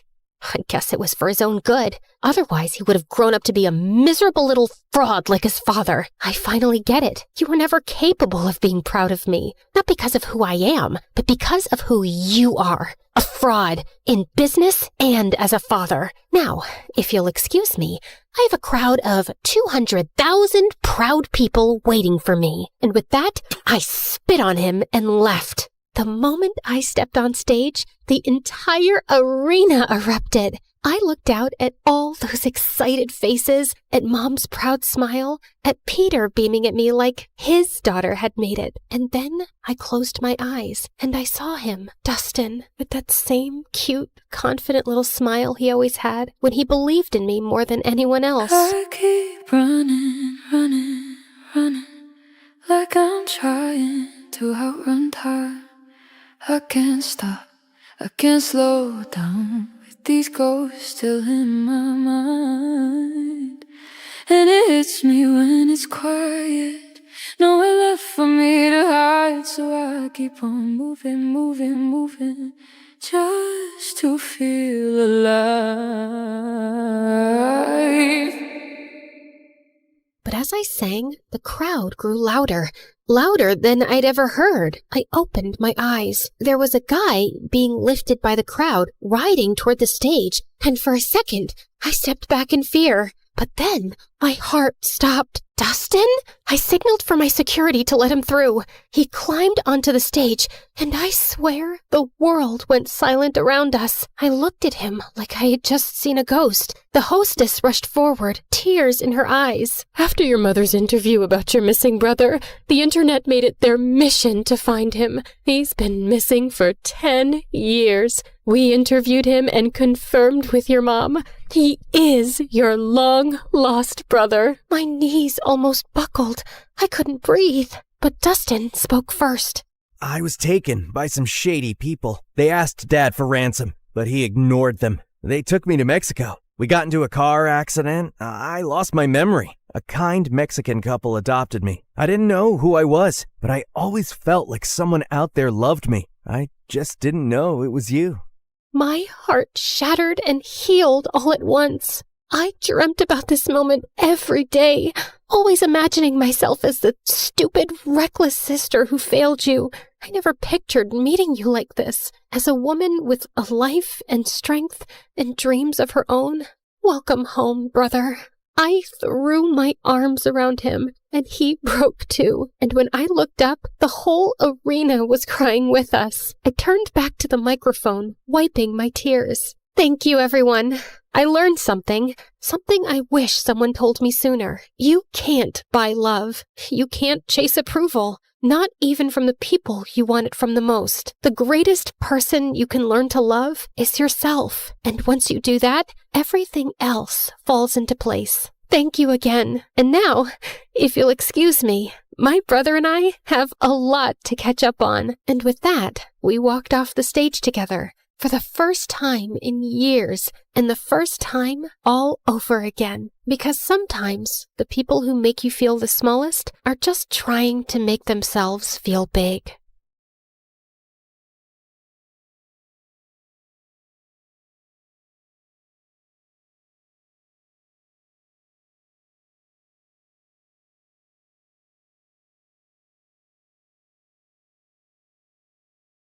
Hi, I'm Nova, and my life sucks. I used to think I was just unlucky, but thank God I later discovered it was a full-blown family curse. No, seriously. I grew up with a twin brother, Dorian, who was 2 steps ahead in everything. For starters, everyone thought he was the much better-looking twin. He'd play video games all the time and ace his tests, while I'd stay up all night studying, and my grades were still average. He was good at sports, I was just clumsy. Even our parents favored Dorian, especially Dad, who dreamt of making him a football legend. In 8th grade, I tried out for the small school talent showcase, just a silly cheer routine I made up on my own. I asked everyone to come, but that same day, Dorian had his big football practice match, and guess where everyone went? Yep, including my parents.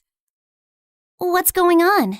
Your brother scored the winning goal at his big match, so we called all his friends over to celebrate. So you missed my talent show for a dumb match? You participated in a talent show? Why? You're so uncoordinated. Just last week you tripped over a sock and hurt your head. Thanks, but I don't need your judgment. I'm just saying, maybe next time choose something you're good at. Oh wait, you can't. You're bad at everything. Shut up or I'll kick your face. Ugh, so annoying. I ran upstairs fighting tears when I heard a soft voice calling from a bedroom down the hall. Nova, is that you? That's Ella. She's my younger sister, and she's been sick since forever. Doctors didn't even have a proper diagnosis, just a fancy name that meant they were still trying to figure out what was wrong with her. And since our parents were too busy making Dorian a star, it was usually left to me to look after Ella, which I didn't mind at all. Hey, how was your talent show? What did Mom and Dad say? They never came because Mighty Dorian had a match. So what? Did you have fun? I almost did a backflip and only tripped twice, so yeah, it was fun. Then that's all that matters. Talking to Ella always made me feel better, but I could never tell her how I really felt. My problems just seemed so pathetic compared to everything she was going through. Even at school, I mostly kept to myself while Dorian hogged the spotlight. The only time people spoke to me was to ask for Dorian's number, so I barely had friends. Until I met Maya in high school. She was new and asked me if I could show her around, and we hit it off right away. We liked the same music, same shows, and I finally had someone I could pour my heart out to. She was the only person I felt free and happy with, but that changed on her 18th birthday. Maya decided to throw a costume party. I was gonna be French fries, and she was gonna be ketchup. It was gonna be epic. But when I got to her place, I was the only one in a costume. I checked my phone wondering if I'd missed a text from Maya, but nothing. And worse, I found her standing near the pool talking to Dorian. Oh, wow. Looks like someone didn't get the memo. What is he doing here? And wasn't this supposed to be a costume party? Oh, shoot. I thought I texted you. I wanted to have a costume party, but Dorian thought it was stupid for an 18th birthday. And since when did you start taking advice from Dorian? Since we started dating. What? He asked me out last week, and I said yes. Why? Of all the men on the planet, why him? And you couldn't stand that there was finally someone who liked me more than you, could you? Would you stop overreacting? You look like angry McDonald's French fries, and I can't take you seriously. Also, my feelings for Maya are totally genuine. Genuine my butt. Everyone at school knows you change girlfriends faster than you change underwear. Maya, listen to me. Whatever garbage this guy's been feeding you, it's not worth it. But I love him. No, you're infatuated. Like every normal girl your age is with some butthead like him. Come back to your senses. Fine, I can see this is a total waste of time. So before I embarrass myself any further, I'm leaving, and we're done. I stormed off dramatically, only to walk straight into the birthday banner. I tried to fight it, but stumbled and knocked over an entire balloon arch. Maya ran to help me, but I spun around mid-fight and accidentally slapped her in the face. Did you just hit my girlfriend? I grabbed a paper cup and hurled it at Dorian's head. Ow. Wow, that really hurt me, Nova. How will I ever recover from this concussion? Everyone laughed as I ripped the last streamer off my leg and stormed out, and went straight to Ella. She was the only person who'd understand me. Oh, wow. You look tasty. I don't know about tasty, but I am definitely tragic. Mom never let me have fries. Said they're too oily. Here, take a bite. It might cheer you up. You're weird. And you're stuck with me. And I put my head down and we dozed off. The next morning, I woke up to a bunch of missed calls from Maya, but I ignored them. So she sent me a bouquet with my favorite ice cream scoops, flew drones past my window with "I'm sorry" banners. At one point, she actually climbed up to my window to talk to me, but I just drew the curtains and ran into the attic so she wouldn't find me. I was looking for some boxes to hide behind when I accidentally knocked one over and a diary fell out. It had my grandmother's name on it, with a photograph of her standing next to someone who looked exactly like her. And there was a note. Lumiere se dara kinsol, veher dul ambrax? What? That's what it said, written in this bizarre language I've never seen before. Luckily, someone had scribbled a translation underneath. To break the curse, balance must be found. One light shall rise, one shadow bound.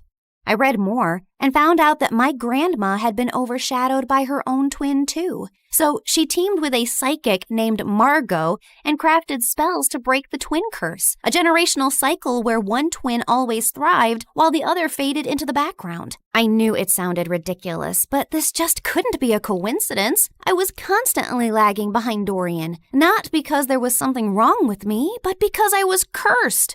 The note also said that to unlock the curse, like and subscribe to this video and leave a comment. Gotcha. She didn't write that. But seriously, like and subscribe. Things are about to get weird. I had to find out more, so the next day I skipped school and tracked down the psychic Margot. It wasn't too difficult since Grandma had her address in the diary, and by afternoon I was already knocking at the door of a rundown apartment. I waited for some old witchy lady to open the door, but instead it was a girl not much older than me. Sorry, I think I must have gotten the wrong address. No, you're in the right place. We've been expecting you. Like me and the spirits. They told me you were coming. You're Nova, right? Hilda's granddaughter. You know me? I know a lot of things. Like it's gonna rain in about 5 seconds and you should come in. And right on cue, it actually started raining. Freaky. Anyway, I walked in and the girl told me she was Margot's granddaughter and her name was Coco Lin. My dad's Chinese and my mom's American. They couldn't decide whether to give me a Chinese name or an English one, so they mashed them together. Kinda has a ring to it if you say it on repeat. Coco Lin, Coco Lin, Coco Lin. Cool, right? I think it's very cool. Like, it's also pretty cool that I'm my grandma's reincarnation. I've retained some of her memories and her power to see the future, talk to ghosts, and read your star chart, yada yada.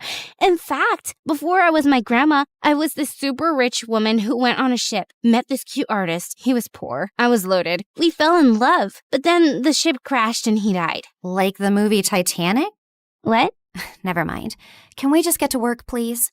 I gave her the diary, and she invited me into this small room. As I settled into a beanbag, Coco Lin took the diary in her hands. Then suddenly, she threw her head back dramatically. Before I could ask if she was okay, she snapped her head forward like a possessed owl, then started spinning in slow circles. Then she dropped to her knees, flapped forward, and after a full minute of silence, popped back up. All done. The curse is now reversed. Whatever once belonged to your brother is now yours. Wait, what do you mean by reversed? I wanted you to end the curse.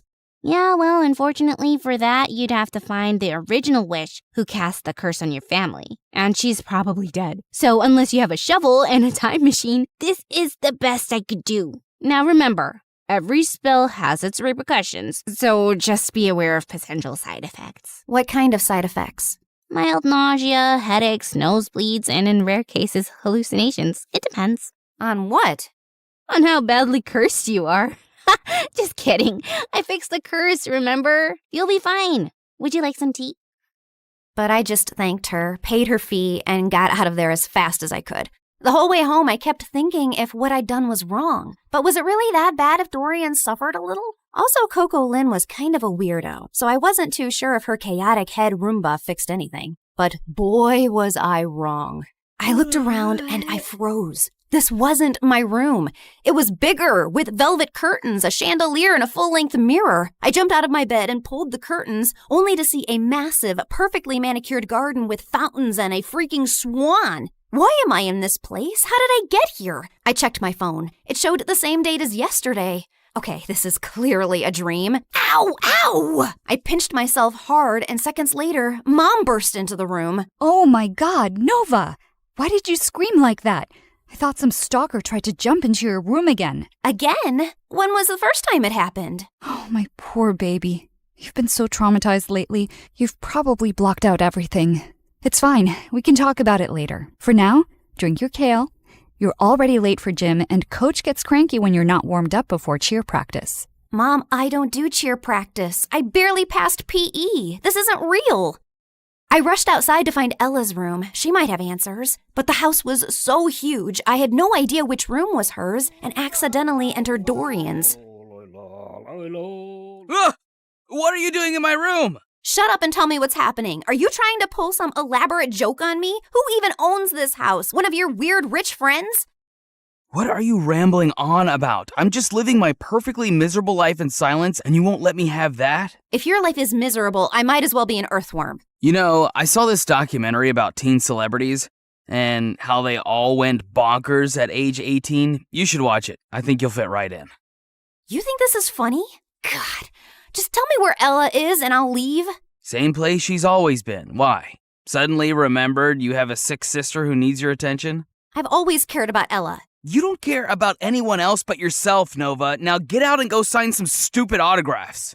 I was shocked. The way Dorian was talking and everything Mom said could only mean one of two things. Either everyone in my family had lost their minds, or the spell actually worked and transported me to my new reality where I was the golden child. I ran back to my room and opened my closet to find shoes and clothes that I could never afford. Downstairs, Mom was smiling like I was the best thing that ever happened to her, while Dorian sat quietly on the side scowling. Then I went to school, and the moment I got out of the car, people flocked around me.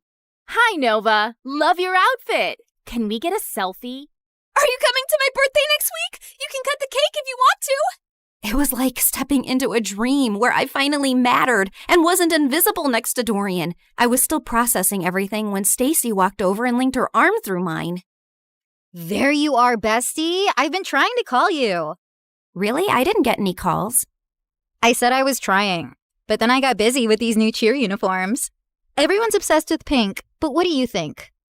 I actually kind of like blue. But clearly everyone else wants pink, so let's go with pink. Oh, I knew you'd say that. We're so in sync. If you were a boy, I'd totally date you. I mean, you'd have competition, obviously, but I'd cheat on my boyfriend with you. Okay, wow. I was best friends with Stacy? This girl who once insulted me in front of the whole school was now asking for my opinions? And over the next few days, it only got better. I had a personal stylist, a manager, and spa appointments booked every other morning. My closet had its own air conditioning, and Dorian had to ask my permission to even borrow a charger. My parents transformed into my biggest fans overnight, hovering at every photo shoot, attending even the smallest events, and proudly displaying an entire wall of my trophies and awards. At school, I never stood in line. I had my own table in the cafeteria stocked with fresh smoothies and sushi rolls. Teachers gave me extra credit just for showing up. And one afternoon, I got a letter from a college I hadn't even applied to offering me a full scholarship because they liked my vibe. My life was perfect, and it was everything I ever wanted. Until it wasn't. Because Stacy was as obnoxious as ever and was getting on my nerves. Oh my God. Who died and left you that hideous skirt? And why are you carrying a Prada purse when I don't have one? You need to pay fashion tax. What? You know, do my homework, pack my lunch, clean my sneakers, that kind of thing. Now hurry up, I'm hungry. The girl ran off in tears, and I turned to Stacy. Was that necessary? No, but it's fun. And why are you being all judgy today? Did you forget the time you bullied that new girl, Maya? She was so terrified of you, she literally transferred schools. I bullied her? Every day. You made fun of how she dressed, the way she spoke, and then when your loser brother started dating her, you totally snapped. My God, I'll never forget the tantrum Dorian threw when she left. I even have a video. Stacy shoved her phone in my face, and I watched in shock. Dorian was having a full-on meltdown while I stood there laughing like a maniac. Seriously? What? And that wasn't even the worst part. The girls on my cheer team laughed and joked until I walked in. Everyone on my modeling team walked on eggshells around me. I even overheard this girl say that I should get an exorcism because I had a devil living inside of me. This one time during a shoot, my makeup artist accidentally dropped a brush. I reached down to pick it up and she recoiled like I was gonna hit her. I'm so sorry. I'll get a new one immediately. Hey, it's just a brush. Don't worry about it. You're not mad? Why would I be mad about an accident? While the photographer was adjusting his camera, I overheard two assistants whispering. She seems different today. Last week she threw hot coffee at me because I got her the wrong brand. Remember when she made Tina cry because she accidentally walked into her photos? Poor girl's still in therapy. It felt like I jumped from living under Dorian's shadow to being the most hated person on earth, and it was heartbreaking. But what truly got to me was that at home, Dorian barely looked my way, and Ella never came out of her room. And every time I tried to meet her, Mom would freak out. Her disease is contagious, sweetie. You know that. I can't lose another daughter to that stupid illness. I really wanted to see her and share what I was feeling, but I was too swamped with photo shoots, press events, and parties to process it. Has anyone ever tried snail mucus coffee? Apparently, it's very good for your skin. I'm already having my vitamin C, D, E, G, H, Y, Z, Q to keep my nails shiny and healthy. You know what, guys? If you hang upside down for at least an hour and a half, you will get the reddest cheeks ever. Or you could get a brain hemorrhage and die. Excuse me?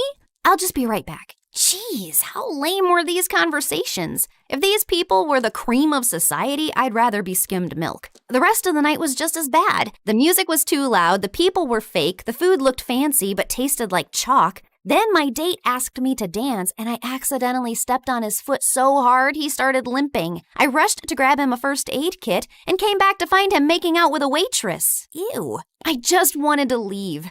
I was walking to my car when I spotted someone across the road. Maya was standing at a stall selling t-shirts. I dropped everything and sprinted toward her. Maya! Oh my God, how are you? Leave or I swear I will call the police. Look, I know you're really angry at me and I deserve it, but I swear I didn't mean to. You didn't mean to ruin my life? Come on, Noah. You and I both know you bullied me because you're evil. But honestly, you did me a favor. That school wasn't for me anyway. The only good thing that happened there was meeting Dorian, and I'll always be grateful for that. But you, I never ever want to see again. Please, Maya, I said I'm sorry. I'll do anything to make up to you. I'll buy all your t-shirts. I don't need your charity, Nova. But if you really want to help me, then help me sell these. You're a professional model, right? She pulled out a pile of tees with the most chaotic slogans I'd ever seen. This too shall pass, like a kidney stone. The only X I want is extra money. Nice. Who came up with these? Of course I did. I've always been really creative.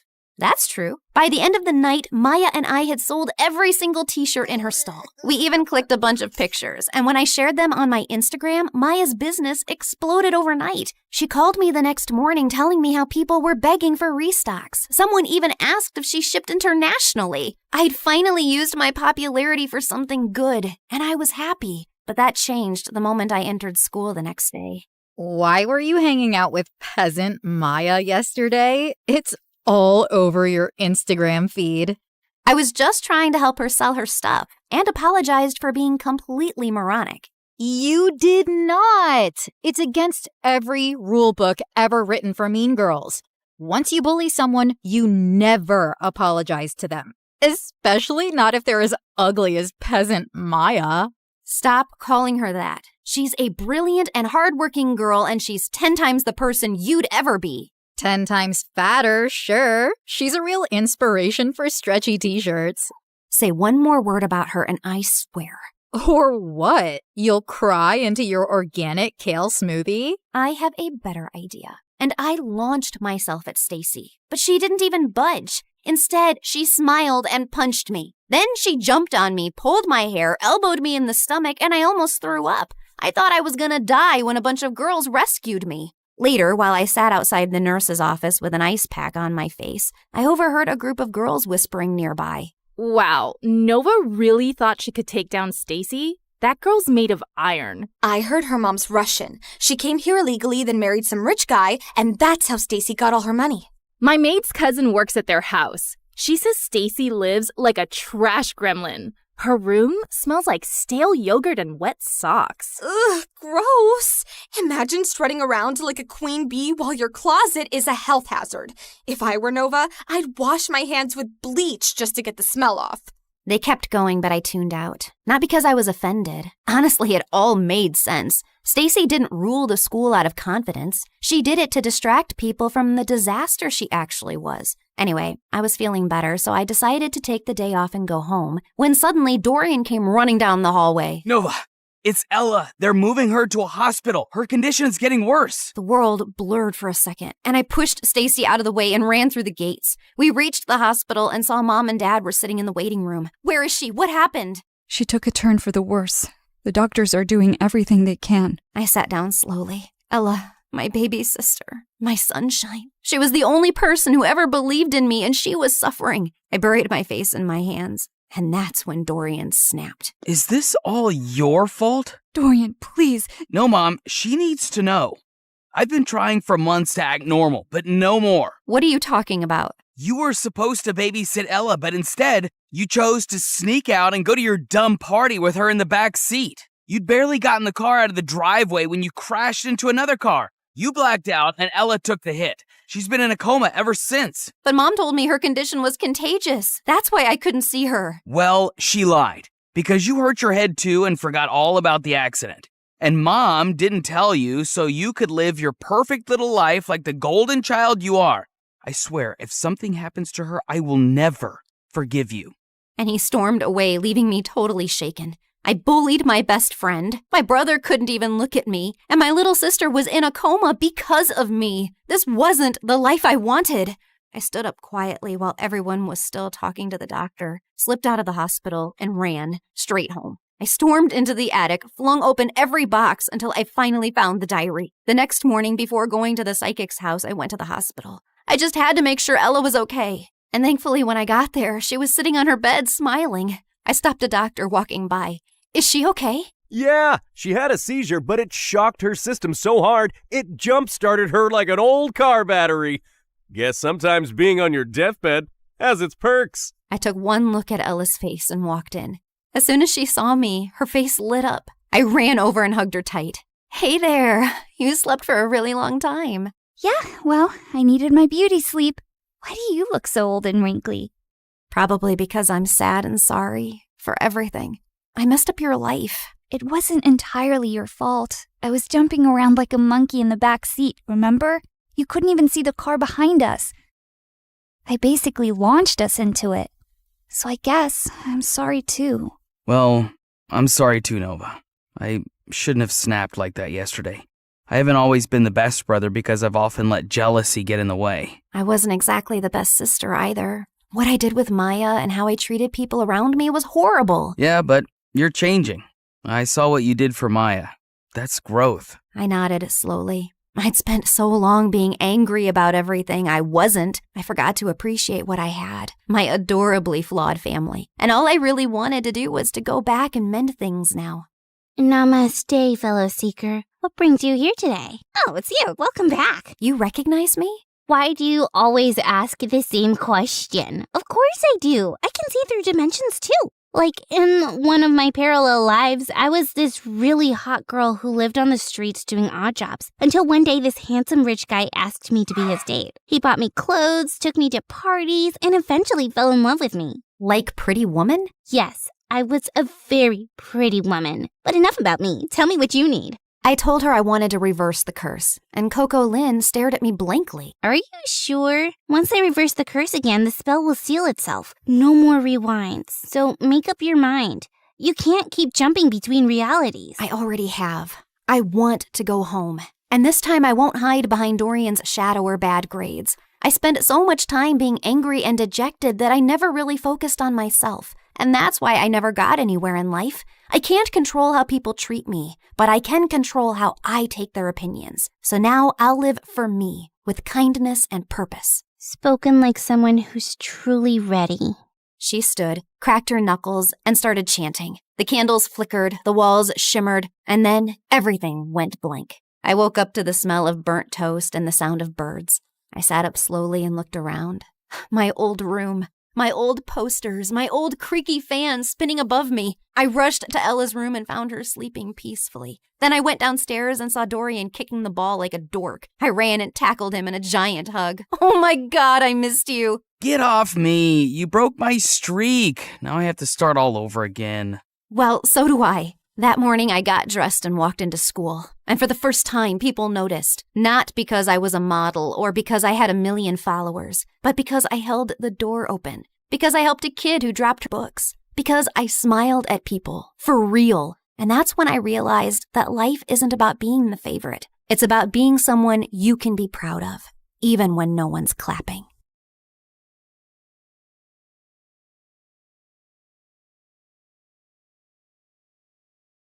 Hi, I'm Jules from Arizona, and I have the most opposite parents ever. But that's not why I'm telling you this story. If you want to know more, please like and subscribe to MSA. My mom was a lawyer who worked long hours for a multinational company, and Dad was a broke, stay-at-home artist with a wild imagination. He'd spend hours telling me stories about random superheroes, which Mom thought was a waste of time. On my 10th birthday, Dad threw me a huge superhero party, and everyone was asked to dress in costumes. We've got a costume for you, too. Ugh, really? Wonder Woman? The guests are gonna be here soon. I can't wear this junk. But Mom, I stayed up all night to pick that outfit for you. Well then, sweetie, you obviously need to make better choices in life, which you won't if you continue sticking with your dad. What's the matter with you? It's her birthday. Why can't you loosen up a bit? And why can't you be like an adult? Ugh, I'm so tired of this. I need a break. With that, Mom simply tossed the costume aside and left. As time went by, I became more like Dad. I loved art and painting. Life was good, except when I turned 16, Mom asked Dad for a divorce. He tried convincing her otherwise, but she was set. Since Dad was struggling to find a job, Mom won full custody, and I had to move with her to a new city. Mom tried her best, but she had no idea how to take care of me. Eventually, she found a new boyfriend, a bigger house, and a new cook, and that was the end of her efforts. I started school soon, and on my first day, even though the kids were cool, I just wanted to be left alone. So I went to the school garden and had taken out my sketchbook when this girl in a chicken costume flew past me and hid behind a huge tree. And soon after, a group of girls followed. Have you seen a headless chicken running around here somewhere?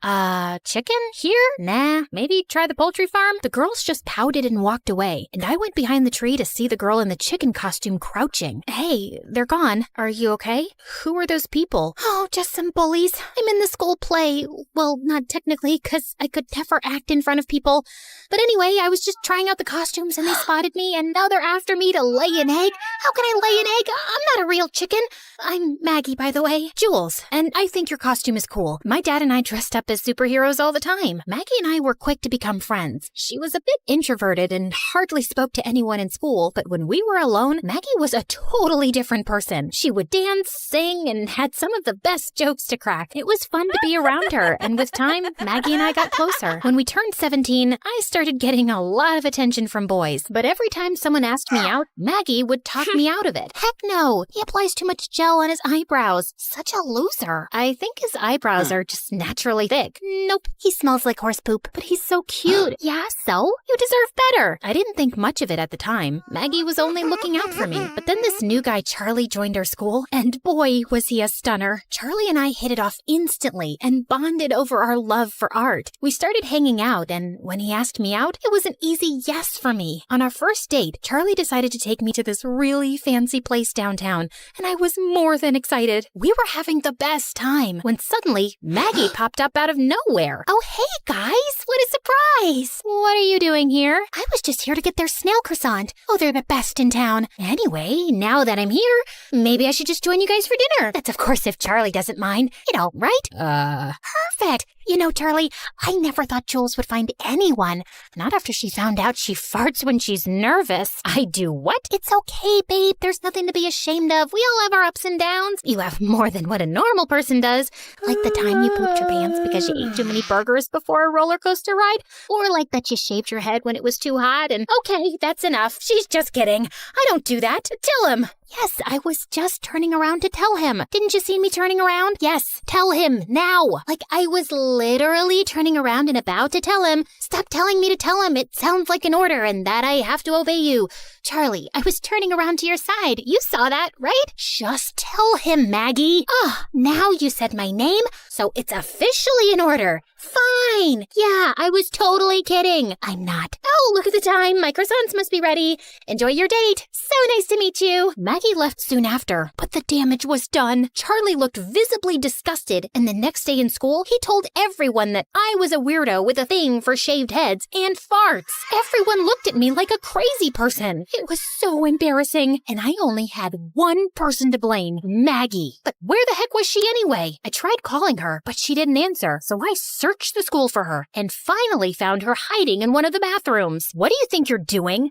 Oh, Jules! Hey! I was just cleaning some spider webs. What's up? What's up is that the whole school is laughing at me after what you said on the date. Why would you do that? Charlie is a knucklehead, okay? I said all those things because I wanted to see how he'd react, and look, he acted like a jerk. That's a sign. He doesn't deserve you. Stop it, Maggie. No one is ever good enough for me according to you. I'm so done with this. Just go and tell everyone that you made everything up. Maggie did end up telling Charlie that she lied, but obviously he didn't believe her, and no boy in school ever asked me out again. I was so mad at her. I refused to meet her or even take her calls, even though she kept apologizing. It was frustrating. I had no one to share my feelings with. So I picked up painting again to distract myself and even applied to a few prestigious art colleges. And one evening, I was wrapping up an application form when someone knocked on my door. Maggie, what do you want? I love your stairs. They're powerful and impressive and a step above the rest. Are you seriously gonna sulk all your life? I said I'm sorry. No, you didn't. Okay, then I'm saying it now. I'm sorry, Jules. I went a bit overboard, but honestly, I was just looking out for you. Can we start fresh? Pretty please? We're best friends. I'll think about it, but you better behave yourself. I promise. And Maggie stayed true to her word. A week later, I got accepted to one of the best colleges in the city, and Maggie volunteered to help me set up my room. We were almost done when this gorgeous girl walked in. Where do you think you're going? To my room? Wait, are you my new roommate? Nope, that'd be me. Oh, thank God. I thought I'd have to spend the next 2 years with this weirdo. I'm Alice, by the way. Jules. And I'm Maggie. Good to know. Alice was the professor's daughter and was hands down the prettiest girl I'd ever seen. Apart from being a great artist, she was also the lead singer in one of the college bands, and one night, she asked me if I wanted to join her at one of her performances. We got to talking, and Alice was really charming, fun, and intelligent. I loved being around Alice, except Maggie kept demanding me to hang out with her. We should catch the new Avengers movie. I kinda saw it last night with Alice. What about an MSA video marathon then? We haven't done one of those in a while. I don't think so. Alice and I have this project to work on, and Alice! I am tired of listening to her name. You just met the girl, and I like her. She's my friend. Sounds like more than friends to me. I didn't know what Maggie meant by that, but a few days later, I was at one of Alice's shows when Maggie walked in. You didn't tell me you were coming. Well, since you won't hang out with me, thought I'd come to you. Why? Are you not happy? Before I could say another word, the performance started, and as always, Alice blew my mind. Watching her on stage was always amazing, but something in my heart jumped when she blew a kiss at me while singing. Ew, that was so cringe. Stop blushing like a moron, Jules. And what's the whole hype about this Alice? She literally sings like a pregnant horse. I could do so much better than that. And with that, Maggie went on stage and pulled the plugs, and the crowd went silent. What do you think you're doing? Saving people from your horrible voice? Give that back. Alice tried to snatch the plug from Maggie's hand, but Maggie pushed her. Then Alice got up and she pulled Maggie's hair, and the two of them got into a huge fight. Before I could butt in, Alice shoved Maggie, and she tripped over something and ended up falling off the stage, unconscious. Alice and I took her to the hospital where the doctors told us she had a broken arm. Maggie got discharged the next day, but the doctors said that she needed to rest. Her parents requested if I could help her with her recovery since she was always happy around me, so I tried to drop in whenever I could, but every time I said I couldn't come over, she'd freak out or have a full-on panic attack, making me feel like I had to drop everything and go see her. Even Alice started noticing how stressed I was. Then one day, she told me about this great art exhibition in town, and I really wanted to see it. I told Maggie that I wasn't well, and surprisingly, she understood. Alice and I were were having a great time, and the exhibition was out of this world. I've missed that smile, you know. Me too. Thanks for bringing me here. I don't remember the last time I felt so happy. Stick with me, and you'll always be happy. Alice brushed a strand of hair away from my face, and I felt my insides explode. She came closer, like she was about to kiss me, when suddenly someone screamed my name. I turned around to see Maggie staring at us furiously. So that's why you couldn't come over, huh? Because you wanted some time away from your girlfriend? I thought you were sick, so I brought you chicken soup. But then I saw this dumb art fair invite, and I knew you tricked me. You didn't leave me a choice. I'm sick of babysitting you. I have my own life too, and it doesn't revolve around you. So it revolves around Alice? I've seen how you two look at each other, and it's not just friendship. That's none of your business. Stay out of this, you witch. Enough. You can't talk to Alice like that. So you'll take her side over mine? With that, Maggie started crying like a banshee. She picked up expensive art pieces and started smashing them to the ground, one by one. I tried to stop her, but she ran around like a mad person before security finally caught up to her. The police were called, and Maggie and I were immediately taken in for questioning. Our parents were called, and it was a huge mess. Mom dropped me back off at my college, where Alice was already waiting for me. Are you okay? Look, Jules, you need to cut that girl loose. She's clearly obsessed with you. I don't know what's gotten into her. I mean, she's always been weird, but she's not a bad person. Then why did she spread that rumor about you in school? I had a friend who went to the same school as you and did some digging. They told me how she said something about you farting. And wait a minute, you asked around about me? Why? Because I wanted to know more about this stupid friend of yours. Then you should have asked me. Don't go sneaking around like that. I'm sorry. I just wanted to make sure you were okay. You should know better and stay away from someone so toxic. She's not wrong, Jules. Sometimes it's okay to let go in order to stay happy. As painful as my separation with your dad was, it ended up being a blessing because we're so much happier. Just be selfish for once and choose your own happiness. Oh my God. You all need to stop telling me what to do. I'm not some kid, okay? I can make my own decisions and do my own thing too. With that, I stormed off. I knew what Maggie did wasn't right, but I was so tired with everyone trying to make decisions for me. Maggie got out soon after, and she would send me gifts and bouquets to say how sorry she was, but I was done with her. Alice tried talking to me too, but soon after finals started and I got busy with my studies. I just needed some space from everyone. Then one day, I was buying groceries when I spotted Maggie in the line ahead of mine. She saw me too and immediately walked over. You've been avoiding me, but I don't blame you. I pushed your buttons too hard, and I deserve this. But I miss you, Jules. Maggie, you're a great person, but I think it's better if we don't stay in touch anymore. I'm finally happy in my space, and I want to keep it that way. I get it, but at least can we have coffee? One last time, for the sake of our friendship? I wanted to say no, but looking at Maggie's desperate face, I agreed. She led me to her car and started driving, but I noticed soon that we were not headed in the right direction. I asked her, and she told me that it was this new place a little outside the city. I felt uneasy and asked her to stop the car, but Maggie started speeding up. What the heck are you doing? You'll get us killed. You said you were my bestie forever, and then you dumped me for that stupid Alice. I loved you, Jules, you know that? What? Yes, I loved you, but you told me you were into guys. That's why we couldn't be together. I kept begging Maggie to slow down, but she just wouldn't listen. Panicked, I tried to take the wheel from her hand, but the car slid off the road and hit a tree. Within seconds, a crowd gathered around us and helped me and Maggie out. Thankfully, we weren't injured. Jules, I'm so sorry. Are you hurt? Get away from me, you freak!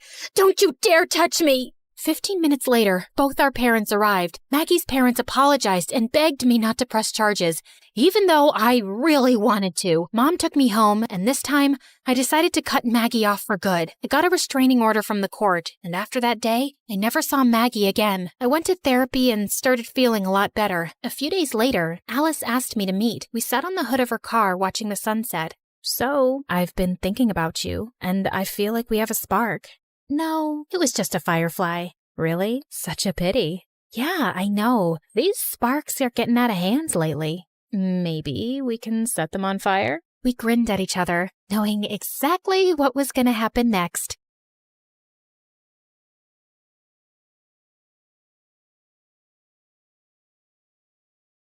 I used to think silence was peaceful. Then my mom fell into a coma, and silence became the loudest sound in the world. Everything just kept piling up. And worse, it was just the two of us. No rich dad, no secret inheritance, no billionaire auntie waiting to adopt me and fix my life. I tried to stay strong, but when the nurse gently reminded me again that we still had unpaid bills, something inside me finally cracked. I just nodded, locked myself inside the restroom, and finally broke down.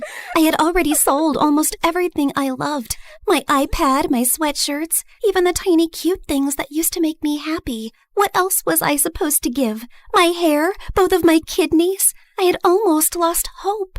Please, I'll do anything. I'll study harder. I'll stop complaining about homework. Okay, maybe not completely, but I'll try. I won't even call the mean girls at school ugly goblins anymore. Just, please, I need a miracle. Just then, I heard a calm woman's voice speak. If you want a miracle, then look up. Wait, like treasure? You are reading it right. A special treasure awaits you. Is this a prank or something? Hello? I slowly turned around, expecting a hidden speaker or a hospital ghost with good acoustics, but there was nothing. I did not just hear a bathroom wall answer me. The wall did not answer you. I did. This is stress. People cry too hard and start hearing things, so this is totally normal, right? Just then, an arrow beneath the message suddenly started glowing. First I'm hearing things, and now I'm seeing things. What's happening? Believe your own eyes. Only that which you see is true. What is unseen is but an illusion. Okay. Let's say I believe you for 3 seconds. So, are we talking about gold? Money? Something that I could sell for millions? Because I don't need some riddles right now. I need some miracle, or at least some actual cash. Or some treasure valuable enough to change your fate. Whether it becomes salvation or disaster depends on who finds it first. And right now, you're already running out of time. Out of desperation to save my mom, I eventually gave in. I followed her out of the restroom, through the hallway, and toward the exit, while she narrated every tiny step like a freaking GPS. Continue forward, and please do not look suspicious. Proceed to the exit. Step over the small crack. Avoid the wet spot. Lift your foot slightly higher. There is an unpleasant object 2 centimeters ahead. I stepped down, and my whole body froze. Oh, my apologies. I meant there was an unpleasant object 2 centimeters ahead. Too late. Soon, we reached a narrow alley between 2 old buildings. Miss, are you sure this is the right way? The path continues forward. Though I understand your hesitation, narrow passages often awaken the mind's instinct for danger. However, if treasure were always placed in bright, comfortable places, far few people would learn anything from searching for it. So, that's a yes? Oh, that pretty summarizes what I've said. So, yes. I finally stepped into the alley, and thankfully it was only normal scary and not dangerous and life-threatening scary. Just then, everything went silent all at once. Even the dramatic pigeon on the street shut up.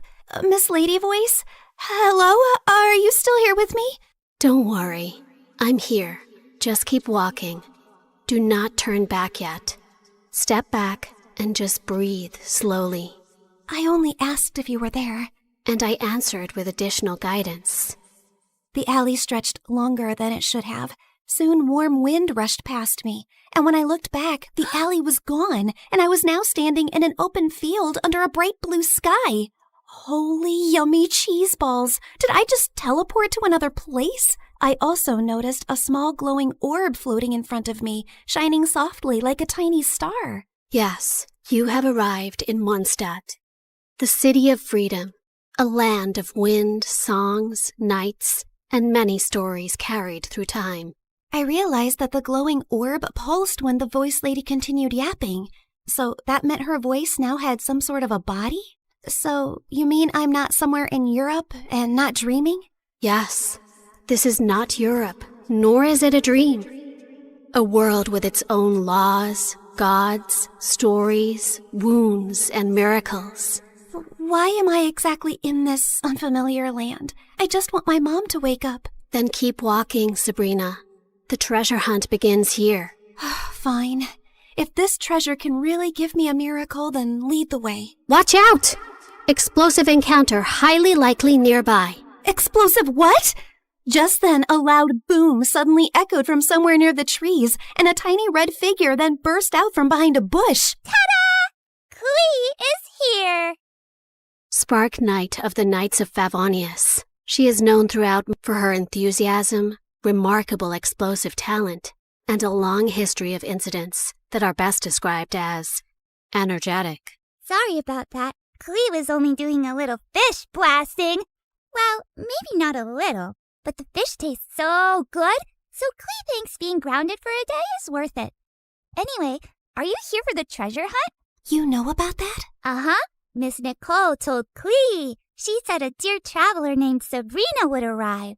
Wait, you can hear her too? And she actually has a name? Of course, Miss Nicole is the best. And she talks inside heads because she can't talk with her mouth. Mom says she's very smart and very nice, but also talks a lot. Alice said that? Yep. I see. Clee skipped closer and grabbed my hand like we'd been friends for 10 years. Can Clee come play with her today, Miss Nicole? Please? Yes, you are allowed. As far as Alice is concerned, nothing is more important than a request from her beloved daughter. Yay! But why does Sabrina look so sad? Did someone make you cry? Was it a bad guy? Clee can blow them up! Only a little. Well, maybe not a little, but Clee will try. I'm not sad. You are. I know crying faces. Jean makes that face when Clee accidentally causes big disasters. My mom is really sick. She's in a coma right now. That's why I need to find the treasure so I can buy her medicines and pay the bills. Clee gave me a soft smile and squeezed my hand. Mom always says love can travel very far, even farther than my best bombs. So your mom's love must still be with you too, even if she's sleeping. Thanks, Clee. You're welcome. And don't worry, we're going to find that treasure, help your mom, and only blow up the bad guys. Maybe we can do the first two without the third one? Clee will try very hard. Just then, Nicole's panicked voice suddenly filled my head. Watch out! Hilly Churls incoming! Hilly what? Literally 6 seconds later, masked monsters burst out of the bushes, and Clee pulled out her bombs like this was a normal Tuesday. Jumpy, jumpy, go! Boing, boing, boom! Yeah! Oh my god, am I gonna die? Stay calm. Step back. Duck! Now! Before I could fully lose it, golden light bloomed beneath us. Moment of birth. A glowing flower platform rose from the ground, blocking the monsters just in time. Then a calm boy appeared above us and landed lightly. Mr. Albedo, you came! Clee knew you would. I heard explosions nearby and thought it would be wise to investigate. Finding Clee here confirms my hypothesis. Sabrina, this is Mr. Albedo. He's like my big brother, and he's super smart. Nicole quickly explained that Albedo was the chief alchemist of the Knights of Favonius, and that his knowledge of ancient mechanisms would be very useful for our treasure hunt. Clee is my little spark knight. I need to keep her safe and sound. Besides, investigating the unknown is certainly my thing, so count me in. Well, I guess the more the merrier. After that, Nicole led us to Thousand Winds Temple, an ancient ruin full of broken pillars, weird symbols, traps, slimes, and things that clearly wanted me flattened. But somehow, because of Nicole's directions, Albedo's magic, and Clee's little bombs, we made it through. I thought you were just going to lead me to the treasure. You did not warn me about all this. Seriously, did I get transported into a video game world or what? A world is only called a game by those watching safely from the outside. To those inside it, every path, every danger, every choice is real. Wow, that was beautiful, but also very unhelpful. Then allow me to be more direct. Keep moving. Something larger is approaching. Larger? Just then the ground shook. From the dark corners of the ruin, 2 giant metal monsters slowly woke up. Please tell me those are statues. Please. Unfortunately, no. Those are ruin guards. Ancient machines built for battle. And judging by the glow in their eyes, they have already identified us as a threat. Before I could pee my pants, someone crashed down from a broken wall and stood between us and the machines like a walking shield. One swing sent a ruin guard flying back like a stupid little tin can. Whoa, this guy looked like he could punch a mountain and the mountain would apologize. Uncle Varka, you came! Klee knew you would.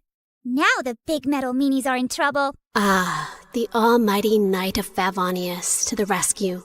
How timely. Ha! Miss Nicole! Didn't expect to find you leading children into ancient ruins. And I didn't expect you to enter by jumping from a wall. Yet, here you are. Fair enough. When the coast was finally clear, Albedo calmly stepped toward the broken machines and found a small glowing fragment inside them. The moment he lifted it, the air around us shimmered. The first clue has awakened. First clue? Nicole's glowing orb rose into the air, stretched like a flower opening, and became a beautiful woman. Well, there you are. I was wondering how long you planned to stay as a floating light. Wait, you're Miss Voice Lady? You actually had a physical form this whole time? Nicole looked at me, and even though her lips did not move, her voice gently entered my head again. My apologies. Until the first clue awakened, I could only guide you through a small projection of my presence. Now that the path has opened, I can take this form before you. However, for certain reasons, I am unable to speak. This is the only way I can communicate with you. Now then. She continued yapping for 8 more minutes straight. And from what I understood, she was an angel called N from the Hexen Circle, a circle of powerful witches. She then explained that the glowing fragment was a piece of the treasure's scattered light and could lead us to the traces left across Tevat. The treasure you seek was broken long ago. Its light scattered across Tevat, leaving traces behind. This fragment will reach those traces. The brighter it shines, the closer we are to the treasure. Across Tevat? As in, this whole world of yours? Several regions, yes. That means a long trip, but don't worry. With Miss Nicole's incredible sense of direction, we'd never have to worry about getting lost. Yay! More big adventures! Wait, no, not yay. I need to go back. I have classes tomorrow and a sick mom in the hospital. Nobody told me this treasure hunt came with a lot of obstacles and a whole world tour. I understand. Your fear is not unreasonable, but the treasure you seek cannot be reached by standing still. Each clue will bring us closer, and each step will return you to the wish that brought you here. Fine. For Mom, I would continue this crazy mission. After that, everything turned into the fastest, weirdest world tour of my life. The mute angel continued her directions like an unmutable treasure hunt navigation guide, dragging us across a giant magical map, jumping from one region to another, while I tried my best to stay alive and understand what was actually happening. In Inazuma, the sea was angry, the sky was angrier, and my stomach was fighting for its life. Storms often remind mortals that control is an illusion, and yet... Miss Nicole, respectfully, I'm about to throw up into the ocean. I suggest you give the kid the short version, Miss Nicole. Very well. Storms pass. Thank you. That one helped. In Sumeru, we finally got one peaceful break near a waterfall. Albedo sketched the view. Klee showed me Dodoko, and when she said her mom gave it to her so she would never feel lonely, my chest hurt in the softest way. After our little break, Nicole led us to Natlan, where we were nearly roasted alive. Fiery creatures chased us through rocky paths while she calmly yelled directions. And at one point, Varka carried Klee and me like luggage. This is fun! Uncle Varka is the best! Hold on tighter! Every trace we followed made the fragment shine brighter. And by the time we reached Fontaine, it was full-on glowing, like it had finally remembered where the real treasure was hidden. Nicole led us beneath the water to hidden ruins, where the fragment pointed us toward the final trace, the one hiding the real treasure. Freaking finally! Soon, we found a mysterious sealed door, and Albedo figured it out like a puzzle in minutes, using one of Fontaine's underwater mechanisms like it was nothing. The sealed door opened, and I thought we had finally reached the treasure. Behind it were more passages, hidden compartments, and even more puzzles. I swear to God, is the treasure shy or what? Ancient civilizations valued protection. Finally, we reached a chamber where a small chest waited on a pedestal. I opened it with shaking hands, but there was no gold, No money, no jewels, nothing I could sell. Inside was just a small, broken, flower-shaped relic. No, we traveled across Tivat for this? For a broken thing? It is indeed damaged. We can fix this, right? Yes, but not with gold, not with force, not even with knowledge alone. Then how? This relic is a vessel of hope. It reflects the heart's deepest wish. It was never meant to make someone rich. It was meant to answer the part of a person who refuses to give up. I stared at the tiny broken flower and slowly understood. The treasure was never something I could sell to fix my life overnight. It was hope. The one thing I had almost lost in that hospital restroom. Nicole said every region had left something inside me. Courage, endurance, wisdom, strength, and truth. I held the broken relic and thought of Mom's smile, her warm hugs, and the little things she did whenever I was sad. I wish for my mom to wake up. I don't need gold or anything. I just want more time with her. Please. Just then, the relic started glowing.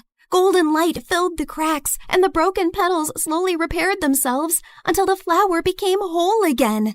You fixed it! The restoration is complete. The way home can now be opened. A portal appeared behind us, and my chest hurt when I realized I was really leaving them. They were supposed to be just my treasure hunting team, but somehow they had become my friends. Klee hugged me first and gave me a tiny Dodoko charm. So you won't forget Klee. Fear doesn't mean you're weak. It means what you're fighting for matters. Always remember that, kid. If fate allows us to meet again, perhaps we could continue this conversation over dessert. You asked for a miracle, but you were the one who kept walking toward it. Remember that, too. After a tearful goodbye with them, I finally stepped into the light. When I opened my eyes again, I was back in the hospital restroom. I thought it had all been a dream until I felt Klee's Dodoku charm in my pocket. So it was real. Everything was real.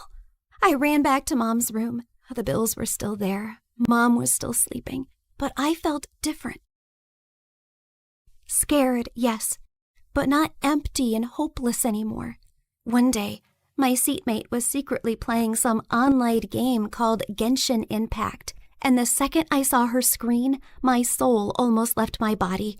The characters looked way too familiar. And then it hit me. So I was in a game? That night, I downloaded the game beside Mom's hospital bed. And when Nicole's banner finally appeared, I pulled for her. Not gonna lie, I really miss her voice and her endless yapping about lore and random facts. Step into the world of Genshin Impact, the open-world action RPG where you explore, battle, and uncover the secrets of Tivat across PC, mobile, and console, all seamlessly connected. Experience exciting new adventures in Luna 7 Truth Amongst the Pages of Piranha, featuring powerful new weapons, fun minigames, and exciting rewards to enjoy. Uncover a brand new story chapter in Sumeru. Meet new Wishbanner characters like Nicole, Prune, and Lowen. One afternoon while I was studying beside Mom, her fingers finally moved. Mom? Hey, sweetie. Mommy, you're awake. You're really awake. I missed you so much. And for the first time in a long time, the silence in the room did not feel scary. It felt peaceful at last.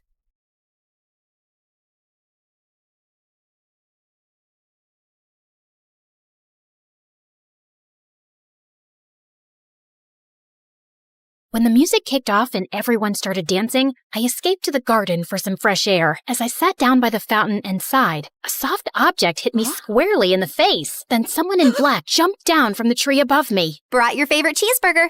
Meredith, what are you doing here? And why would you hit me with a burger? Wait, are you dressed up like Catwoman? Yeah, it's been my look for weeks now. 1, it shows off my fantastic figure, which is a service to humanity. 2, every vigilante hero needs a costume, and I've always found Catwoman classy. 3, vigilante hero? You basically rob people. Yeah, like Robin Hood, stealing from the rich and giving to the poor. You steal for yourself. I am the poor. And what's all this you nonsense? Last time I checked, we were a team. But sis, what's taking so long with this mission? It's not that simple. It's pretty simple. You make this rich dude fall for you, get access to his vault, steal the painting, and we run off to Bora Bora. Are you having trouble making him fall for you? Maybe he hates your eyebrows. I don't know, but I feel like punching you in the face every time I see your eyebrows, which is basically every time I see your face. Shut up, Em. Everything's going fine. Okay, but hurry up. This catsuit is giving me a butt rash, even though I use baby powder under it. I want to put it away soon and retire on a beach in a bikini. Aren't you looking forward to it? Just take the stupid suit off. You're a con artist, not a cat burglar. And of course, I'm looking forward to it. You should go before you blow my cover. And thanks for the burger. It's not a gift. Duh. You're gonna pay me back. I've noted it in my diary. See ya. I couldn't help laughing as I saw her clumsily climb the wall, then fall over to the other side. But as I turned away, I felt troubled. The problem wasn't about making this rich guy I had to rob fall for me. He already had. The problem was, I'd fallen for him too. Let's start from the start, okay? Hi, I'm Claire, originally from Connecticut. And yes, you might have heard some fun words being used for me. Deceitful witch, manipulative liar, and con artist might come up, none of which is an exaggeration. But people change, okay? Before I tell you my crazy story, please like and subscribe. My mother was born into what she always called old money, which basically means her family had been rich for a long time and their wealth was passed down generations. Unfortunately, it skipped our generation. Apparently, my dad was extremely charming and swept Mom off her feet when she was just 20. She married him against her parents' wishes and they cut her off from their wealth. Then, 2 years later, Mom gave birth to twins, Dad met another woman, and he abandoned us. At least he left us the house in a nice neighborhood, but my grandparents refused to help Mom out and said she had to live with her decisions. Mom, how are you feeling now? Like my organs are shutting down one by one. So, same as this morning then. Here's some chicken soup. There's no chicken in it. Well, you asked for chicken soup when there was no chickens in the fridge, so I guess we all have to use our imaginations, don't we? Oh, the soup at my parents' house always had chunks of chicken and big fat prawns. What has life come to now? I was raised as a creature of luxury. I'm like that fairy tale princess who couldn't sleep because of a single pea under her mattress. So you say, but there's a bunch of sharp pebbles under your mattress and you sleep like a log and snore like a bear. What? How could you put pebbles? I do not snore. Leave me to decompose, please. Well, you have to return to your waitressing job, so get well soon, Mom. Shall not.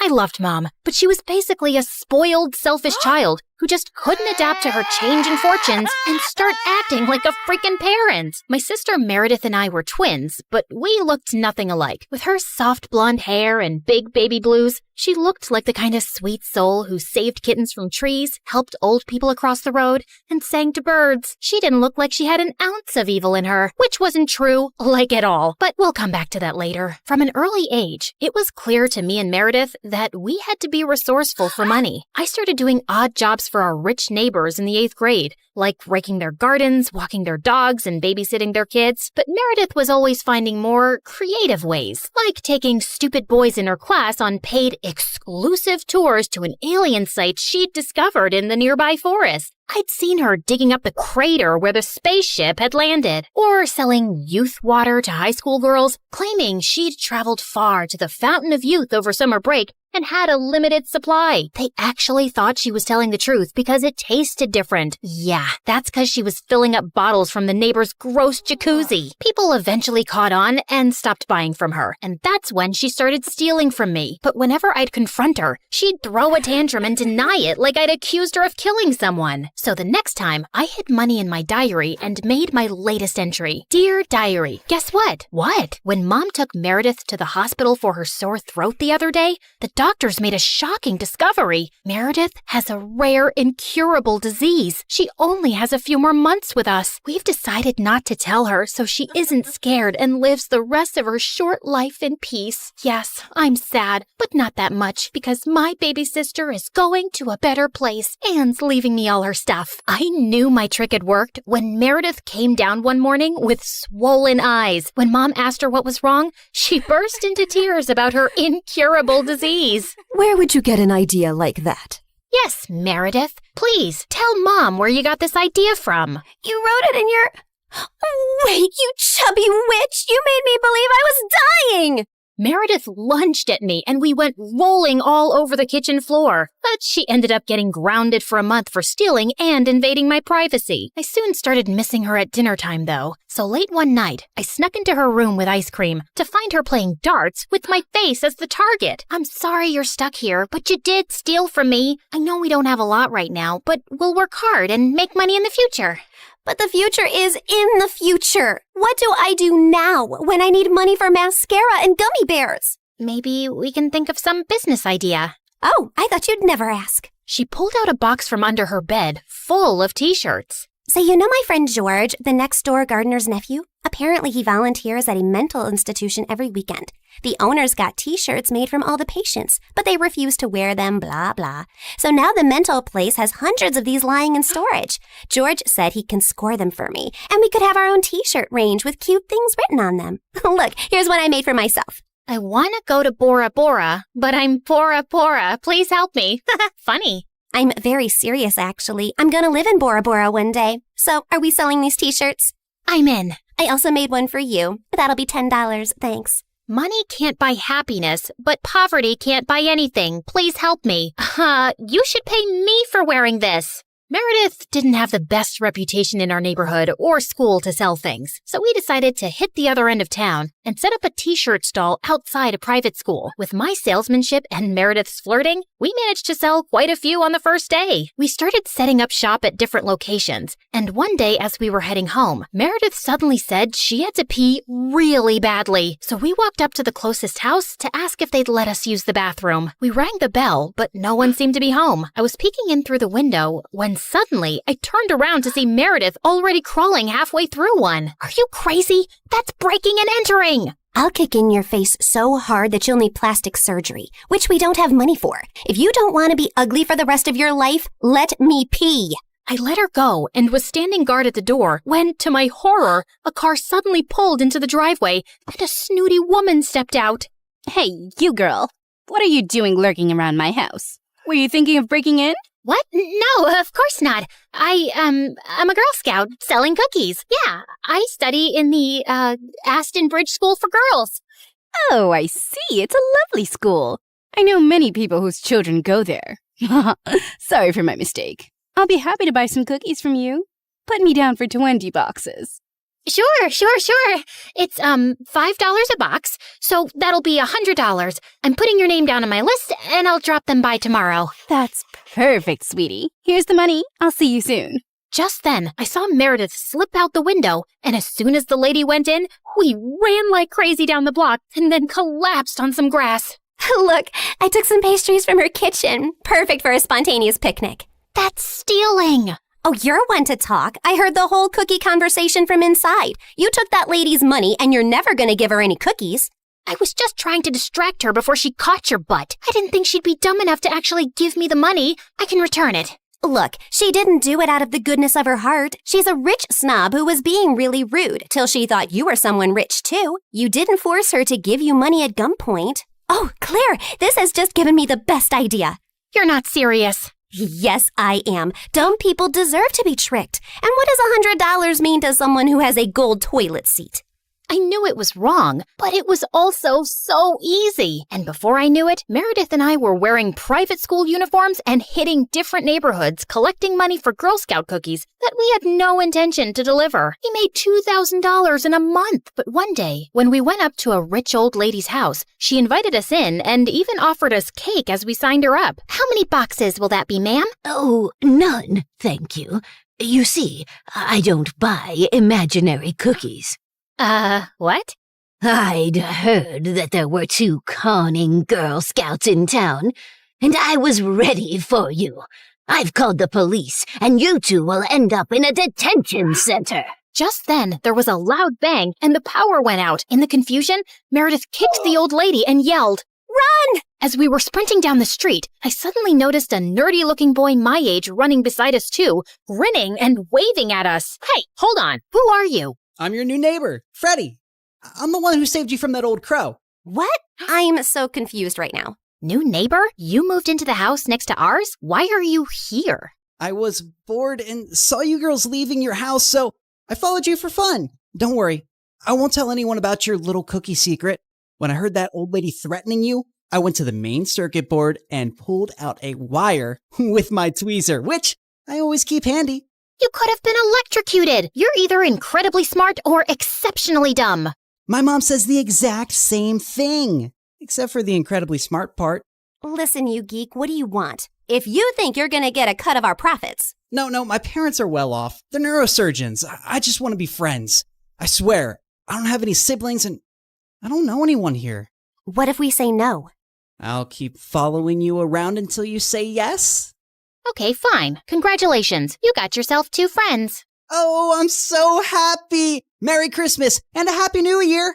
And from that day on, that goof really did become our best friend, especially mine. He was like the sibling I never had. I mean, the nice sibling who did my nails and watched the channel I wanted to watch on TV without arguing. He was also really generous. I didn't want to take advantage of it, but Meredith and Mom had no problem keeping all the gifts he was always getting us. We decided to lay low with our conning activities in case the old lady had actually told the police about us. But soon after we joined the 11th grade, a new drama unfolded in our lives. A family moved into the huge white house across the street. Apparently, the couple who'd bought the place was loaded, and they had 5 teenage boys. Finally, some eligible bachelors on our street. Thanks. My feelings aren't hurt at all. Oh, I'm sorry I left you out, sweetie. Maybe you'll find someone too. I mean, they have 5 boys. There's a good chance one of them is gay. What? Why would you think? Okay, girls, here's a basket of goodies for you to take over as a welcome present. Now go, throw yourselves at those boys. Meredith and I rolled our eyes, but we decided there wasn't any harm in checking them out, and we were welcomed by the ugliest quadruplets ever. They were really sweet and really excited to see us, but with their orange hair, acne, and buck teeth, they were not a pretty sight. Man, I feel sorry for those parents. Like, Mom got one average-looking kid, but God made it up by giving her me. But those parents, God decided to use copy-paste on that ugly model. They must have done something terrible to deserve this. Huh? You are so rude. Oh, shut up. I know you're thinking the same. I just have the guts to say it out loud.